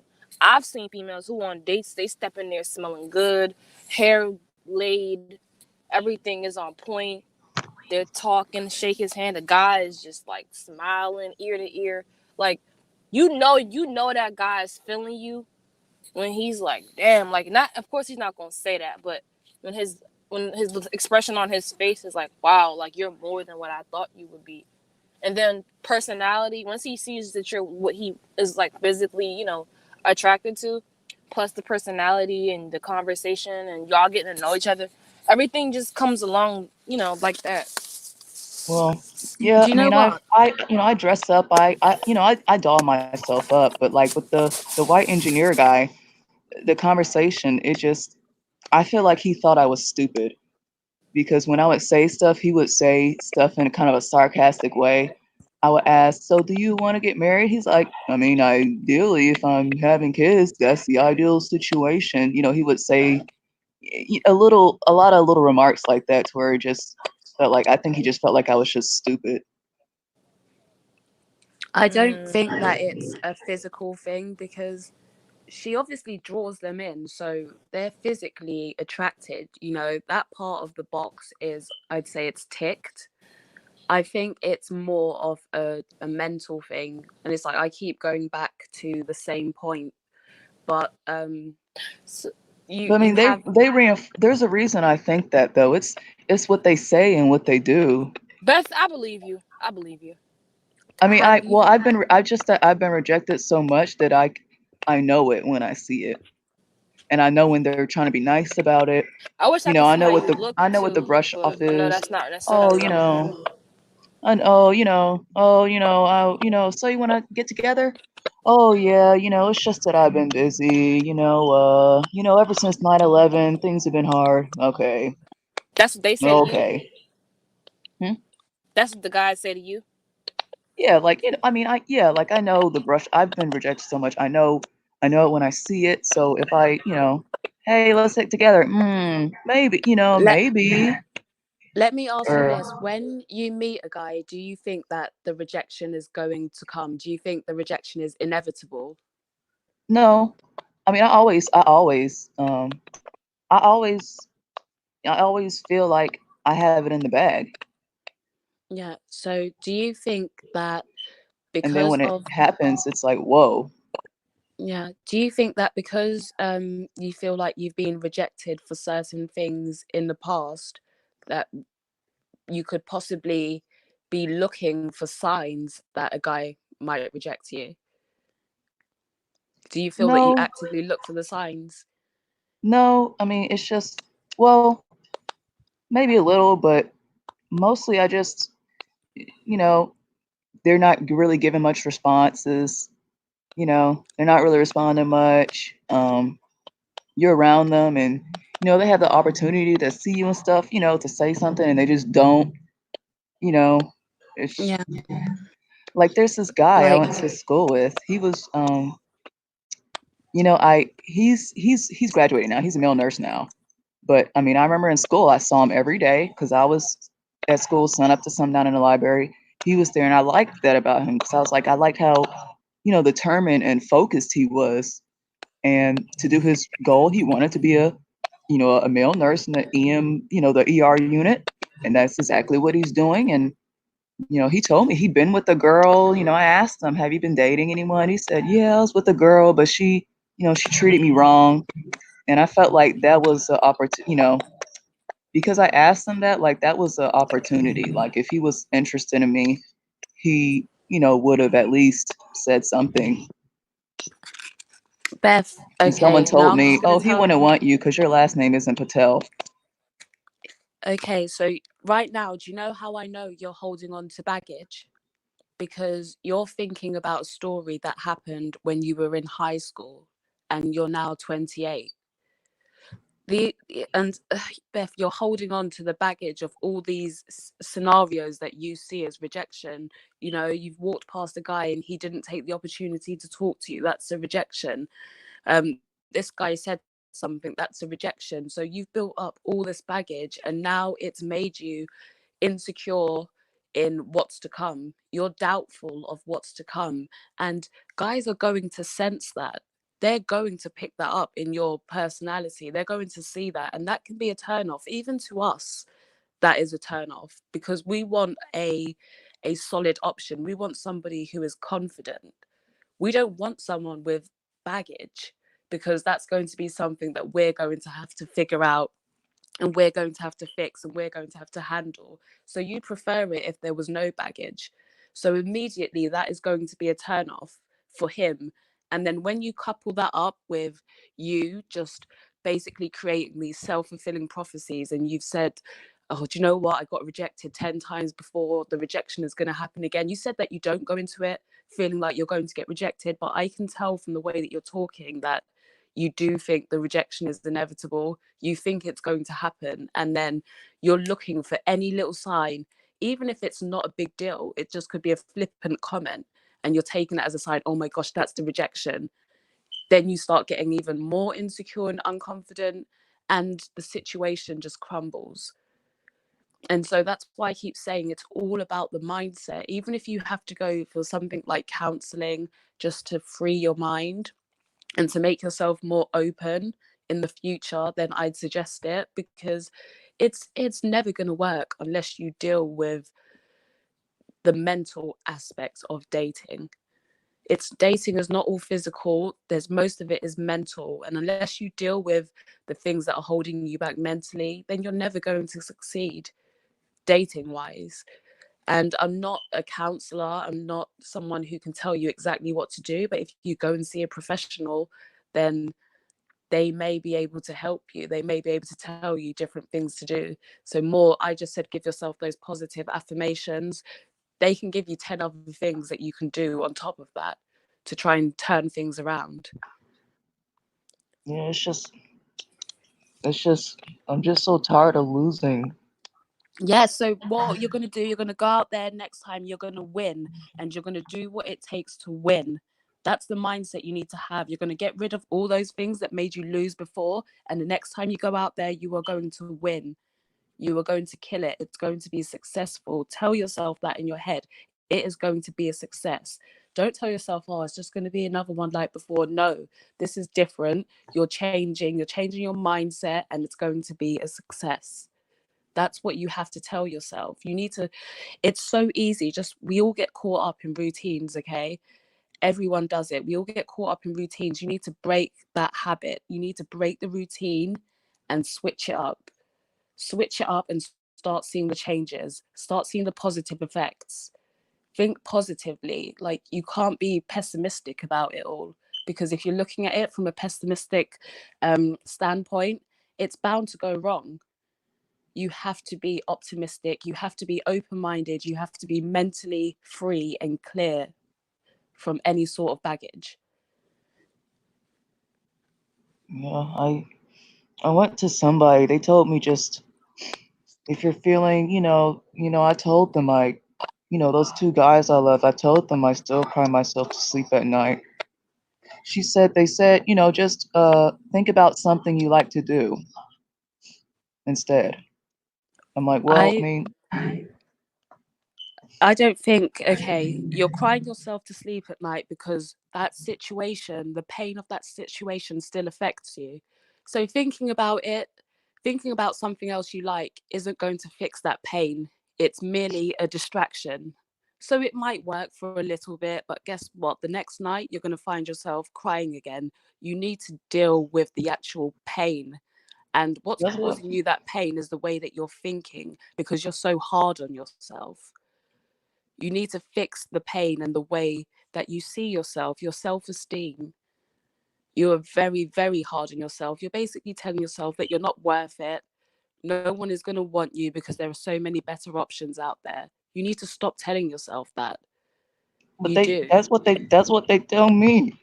No, Beth, they're not telling you that. You're telling yourself that. You are. You're saying it to yourself. Oh, Beth. Don't cry. Don't cry, Beth. And Beth, I know you're hurt. I know. I can feel it. I know that you're going through pain. I know that. And that's what I'm saying. You have to release it. You have to. Because I could hear the pain that you're going through. And it even slightly hurts me to see what you're doing to yourself. And I know that you're hurting. You have to let it out. Even if we speak on a more private level, away from here, like I will be there to talk with you every single day if you need. Every single day, because you have to have someone there for you who is going to help you overcome it. Someone who can just keep there every day telling you, like, listen, you are worth it. You can do it. Your future will not be like your past. I'll be there for you to do that if you need it. Because it's not, and I totally get it, because we are both women. So I get how you get yourself into that mindset, because rejection is not easy, and it happens to us one time and it hurts us so much that the next time we're almost sure that it's going to happen again. We keep that pain. We want to guard ourselves from that pain. And so we start looking for that sign that the rejection is about to come, so we can say, all right, it's coming. Let me try and handle it the best way that I can. And I feel like that's what you're doing. You're preempting the rejection.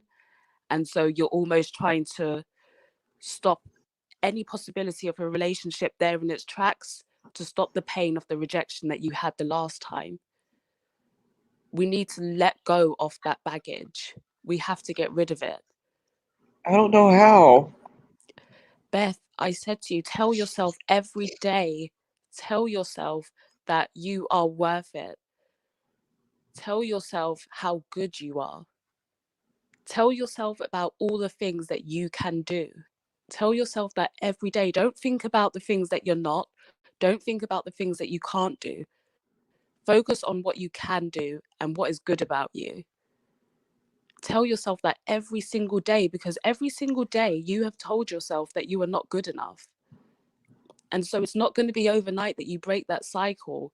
But today, starting tomorrow, we're going to work on breaking that cycle. We're going to work on doing it straight away, as soon as possible, because it's not nice for you to think the way that you're thinking, to see yourself the way that you do. And that's why I say we, because I will help you with that. I will help you personally to get over it, to put it in the past and to lay it to rest, and to create a future that is going to be different to your past. Tomorrow is a new day. It's full of new opportunities, and tomorrow doesn't have to be like yesterday. It's a new dawn. That's the way you have to look at it. A new dawn. We're going to change your mindset. We're going to change the way that you think, and we are going to create a new future. Your future will not be like your past. It's just so hard. I know. It's not easy. It's not. It's never going to be easy. It's not, because it's been for so long. You're talking about things that have happened in high school. So it's been over a decade of that mindset. And that's why it's going to be hard for you to change it, but you can do it. It is possible. You can change it. You can. You can do it. Why? Because you have it in you. Because you were good enough. Because you focused for too long on the bad that we're going to start focusing on the good. The change is going to come. You have to tell yourself that. It is going to change. I don't think it will. I don't think it will. I'm almost 30. The person I thought I was supposed to end up with got with somebody else and had a baby with her. That was supposed to be mine. He was supposed to be my soulmate. Forget what him, am I supposed to do? Forget him. Forget him. It's hard, but you know what? Forget him. If it was meant to be, it would have been. He's gone. He doesn't matter. He's gone. He's with someone else. He's had his baby. What about you and what you're going to have? He's gone. He doesn't matter. You need to focus on yourself and how you're going to change things for yourself. Stop focusing on them. They're irrelevant. That's what you have to tell yourself. He is now irrelevant. Anything that I learned back then, any pain that I had back then is going to be a catalyst for me to change and move forward positively. Use that pain for a positive purpose. We have to just convert it. You know, you can't let that pain from yesterday continue to be pain, because what is that going to do for you, Beth? It's going to do nothing for you. If anything, it's going to hold you back, and it has.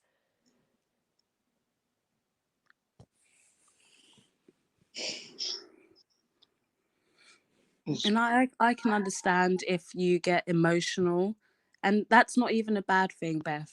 If you have to let it out, then let it out. Release it, because that's what you need to work on. You need to work on releasing that pain. If you have to cry it out, if you have to go to the gym and work it out, if you have to go and, you know, punch one of those boxing bag things and let it out that way, whatever it takes, you're going to take it out of you. You're going to let it go. That's what you need to tell yourself. I'm letting the pain go. I'm letting it go for a better tomorrow. I just don't know how I get rid of it forever. I thought I'd be over it by now. And it's still, I feel like it haunts me, especially at night when I'm alone. I feel like it haunts me. I feel like I'm haunted by my past. And I think it's because you're constantly thinking about it. And so you're allowing it to haunt you because you're making it a much bigger thing than it is. When we think about things, it amplifies it, right? If I'm hungry and I start thinking about food, what happens? I get hungrier. If I'm like on the way home and I need to go toilet and I keep thinking about I need to go toilet, it makes you want to go even more. Because when we think about things, it amplifies it in our mind. And you need to stop thinking about it. You need to stop. Whatever way that you do it, you need to deal with the issues that you have. And your issue is basically a lack of self-love, a lack of self-esteem. And that's what you need to work on. So do you know what? You need to give yourself that love. You personally, you need to do it for yourself. Even if you sit down and you need to write down all the things that are great about you and tell yourself that every day, even if it's things that we've said on the panel earlier that we've seen in you, write that down and tell yourself that, because you might not be able to see the things that we see.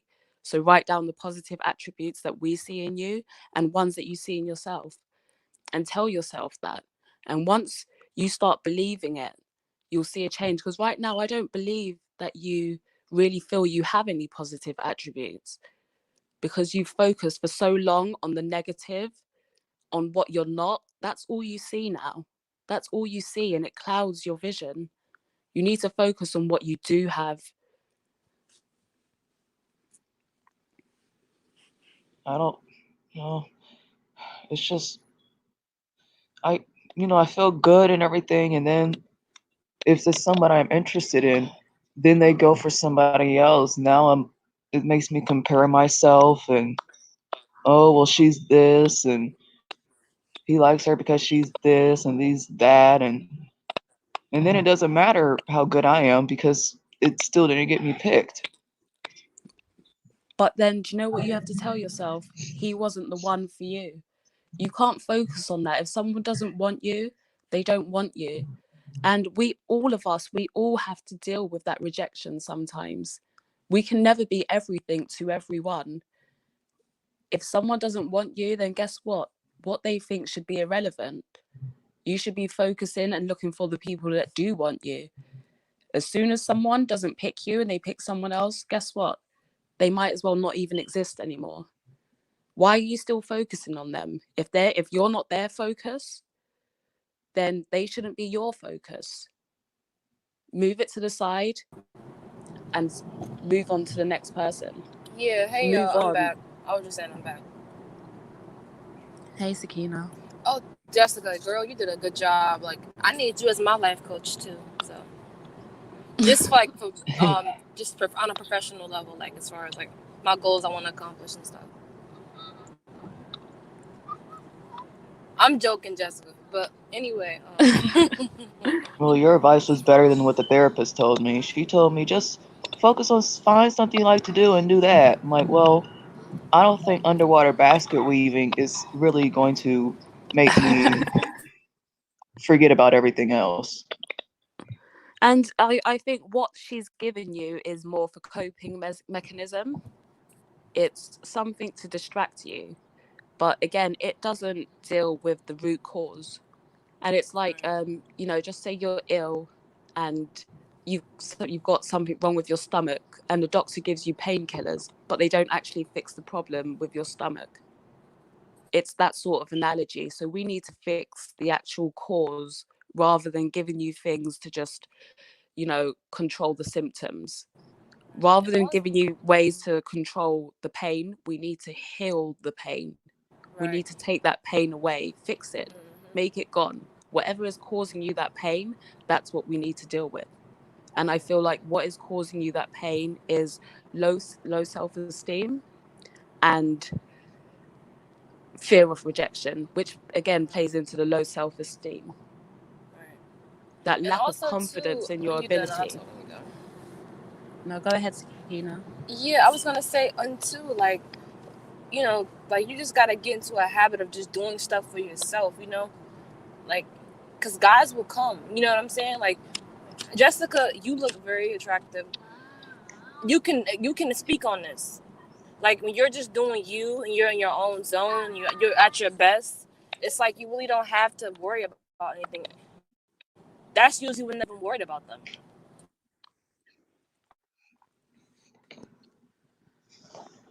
So I think that's my opinion as far as that. Start going to get your nails done. I don't know if you like to do that kind of stuff, like pampering yourself. Spa day. Treat yourself. Do stuff for yourself to help relax you. Get massages and stuff like that. You just gotta do stuff to make you feel more feminine, and that is a good idea. Like, pamper yourself. Show yourself that you have worth. You are worth pampering. Hi everybody on the panel. Hi, China.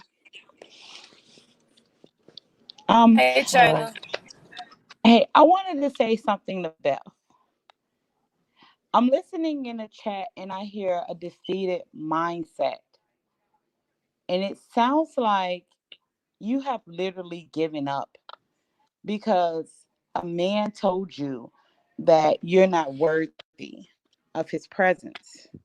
When a man does that, you move on. A lot of issues women have is that when a relationship ends, they don't know how to move on. At the end of the day, you were, if I don't know the backstory, were you guys in a relationship? No. Okay, you guys were just talking. Well, I got curved. Okay, so you were emotionally invested in a man that you was just speaking to? Yes. Well, I was just friends with twice Okay, actually. so at this point you sound like you're vulnerable. You seem desperate. And the number one thing men don't like is a desperate woman. You have to have standards and boundaries. You got to put your guard up. You know, you don't have any boundaries. Seems like you don't have standards and you sound defeated. Nobody wants to be with a woman, you know, especially if you sound defeated. You sound like you don't have the energy. If a man curved you, that means that he didn't want to be with you. At the end of the day, you can't take that personal. Because how many men try to talk to you and you curve them? But I try. So every man that talk to you, you talk to them? Not all of them, but some of them, if they, seem really like a decent person, I'll give them a chance, but there wasn't any feelings there, and I was just miserable. So Trying to fake it. Because that man curved you, because he curved you, you're depressed, you're sad, you're lonely. No, that's not the issue. The issue is you want to be in a relationship, and it sounds like, have you ever been married?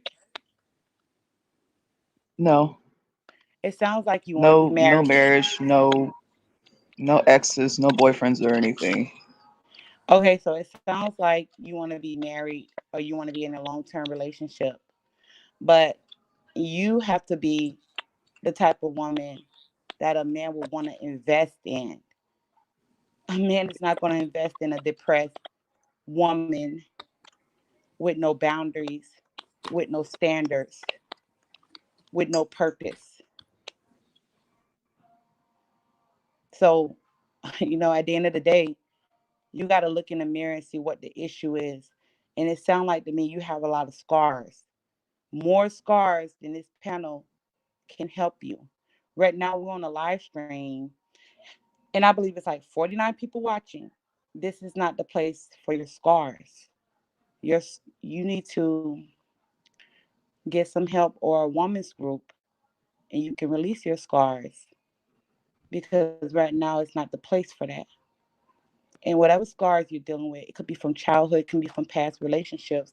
You have to deal with them head on, or you will never be happy. And whoever you're with, whatever man you're with, you won't be your best. You're not healthy right now. Your mindset, your emotions, it's all over the place. And I'll agree. I'll agree that your mindset is not healthy right now. It's not beneficial to you. And that's why you have to let it go, Beth. You need to say to yourself, what is me holding on to that pain doing for my life? Actually sit down and reflect upon that, because it's not doing anything positive for you. It's not. It is only holding you back. And that's why I say, like, literally start it tonight. When you get in bed tonight, start to give yourself that self-love. Start to heal, because you do have pain, you're wounded, and you need to heal. You're not walking around as the best version of you. And on the outside, no one can sense that you're an attractive woman, you're a beautiful woman. So people presume that you have no problems, And so the way that they're going to treat you is not going to be, they're not going to handle you with baby gloves, because they don't know necessarily what's going on inside. And so these guys are just going to be, they're going to crack a joke. They're going to say a flippant comment, because they don't know the pain that you're holding. And then as soon as they do that natural thing, which is crack a joke, you're going to internalize it and take it personally. And so I don't necessarily think that is something on the guy's side. I don't think it's something looks wise. I don't think it's any of that. I think it's the inside that needs to be healed. And the only way that you're going to do that is to look back at those situations and say, it wasn't about me. It wasn't. You have to truly reflect on what happened. And you have to try and take away that pain when you're looking back at the scenarios that you've been through, because that pain is going to cloud your judgment. Look back and think, is there anything that I did that ruined that situation? Did the way that I approached it and my mentality ruin that situation? If I know I that also my want to say something. if Go I ahead, know Cass. my mentality is ruining things, then surely my mentality has to change. Surely the way that I approach things and I deal with things has to change. That right there should be the catalyst, because I know you want that outcome. You want to be happy. You want to be married. You want a family. And so if you want those things so much, you have to deal with that pain. That want of that family and that happiness should be enough for you to sit back and say, do you know what? I'm going to start the healing process today. Go ahead, China. My thing is this. Why were you emotionally invested in the man you were just speaking with? China, it's the mindset. It's the mindset that she's gotten herself into, because she has that low self-esteem. She is over analyzing these situations. When you overthink things, you place more value on it than it's actually worth. And that's But why she's invested so much in these guys. It goes no, back but see, to, this is what I'm saying to her. I want her to hear it. She has to tell herself that. Like it's sometimes it's good for us to tell her what we see, but she has to hear it from herself why she was emotionally invested. A lot of time we as women, we believe certain things in our head, but we don't want to hear it. Do you get what I'm saying? yeah, I I think want her to. because we discussed it before you came. So, Oh, but yeah, okay. go ahead.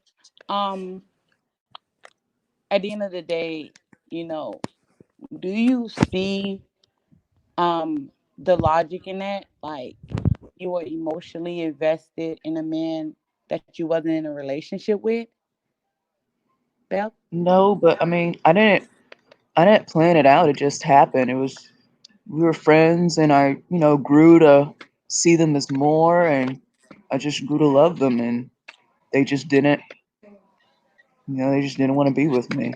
And how long you guys were speaking?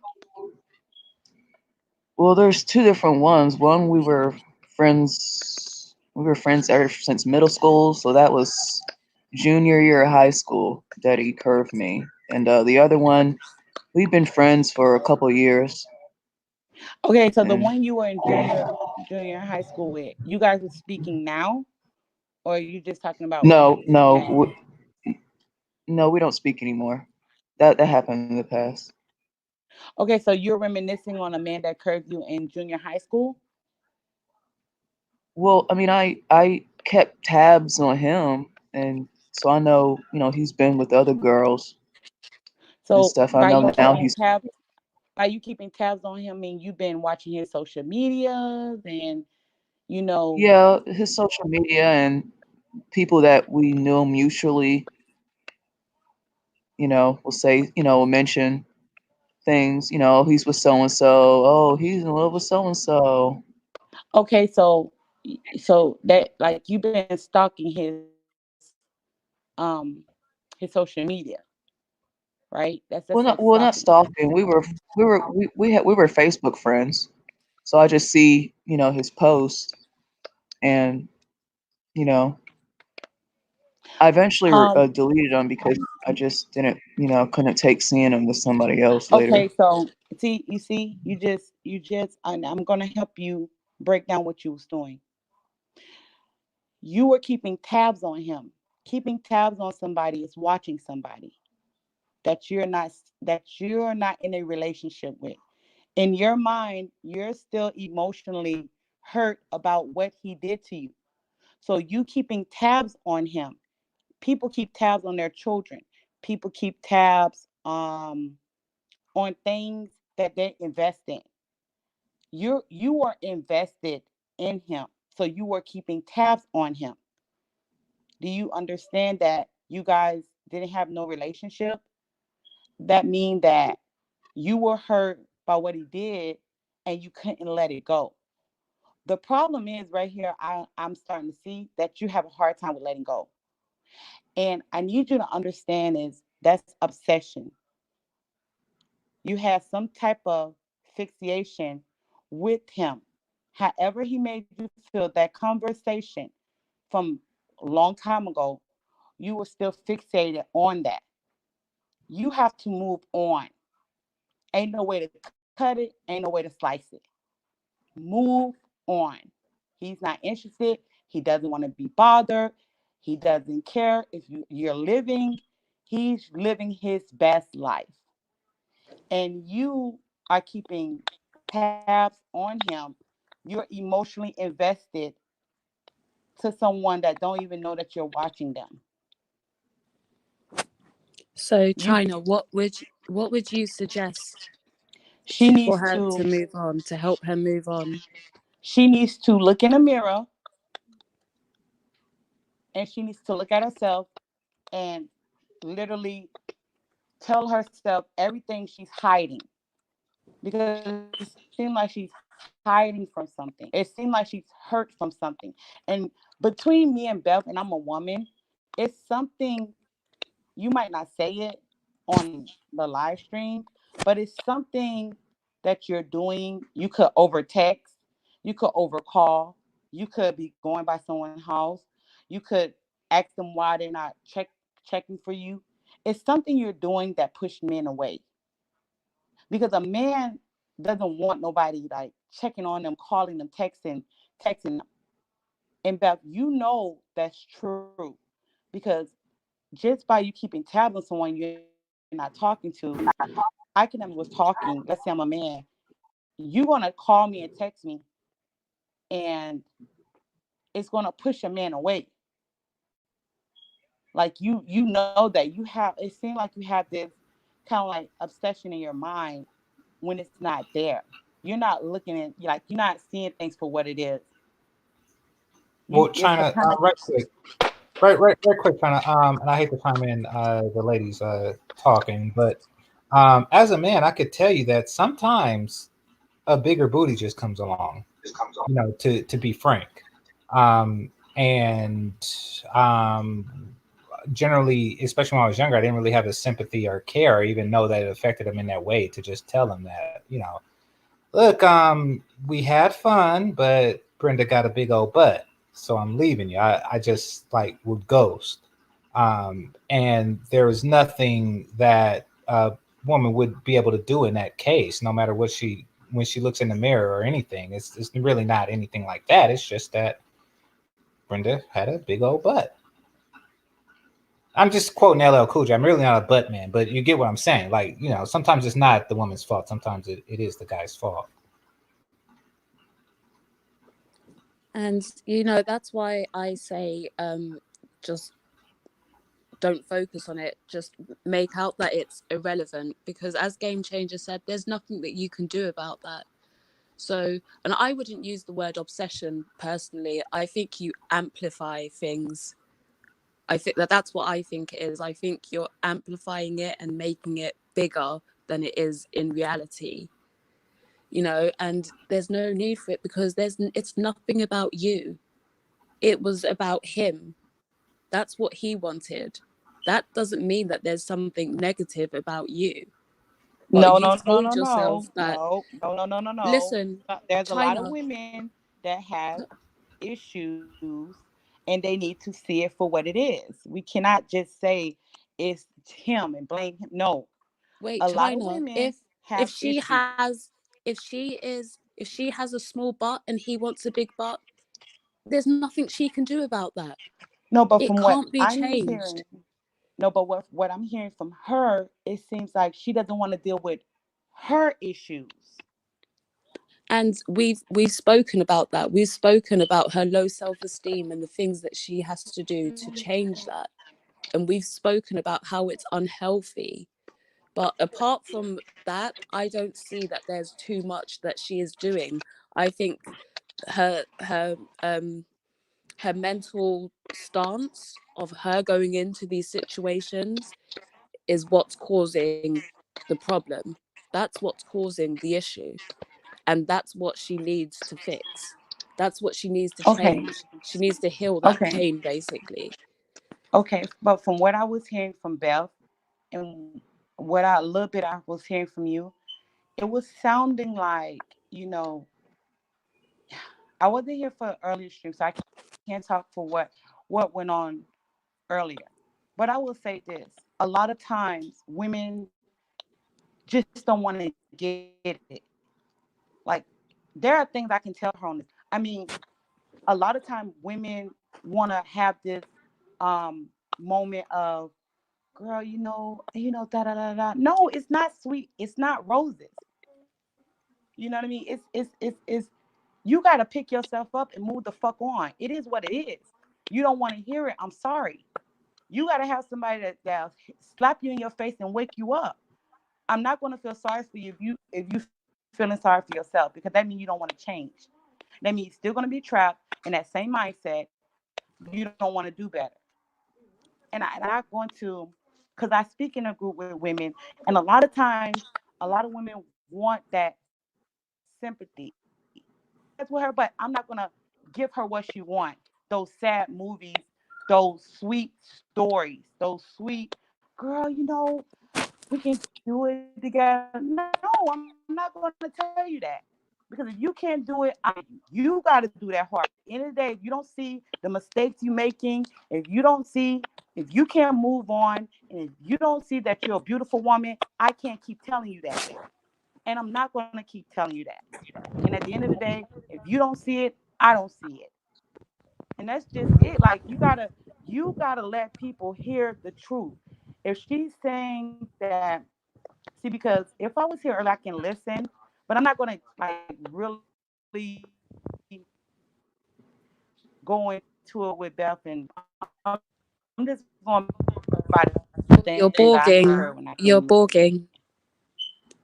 Yes, I understand Beth is hurt, but Beth, you gotta wake the fuck up. And Like, listen, you gotta wake that's the fuck up. Like, it is what it is. that's Like, if you don't wake up now, hello.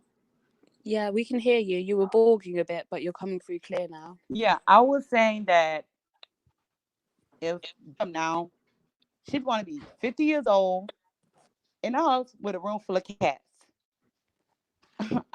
I mean, life ain't no fairy tale.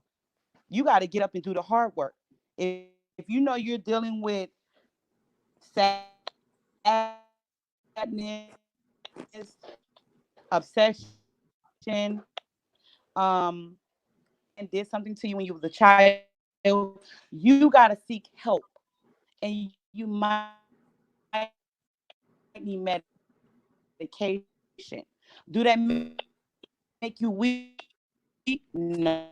That make you stronger because you know something is wrong. You're bogging hard. You're And I'm not bogging going to in and give out. you a teddy bear and a blanket and tell you it's going to be okay, because it's not. You're doing it for yourself. And China, we've sat here, we've discussed that I'm going to come unless back she in. makes those, yeah. So we have discussed, Beth. I think basically me and China are I saying got you, the China. same. Me and China are saying the same things. China is maybe a bit more, forceful than I am, but I understand where she's coming from, because she's trying to just give you that harsh reality check, and just say, like, listen, this is what it is. You have to change. You have to do that. But we're both saying the same thing, in that you you have to stop feeling sorry for yourself.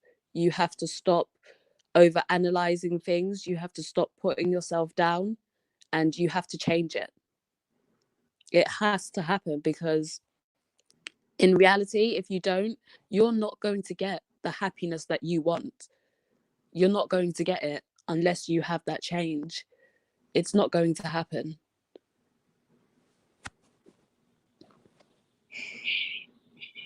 How do you let someone go who you love and still love? No, Beth, the thing is, you thought that you loved him.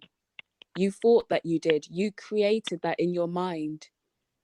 In your mind, you said that he was the one, but he wasn't.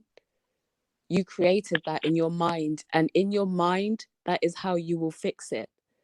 That is how you will realize that you didn't love him and you will let it go. You didn't love him and he didn't love you. But because your mind is in such an unhealthy place, you've put him on a pedestal that he doesn't deserve. You've put him on a pedestal that he didn't work for. You didn't love him. That was your mind playing tricks on you. It's not love. It's not.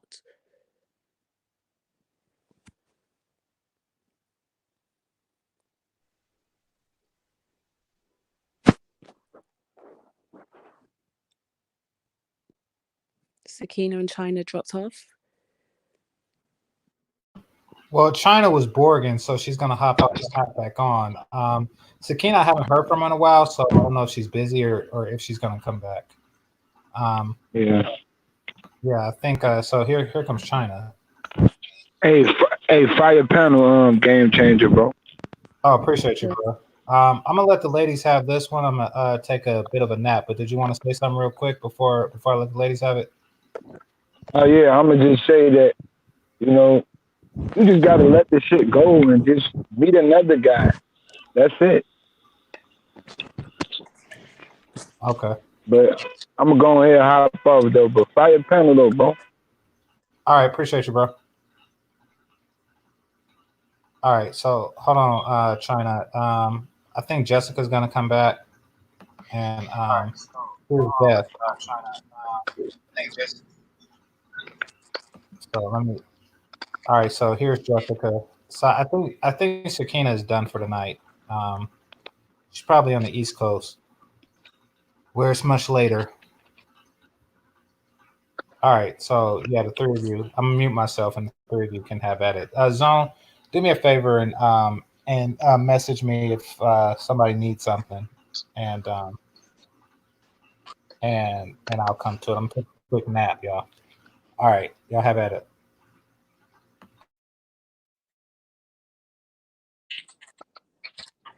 So, Beth, I think one of the I keep going back to it. It's your self-esteem and your lack of self-love.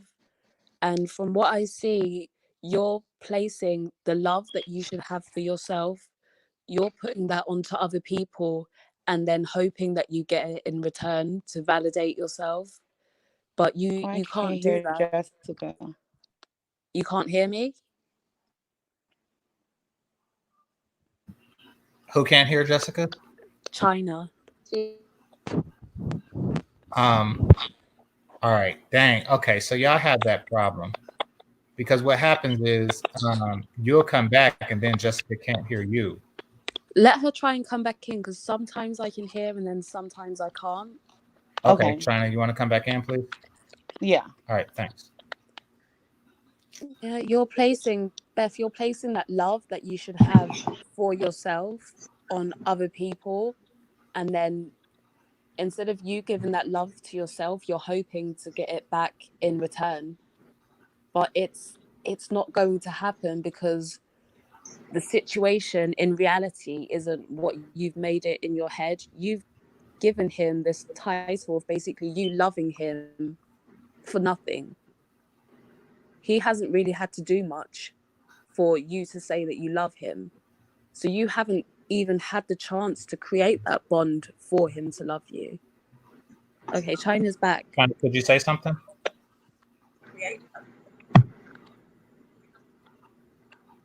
Could you say something right quick, China, so we can see if that's okay to hear you?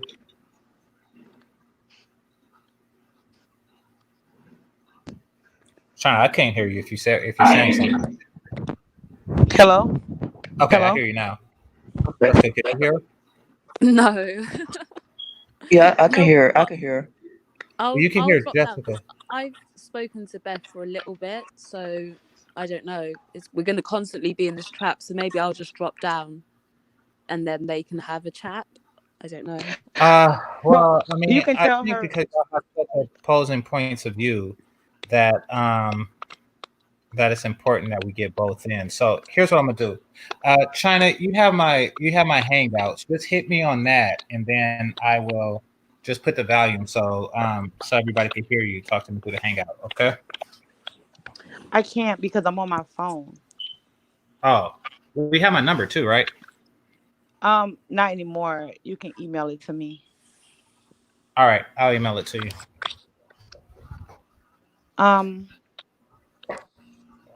Why do you think it's that problem on Hangouts? I mean, on StreamYard. I don't know. It's kind of weird, and it really only happens with you and Jessica, as far as I know. It could have something to do with her being in London. I don't know. Or that you're on your phone. Yeah. You tried doing it on your let computer? me try to go on my computer. No, I haven't. Oh, I said I was going to. No, I was talking to China. Yeah, try doing it on your computer. The phone app is kind of funny. Okay. Okay. So she'll be back. She's just gonna go on her computer. Thanks, China. All right, Jessica, feel free to continue. Yeah, so you have to tell yourself that as long as you heal like you need to, it's going to be okay. Because it will be okay. If you make those changes, Beth, I'm confident that you're going to see changes in your dating life as well. You will see it, because when you make those positive changes, it's going to reflect in the way that you deal with people. It will, and I know that it's your goal. Again, I keep saying, use that as your motivation. It's your goal to be married, to settle down, to have a family. So what do you want more? Do you want to stay in this whole, constant cycle of meeting guys, feeling rejected, it not working out? Or would you rather put in that effort? And it's going to hurt you going through that process of dealing with the pain. It is going to hurt. It's not going to be easy, but it needs to be done. You have to think that pain is going to be worth it because of the outcome. Those feelings and emotions that you are going to experience dealing with that pain is going to be nothing compared to the amount of happy emotions and joy and the feelings that you're going to get from achieving your goal and your purpose. That's how you have to look at it. Nothing in life comes easy. We can't get anything at the click of our fingers. It's going to take work, and you are going to have to work on yourself to change things. But Beth, it has to be done. I can't say it any other way. It has to be done. You have to do it. To benefit you, for you, you have to do it. And that's why I say, if you need help, I can be here to help you. But ultimately, it has to come from you first. And you have to want it enough. You have to want to change enough. Are you there, Beth? Yeah, I can hear you. So how do you feel? Do you feel like you're ready to start healing? Do you feel like you're ready to make those changes? I mean, yeah, I started, seeing someone, but I mean, like you said, their advice wasn't really, wasn't really a real solution. Yeah. But I mean, I was trying, that's what you told me. Yeah, and You do know, you I know thought what? she would be helpful. That's proof that you want the change. So you want it and you're willing to work on it. You are. And you have to look at it honestly and in the harsh light of reality. That's what you're going to have to do. You're going to have to go back. And if you have to, write it down and think of all the situations that have hurt you. Think of it all, everything that you can think of. Just write it all down, everything that's hurt you. every situation that's made you feel unwanted, every situation that made you feel not good enough, right? And you need to look within those situations, and you're going to see in some of them, it's not your fault. There was nothing you could do about it. And I'm talking about look at it honestly. And if you look at any of those situations and you can think of what you did, then write that down as well. And those are your self-improvement targets, right? Look at all those situations, get your self-improvement targets, and then let it go. Everything else that's on that paper, all those things that hurt you, let it go. Let it go. And from there on, what you're going to focus on every day, you're going to look at those targets. You're going to look at those targets and you're going to work towards those targets. You have to give your mind a new focus. You can't focus on that pain anymore. There has to be a new focus. And so you're going to focus on those targets, and you're going to think about the positive effects those targets are going to have on your life once you complete them. You need to flip your mindset. Yes, I can hear you. Trying to speak again. I feel I can hear you now. Oh, I can hear you. Yeah. Okay, keep going. I just want to make sure. Yeah, you're a bit quiet, but I think I can hear you. Yeah, I talked to one of the guys. He told me it was just compatibility. He said I just wasn't his type. It wasn't a look. So he said there's nothing, you could have done differently. It's just, compatibility. I don't know but it's just, I don't understand how you're allowed to feel that much for somebody and you not be able to be with them. Because Beth, those feelings aren't real. They're not real. You've made it something that it's not.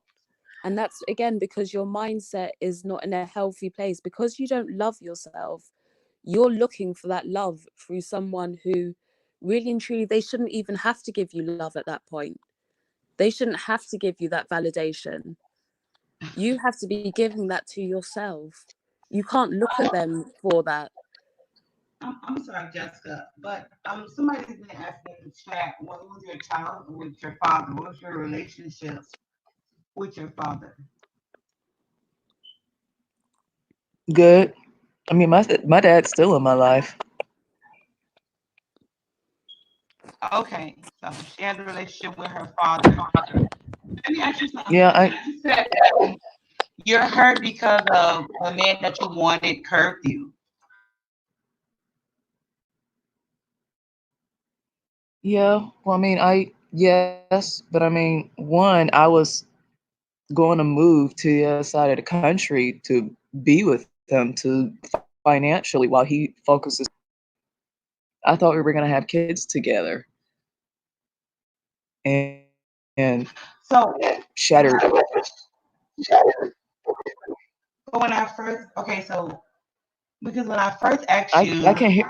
you told I me can that you hear you, but it guys. sounds like you're really far away. It sounds like you're really far away. Okay. My mic is not working. I'm sorry. The computer mic. Can you hear me now? Okay. Yeah, I can hear you now. Because when I first asked you, you told me this was the guy that you were just speaking with, and he curved you. Now it's the guy that you're going to go across the country to be There's with. two different. There's two different ones. There's more than one guy. It's not just one. Okay, so I want to hear about the one that you're going through it right now with, the one that you're going to move with. You guys were had a long distance relationship, right? We were just friends. So who's planning to move with who if you guys are just friends? Well, I mean, he'd been telling me that he loved me, and he'd been saying things that made me think he felt more. I mean, he valued it.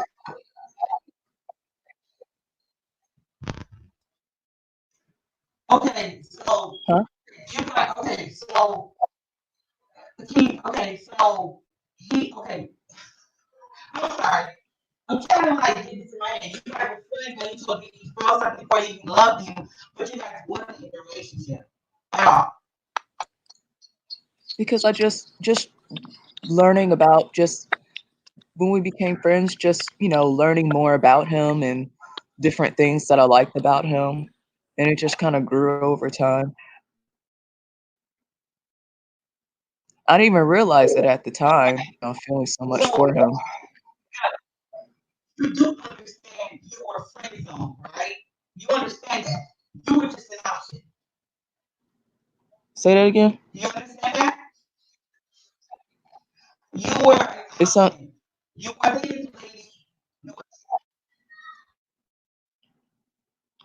I can't hear you. I can hear I'm you, but it sounds struggling. like you're far away. I'm struggling to hear Huh? China as well. It sounds like you're really far away.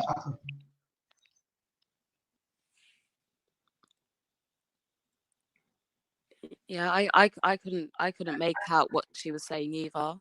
To me, it sounds like she's. I can hear you, but it sounds like you're really far away. Oh, what, me as well? No, I can hear you fine, but China, it sounds Okay. like you're really, really far away. Yeah, I couldn't hear it. But Beth, what do you think? When was your first rejection? Or or also, do you think you've suffered from low self-esteem since you were really young? And I'm talking about like a child. Do you think that's where it started off, or was it in high school? Where do you think it first started? Um, well, I would say probably from at least middle school. Middle school. What age? What age is that? What's middle school? Maybe 12, 13, 14.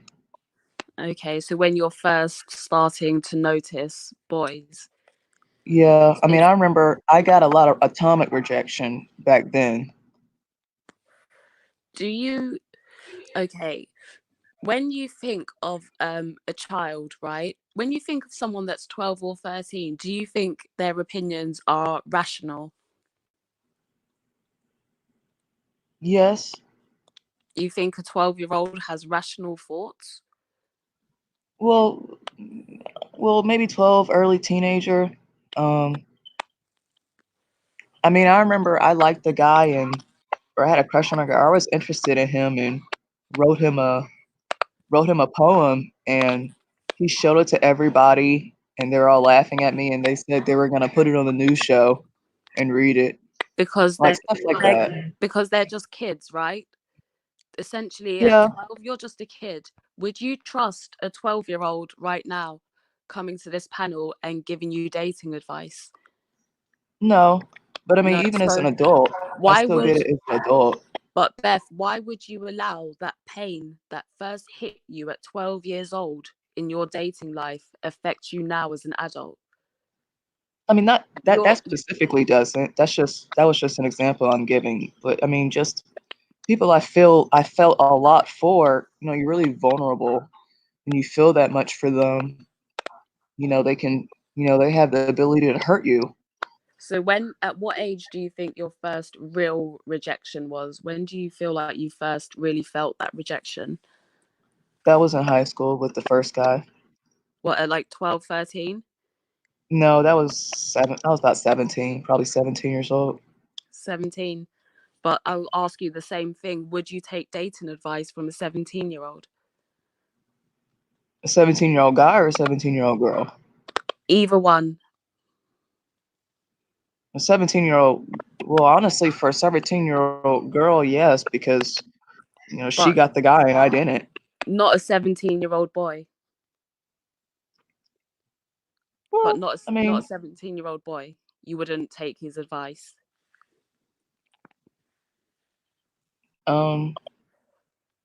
Probably not. Can you guys hear me now? And you've held on to that pain that a 17-year-old whose advice you wouldn't even take, whose advice doesn't even matter, you've internalized that today as a 28-year-old. It's the pain. It's the you pain have to put it that, into perspective, yeah. Beth. Those are kids. They don't know how to deal with things. They don't know how to deal with the opposite sex, really. So you're going to face rejection. You're going to face pain, but it doesn't mean that that pain is worthy of you holding on to it. That pain affecting you to where you are today. It's not worthy. That is a 17-year-old that caused you that first pain that is still affecting you today. You just need to just look at it in reality, Beth. That is a 17-year-old boy that you are still allowing to affect your life at this point today. That's what you're doing. That 17-year-old is still holding you back. You're still taking on the opinion of a 17-year-old boy. Do you see that? Yes.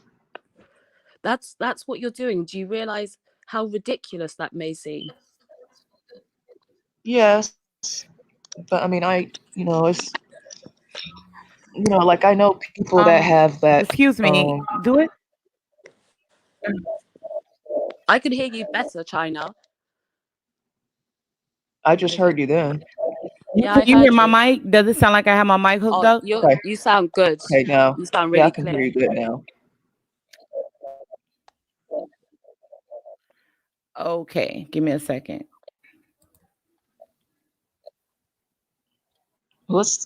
Everybody's it's there? the sharp pain that made me hold on to it. Yes. And it's that irrational pain. When you look at it now, you should be able to put it into perspective and see how irrational it is that you've let that initial pain that hit you at 17, that pain that a 17-year-old boy caused you, has affected your love life until today. That 17-year-old boy set off a cycle, a chain reaction, a pattern of you putting yourself down and thinking you're not good enough. That 17-year-old boy caused all of that. You've allowed a 17-year-old boy to make I'm you feel sorry. that way today. I don't think it's the boy. It's not the boy. It's not the boy. It's not him. It's Beth. No, China. What I'm trying to highlight how irrational her feelings towards herself are at this point today. That's what I'm doing. It's not literal, okay? It's not literal. I'm just using that to show her what she's done, how she's held on to that pain that she felt then, and she's still having that affect her at this point in time today. And that will continue because in another 10 years from now, if you don't deal with it, you're still going to be holding on to that pain and you'll still tell the same story. It's still going to be there. Yeah, but you know what? But you have to tell her like she's delusional. Like she's being very delusional. And China, that's why you need to understand that you are being delusional. That's why I just said it's irrational. I just said that.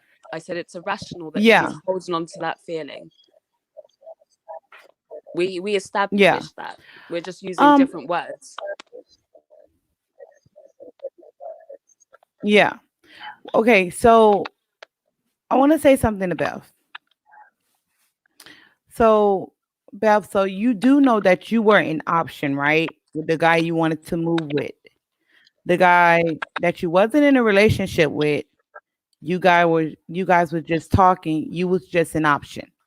You understand that? We weren't talking, we were just friends, but I mean, yeah, I understand he had, he could have been dating people out there too.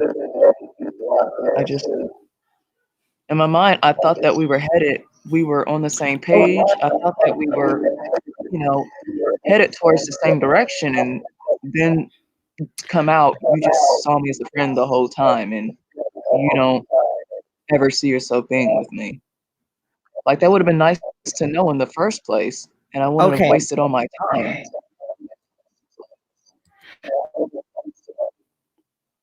Okay, well, a lot of times, Beth, when you're speaking with someone on their end, they're thinking that they're having just a conversation with you, letting time pass by. And in your mind, they don't know that you're taking 10 steps ahead. You get what I'm saying? Yeah. Okay, so you were an option. You were clearly an option. There was no relationship. And you said that you guys used to say you love each other. I love you. I miss you. Things like that. Yeah, he would say stuff, but I thought he meant it. Well, I thought he meant it, and that that was. I thought he was the friend that how people who are married and we started off as. I thought that that's what that was, and that we were gonna end up together. Okay. So it seems like you wanted something more, but he didn't give it to you. And you were emotionally invested in a man that wasn't yours. That wasn't your man. So it's you kind of at the end of the day, like you need to understand what is like you because it seems like to me, as soon as you start talking to someone, you get emotionally invested in that person, especially someone you like or you can see yourself with. You kind of fantasize about the you fantasize about the man and where you guys could go before it even goes there. Yeah, So you disappoint yourself at the end of the day. With that guy, it seemed like you was fantasizing about him. Excuse me, I I didn't want to was. cough on, but it seemed like you was fantasizing about this guy. They like dreaming about what it could be, and that's a problem with a lot of females. Like we like to fantasize 10 years ahead, and the guy could just want to have a conversation with you, want to have fun. But at the end of the day, Beth, you need to establish some boundaries. You have to understand yourself. Seem like you get emotionally attached too soon. Just plain and simple. You're attaching yourself to men that you're not in a relationship with. And that is very delusional on your end. So you know that, right? Yes, but I don't know how to not be that way. Okay, this is how you don't be delusional. You wake up, you understand we're having a conversation today. Tomorrow we're having a conversation. You respect yourself. You respect your body. You respect your mind. You respect your soul. I mean, are you going to give everybody your emotions? Once you give a man your emotions, they control you. You know that, right? So you're going to Yes. give your emotions to every man. So if he No. controls you through your emotions, that means he can have sex with you whenever he wants. He can have how much money he wants from you. Do you understand that? Once a man control your emotions, they can do certain things to you. Yes.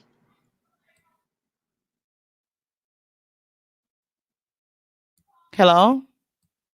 Yes. Yes. I said yes. I understand. Yes. So at the end of the day, you need to have boundaries. You once a man control your emotion, they can do certain things to you. So you need to know what those boundaries are and stop fantasizing. Stop watching those love movies. You say you're close to 30 or you're 30. I mean, at the end of the day, it's too much. It's too much dysfunction. Like it's delusional, and you're playing games with yourself because you want it so bad that you're not willing to work for it.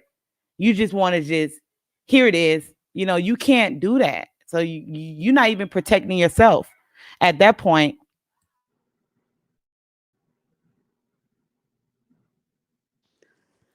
I think You oh no, go ahead, China. Yeah, I mean, I just feel like she have to set her boundaries. She needs to understand that her emotions, her body, her mind, her soul, you have to have respect for those things.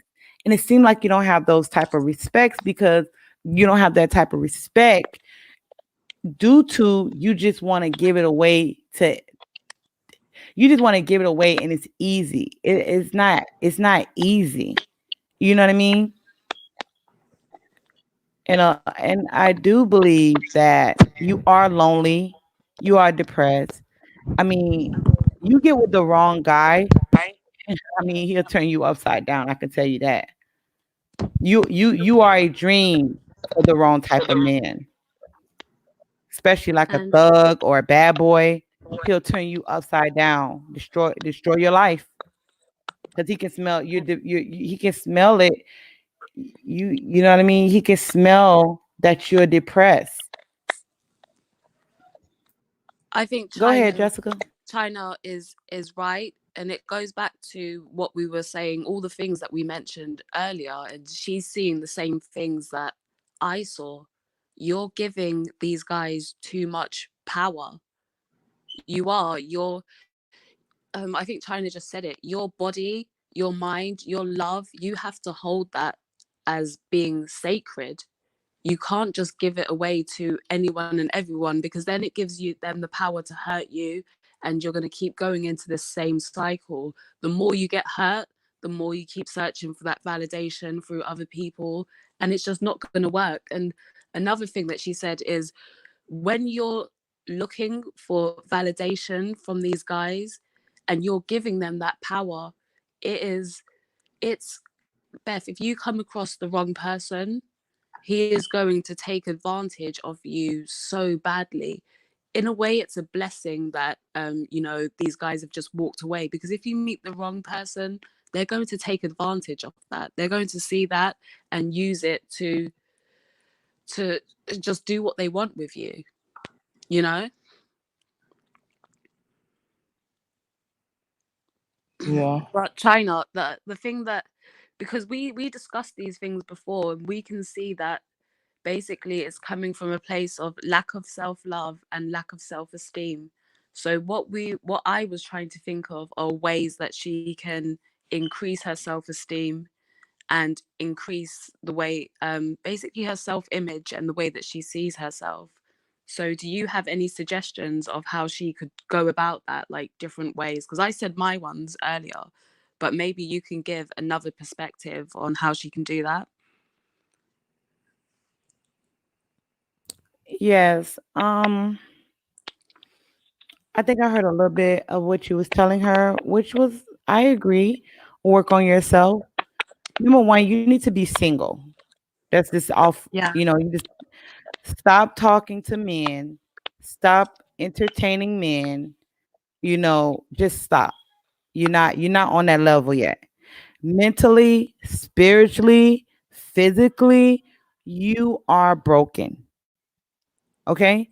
You have nothing to offer a man right now at this, like, what the stage in your life right now is you have to rebuild your confidence, that essence as a woman, that femininity when you walk in a room. That when, I remember you last year, I believe it was last year, you used to get on a panel and I used to love to listen to you speak. Own who you are. Own your femininity. Own that you're a woman. Go work out. Read more books. Focus on yourself. Whatever that's hurting you inside, let it go. Move on. See, and this is how you can tell when you're not happy for the person that's happy. That if you truly was happy for the man, and if he had another woman, if you was truly happy, then you would be happy that he found his happiness. But you're so broken inside, you feel like that should be you. He's not going to be ever happy with you because he found his happiness. So that means you're not happy for him. Sorry, guys. I didn't want to cough on that mic, but that means you're not happy for him. If you were truly happy for him, you would be happy.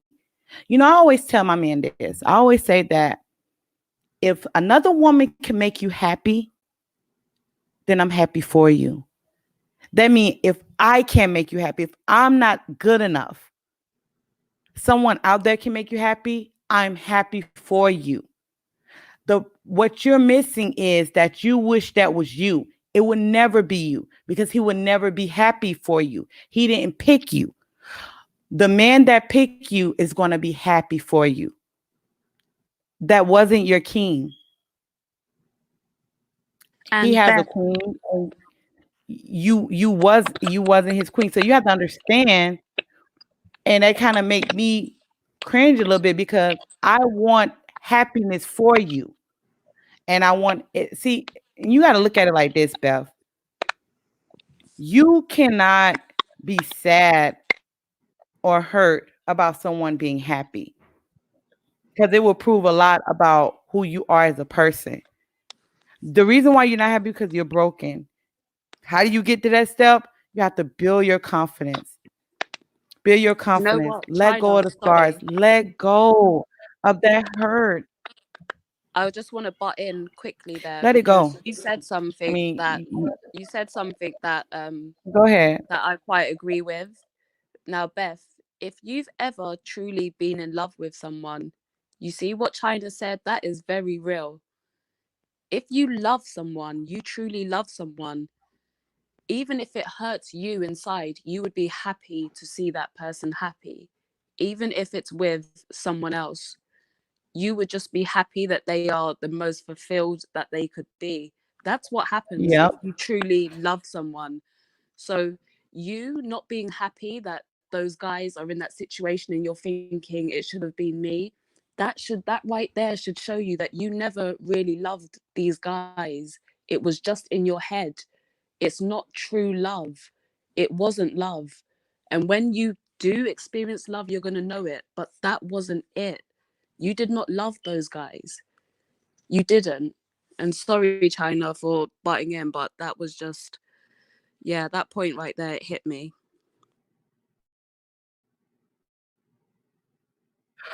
Hold on. Brandon just said something. Brandon is so crazy. But listen, Beth, this is what we're going to do. We're going to start watching movies, but like fairy tale movies. You need to be single. Single, no men, and focus. We're going to focus. We're going to drink water. We're going to go to the gym. We're going to let go of the hurt. And I will suggest you get a therapist. Therapist where I'm at, they're like $50 a session, $75 an hour. I don't know where you're located. And find a therapy so you can pour everything in, because this one, you know what I mean? This live stream is not going to help you. You need to sit with someone so they can help you release those scars and that stress you have built up. Because you seem like a nice woman. She did go for therapy, right? She did. But basically what the therapist suggested was, okay, if you're feeling sad, think about something else. And to me, the way I see it, that's not helpful, right? That is basically a distraction or a coping mechanism. It doesn't actually deal with her pain. And that's what she needs to sort out. She needs to actually sort out her pain. The way that the analogy that I used, right, was just imagine you've got like a stomach ulcer or a tear in your stomach, and you go to the doctor and they give you painkillers. Well, guess what? The painkillers just they mask the pain for a little bit, but the problem is still there. So I think maybe try going to a few different therapists or counselors, like go around and look for, because you know how therapists and counselors can be sometimes, Beth, like not every counselor is a good counselor. So now you know that certain counselors will just give you coping mechanisms. You need to go out there and look for a counselor who is actually going to deal with the root cause, who is going to help you deal with that pain, not just mask the pain for a little bit, but deal with it. And I agree with China where she says that you need to be single for a bit. I think being single for a little while, and I know you're eager to get out there and find that perfect guy. But I think it will be beneficial if you just hold back for a little bit and just work on yourself. Literally just give yourself that self-love, whether it's going to the gym, you know, going to get massages, getting your nails done, getting a pedicure. Just work on yourself. Focus on you, just you. Focus on you and build up your self-worth. I feel like that will do you a lot of good. A lot of good. Even if it's just like 6 months. Say 6 months, I'm not going to date. I'm just going to work on improving myself. Remember before I told you about the targets that you write down of how you can improve? Pamper yourself, love yourself, and work on those targets for 6 months. And you'll be surprised how much healthier you come out on the other side. Okay.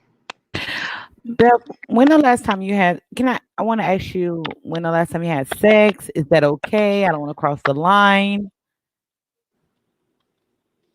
Well, Huh? What do you consider sex? When the last time you had physical contact with a man? I think Beth is a You know, he virgin. insert his. Beth's a virgin. Huh? Yeah. Well, still have my Okay, I see cherry. what's going on now. See. Okay, so I see I see what's going on. I see it. Okay.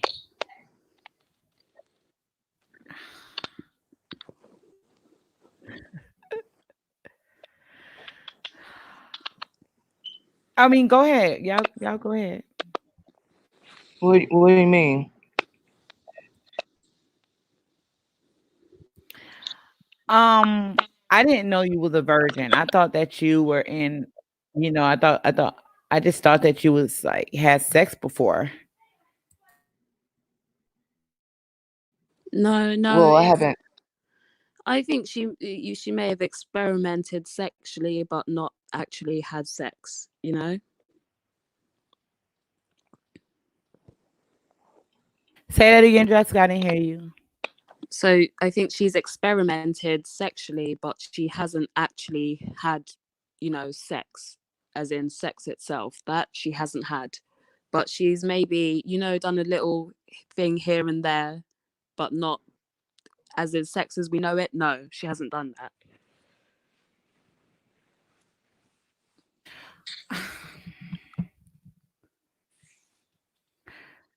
I'm sorry, Jessica. Repeat it one more time. I wasn't listening. Go do it again. Say it again. I'm sorry. so like she's had like sexual encounters, so maybe like, you know, a little I don't know how to put it across, but she's experimented sexually, right? So she might have done a few things, but when it comes to, okay, let's just call it what it is, dick going in pussy, no, she hasn't done that.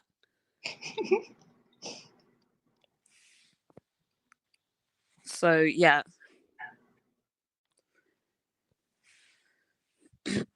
No dick and pussy, basically. But Okay. other things, yeah. Okay. So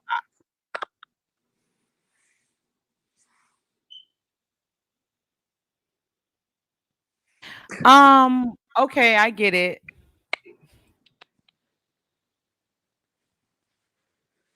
I mean, I don't know what else to say. I don't know what to say right now.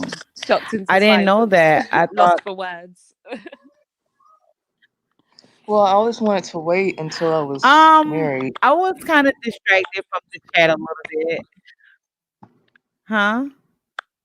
I always wanted to wait until I was married and to do that because I had this thing where when I wear the white dress, I want it to be, you know, really, you know, pure when I wear the white dress and, you know.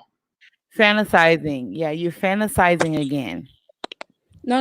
Like the white dress signifies that you're a virgin. That's why brides wear white at their wedding. So she wants to fulfill that traditional role of being in the white dress and being a virgin when she gets married.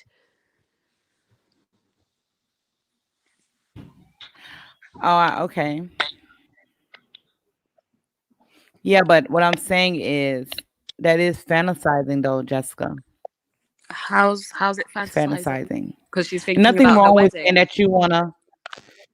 Well, yeah, yeah, but you know, I'm not gonna say much. I agree. I don't want to give that up. I agree. I Yeah, I personally, agree with you. I think mean, it's that's your thing. Like, I think it's good in a way that you haven't had sex yet, because I feel like if you do throw sex into the mix right now, it's only going to complicate things further.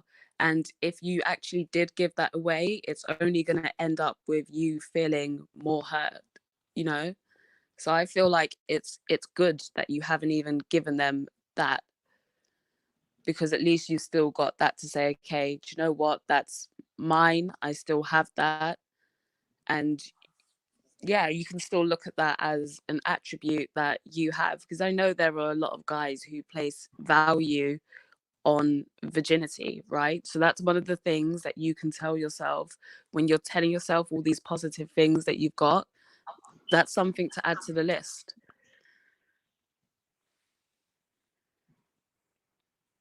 Okay. okay, so you had anal sex, you had fellatio, and but you just never had, you know, you never had never had sex. Okay, so I would say this, Beth. Um, you have to focus and stop giving your time and energy to men that's not going to take you serious. You actions speak louder than words. Okay, because if someone says they love you, their actions follow. Okay? Okay. You know what I mean? Like, I feel bad because a lot of men today does not respect a virgin if you are. So yeah, I'm just saying, like, you still have your hymen, right? Yes. And how old are you again? 28. But because of that, that does, have other things, because then I can't use tampons because that is extremely painful. Okay. I think you can still look at that as a plus. I think a lot of unless a man is just looking for just pure sex, that's when it's going to turn him off. If he's actually looking at you in the long run, then he may appreciate you being a virgin. But Beth, I think we've got to the point now where China and I, we've both taken different approaches, right? China's given you that cold wake up. She's told you it straight, you know. She's basically given you the drink with the alcohol with no chaser. She's giving it to you straight, and she's like, listen, this is what it is. Yeah, Yeah. facts. She's like, You're listen, right. this is what it is. Wake up, Beth. I've gone the other route. So I've given you, the nice, sweet little cocktail that you can sip on. But either way, one of us must have gotten through to you in this chat, because I know we've spoken for a while before China came. China's spoken to you now. And so I feel like one of our approaches must have, kicked in and triggered something. I don't know if there's much more we can say on this now. We've said it all. Maybe Yeah, if you're right. yeah, maybe if I don't know if GameChanger is there and he wants to let some guys on, and maybe the guys can give you their opinion, because you've had like the girl talk now. You've had the two different approaches of girl talk. So maybe, I don't know, I can't tell you how a man thinks. So maybe like some of the guys can come up and tell you sort of their perception on it. And do it that way now. I don't Well, I know if wanted to know GameChanger what is there. I want to know what China you were saying about like the boundaries of not being too uh invested into somebody. How do you go about doing that? Like if that, you just naturally kind of, you're excited about somebody. How do you kind of put I guess an emotional boundary up? Is respecting. Well, it's kind of weird. Let me tell you what's weird for me right now, Beth. It's kind of weird that you are a virgin and you don't know anything about boundaries, because that is one of the reasons why you are a virgin, is because you have boundaries, Beth. So I'm kind of Yeah, well, taken back. physical boundaries, yeah, but I mean, emotional. What I'm saying is, what I'm saying is, Beth, you have boundaries because you are a virgin. Do you understand? So that's why I was a little taken back to find out that you were a virgin, because I thought that you didn't have any boundaries. So now I have to like reassess what I just gotta go back, because I didn't know you were a virgin. So to be a virgin, you have plenty of boundaries. Now you saying emotional, you're Well, I mean, emotional. just like, Like, the thing I about mean, it is, just like, if you give your like, if you give your listen, Beth, if you give your emotions to a man, he's gonna have sex with you. So now I'm starting to think that you haven't given your emotions to a man. I believe that you're not getting what you want from a man, because you're not having sex with him, Beth. You're not the having one, sex, because once you give your emotion to a man, you literally under his submission. Like, you like a puppy dog tracing behind its owner. So now I don't believe that you're giving your emotions to a man. Now I believe you just want what you want when you want it. That's what I believe. You well, the tell him what one, you want, and if he cannot provide it for you, you get in your feelings, you get in your head, you probably throwing tantrums, and he's not giving you what you want. That's what I'm starting to think, because you have to put two and two together. You're a virgin, that means you have boundaries. If you're giving your emotions to a man, he's having sex with you. Not just having sex with you, he's doing whatever he wants with you. So you're not doing that. You're not giving your emotions to a man because you are a virgin. And if you were giving your emotions to a man, you wouldn't be a virgin. I can tell you that right now. So I do believe that you just want what you want when you want it. And that's it. It's plain and simple. You want what you want when you want it. You're not giving your emotions to a man. You just spoil and you want it your way. You're saying that, you're doing that. I don't believe that anymore. You have boundaries. You do respect yourself, I do believe, because you are a virgin.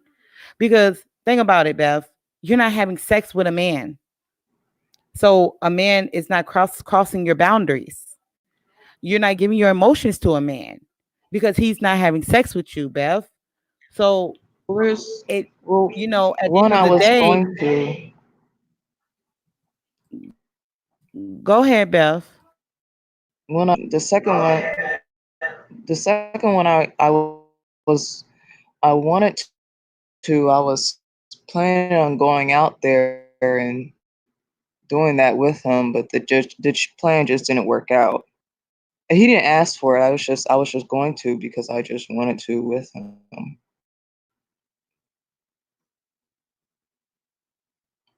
Because you're not getting It what just you didn't want. happen. You're not getting what you want, Beth. I don't think you're emotionally invested. I think you're just not getting what you want. Do you agree? No, because I did love, I Beth, did do you about him, agree? and I mean, I do want who I want, and I don't like that I'm not getting it, but it's frustrating. I think of both basically. So you're upset that you're not getting what you want, right? And because you're upset about that, you're sort of internalizing it and throwing it onto yourself. So you didn't get what you want and you're upset. And because of that, you're saying, oh, it's because of me, you know, I'm not good enough. I didn't get what I want. I think I agree with China there. It does kind of come down to you not getting what you want. And that's what causes it. Because if you did get what you want, you wouldn't be feeling the way that you are, you know. So it does come back down to you getting what you want and you being unhappy that you haven't got what you wanted. I think it does. But it's the way that you've got to deal with that. So listen, it's making sure, Beth, that you're living in reality rather than in your head. So in reality, we're not always going to get what we want. The world doesn't work that way. You know, we can't. Hold It can on, never work like that. Jessica, real quick. Jessica, Yeah. real quick. Bev, you took acting classes? No, I didn't go that far, but I did Hello? work in film environment. No, I didn't. I didn't take acting classes, but I worked in film, like doing background work, stand-in stuff. I worked in the film industry.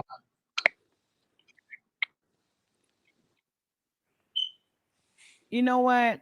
I'm gonna say this, Jessica. You know, Beth, and I don't know you. This story is not adding up for me. It's not adding up to me. It's just not adding up to me. And I believe GameChanger can help you out. But see, I can't do this. I can't. It just sound like games. It's more. It is too much. It's just way too much. And I feel like at the end of the day, it's just not adding up to me. I can't. I can't do it. Now, if GameChanger come back, I'll stay on the panel. But if GameChanger don't come back, I'm dropping off. And Jessica, you can have it. Cause I can't play these games. Like it just sounds like too much. It's something after something after something. You know what it sound like? It sound like that girl that was on a panel and it was always something. I can't do it because it's just when I feel like this, I don't have time to play these games. Like I'm not gonna play no games. I'm not gonna do it. If GameChanger don't come back, then I'll let you have it. I'll let you have it, Jessica. You can go ahead and do whatever. Do whatever. Do you know what? We spoke for a long time before most of the people in the chat got here and before you got here. So we went over, and that's what I was saying before. You know, Beth, if this is really how you're feeling, then one of our approaches should have hit home. One of our approaches should have, you know, sort of stirred something in you to let you know what you need to do. And I don't think there's much more that we can discuss on it. Like if you want to discuss it privately, then like I'm there for that. You know, if there's like more that you want to say that you don't want to say on live, on like on the stream or anything like that, then you know my email is on my YouTube page. You can email me and we can talk about that. But as for this conversation right here right now, I don't think I don't think there's much more that we can get out of it. I think we've shown you where you went wrong, the issue that you're dealing with right now, and ways to sort of solve it. You know, I think we've discussed all those three main things that need to be discussed. So yeah, I think that's as much as we can get out of it. Okay. Yeah, because you know, at the end of the day, let me tell you something. When I feel like I'm talking in circles, because I have conversation, I'm in a woman's group, and it's not adding up to me. But Jessica, you can go ahead and do it. I'm not saying that Beth is a liar. I'm just saying it's not coming together with me. Then I feel it like my energy is I don't have I can't play no games. So I mean, you want to talk about something else, Jessica? I don't know that there's much more to discuss. Like Beth, if you're telling me that that's how it is, then I'm taking you at face value for that, you know. So I'm gonna advise you like I would advise anyone going through that situation. But yeah, I feel like we've spoken on this as much as we can here with what we know. Jessica, We've you said too as much nice. as we can. Too nice. You're too nice, sis. You're too nice. I like Beth. I do. Like Beth went missing for a few days. I missed her. I like her personality. I think she's funny. And like truly, if like she's going through this and I can help her out, I'm gonna just try and do it as much as I can, you know? But you have Like to make sense. I don't You have to make sense of things too. I understand. I mean, I get the energy you're trying to help, but you got to think about it too. Some people, Jessica is nice, Brandon. What you talking about? Sometimes you have to make sense of the situation and you can't drain your energy. People have to fix themselves, and just some things when it don't make sense to me, like I'm not gonna waste my time. Like I'm just not. It's not making any sense to me. Yeah, I think sometimes things can be random, and I think on these panels as well, sometimes you don't necessarily feel comfortable with putting everything out there, and that's why I say, like, Beth, if you want to talk to me privately, then I'm there for it, because it can be you're on the panel and everyone's listening in and everyone's sort of going to know your business, and you might want to keep that. You might feel comfortable sharing some things, but there are some things that you want to keep to yourself. So, I get that. I get that. So, yeah, I think we've discussed it as much as we can, and yeah, game changer. Oh God. Game changer. Where did he go? I think he said he's going to sleep. Yeah, I think he's taking that.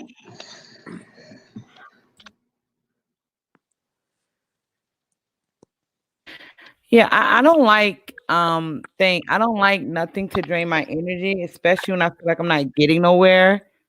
Jessica, when I came in, you was, talking and talking to her and talking to her, and I'm talking and talking. I'm like, hold on, you know what I mean? She's a virgin, so she doesn't need any boundaries because obviously you have boundaries if you are a virgin. And then I'm I like, mean, we talking and emotional talking, and boundaries. then Yeah, well, I think sometimes you might be able to separate the two, and maybe because she's not giving physically, it means that she's going full force emotionally, so she's just going all out with the emotions, maybe more than she Yeah, you should. were saying like, you kind of fantasize about guys and stuff or giving them your emotions too early. I mean, I know physical boundaries, but emotionally, no. with emotional when you are emotional attached to someone, you are in a relationship. I think when it comes to you, you are a little no, you are delusional.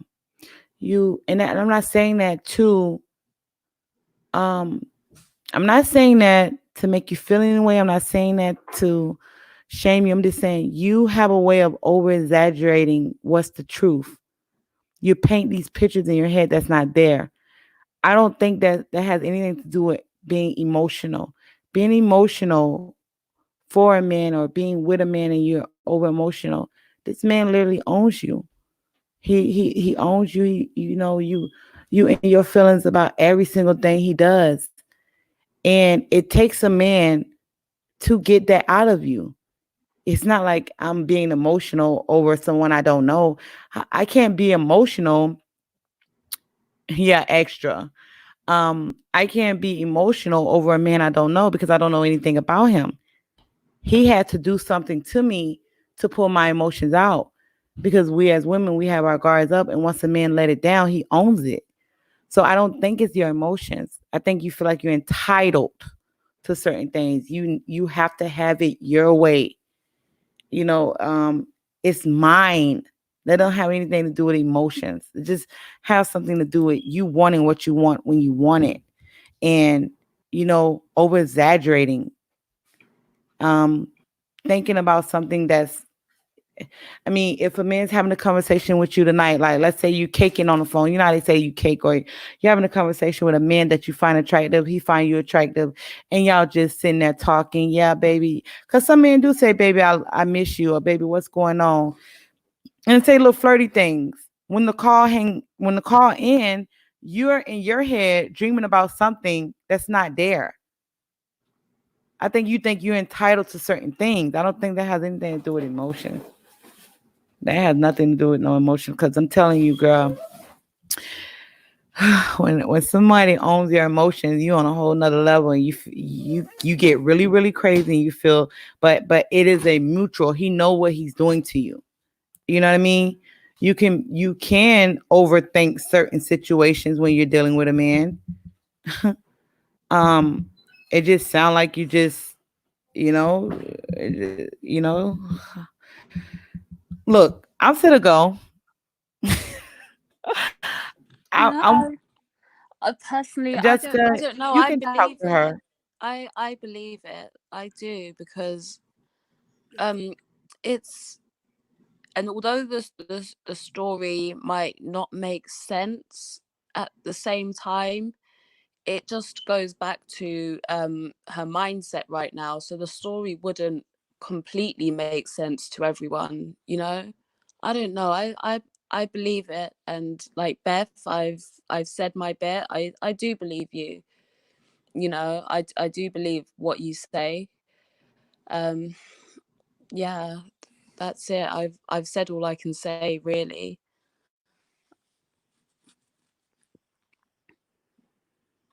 So Beth, I just read something in the chat. So you said that the man that got married and had kids, the kids should have been yours. Yeah, well, I mean, I thought that we were gonna have kids together. Yeah, probably, as in that's the lifestyle that she thought that she was going to have with him. That's the future that she thought they would have together. I mean, we talked about how he wanted his kids raised. He said he wanted them, reading classic literature and stuff. So I thought that I was going to be a part of that.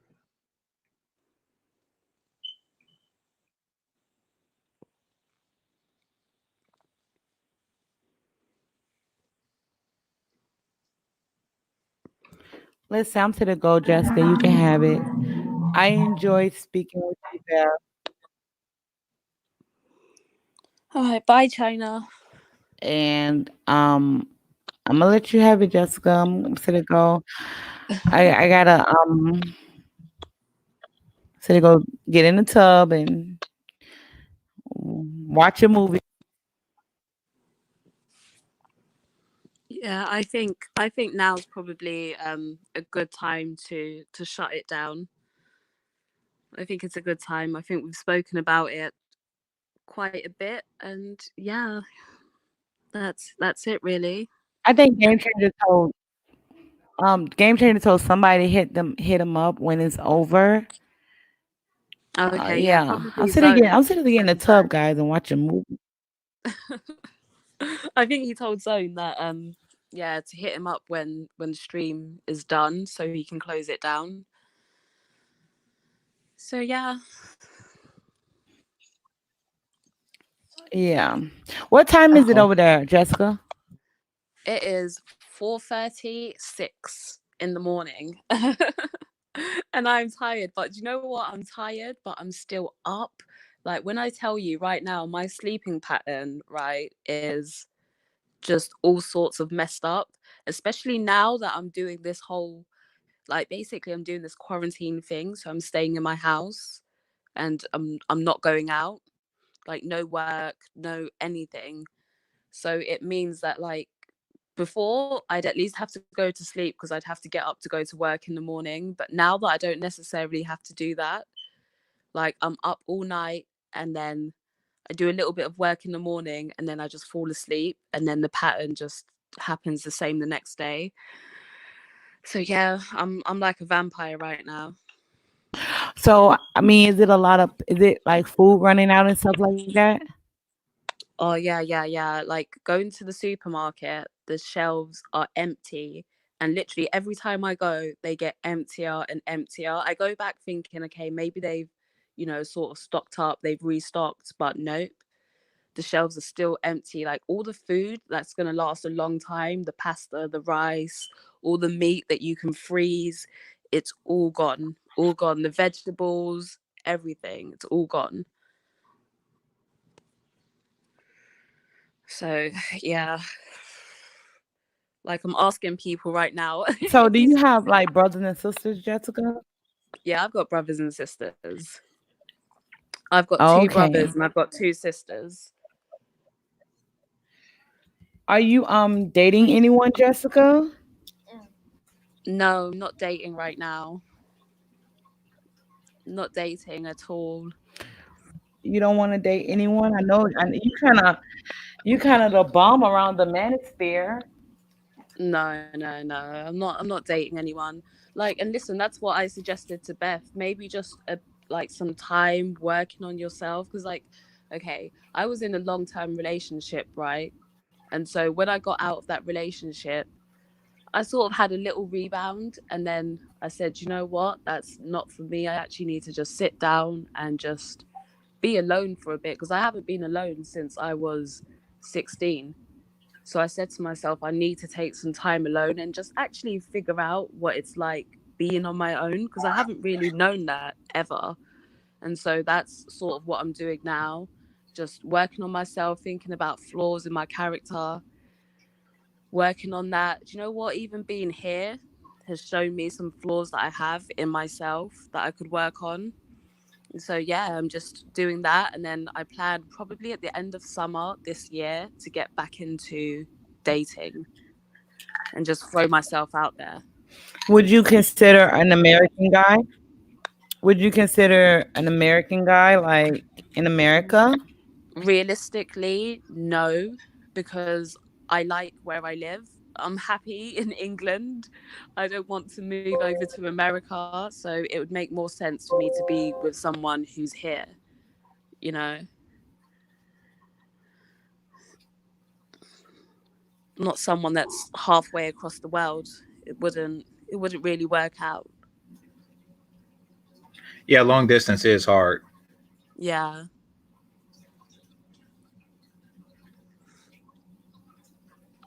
China, you there? I'm here. I was talking. Yeah, what's going on? Oh no, I was just saying long distance is hard. So yeah, she's probably better off with a local British guy. A local lad. Tell me about it. Yeah. So Beth, are you happy with the? Yeah. You were gonna say something, Jessica? No. Okay. Beth, are you happy with the talk? Because remember when you first brought this up, I was like, you're better off talking to women on this. Yeah, I think it was a lot more helpful than what I've been hearing so far. What were you hearing prior? Well, I mean, the professional person I saw, they just said, well, when you're feeling, when you're thinking about these, past, people, just find something you like and do that. And that was what they had to say about it. Yeah, most therapists are full of shit. And they're dumb as hell. It's one of those things. I had one of them like that, but As GC, remember when you were talking about the fake doctor thing and how anyone can sort of do that job? Yeah. I think it goes back to that you've got a lot of people just giving bullshit advice. Yeah, exactly. And if it sounds like bullshit, then it's probably bullshit. Like I remember I was really stressed at my job when I was doing tech support, and I called this company therapist that they had, and they told me that I was to imagine, take 15 minutes and just imagine that you are, blah blah blah blah blah blah. I'm like, fuck no. Like either I'm either I'm not smart enough to imagine something like that, or I'm too smart to realize that it's my imagination. Fuck that. This is a shitty job. So yeah. Yeah, I think a lot of them do give like crappy advice, very generic advice. If you're stressed out, go and buy yourself a stress ball and squeeze it 20 times until the stress alleviates. It's just like, yeah. And Yeah. that's why sometimes you have to sort of look around and maybe try different people out. Because I feel like there probably are some that give good advice, but it's just, it can be hard to find that. Yeah, true. So yeah, it's not you, it's your therapist. She and I know it's a she because they're the ones who say shit like that. It was a woman. Yeah. No, for real. They're the ones who say shit like that. I mean, but not to say that men aren't shitty too. You know what? Well, my father's marriage counselor was full of shit too. This nigga was, anyway. What did you say? And he crosses Listen, I had a therapist. And he crossed his legs like a goddamn No, I woman. had a good therapist. Okay. Well, Look, I had a therapist, right? Just water. Advice. I had a huh? No, I'm listening. You said you had a good therapist. Go ahead. I'm listening to you. You said you had a good therapist. I had a therapist, right? And she was like literally just like cursing all the time. Like she would curse all the time. And she was cool. I took a therapist for like 2 months, and she would curse all the time, so that was that. But she helped me. I was grieving about my grandmother. I was grieving heavy. I was grieving really bad one time. Right. Yeah. So yeah, that's what they're supposed to do, and it's supposed to take time. They're not supposed to come with it, because what happens is sometimes companies pay for it. I don't know if this is your case, Beth, but sometimes companies pay for it in like 10-hour packages or something like that, to where you go for like it's supposed to be like 10 weeks and you go once a week or something like that. But since it's prepaid, they just want to end it as soon as possible so they could have that extra 10 hours, to masturbate. So they just try to say, oh yeah, oh you're stressed. Well, just think of something not stressful. Think a happy thought, and then send you on your way. These they're fucking awful. They're fucking awful. Sometimes I feel. Sorry, Beth. Go ahead. Yeah, well, I saw her. All I wanted her to do was, tell me how to, let go of the past hurt, and that's what she told me. Just do something you like. Whenever you think about it, do something you like. Yeah, which is pretty crap advice, I'd say. Because again, it doesn't deal with anything. It's just generic advice of, how to stop feeling that way for 5 minutes, but it doesn't really solve anything. And that's why sometimes it can be helpful just to talk to different people, because it's like you've heard here, we all have our different point of views and our different ways of approaching things. And so, you might hear something that's going to help you, and you can get it here for free. So, yeah. Yeah. I just want to be over all that. Yeah. I just want to feel like a normal person who's not, still hurt from something from a long time ago. It's easy. I know it's easy to say, but what do you do in the moment when you start thinking about it and you start feeling sad? Like, how do you have to how do you just come that right you have then to and there? tell yourself that your thoughts are not rational. These are not rational thoughts. I am making a bigger deal out of this than what it really is. That's what you need to tell yourself. It's almost like, when someone has a panic attack and you have to tell yourself, this is not real. Like, this is not real. It's almost like that. You have to tell yourself, this is not real. These thoughts are not rational. These thoughts are not going to help me. When you feel those thoughts coming, curb them straight away. Don't allow yourself to sit there and think about it for half an hour and let the problem become even bigger. Okay.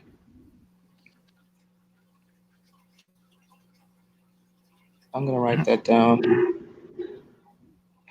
Yeah, if you hear something that's helpful to you, just write it down so that you can always go back to it and you can always remember it. Write stuff down, because whether you're writing down your problems, you're writing down, you can write down your problems, and it's almost like a way of you transferring those problems from inside your head onto paper. So you're getting those problems out of your head. It's a way to just allow those thoughts to leave your body. Right. And then the other thing that you do is you put the good things on paper and you go back and you read it all the time. And it's just a way to go and put those thoughts in your head and progress. You focus on the positive, on how you're going to improve, and you let go of the negative. Okay.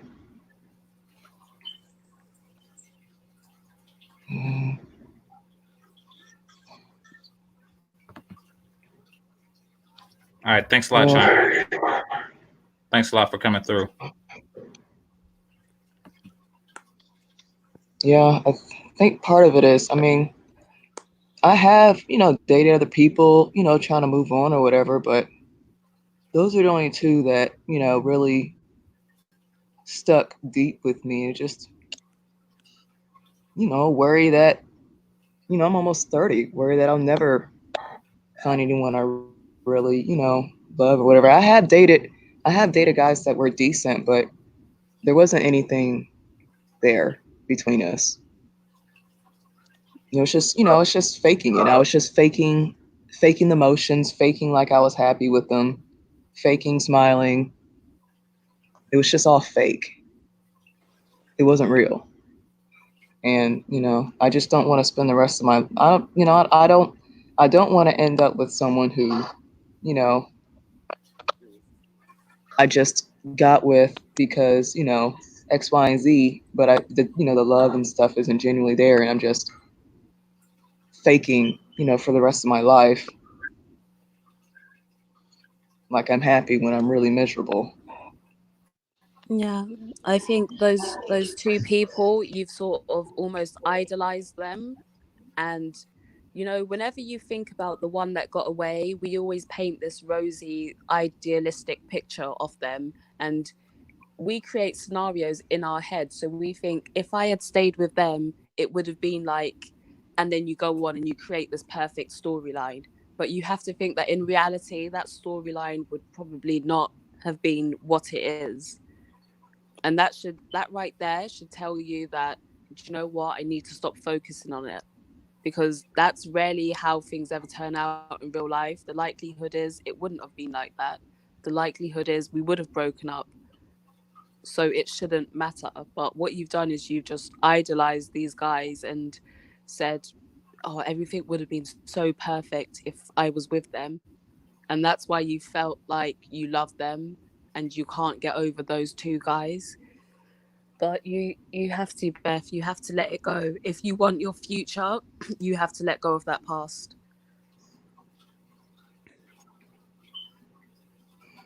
Beth is set in her ways.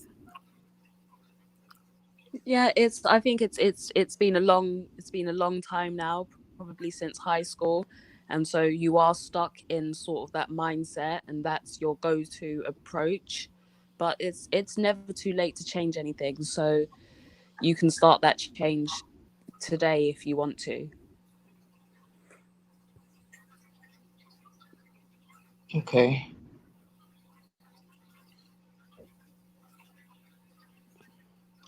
All right, so I'm gonna close down. You have any final thoughts?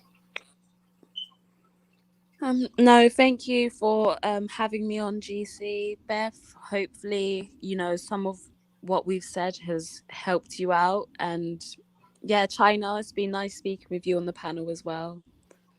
And bye. Okay, bye, Jessica. Okay, bye. Thanks, Jessica, and thank you, China. I know you don't think I'm listening, but I am. It's just, Real quick. Hello? I'm here. What's up, John? I can hear you. I'm sorry I couldn't. Okay, I'm Beth. I'm sorry I couldn't really I couldn't really like at first, but I think there's a lot of this missing pieces. And if I would talk to you, it would have to be offline. You know, I won't want to put your business out there. But I miss the old Beth, the funny Beth, the Beth like last year. You know, that's the Beth I remember. And Game Changer, thank you. And I don't know if I'm sending the email to the right. Put your email in the chat because I'm Yeah, I can get sending an you email from something you. and I'm not getting no reply. I yeah, because I didn't get it. So hold on. Put it in the private chat.